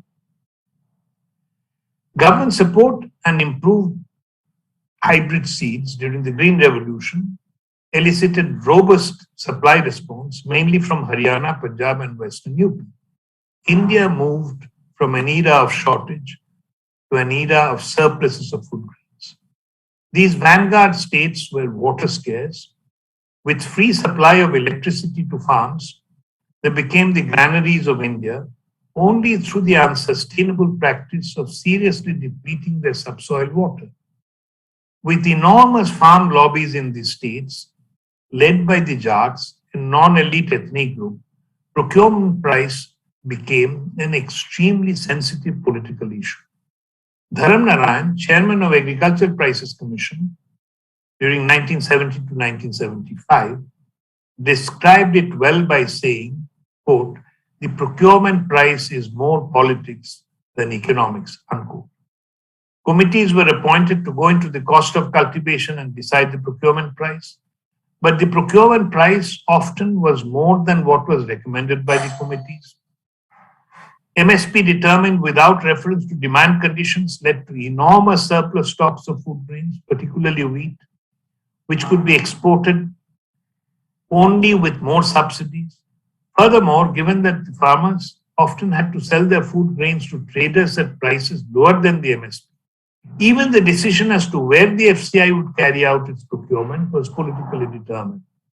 Rationalization of agricultural policy became a hostage to the farm lobby in the northern states. The hostage situation was evident in September 2020 when the three liberal farm laws, Farmers Produce Trade and Commerce Act, Farmers Agreement on Price Assurance and Farmer Services Act, and Essential Commodities Act, were passed by the Union government. Farmers, mainly belonging to Haryana, Madhya Pradesh, Punjab, Rajasthan, and Western UP, organized a Bharat Bandh on 25th September 2020 and intensified their agitation thereafter. Afraid of any change in the cozy arrangement of public procurement at designated mandis under APMC Act at MSP, in October 2020, the northern states of Punjab, Chhattisgarh, and Rajasthan tabled bills in their respective legislative assemblies to counter and amend the union's three farm laws. The agitating farmers' attempts to march to Delhi were stopped in different highways by the police. I will not go into the politics of it. It has become almost like a stalemate. I hope it's cleared up. Second, we are talking about why there was not more emphasis on education, health, and physical infrastructure. The second reason is the seductive appeal of Garibi Hatao, or abolish poverty here and now. Poverty on such a large scale cannot be removed by doles or subsidies. It can be removed on a sustained basis only by providing better education and health facilities and better physical infrastructure such as rural roads to improve the poor's earning capacity. Providing handouts for immediate succor may win votes for some time, but they will not remove poverty on a sustained basis. And hence, it will tend to increase over time. When poverty will increase, then we need to pay even more subsidies. The fiscal unsustainability of the subsidies continuing inevitably leads to a government out of control. They flop, and when they do, they fail to fetch the votes. Third reason, while mounting subsidies from premature welfarism eat up fiscal space, mobilizing tax revenues does not endear the government to the taxpayers. Increasing the exemption of personal income tax, or reducing the income tax rate for a particular income slab, or granting an exemption to a commodity from, or reducing the rate of excise or customs duty on it, can always be justified as an incentive for promoting a particular sector or giving a fiscal stimulus. A tax cut or exemption invites much less scrutiny than an increase in expenditure and often benefits a very selected group of beneficiaries. Tax cuts are naturally very attractive politicians. So, what are the fundamental factors behind these proximate reasons? At a fundamental level, the root of the lack of emphasis on collecting enough revenue and spending enough on and implementing schemes of social and physical infrastructure is the compulsion of democratic politics. In a democracy, politicians have to please the people to mobilize the votes and win elections. Is it just a coincidence that all the successful countries to our east were, and some are still, authoritarian countries? Did India adopt democracy prematurely? And the question is, has democratic politics in India harmed the cause of development by creating adverse incentives to pursue wrong policies? I'll argue no. It's temporary. First and foremost, it is important to remember that after independence, what India got was only their state. A state is a defined territory and permanent population under their own sovereign or supreme authority, duly recognized by other states. It is different from a nation. The Indian nation can be taken to mean people who, amidst their bewildering diversity, share a unity and sufficient commonality of interests, goals, and preferences to transcend their social fragmentation and not to wish to separate from each other as Indians. The state and nation support each other, but the nation had to be built or reinforced. Now, mind you, India had linguistic differences, religious differences, caste differences, regional differences. But the nation had to be built or reinforced. Fortunately, India was not the first in having to embark on nation building. Nation building in the 18th and 19th centuries played an important role in the emergence of many established European nations of today. For example, after the Norman invasion of 1066, the British nation emerged only in stages with the English conquest of Wales in the 13th century and the formal union of England and Wales with Scotland in 1707. From the French Revolution and throughout the 19th century, there were concerted attempts to form French citizens. Peasants into Frenchmen is the title of the book by the American historian Eugene Weber, where he describes how it is only with the roads and railways and an expanding school system that traditional attitudes and practices crumbled under the forces of modernization. It is only by 1914 that France became la patrie, or the fatherland, for its inhabitants. After the northern elite in Italy succeeded in the country's unification in 1860s, Massimo de Azeglio, one of the founders of unified Italy, famously remarked, "In Italy has been made, now it remains to make Italians." The commitment to democratic ideals helped the leadership in building an integrated India from the British Indian provinces and over 560 princely states. We often forget that what we got in 1947 was hodgepodge. Some of the rulers known by the various names such as Maharaja, Nizam, and Nawab were less than willing to integrate. The pro-integration Praja Mandals, or people's organization in the princely states, were demanding democratic rights, and abolition of iniquitous feudal monarchical system enacted as pressure groups on some of the recalcitrant rulers, commitment to democratic principles was almost cathartic in building a nation. Now, how about democratic policies and democratic politics and economic policies? In mainstream neoclassical economics, individuals maximize their satisfaction and firms or producers maximize their profits. They do so by competitively interacting in the institutional setting of markets. Under certain competitive market conditions, for example, absence of market power or pollution, and increasing returns to scale, such interactions produce optimal outcomes where no one can be made better off without making someone else worse off. Even in practice, competition and functioning markets have tended to deliver better results in terms of economic outcomes.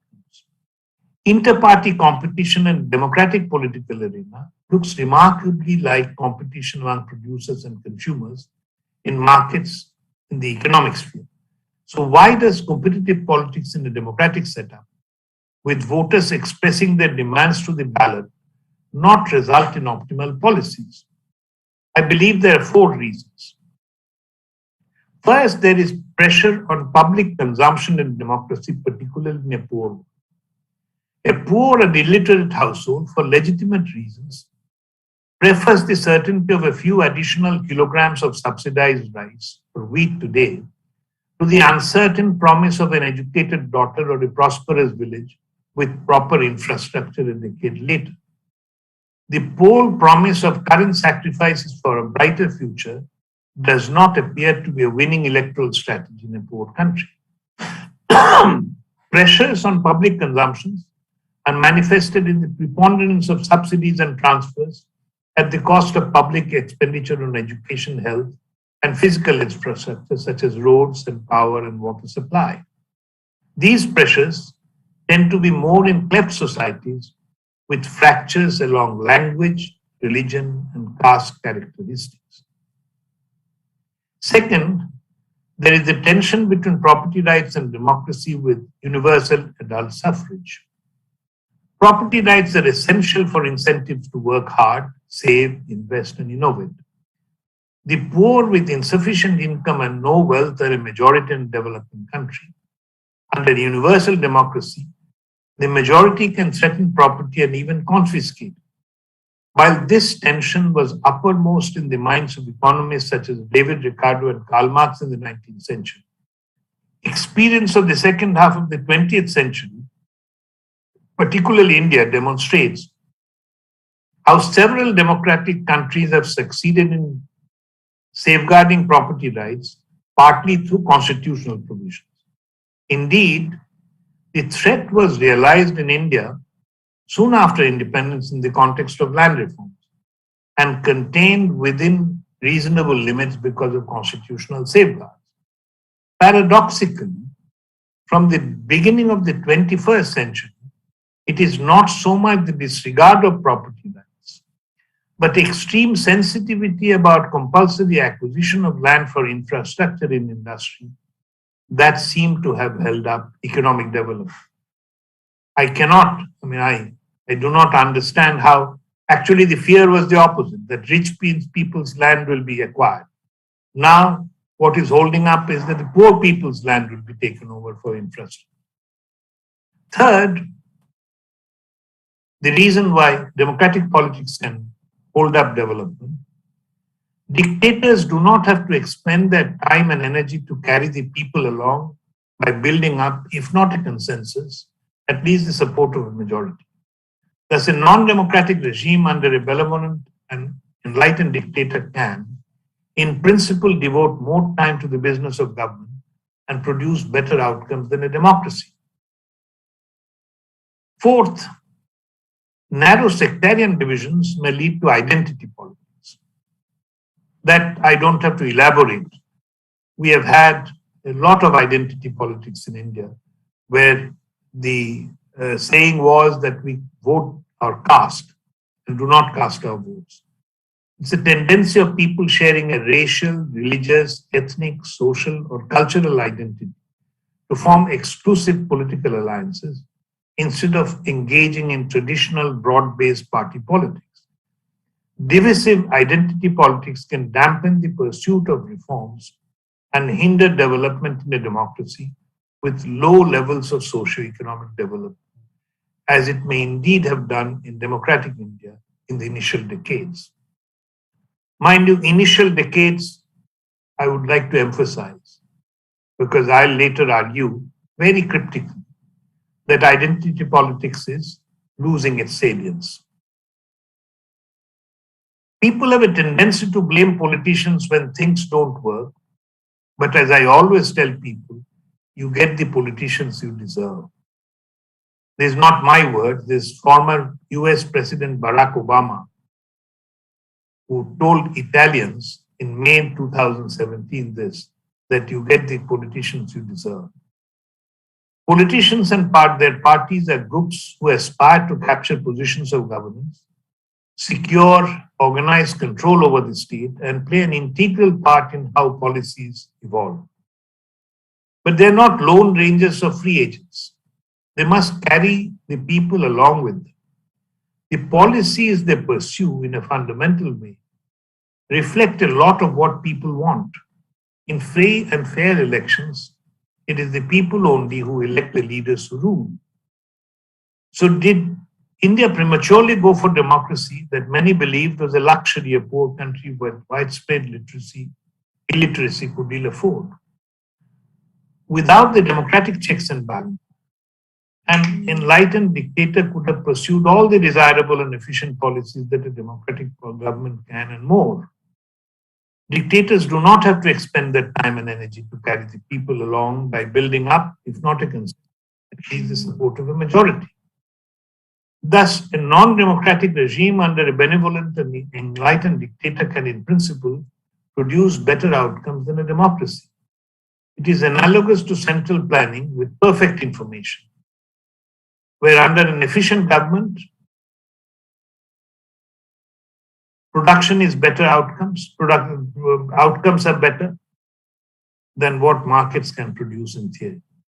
Just as perfect information and an efficient government is hard to come by in a centrally planned economy, so are benevolent dictators with enlightened self-interest under authoritarian regimes.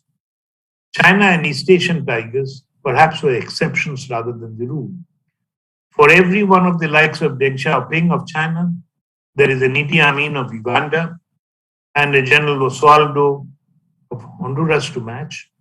The vulnerability of economic development to poor or venal leadership under authoritarian regimes make democracy a safer bet. China under Mao and Pakistan under martial law provide good indicators of this vulnerability. Furthermore, in India, Nehru, the first Prime Minister, did enjoy almost unbridled powers and policy autonomy because of the overwhelming electoral dominance of the Congress party in the country and the unquestioned loyalty of his partymen to him, especially after the demise of his comrade in arms and potential competitor, Sardar Vallabhbhai Patel, fondly called and remembered as Sardar Patel. I must tell you here that the socialist policy that Nehru followed in the first 15 years, there was overall unanimity. The Nobel laureates Samuelson, for example, believed that socialism is the thing of the future. So anyone else, I believe, would have followed the same policies. It was a policy that the cabinet approved. Indeed, the rise of identity politics based on caste, religion, or regional affiliation has distracted from the full socio-economic benefits that democracy could have delivered in the country. Pratap Bhanu Mehta, the eminent political scientist, in his short and crisp book, Burden of Democracy, has pointed out the immense difficulties of pursuing democratic politics in an inegalitarian society driven by caste, religion, class, and patriarchy, where there is scant recognition of the moral worth of individuals. He points out that there are two alternative interpretations of the ongoing intergroup conflicts in Indian democracy, namely, an optimistic narrative of deepening and discourses of equality and the assertion of agency are pervading more areas of social life. And second, a narrative of decline of democratic mobilization producing an intense struggle for power and popular authorization in elections utilized in the breach of many democratic norms.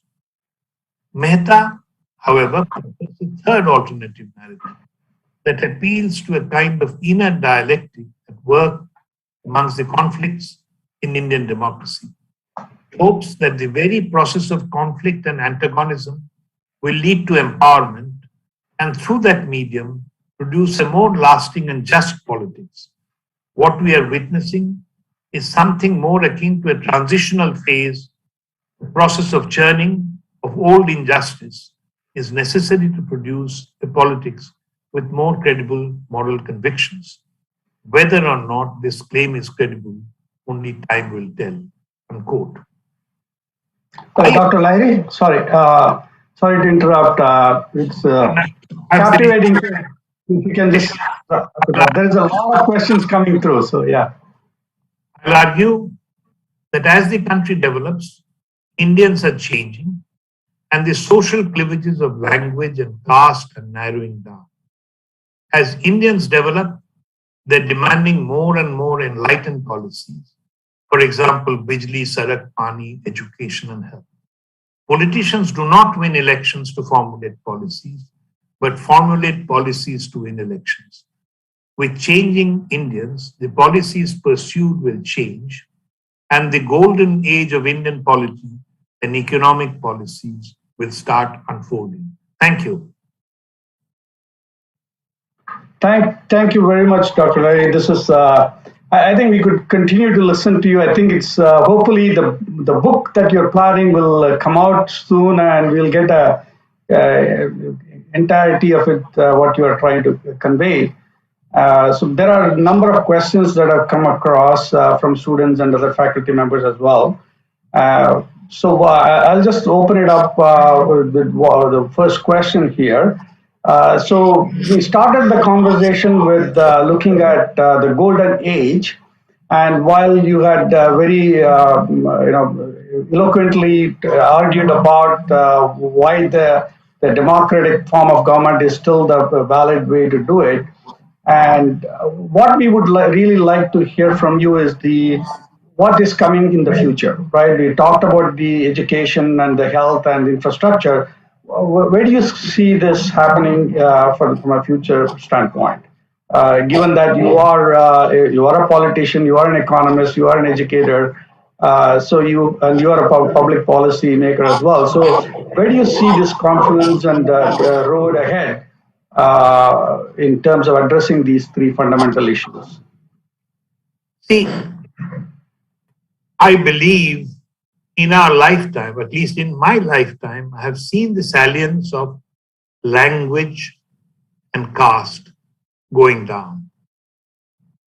Now, you will see a boy from South India and a girl from North India. They're not even bothered whether one is from the South or whether one is from the North. Similarly, caste.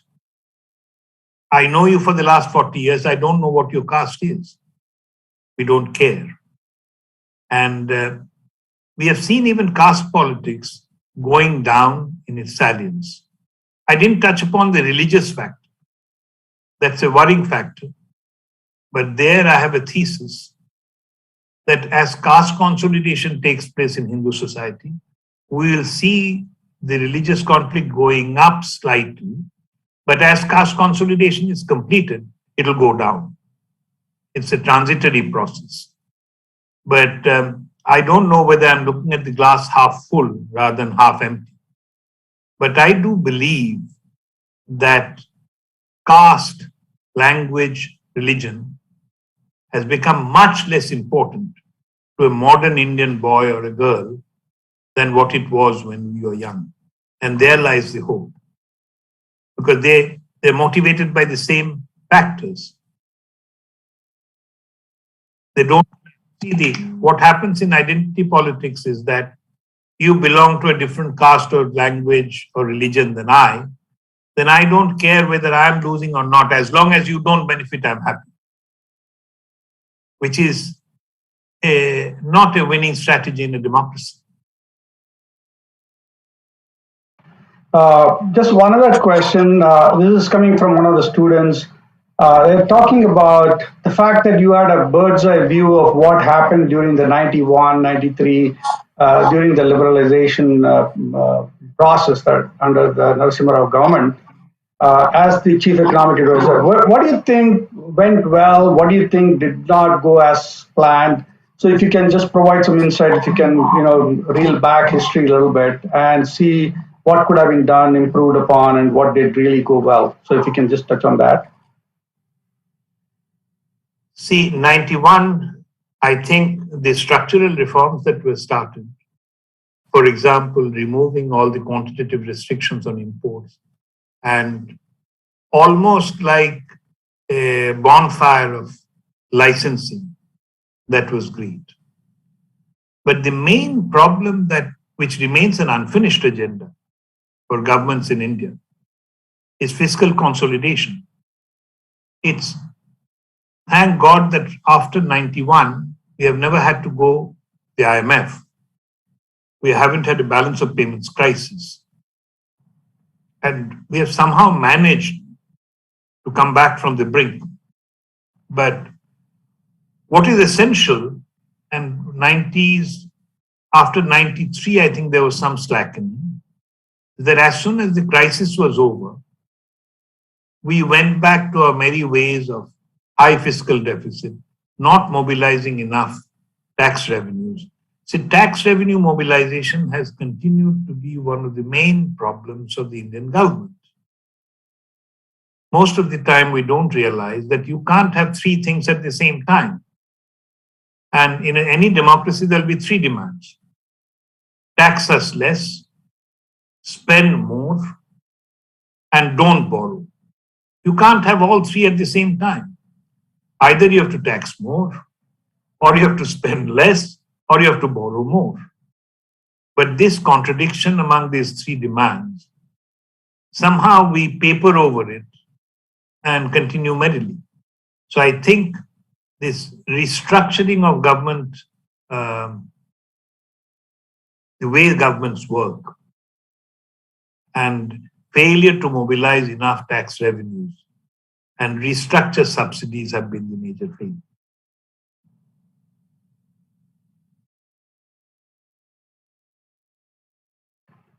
I know that we have a whole host of other questions that are piling in, but I think we have to schedule another separate session, a longer session. So, like we discussed before, we would really love to have you in the campus. You mentioned about Professor Sudarshan being here, and so it'll give you a lot of impetus for you to visit us and participate in a larger discussion as well. I also would like to quickly introduce our Vice Chancellor, Professor Rajkumar. So if you, Professor Rajkumar, if you wanted to quickly, hi there. If you wanted to, say a few words, and then we want to wrap up this session because we also see Honorable Minister PTR Palnivel Tyagarajan here as well. So. Hello, வணக்கம் mister Thiagarajan, எப்படி இருக்கீங்க? என் பேர் Rajkumar. I'm the Vice Chancellor of Jindal Global University. உங்களை பத்தி ரொம்ப கேட்டிருக்கேன். It's such a pleasure to see you, and thank you very much for accepting our invitation. Yeah. So, Dr. Lahiri, again, Professor Raj, if you wanted to say a few words to Dr. Lahiri as well, he has been. Thank you, Dr. Lahiri. I heard the last bit of your presentation. It was very good, and thank you so much for being part of this program. Thank you, Ramesh. Thank you, Professor Rahman. Thank you for inviting me. Thank you. Bye.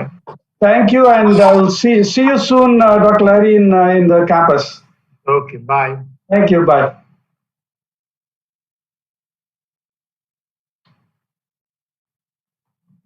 So we move straight on to our next session of the Global Finance Conclave. I am Professor Ram Ramachandran, and our next very distinguished session is going to be run by Dr. PTR Palnivel Tyagarajan. He is the Finance and the Human Resource Minister for the government of Tamil Nadu. He has been a outspoken a public servant and with significant policy and say educational background that we'll touch on briefly.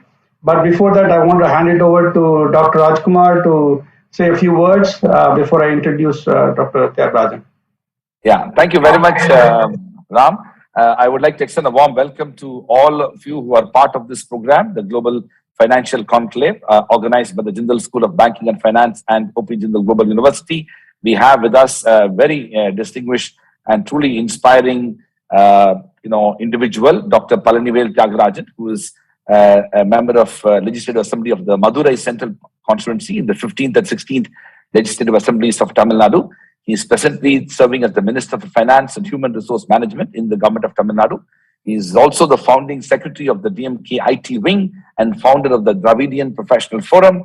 He previously worked as an international investment banker at the then existing Lehman Brothers in New York and Standard Chartered Bank in Singapore, where he last served as senior managing director.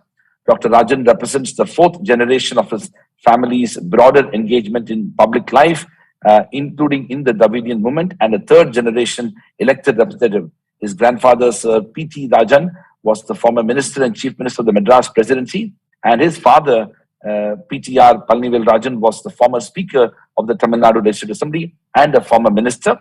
Dr. Palanivel Tyagarajan himself obtained a B.Tech honors in chemical engineering from NIT Trichy, an MS in operations research, and PhD in engineering psychology from the State University of New York, SUNY, and an MBA in finance from the MIT Sloan School of Management.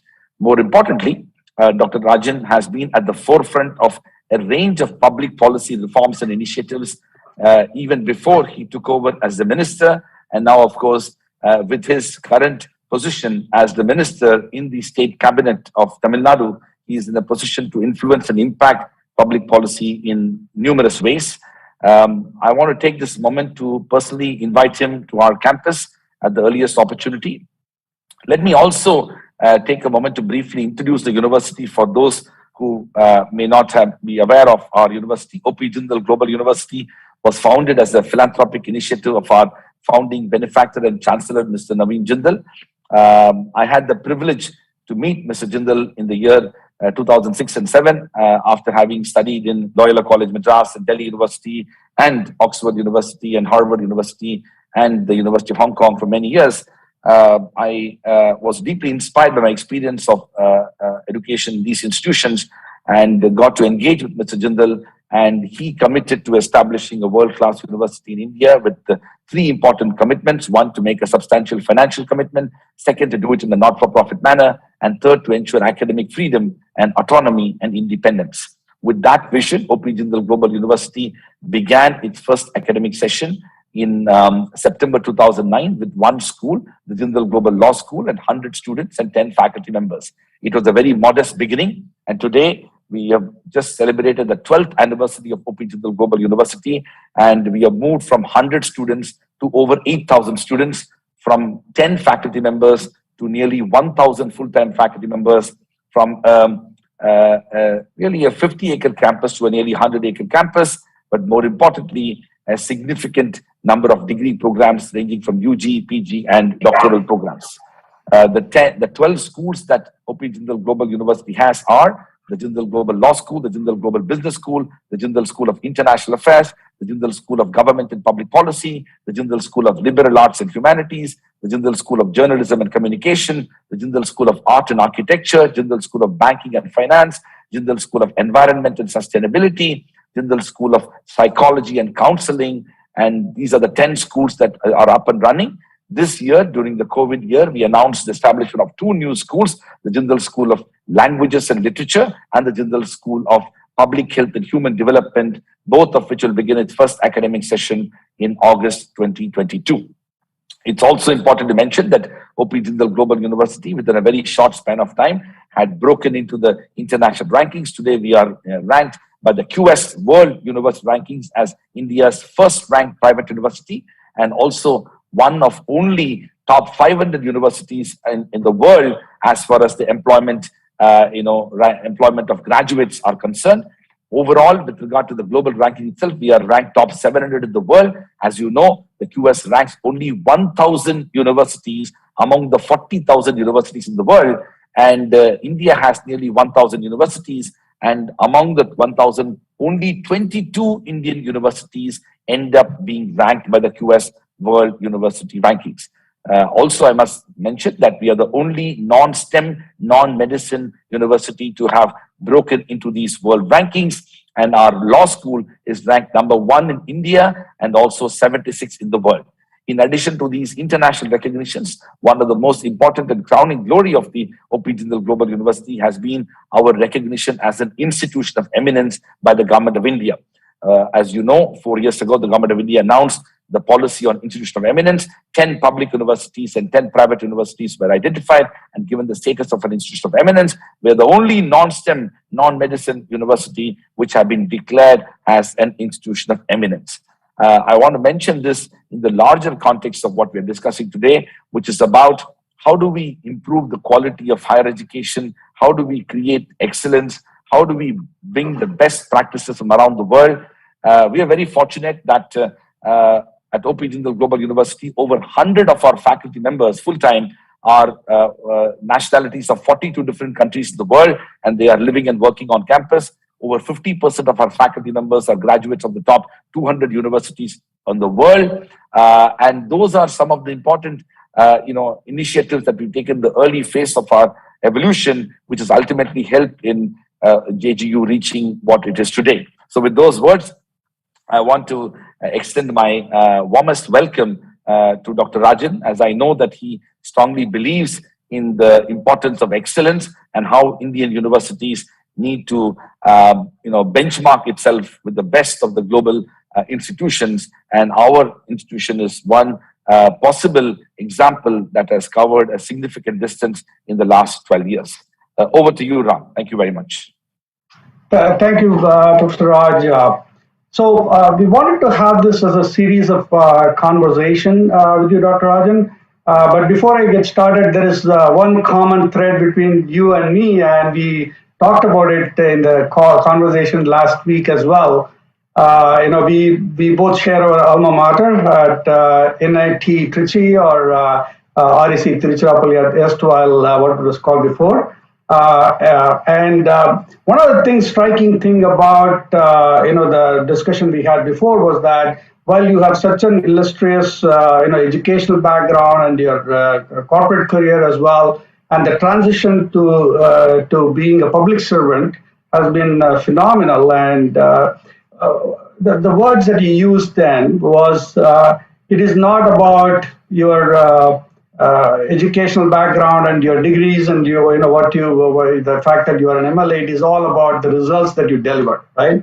And so with that as the starting point, you have been a very vocal proponent of discussing and talking about the creating a more free economy and financial structures in the country and for the overall growth. And the concept of cooperative federalism is a very dear to your heart. And so I wanted to talk about are there things that are missing in the Indian structure where there are disparities between states and within states itself, and whether that is really impacting the overall growth of the economy. So we wanted it to be a free-flowing conversation. So we want to touch on themes around that, and obviously the GST, which you are a part of. We wanted to touch on your role as a human resource minister as well. So we'll start with your thoughts on cooperative federalism and how what is causing the friction and the growth itself. So over to you, Dr. Rajan. You're on mute, I think. Thank you very much. First of all, thanks for inviting me. Thanks for the very kind introduction. I was very impressed to hear the Vice Chancellor's statement of how far you have come in such a short time. I completely agree with him and with you that centers of excellence and the development of a culture of professionalism, of standards and thresholds is crucial to the progress of any economy. So I think you're doing a very important job, and I commend that. As far as the topics you said, well, there are many hours worth of debate on that.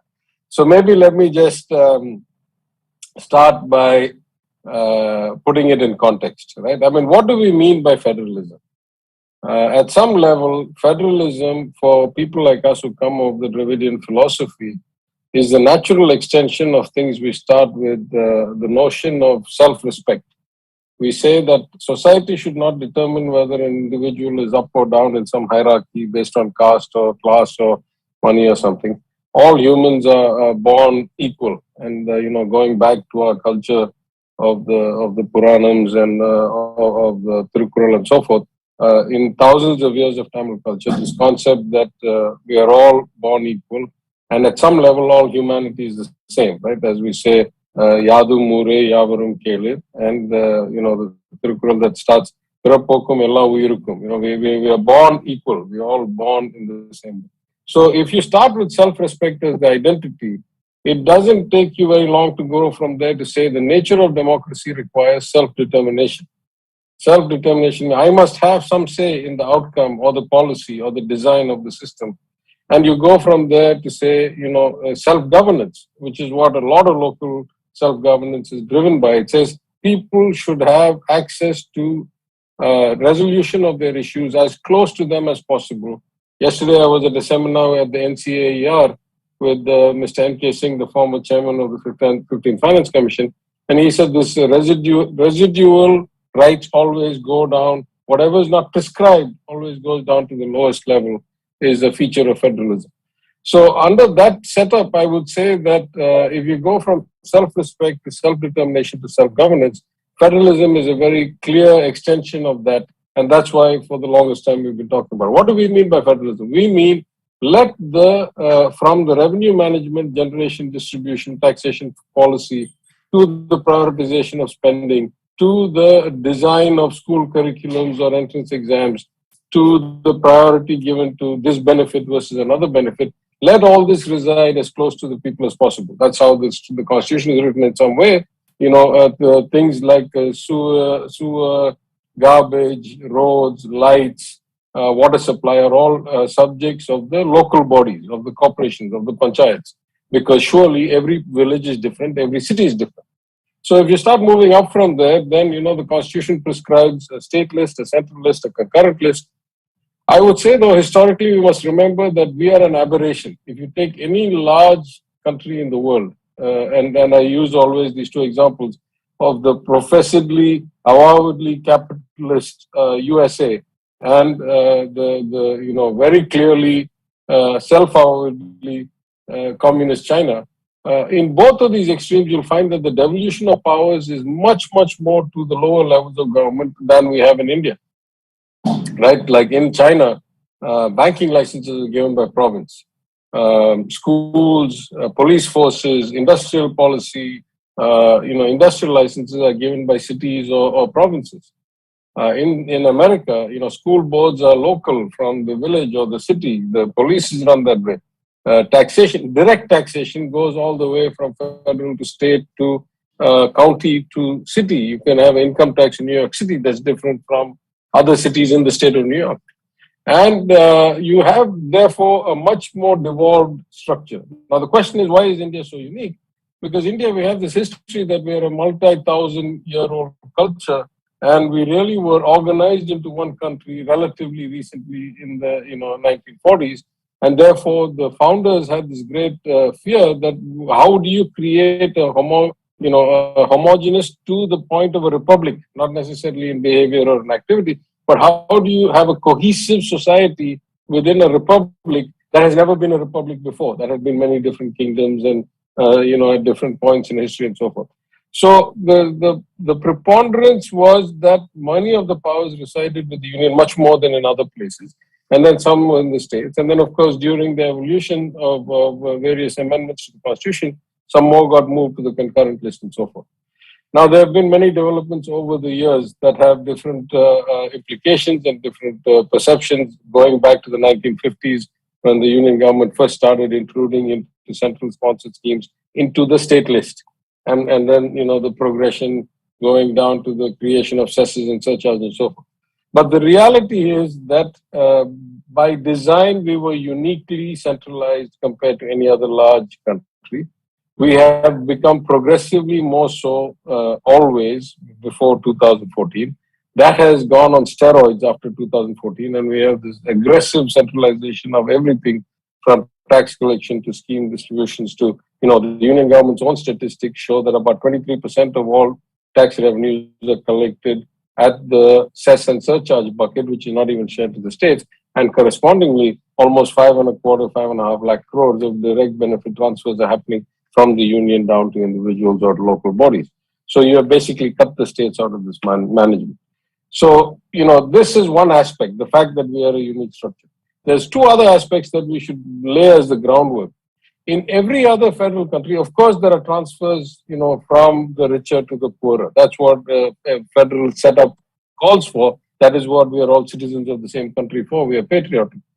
But in no other country do we have this disparity that there is a significant inversion. In places like China, the richer provinces are the ones that are also highly populated. It is the coastal provinces, and the transfers go from the high population to the hinterland with low population. In America, you have the US and you have the New Yorks and Californias that have the highest economy, highest tax generation, highest population, highest growth, and then they effectively do subsidies or transfers to the North Dakotas and all that, which have 500,000 or something for the whole state.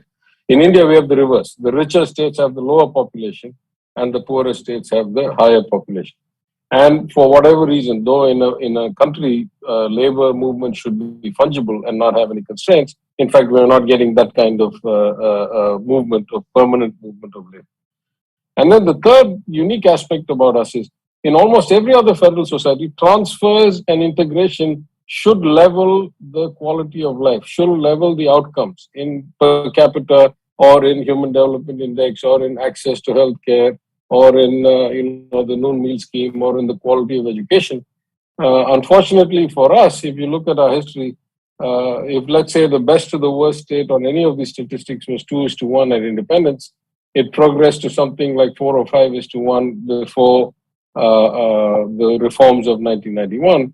And after the reforms, much like everywhere else, globalization increases the pie, but also increases disparity. Here we have increasing transfers from one state to the other and increasing divergence, where the rich states continue to show much better statistics and the poorer states continue to go lower and lower, at least gap-wise, if not absolutely.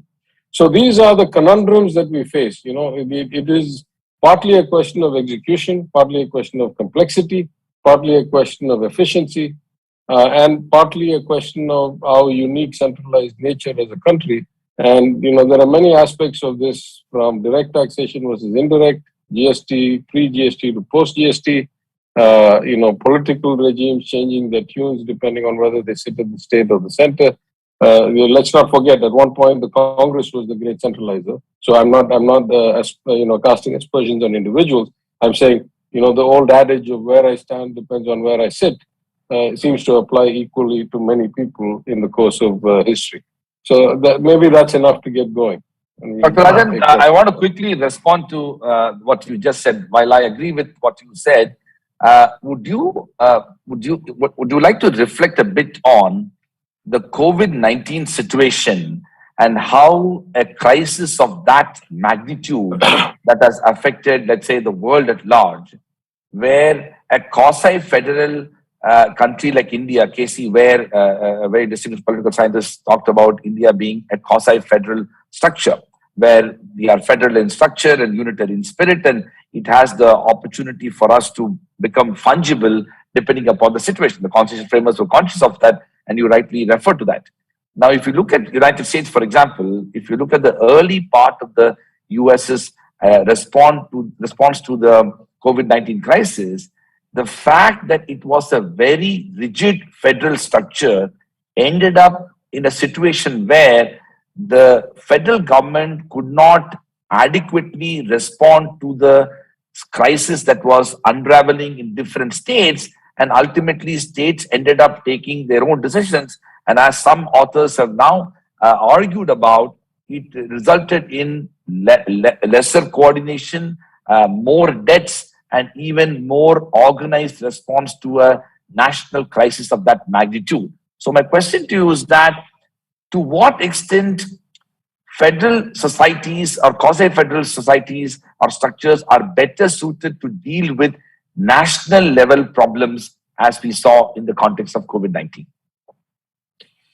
Yeah, that's a very good question, but I might answer that. You will find me more on my original point than otherwise. Let me give you two examples. In fact, if you look at the rate of infection or the ability to provide treatment, it varied dramatically. Because you see, when you have a pandemic, the underlying factors cannot be changed very quickly, meaning how much medical infrastructure do you have, how many doctors do you have, how many primary health centers do you have. Those things cannot be changed in 1 month or 6 months or 1 year. So I'll give you the extreme example for just a data point. In Tamil Nadu, for every 1,000 people, we have 4 doctors. In UP, if you're lucky, you have 1 doctor for every 3,000 or 4,000 people. The ratio is 12, 15 to 1. So you cannot have the same type of crisis response to these two. Forget UP and Tamil Nadu. Let's take within Tamil Nadu. When we came to office on May 7th, we had a second wave that was 6x the magnitude of the first wave. The chief minister designated different ministers to go to different districts and take care of different, the situation locally. By good fortune, we had a collector was a medical doctor, a corporation commissioner was a medical doctor, a monitoring officer was a medical doctor. I had some global experience running large-scale operations. And my fellow minister in Madurai, commercial tax minister, had very good ground connectivity in the village and so forth. So we chose to take a distributed strategy on day one. We took care of some of the macro things. We arranged for oxygen that we almost ran out. We finally ended up supplying not just ourselves, but the entire southern Tamil Nadu out of our Madurai hub. But the key to our success was that we took a distributed strategy and said, let us not have everybody converge at the government hospital in Madurai. And if that happens, the infection spreads in the crowd coming to the hospital. So we got 4,000 women's self-help group volunteer members, and we set up in every panchayat a 10-bed mini treatment center, in every district union 50 or 100 bed, supplied oxygen and concentrators there, and improved the test throughput so that no sample would need more than 12 hours to get a response, staggered the batching of the tests coming in so that not all of them came in at 10 a.m. We did a whole lot of basic operational things. Why I'm saying that is, in Madurai district, the new infection rate went down from about 1,500 a day around May 15th or 18th or May 20th, down to less than 200 a day within 3 weeks because we took a distributed strategy. In Coimbatore district, it stayed above 1,000 for weeks and weeks. It took us almost till the end of June, early July to bring it down even to like 3 digits.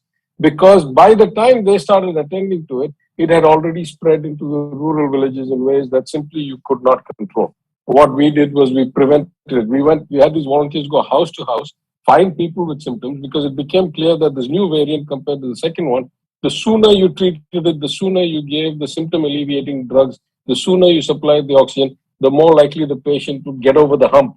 The old one would take 1 week or 2 weeks to settle in, and then the worst spike would come. Here it was coming in the first 3 days, 4 days.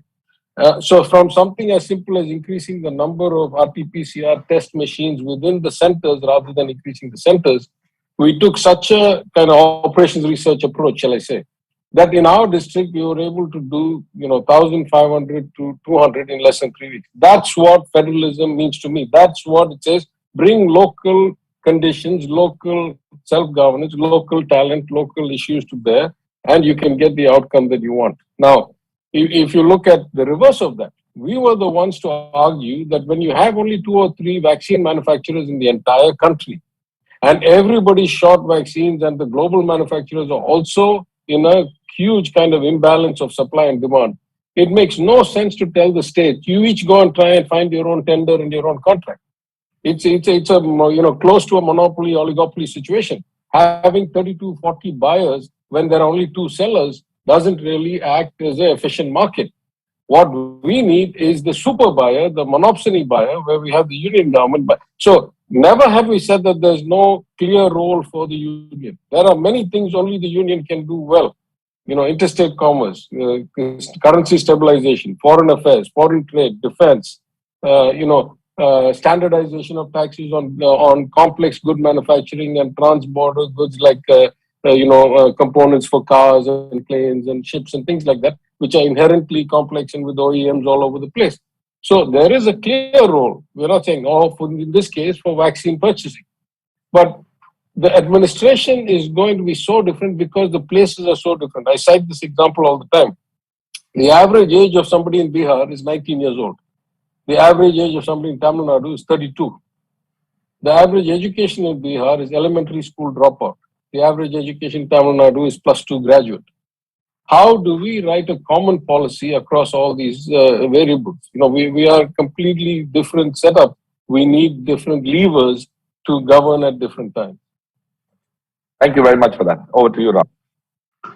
Thank you. I think that is a meaningful and relevant insight into the thought process on cooperative federalism from a very different angle than the financial angle, which is important as well.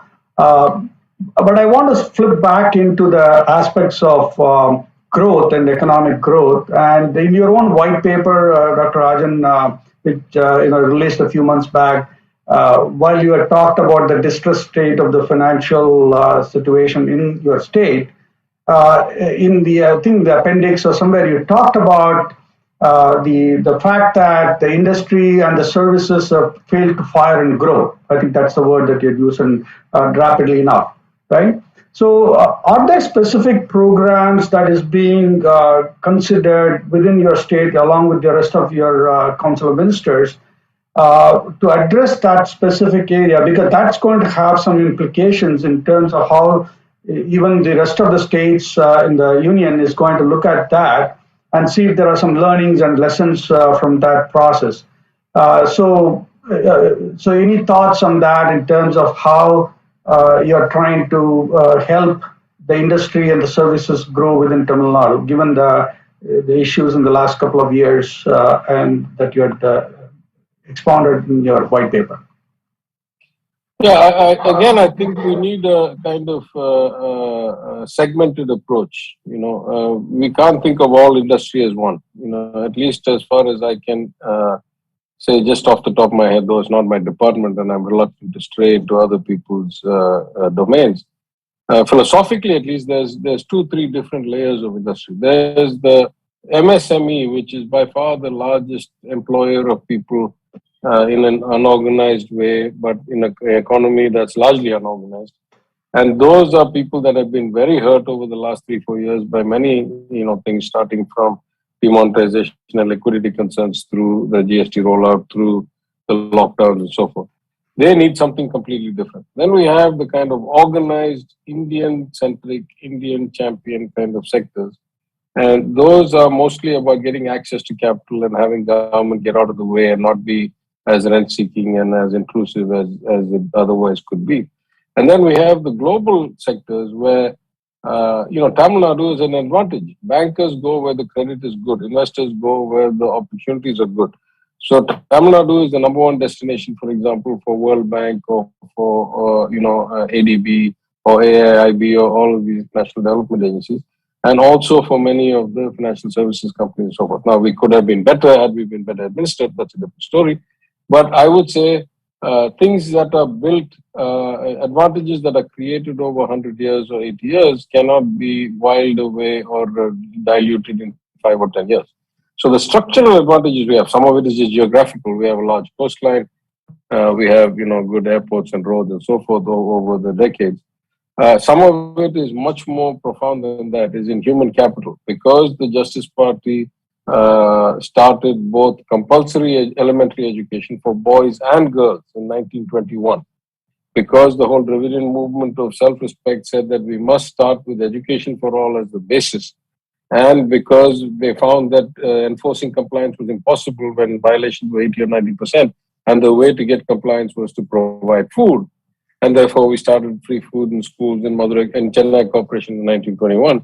and then to the whole. And, successive regimes, whether it was the Congress regime of Kamaraj and then my granduncle Bhaktavachalam, whether it was the ADMK regime of Mr. MGR, or in fact of Ms. Jayalalitha, some things never changed. We just kept enhancing. It went from, free breakfast to free lunch for all poor students, to free lunch for all students, to free lunch with protein for all students, to increase protein for all students. So, you have these kinds of continuity in policy in the basic human development.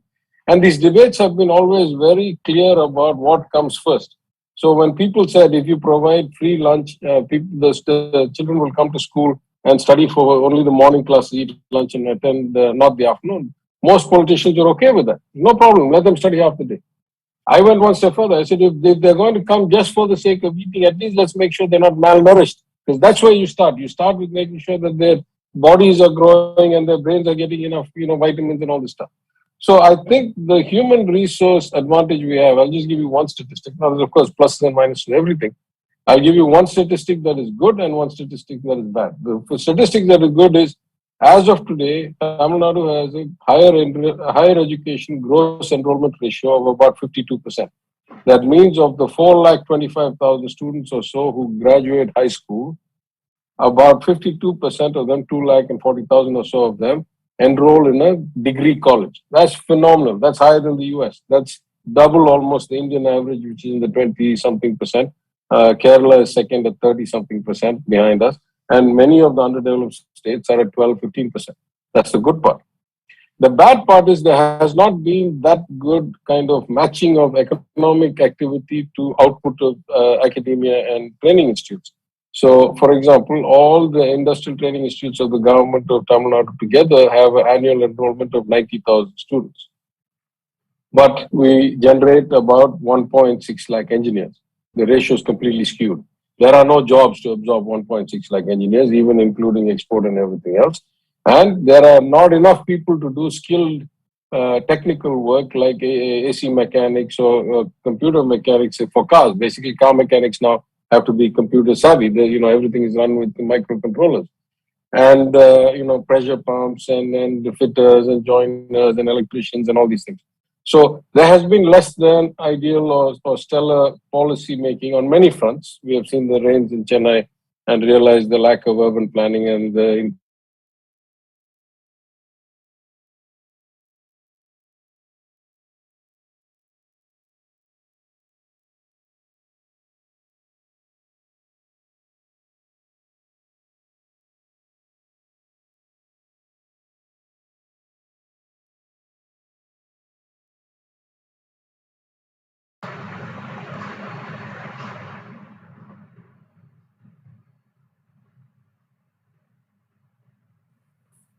Sorry, I lost you for a second. I lost you for a second. I don't know if you or me. So anyway, my point is that our approach has to be different for different sectors. Our global economic advisors, as you know, Raghuram Raj and Arvind Subramanian, as said before, keep emphasizing that to us. And we are focused very much on the MSMEs in terms of provision of credit, state guarantees, and the additional leveraging of the union government schemes. Try to bring them back onto their feet with training, with resources, with local attention at the district level. And then, of course, we believe that as the economy reopens and as global trade reopens, Tamil Nadu is going to be again a preferred destination within the country. Many of the statistics of FDI in the last 2 years are skewed through the large investments into one media company by other media companies. But if you go back to the broader pattern, we think there's things to be done there. We think there's something to be done fundamentally changing the nature of infrastructure financing. We need to categorize what kinds of infrastructure need to be built with 100% equity by the government. What can be done more as a 50-50 JV, bringing in technical partners with expertise, and what should be done with high leverage because they are high cash flow assets like bus stands from day one should be done with capital from outside and keep it light on us so that we can expend our capital in building zero return assets in cash, but high return assets in human development, like toilets in girls' schools and classrooms. So I think there's a lot of things we can do policy-wise that are within our control. And that's why we need federalism. We need more things to be done closer to the people closer to the unique situation. I dare say that no other state has this unique profile of MSME to national level to multinational level that Tamil Nadu has. Every state is different. Every state will need a different policy how to bring growth to this kind of mix. Thank you, Dr. Rajan. One of the things that, I mean, of course, what you said is absolutely true that every state is uniquely situated, but it is also the case that foreign investors in India, across the states of India, there is a certain degree of unease that has developed over the last maybe even a decade, that the policy uncertainty and policy, let's say, confusion with change in governments coming through creates a lot of volatility with regard to investments. And this is not only with regard to the functioning of the government, it goes all the way to the role of the regulatory bodies and even courts and judicial interventions on these matters. So as somebody who has done global public policy work, what do you think we should do? Because we are in a very awkward situation where the intent of our governments, regardless of whichever party is in power, albeit sending a particular signal, but at the ground level, there is so much of uncertainty that is increasingly creating a certain degree of discomfiture when it comes to foreign investors. Again, that's a very interesting question. I think there's 3 or 4 different angles to that. Let's start at the international level. At the international level, there are 2 huge positives for us. One is there is a glut of liquidity that has never been seen before in the world. Right? Much of the excess liquidity of trillions of dollars that was pumped in by the developed countries' banks after the global financial crisis was not fully withdrawn before the pandemic hit. And then there was a huge amount of fiscal stimulus after that, plus more quantitative easing, plus more Reserve Bank, the central bank of every country, liquidity generating. So we are awash in liquidity, as compared to any other point in history. There's probably, as a percentage of the world's GDP, there's huge amounts of liquidity floating around the system. We see the impacts of that in stock market valuations and IPO pricing and real asset valuations even around the world. So that's a good thing in the sense that there's so much money, everybody's looking for something. The second is that, pre-pandemic, the China trade kind of frictions, and post-pandemic, the reliance that the realization that you can't be over-reliant on one supplier have created a room. And I would say, though I'm not directly involved in the markets these days, I have never seen the demand for India risk at a global level that we are seeing today. So that's the positive. Now come to the point, the policy point you said. Of course, at some level, the sovereign is the fundamental basis of all risk calculation. So if the union government's policies are a bit sometimes inward-looking, sometimes external-looking, and imbalanced. On the one hand, you say make in India for export and drive the agenda. Then on you say no, Atmanirbhar, I won't allow imports. No country is that silly that they'll allow you to keep on exporting to them without you taking their goods. So you have a problem of policy imbalance, which is going to be, a bit give misapprehension to investors and so forth. I agree with you. But there's something much more profound at the national level that worries me, right? If you start with the notion of what is it that drives growth, for those of us who studied economics very late in life, the sanctity of property rights, that they should be inalienable, that they should be enforceable, and that they are not subject to the whims and fancies of either regime or, above the law activities, is the building block in some sense, going all the way back to the Adam Smith understanding of the world. And closely followed by the ability to get timely, predictable, transparent, fair outcomes to disputes, because disputes will arise all the time. In this case, if I was to take that analogy to the market, the reason why places like the US, the total debt market of the US is 80-85% funded from the markets, and only 10 or 15 comes from the banks, is because they have functioning, transparent markets with precedents for what happens when something fails. There are workout mechanisms, there are precedents. There's, if it fails, you'll get back 60 cents on your dollar within, 1 year. So you have a predictable outcome. So investors want predictability. Investors want stability. Investors want, especially fixed income investors want to know what happens if things go badly. If things go well, fixed income investors are capped. They can never get better than the coupon return interest rate on the bond. And as you know, very few projects at the level of multi-billion-dollar infrastructure or large investments can be made with equity. They have to be financed by debt. In fact, when I was at Stanchart, the rule of thumb was that if a country's GDP growth is predicted as X, then we should allocate 2X as the credit demand growth in that country, right? Because most emerging countries require a lot of credit. So in this context, then we have structural limitations that, as you say, go all the way to the judicial system. We don't have the luxury of timely, predictable resolution of workouts.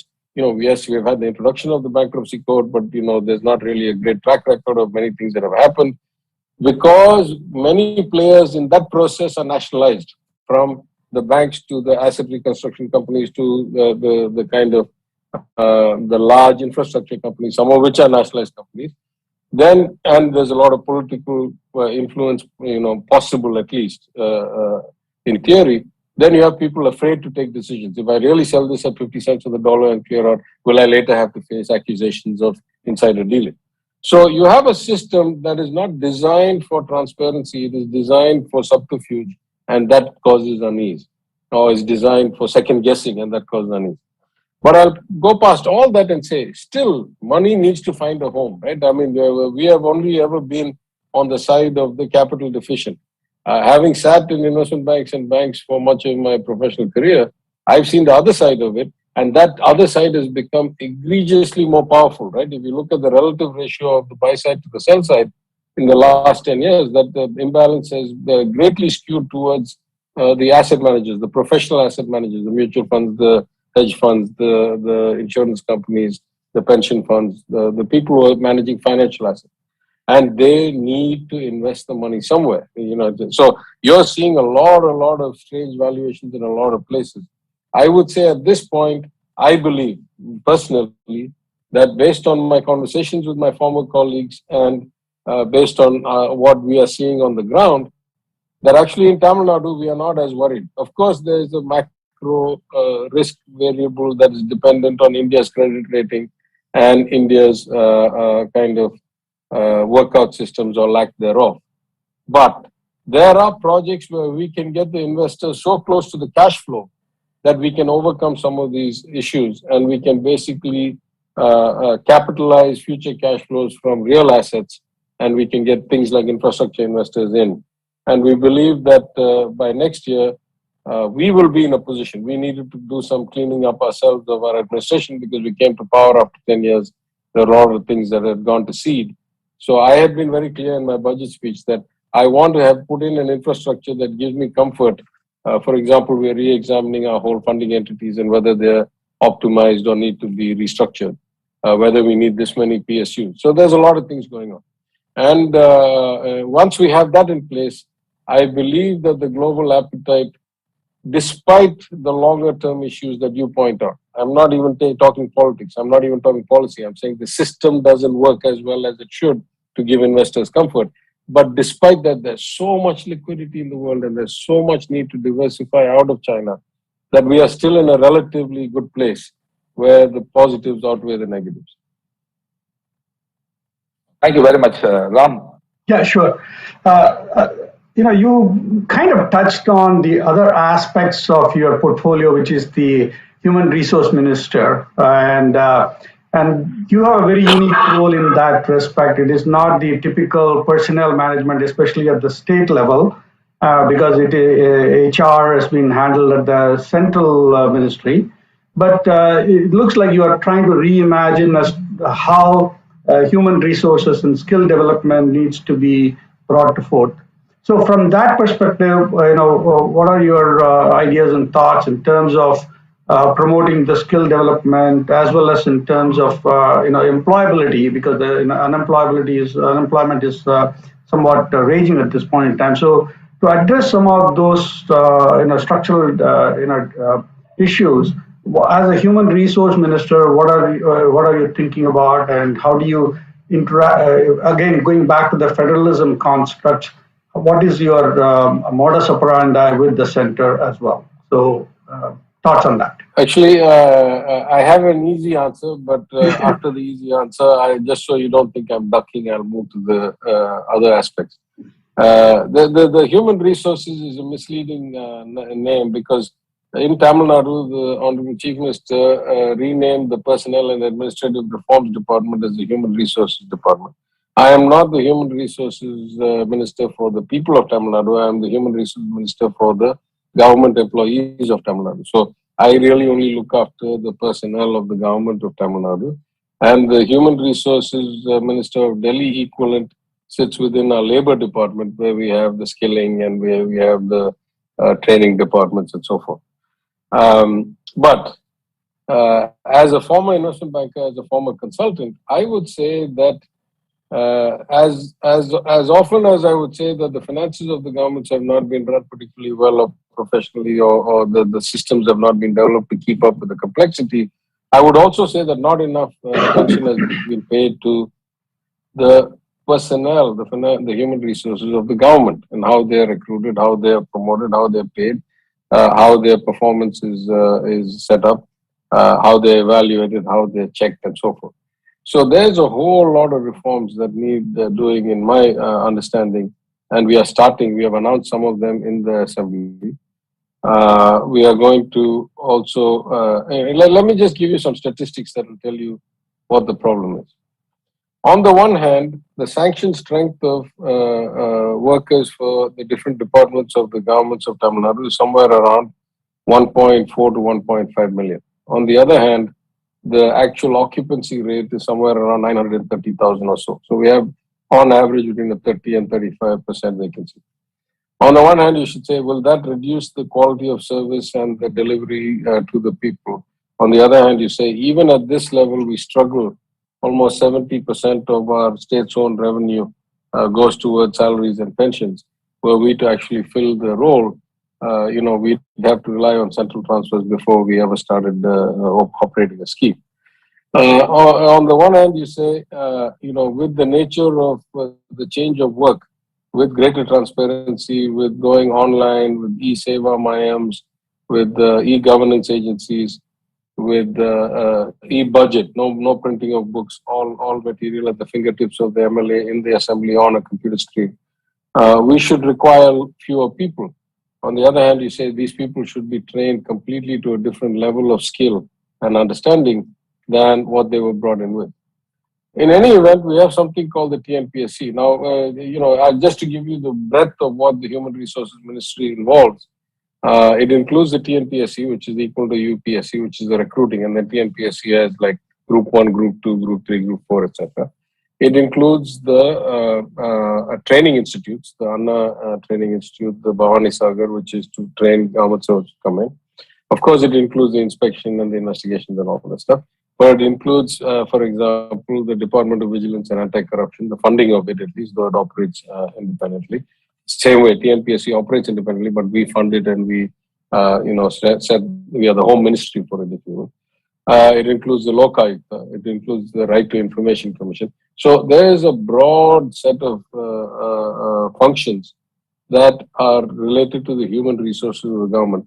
And in my limited understanding, or at least in my view of the world, shaped by being in industries where human resources were hugely crucial to the outcome, I feel like the system has not been properly designed or properly updated. I'll just give you one technical point because you have many students here. The TNPSC runs something like 70 or 80 different exams. There's something different for horticulturalists, something different for botanists, something different for, agriculturalists, etc., etc. The question I ask is, if you have a state where you have 52% of people enrolling in colleges, and many of them, I assume, get degrees and come out, do I really want to be testing again for competence in botany at the Public Service Commission? The Public Service Commission should be an aptitude test like in other places, some written, some interview, whatever.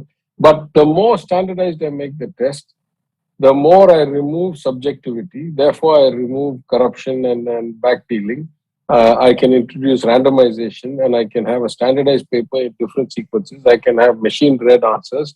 I can increase the throughput, and we can really produce the number of servants that the departments ask for, public servants from the Public Service Commission that the department asks for.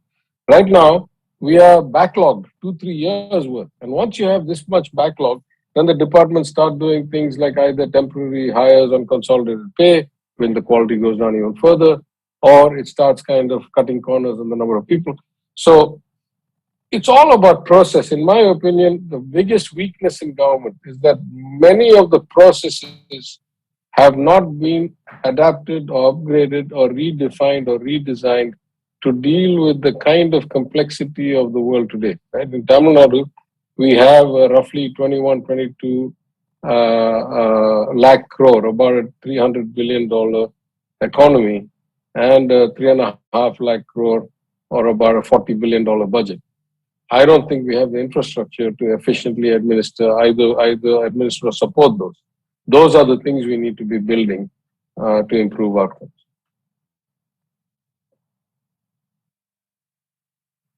There is another question that is that our Dean, Professor Bharadwaj, is prompted here, and there is a number of other questions as well. I know we are running short of time. I'm sure that we'll run short of time. So, so his question is that you have constituted this, Tamil Nadu Economic Advisory Council made up of people from very different political, philosophies, whether it is Dr. Arvind Subramaniam, Dr. Ram Rajan, or Esther, Duflo. But the question is, in general, whether it is in Tamil Nadu or in broader India construct, do we need to have more learnings from academics? While there has been a clear, focus on the polity and the politics of it in terms of listening to people from the political arena, is it time and to start enhancing the profile of academicians from a technical governance standpoint? Is there a role for that, and what are your thoughts on that? Yeah, let me just say 3 things quickly so we can take a couple of other questions. One, we purposely found people with different backgrounds and different views. What is the point of having 5 people with the same philosophy? That's nothing. So we got people, and they were very keen that they didn't want this kind of formal every 6 months write a report and then whether action is taken or not. They wanted to have a dynamic. Either we ask whenever we feel like, or suo moto, they tell us whenever they feel like. And as I've said in many places, including an op-ed in the Indian Express in Delhi a couple of days back or 10 days back, they have had an imprint on our approach to pensions, on our approach to, old age pensions and disability pensions, on our approach to MSMEs, on our approach, I think we're the only state that has an explicit several month-long bring back to school because COVID may have permanently damaged the relationship between students and school in the 1st to 8th grade program. Many of these things are driven by their advice. And they like that, and we like that. They like that they can just pick up the phone and say something or send an email and we act on it. And we like that we can call them whenever we want for what we want. What is our problem today? Do you have a view on that? So I think that is the. Of course, we want more technical input. Of course, we have many advisory groups being formed. Of course, we have the need to take the best. For example, on the GST, one of the leading tax lawyers of the country reached out to me and said, can I set up something and help you? And I said, please do that. So we have something coming over there. I'm taking, inputs from different places. We're going to beef up the data and analytics team. But there's a third component here, which is that even what you think happens doesn't really happen that well. That is, the voice of the polity is not always heard that well in the government. Or for that matter, the actions of the government are not always understood that well in the polity. So, of course, far be it from me, I'd say that, our current Prime Minister and his team are relatively political geniuses. But even they are not able to penetrate certain places with certain messages. And I think that is something that as a party and as a government, we find that the government has far less connect with the people than the party does. We find that the government gets far less feedback from the people than the party does. And so those are things that I hope to improve. And first connect the people and the government much more closely and much more frequently and much more with the feedback loop. Do something, get feedback, adapt, get feedback, adapt. This loop. So of course, I gave a lecture at the library where a center for the public sphere, study of the public sphere, was started in our very famous Roja Mutaya Library, financed by the University of Chicago at its inception. And there I said, there's a need for re-intellectualizing politics. Politics, at least in the beginning of the Dravidian movement, it was about ideas, it was about principles, it was about a view of the world. And some of that has been diluted because of various reasons. We need to re-intellectualize it. And some of it is about changing the culture. The culture of society, the culture of politicians has faded a bit. It's very hard to point fingers and say the politicians are corrupt or the, bureaucrats are corrupt or, that is spread to this place, that place. It's not as if society is pristine and only the politicians are corrupt. The politicians come from society, get elected by society. And whenever I say this, people get a bit angry at me, but people get the government they deserve because that's the government they elect. Right. So it's hard for anybody to say that, there's this huge gap. Very good. Dr. Rajan, I have a question. This is probably a slightly more complex one, but you may recall that in the 1987 movie Wall Street, Michael Douglas, acting as Gordon Gekko, gave a speech when he said, greed, for lack of a better word, is good. And he went on to say that greed, it captures the essence of the evolutionary spirit, greed in all its forms, greed for life, for money, for love, for knowledge, has marked the upward surge of mankind, unquote. Now, how do we create an alternative imagination that not only greed is bad, but to create an egalitarian society, every stakeholder, including the corporations and the companies and the business enterprises, should work with some degree of public service and common good? Yeah, let me just say that two slightly different ways. The first is, I think, though, for dramatic effect, I remember the Gordon Gekko speech. I think by the time I was on Wall Street, even by the late 90s and the subsequent decades, that had to clearly change to, be greedy in the long term. Don't do short-term things because those are not sustainable. Think about the longer-term consequences. And that could be in our policy as well. Don't worry about this election, this month, this quarter. Think about what you can achieve over 5 or 10 years. I hope some of that is percolated into Wall Street and into society. But there's a broader point you make here, and I think that's really what has distinguished good quality of life societies from ones where it is not so good. In the end, the only way to grow sustainably over time without having social strife, without having crime rates increase, without having mental illness rates increase, is for it to be equitable, at least relatively equitable. It should be inclusive. The more people that are brought into it, the better off we are. And I give two statistics. I say within India, what makes Tamil Nadu so unique is that we will be in the top 1 or 2 or 3 per capita income and total size of the economy. But most importantly, for any in the top 5 or 10, of course, Kerala has some really good statistics in other matters, but they are a relatively small state and they don't have as high GSDP and for other reasons. But if you take any of the large states, we have high social development, high human development, high per capita, and one of the lowest Gini coefficients. We have one of the lowest stratifications. In Tamil Nadu, almost 100% of girls below 18 are in school or have been there till at least 10. In Gujarat, which has a slightly higher per capita income than Tamil Nadu, the ratio is nowhere near. It's about 70%. And a whole lot of people are not included in this. And as you know, the long-term predictor of where you end up in life is very much based on how much of the primary education you got, before you got out of school. So in that sense, it is all about inclusiveness. It is all about taking the society along. It's all about, as other people have said, lifting the bottom of the pyramid, because you lift that and everything else lifts. You pull at the top and it doesn't really percolate down to the bottom. And I think that, if you look at a global level, societies that have good safety net programs, societies that pay high minimum wages, societies that provide free healthcare, free education, free maternity leave. If you look at Canada compared to the US, certainly the quality of life on average is better in Canada, I would say, at least for the average income person. If you look at Western Europe and Scandinavia relative to other parts of the Western Hemisphere, if you look at Australia, New Zealand compared to other countries of equal per capita, if you look within the US at New York and California and Minnesota, where they have high welfare and high benefits compared to other parts where they don't, like in the Deep South. So, it is in society's larger interest that no one gets left behind. Now, of course, I'm a former Wall Street banker. I'm hardly, the most ardent communist or socialist in the world. So I am all for private enterprise. I'm all for, private advancement based on input. I am not for one second saying we should all make a commune. But enlightened self-interest is probably better than pure self-interest. And enlightened self-interest says, I have to live in the same society as everybody else.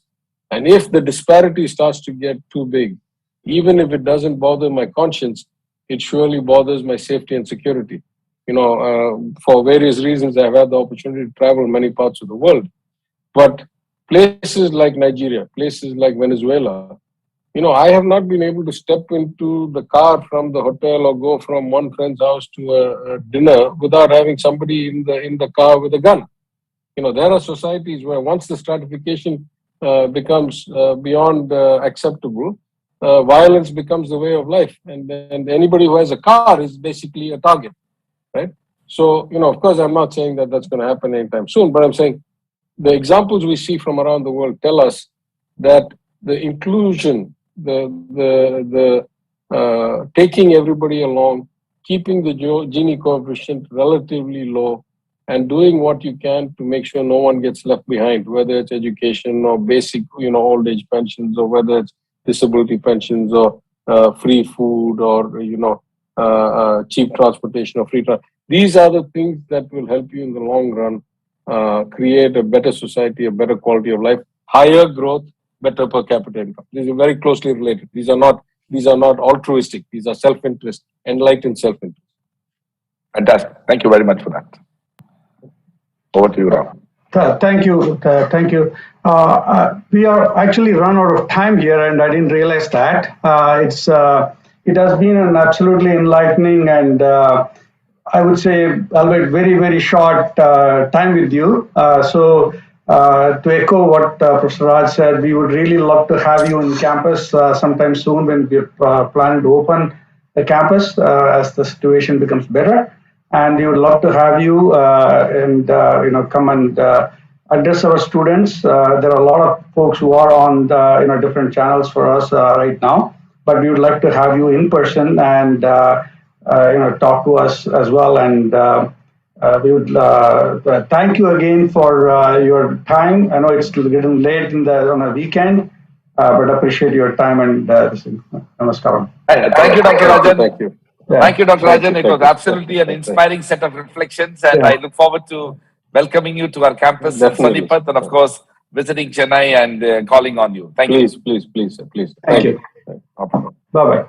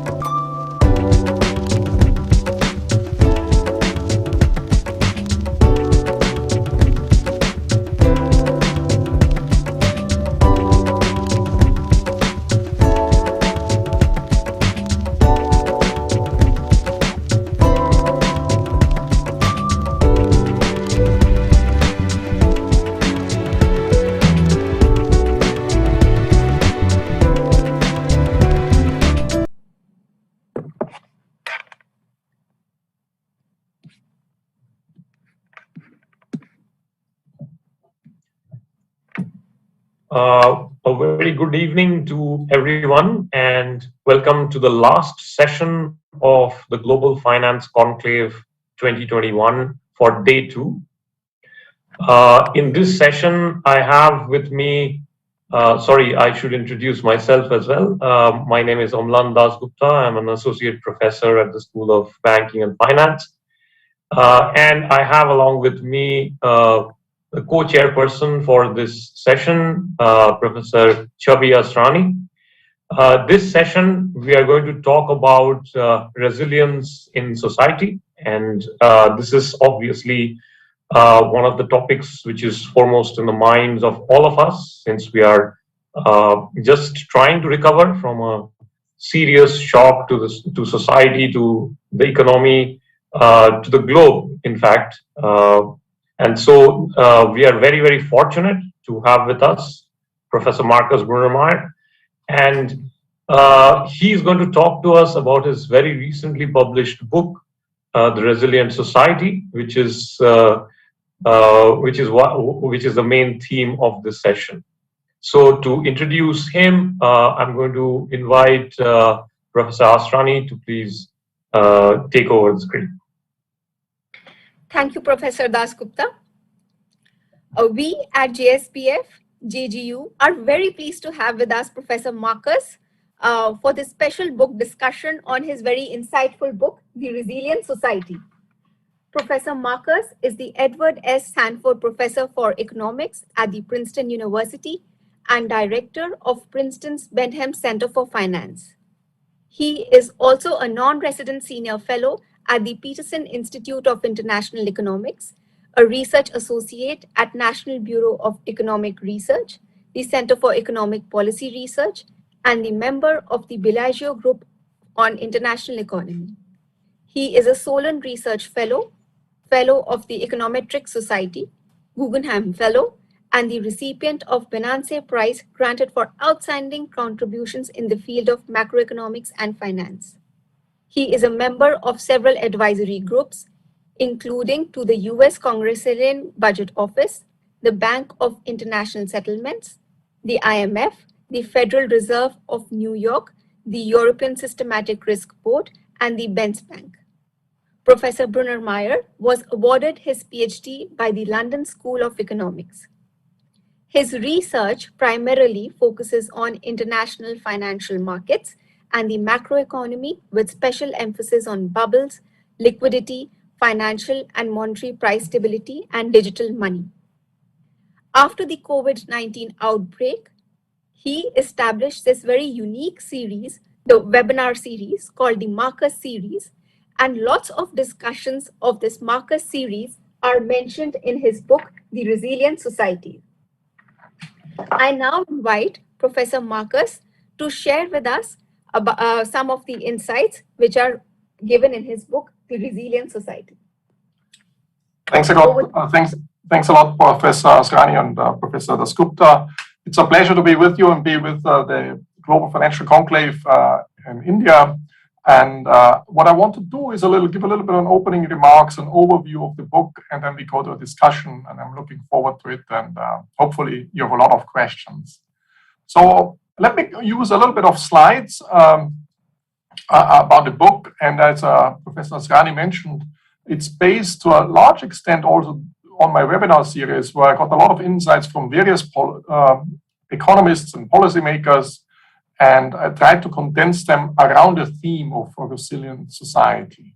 So what we actually have recently, we have, a lot of shocks we might be facing. So we have the pandemic now, we might have future pandemics, or we might have antibiotic resistance, financial crisis, cyber attacks, natural disasters, and we have uncertainties with new technologies coming along too. And typically when there's a crisis, the crisis comes rarely alone, it comes in pairs or triplets. And so we have to figure out how to manage such a world. And resistance is typically futile. So you don't want to have a resistance approach. You really would like to have an approach where you can bounce back. And resilience is all about bouncing back. And it's about being flexible and agile and reacting to things. And I would like to contrast resilience first with some robustness approach. That's what the book does. So what is not resilience? So one thing you might say, oh, stability is all about rigidity, being very rigid or robust. But robustness is about being very strong and withstand any shock, and essentially being fault tolerant. So you can block off any of these shocks. And it's a little bit like an oak. So if you have a tree like an oak, it stands very still. There's winds coming here and there, but you don't fall over. It stands very rigid. While resilience is all about bouncing back. If there's a shock, you might be hit, but you bounce back. So it's a little bit like a reed. It's constantly swinging back and forth and bouncing back. And it goes, to the French writer in the 17th century. He used this comparison where the reed essentially seems so volatile and so weak, but at the end of the day, when the wind is very, very strong, the oak falls over and can't get back up, and the reed gets back up. And the reed then in this poem says to the oak, I bend, I bow, but I do not break, because the oak breaks and cannot come back. So there's a robustness barrier where this, the oak breaks, but the reed is not. And we should be more like a reed, constantly being flexible. It seems very risky, but it's not as risky as being very rigid. And it's a little bit like the volatility paradox. So it seems very volatile, but it's not as volatile as a low volatility environment. So, but for this, we have to have redundancies. We have to redundancies which we can redeploy very flexibly and all this. So resilience is not robustness or rigidity. So what resilience is also not avoiding risk at any cost. So risk is a very static concept. It's like if you think about mathematically, it's about variance or standard deviation, the distribution. Resilience is a dynamic concept. It's like you hit and then you bounce back to a new normal. And so in mathematical terms, it's about mean reversion. And so it's a different concept from risk management as well. And you see it most closely if I compare now two paths here. One is, there's this dashed line here. It's riskless. There's no risk at all. And there's another one which is more risky, but it has occasionally a crisis thing, but it comes back. It's resilient. So it's resilient, but in the long run, you would be much better off if you go for the resilient part, even though it's risky. So we shouldn't avoid risk at any cost. We should go for some risky thing as long as the risk is resilient. So we have to really look for risk and classify them as resilient and non-resilient. And I think that's very important what the book outlines. So what are the risks which are not very resilient and the resilience destroyers? What are resilience destroyers? And I identify three. One is traps. That's essentially when you're hit by a shock. Let's suppose you're very poor. If you're hit by an income shock, you're hit by a poverty trap. You can't get back out. So poor people are much less resilient because they have a poverty trap. So in general, traps are very much things one has to watch out for because they kill essentially the resilience, they destroy the resilience of people. Another non-resilience and the resilience destroyer are feedbacks. You hit a feedback and then actually there's an adverse feedback loop that makes things worse and worse and worse. And a third of a resilience destroyer is like a tipping point. And you see it in this figure as well. So let's suppose you go down here and then you hit a tipping point and then the whole system spirals out of control. So that's essentially another thing we really have to watch out for. So let's not watch out for risk. Let's watch out for resilience destroyers. That's the message of the book. So that's essentially very important. The second message is, resilience is talked about a lot already in the psychological literature. We said, how are individuals resilient? Are they bouncing back? When you're hit by a personal crisis, can you bounce back?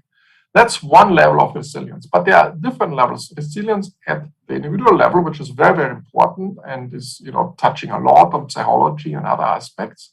But then there's also resilience of systems, like probably we'll talk about global value chains or networks or, the grid of electricity grid and all these things. These are systems that can be resilient when they are shocked from outside. But then there's also resilience of the society. And what makes the resilience of the society slightly different? Of course, if individuals are not resilient, then the society is not resilient either. So that's, an important ingredient for society to be resilient. But, this about the interaction of people, and people have beliefs and they have expectations and they have expectations what others will do.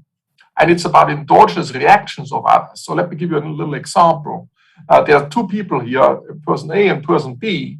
Person A does something and it causes a negative externality or some negative spillovers on person B. Now, the person B suffers from that. He's doing something and the other person, the person B, is suffering from that. Now, that's an externality. In economics, we really try to avoid or to set up a society to minimize externalities. But what it's even more important is how will person B react to that? Okay, that's, you know, the reaction function is really important. It could be that person B reacts to it and does something which causes an externality back to person A. And then the person A is reacting even more, and then it causes more externality. So if you combine feedbacks with externalities, or strategic complementarities as we use in eco language, then it's actually really much more dramatic. And the question is, how can we set up a society to minimize these externalities, in particular these feedback externalities?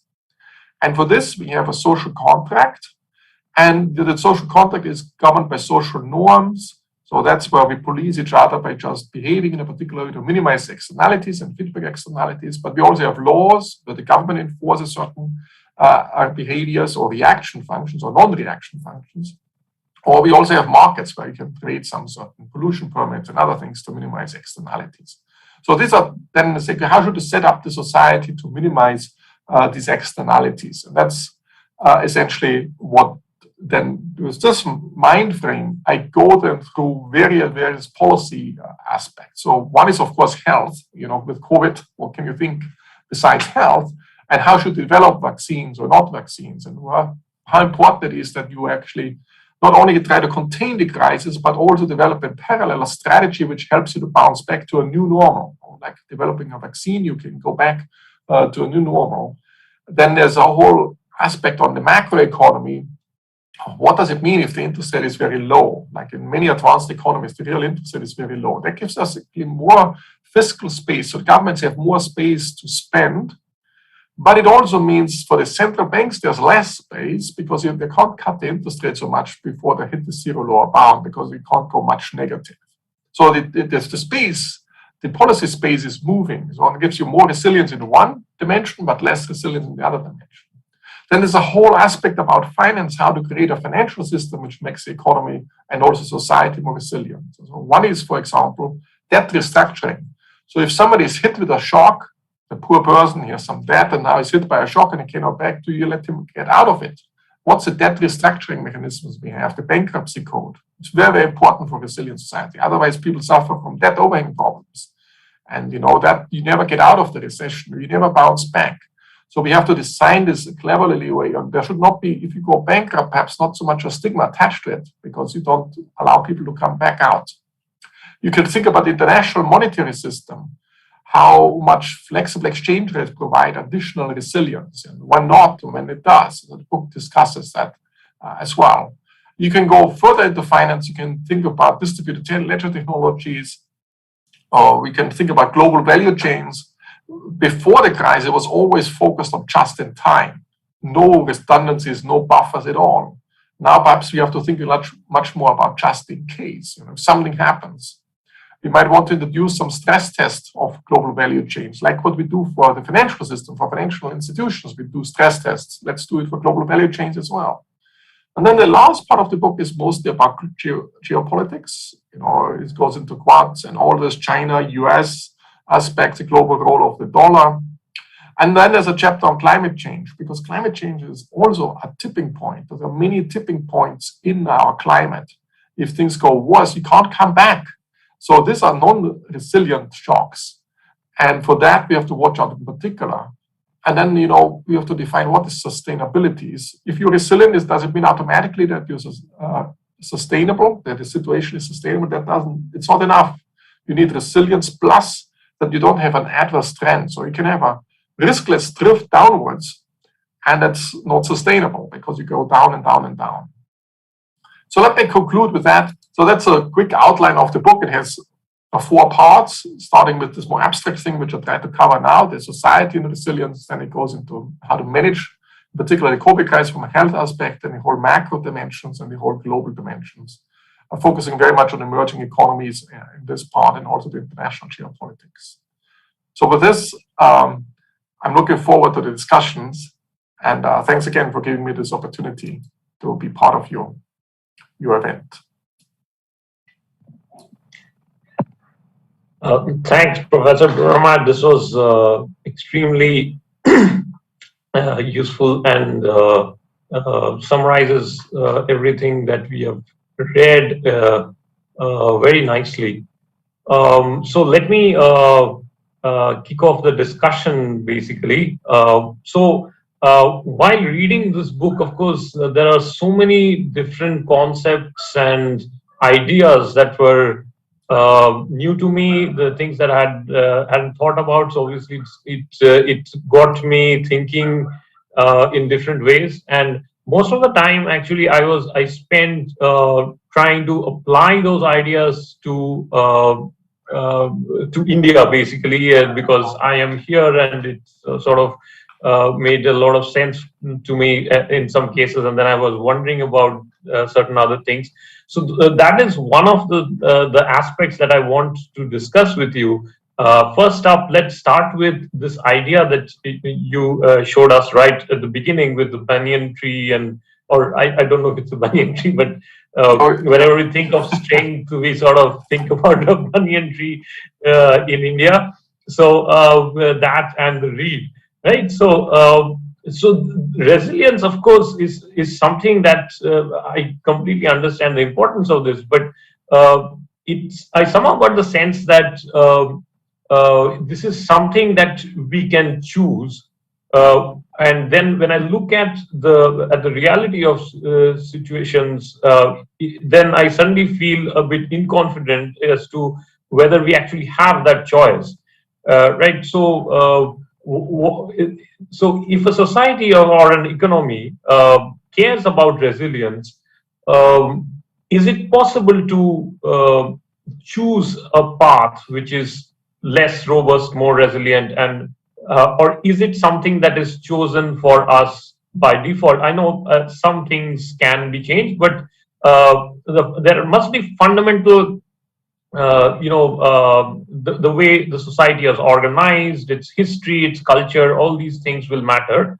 And the other aspect which I would like your comment on is how do we figure out where we are at in terms of resilience? Is there any way we can measure it?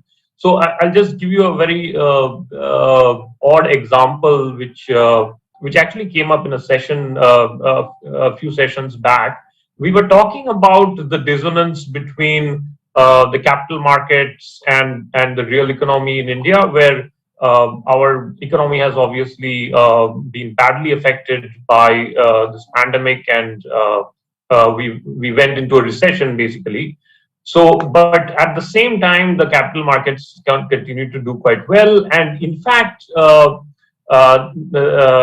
price earnings ratios on average has been actually better than most other markets all over the world. And one of our panelists was telling me that this is perhaps because the Indian markets are more resilient. And then I was thinking about this session that's going to happen later on, and I thought that I would ask you about this. So, how do we actually figure out where we are at in terms of resilience? And the other thing is it possible to choose truly whether we are going to be a more resilient society or a robust society? Very good point. So let me just try to address them a little bit. So can we choose it or can we not choose it? So there are two things I would say. A lot of our resilience is driven by social norms, so how we behave, and culture, as you mentioned, and other elements, identity, and the social norms are very slow-moving things, so don't radically shift. So in a sense, you might say it is chosen by society, but in a slow motion. So if there's suddenly a crisis like the COVID crisis, you cannot just change your social norms.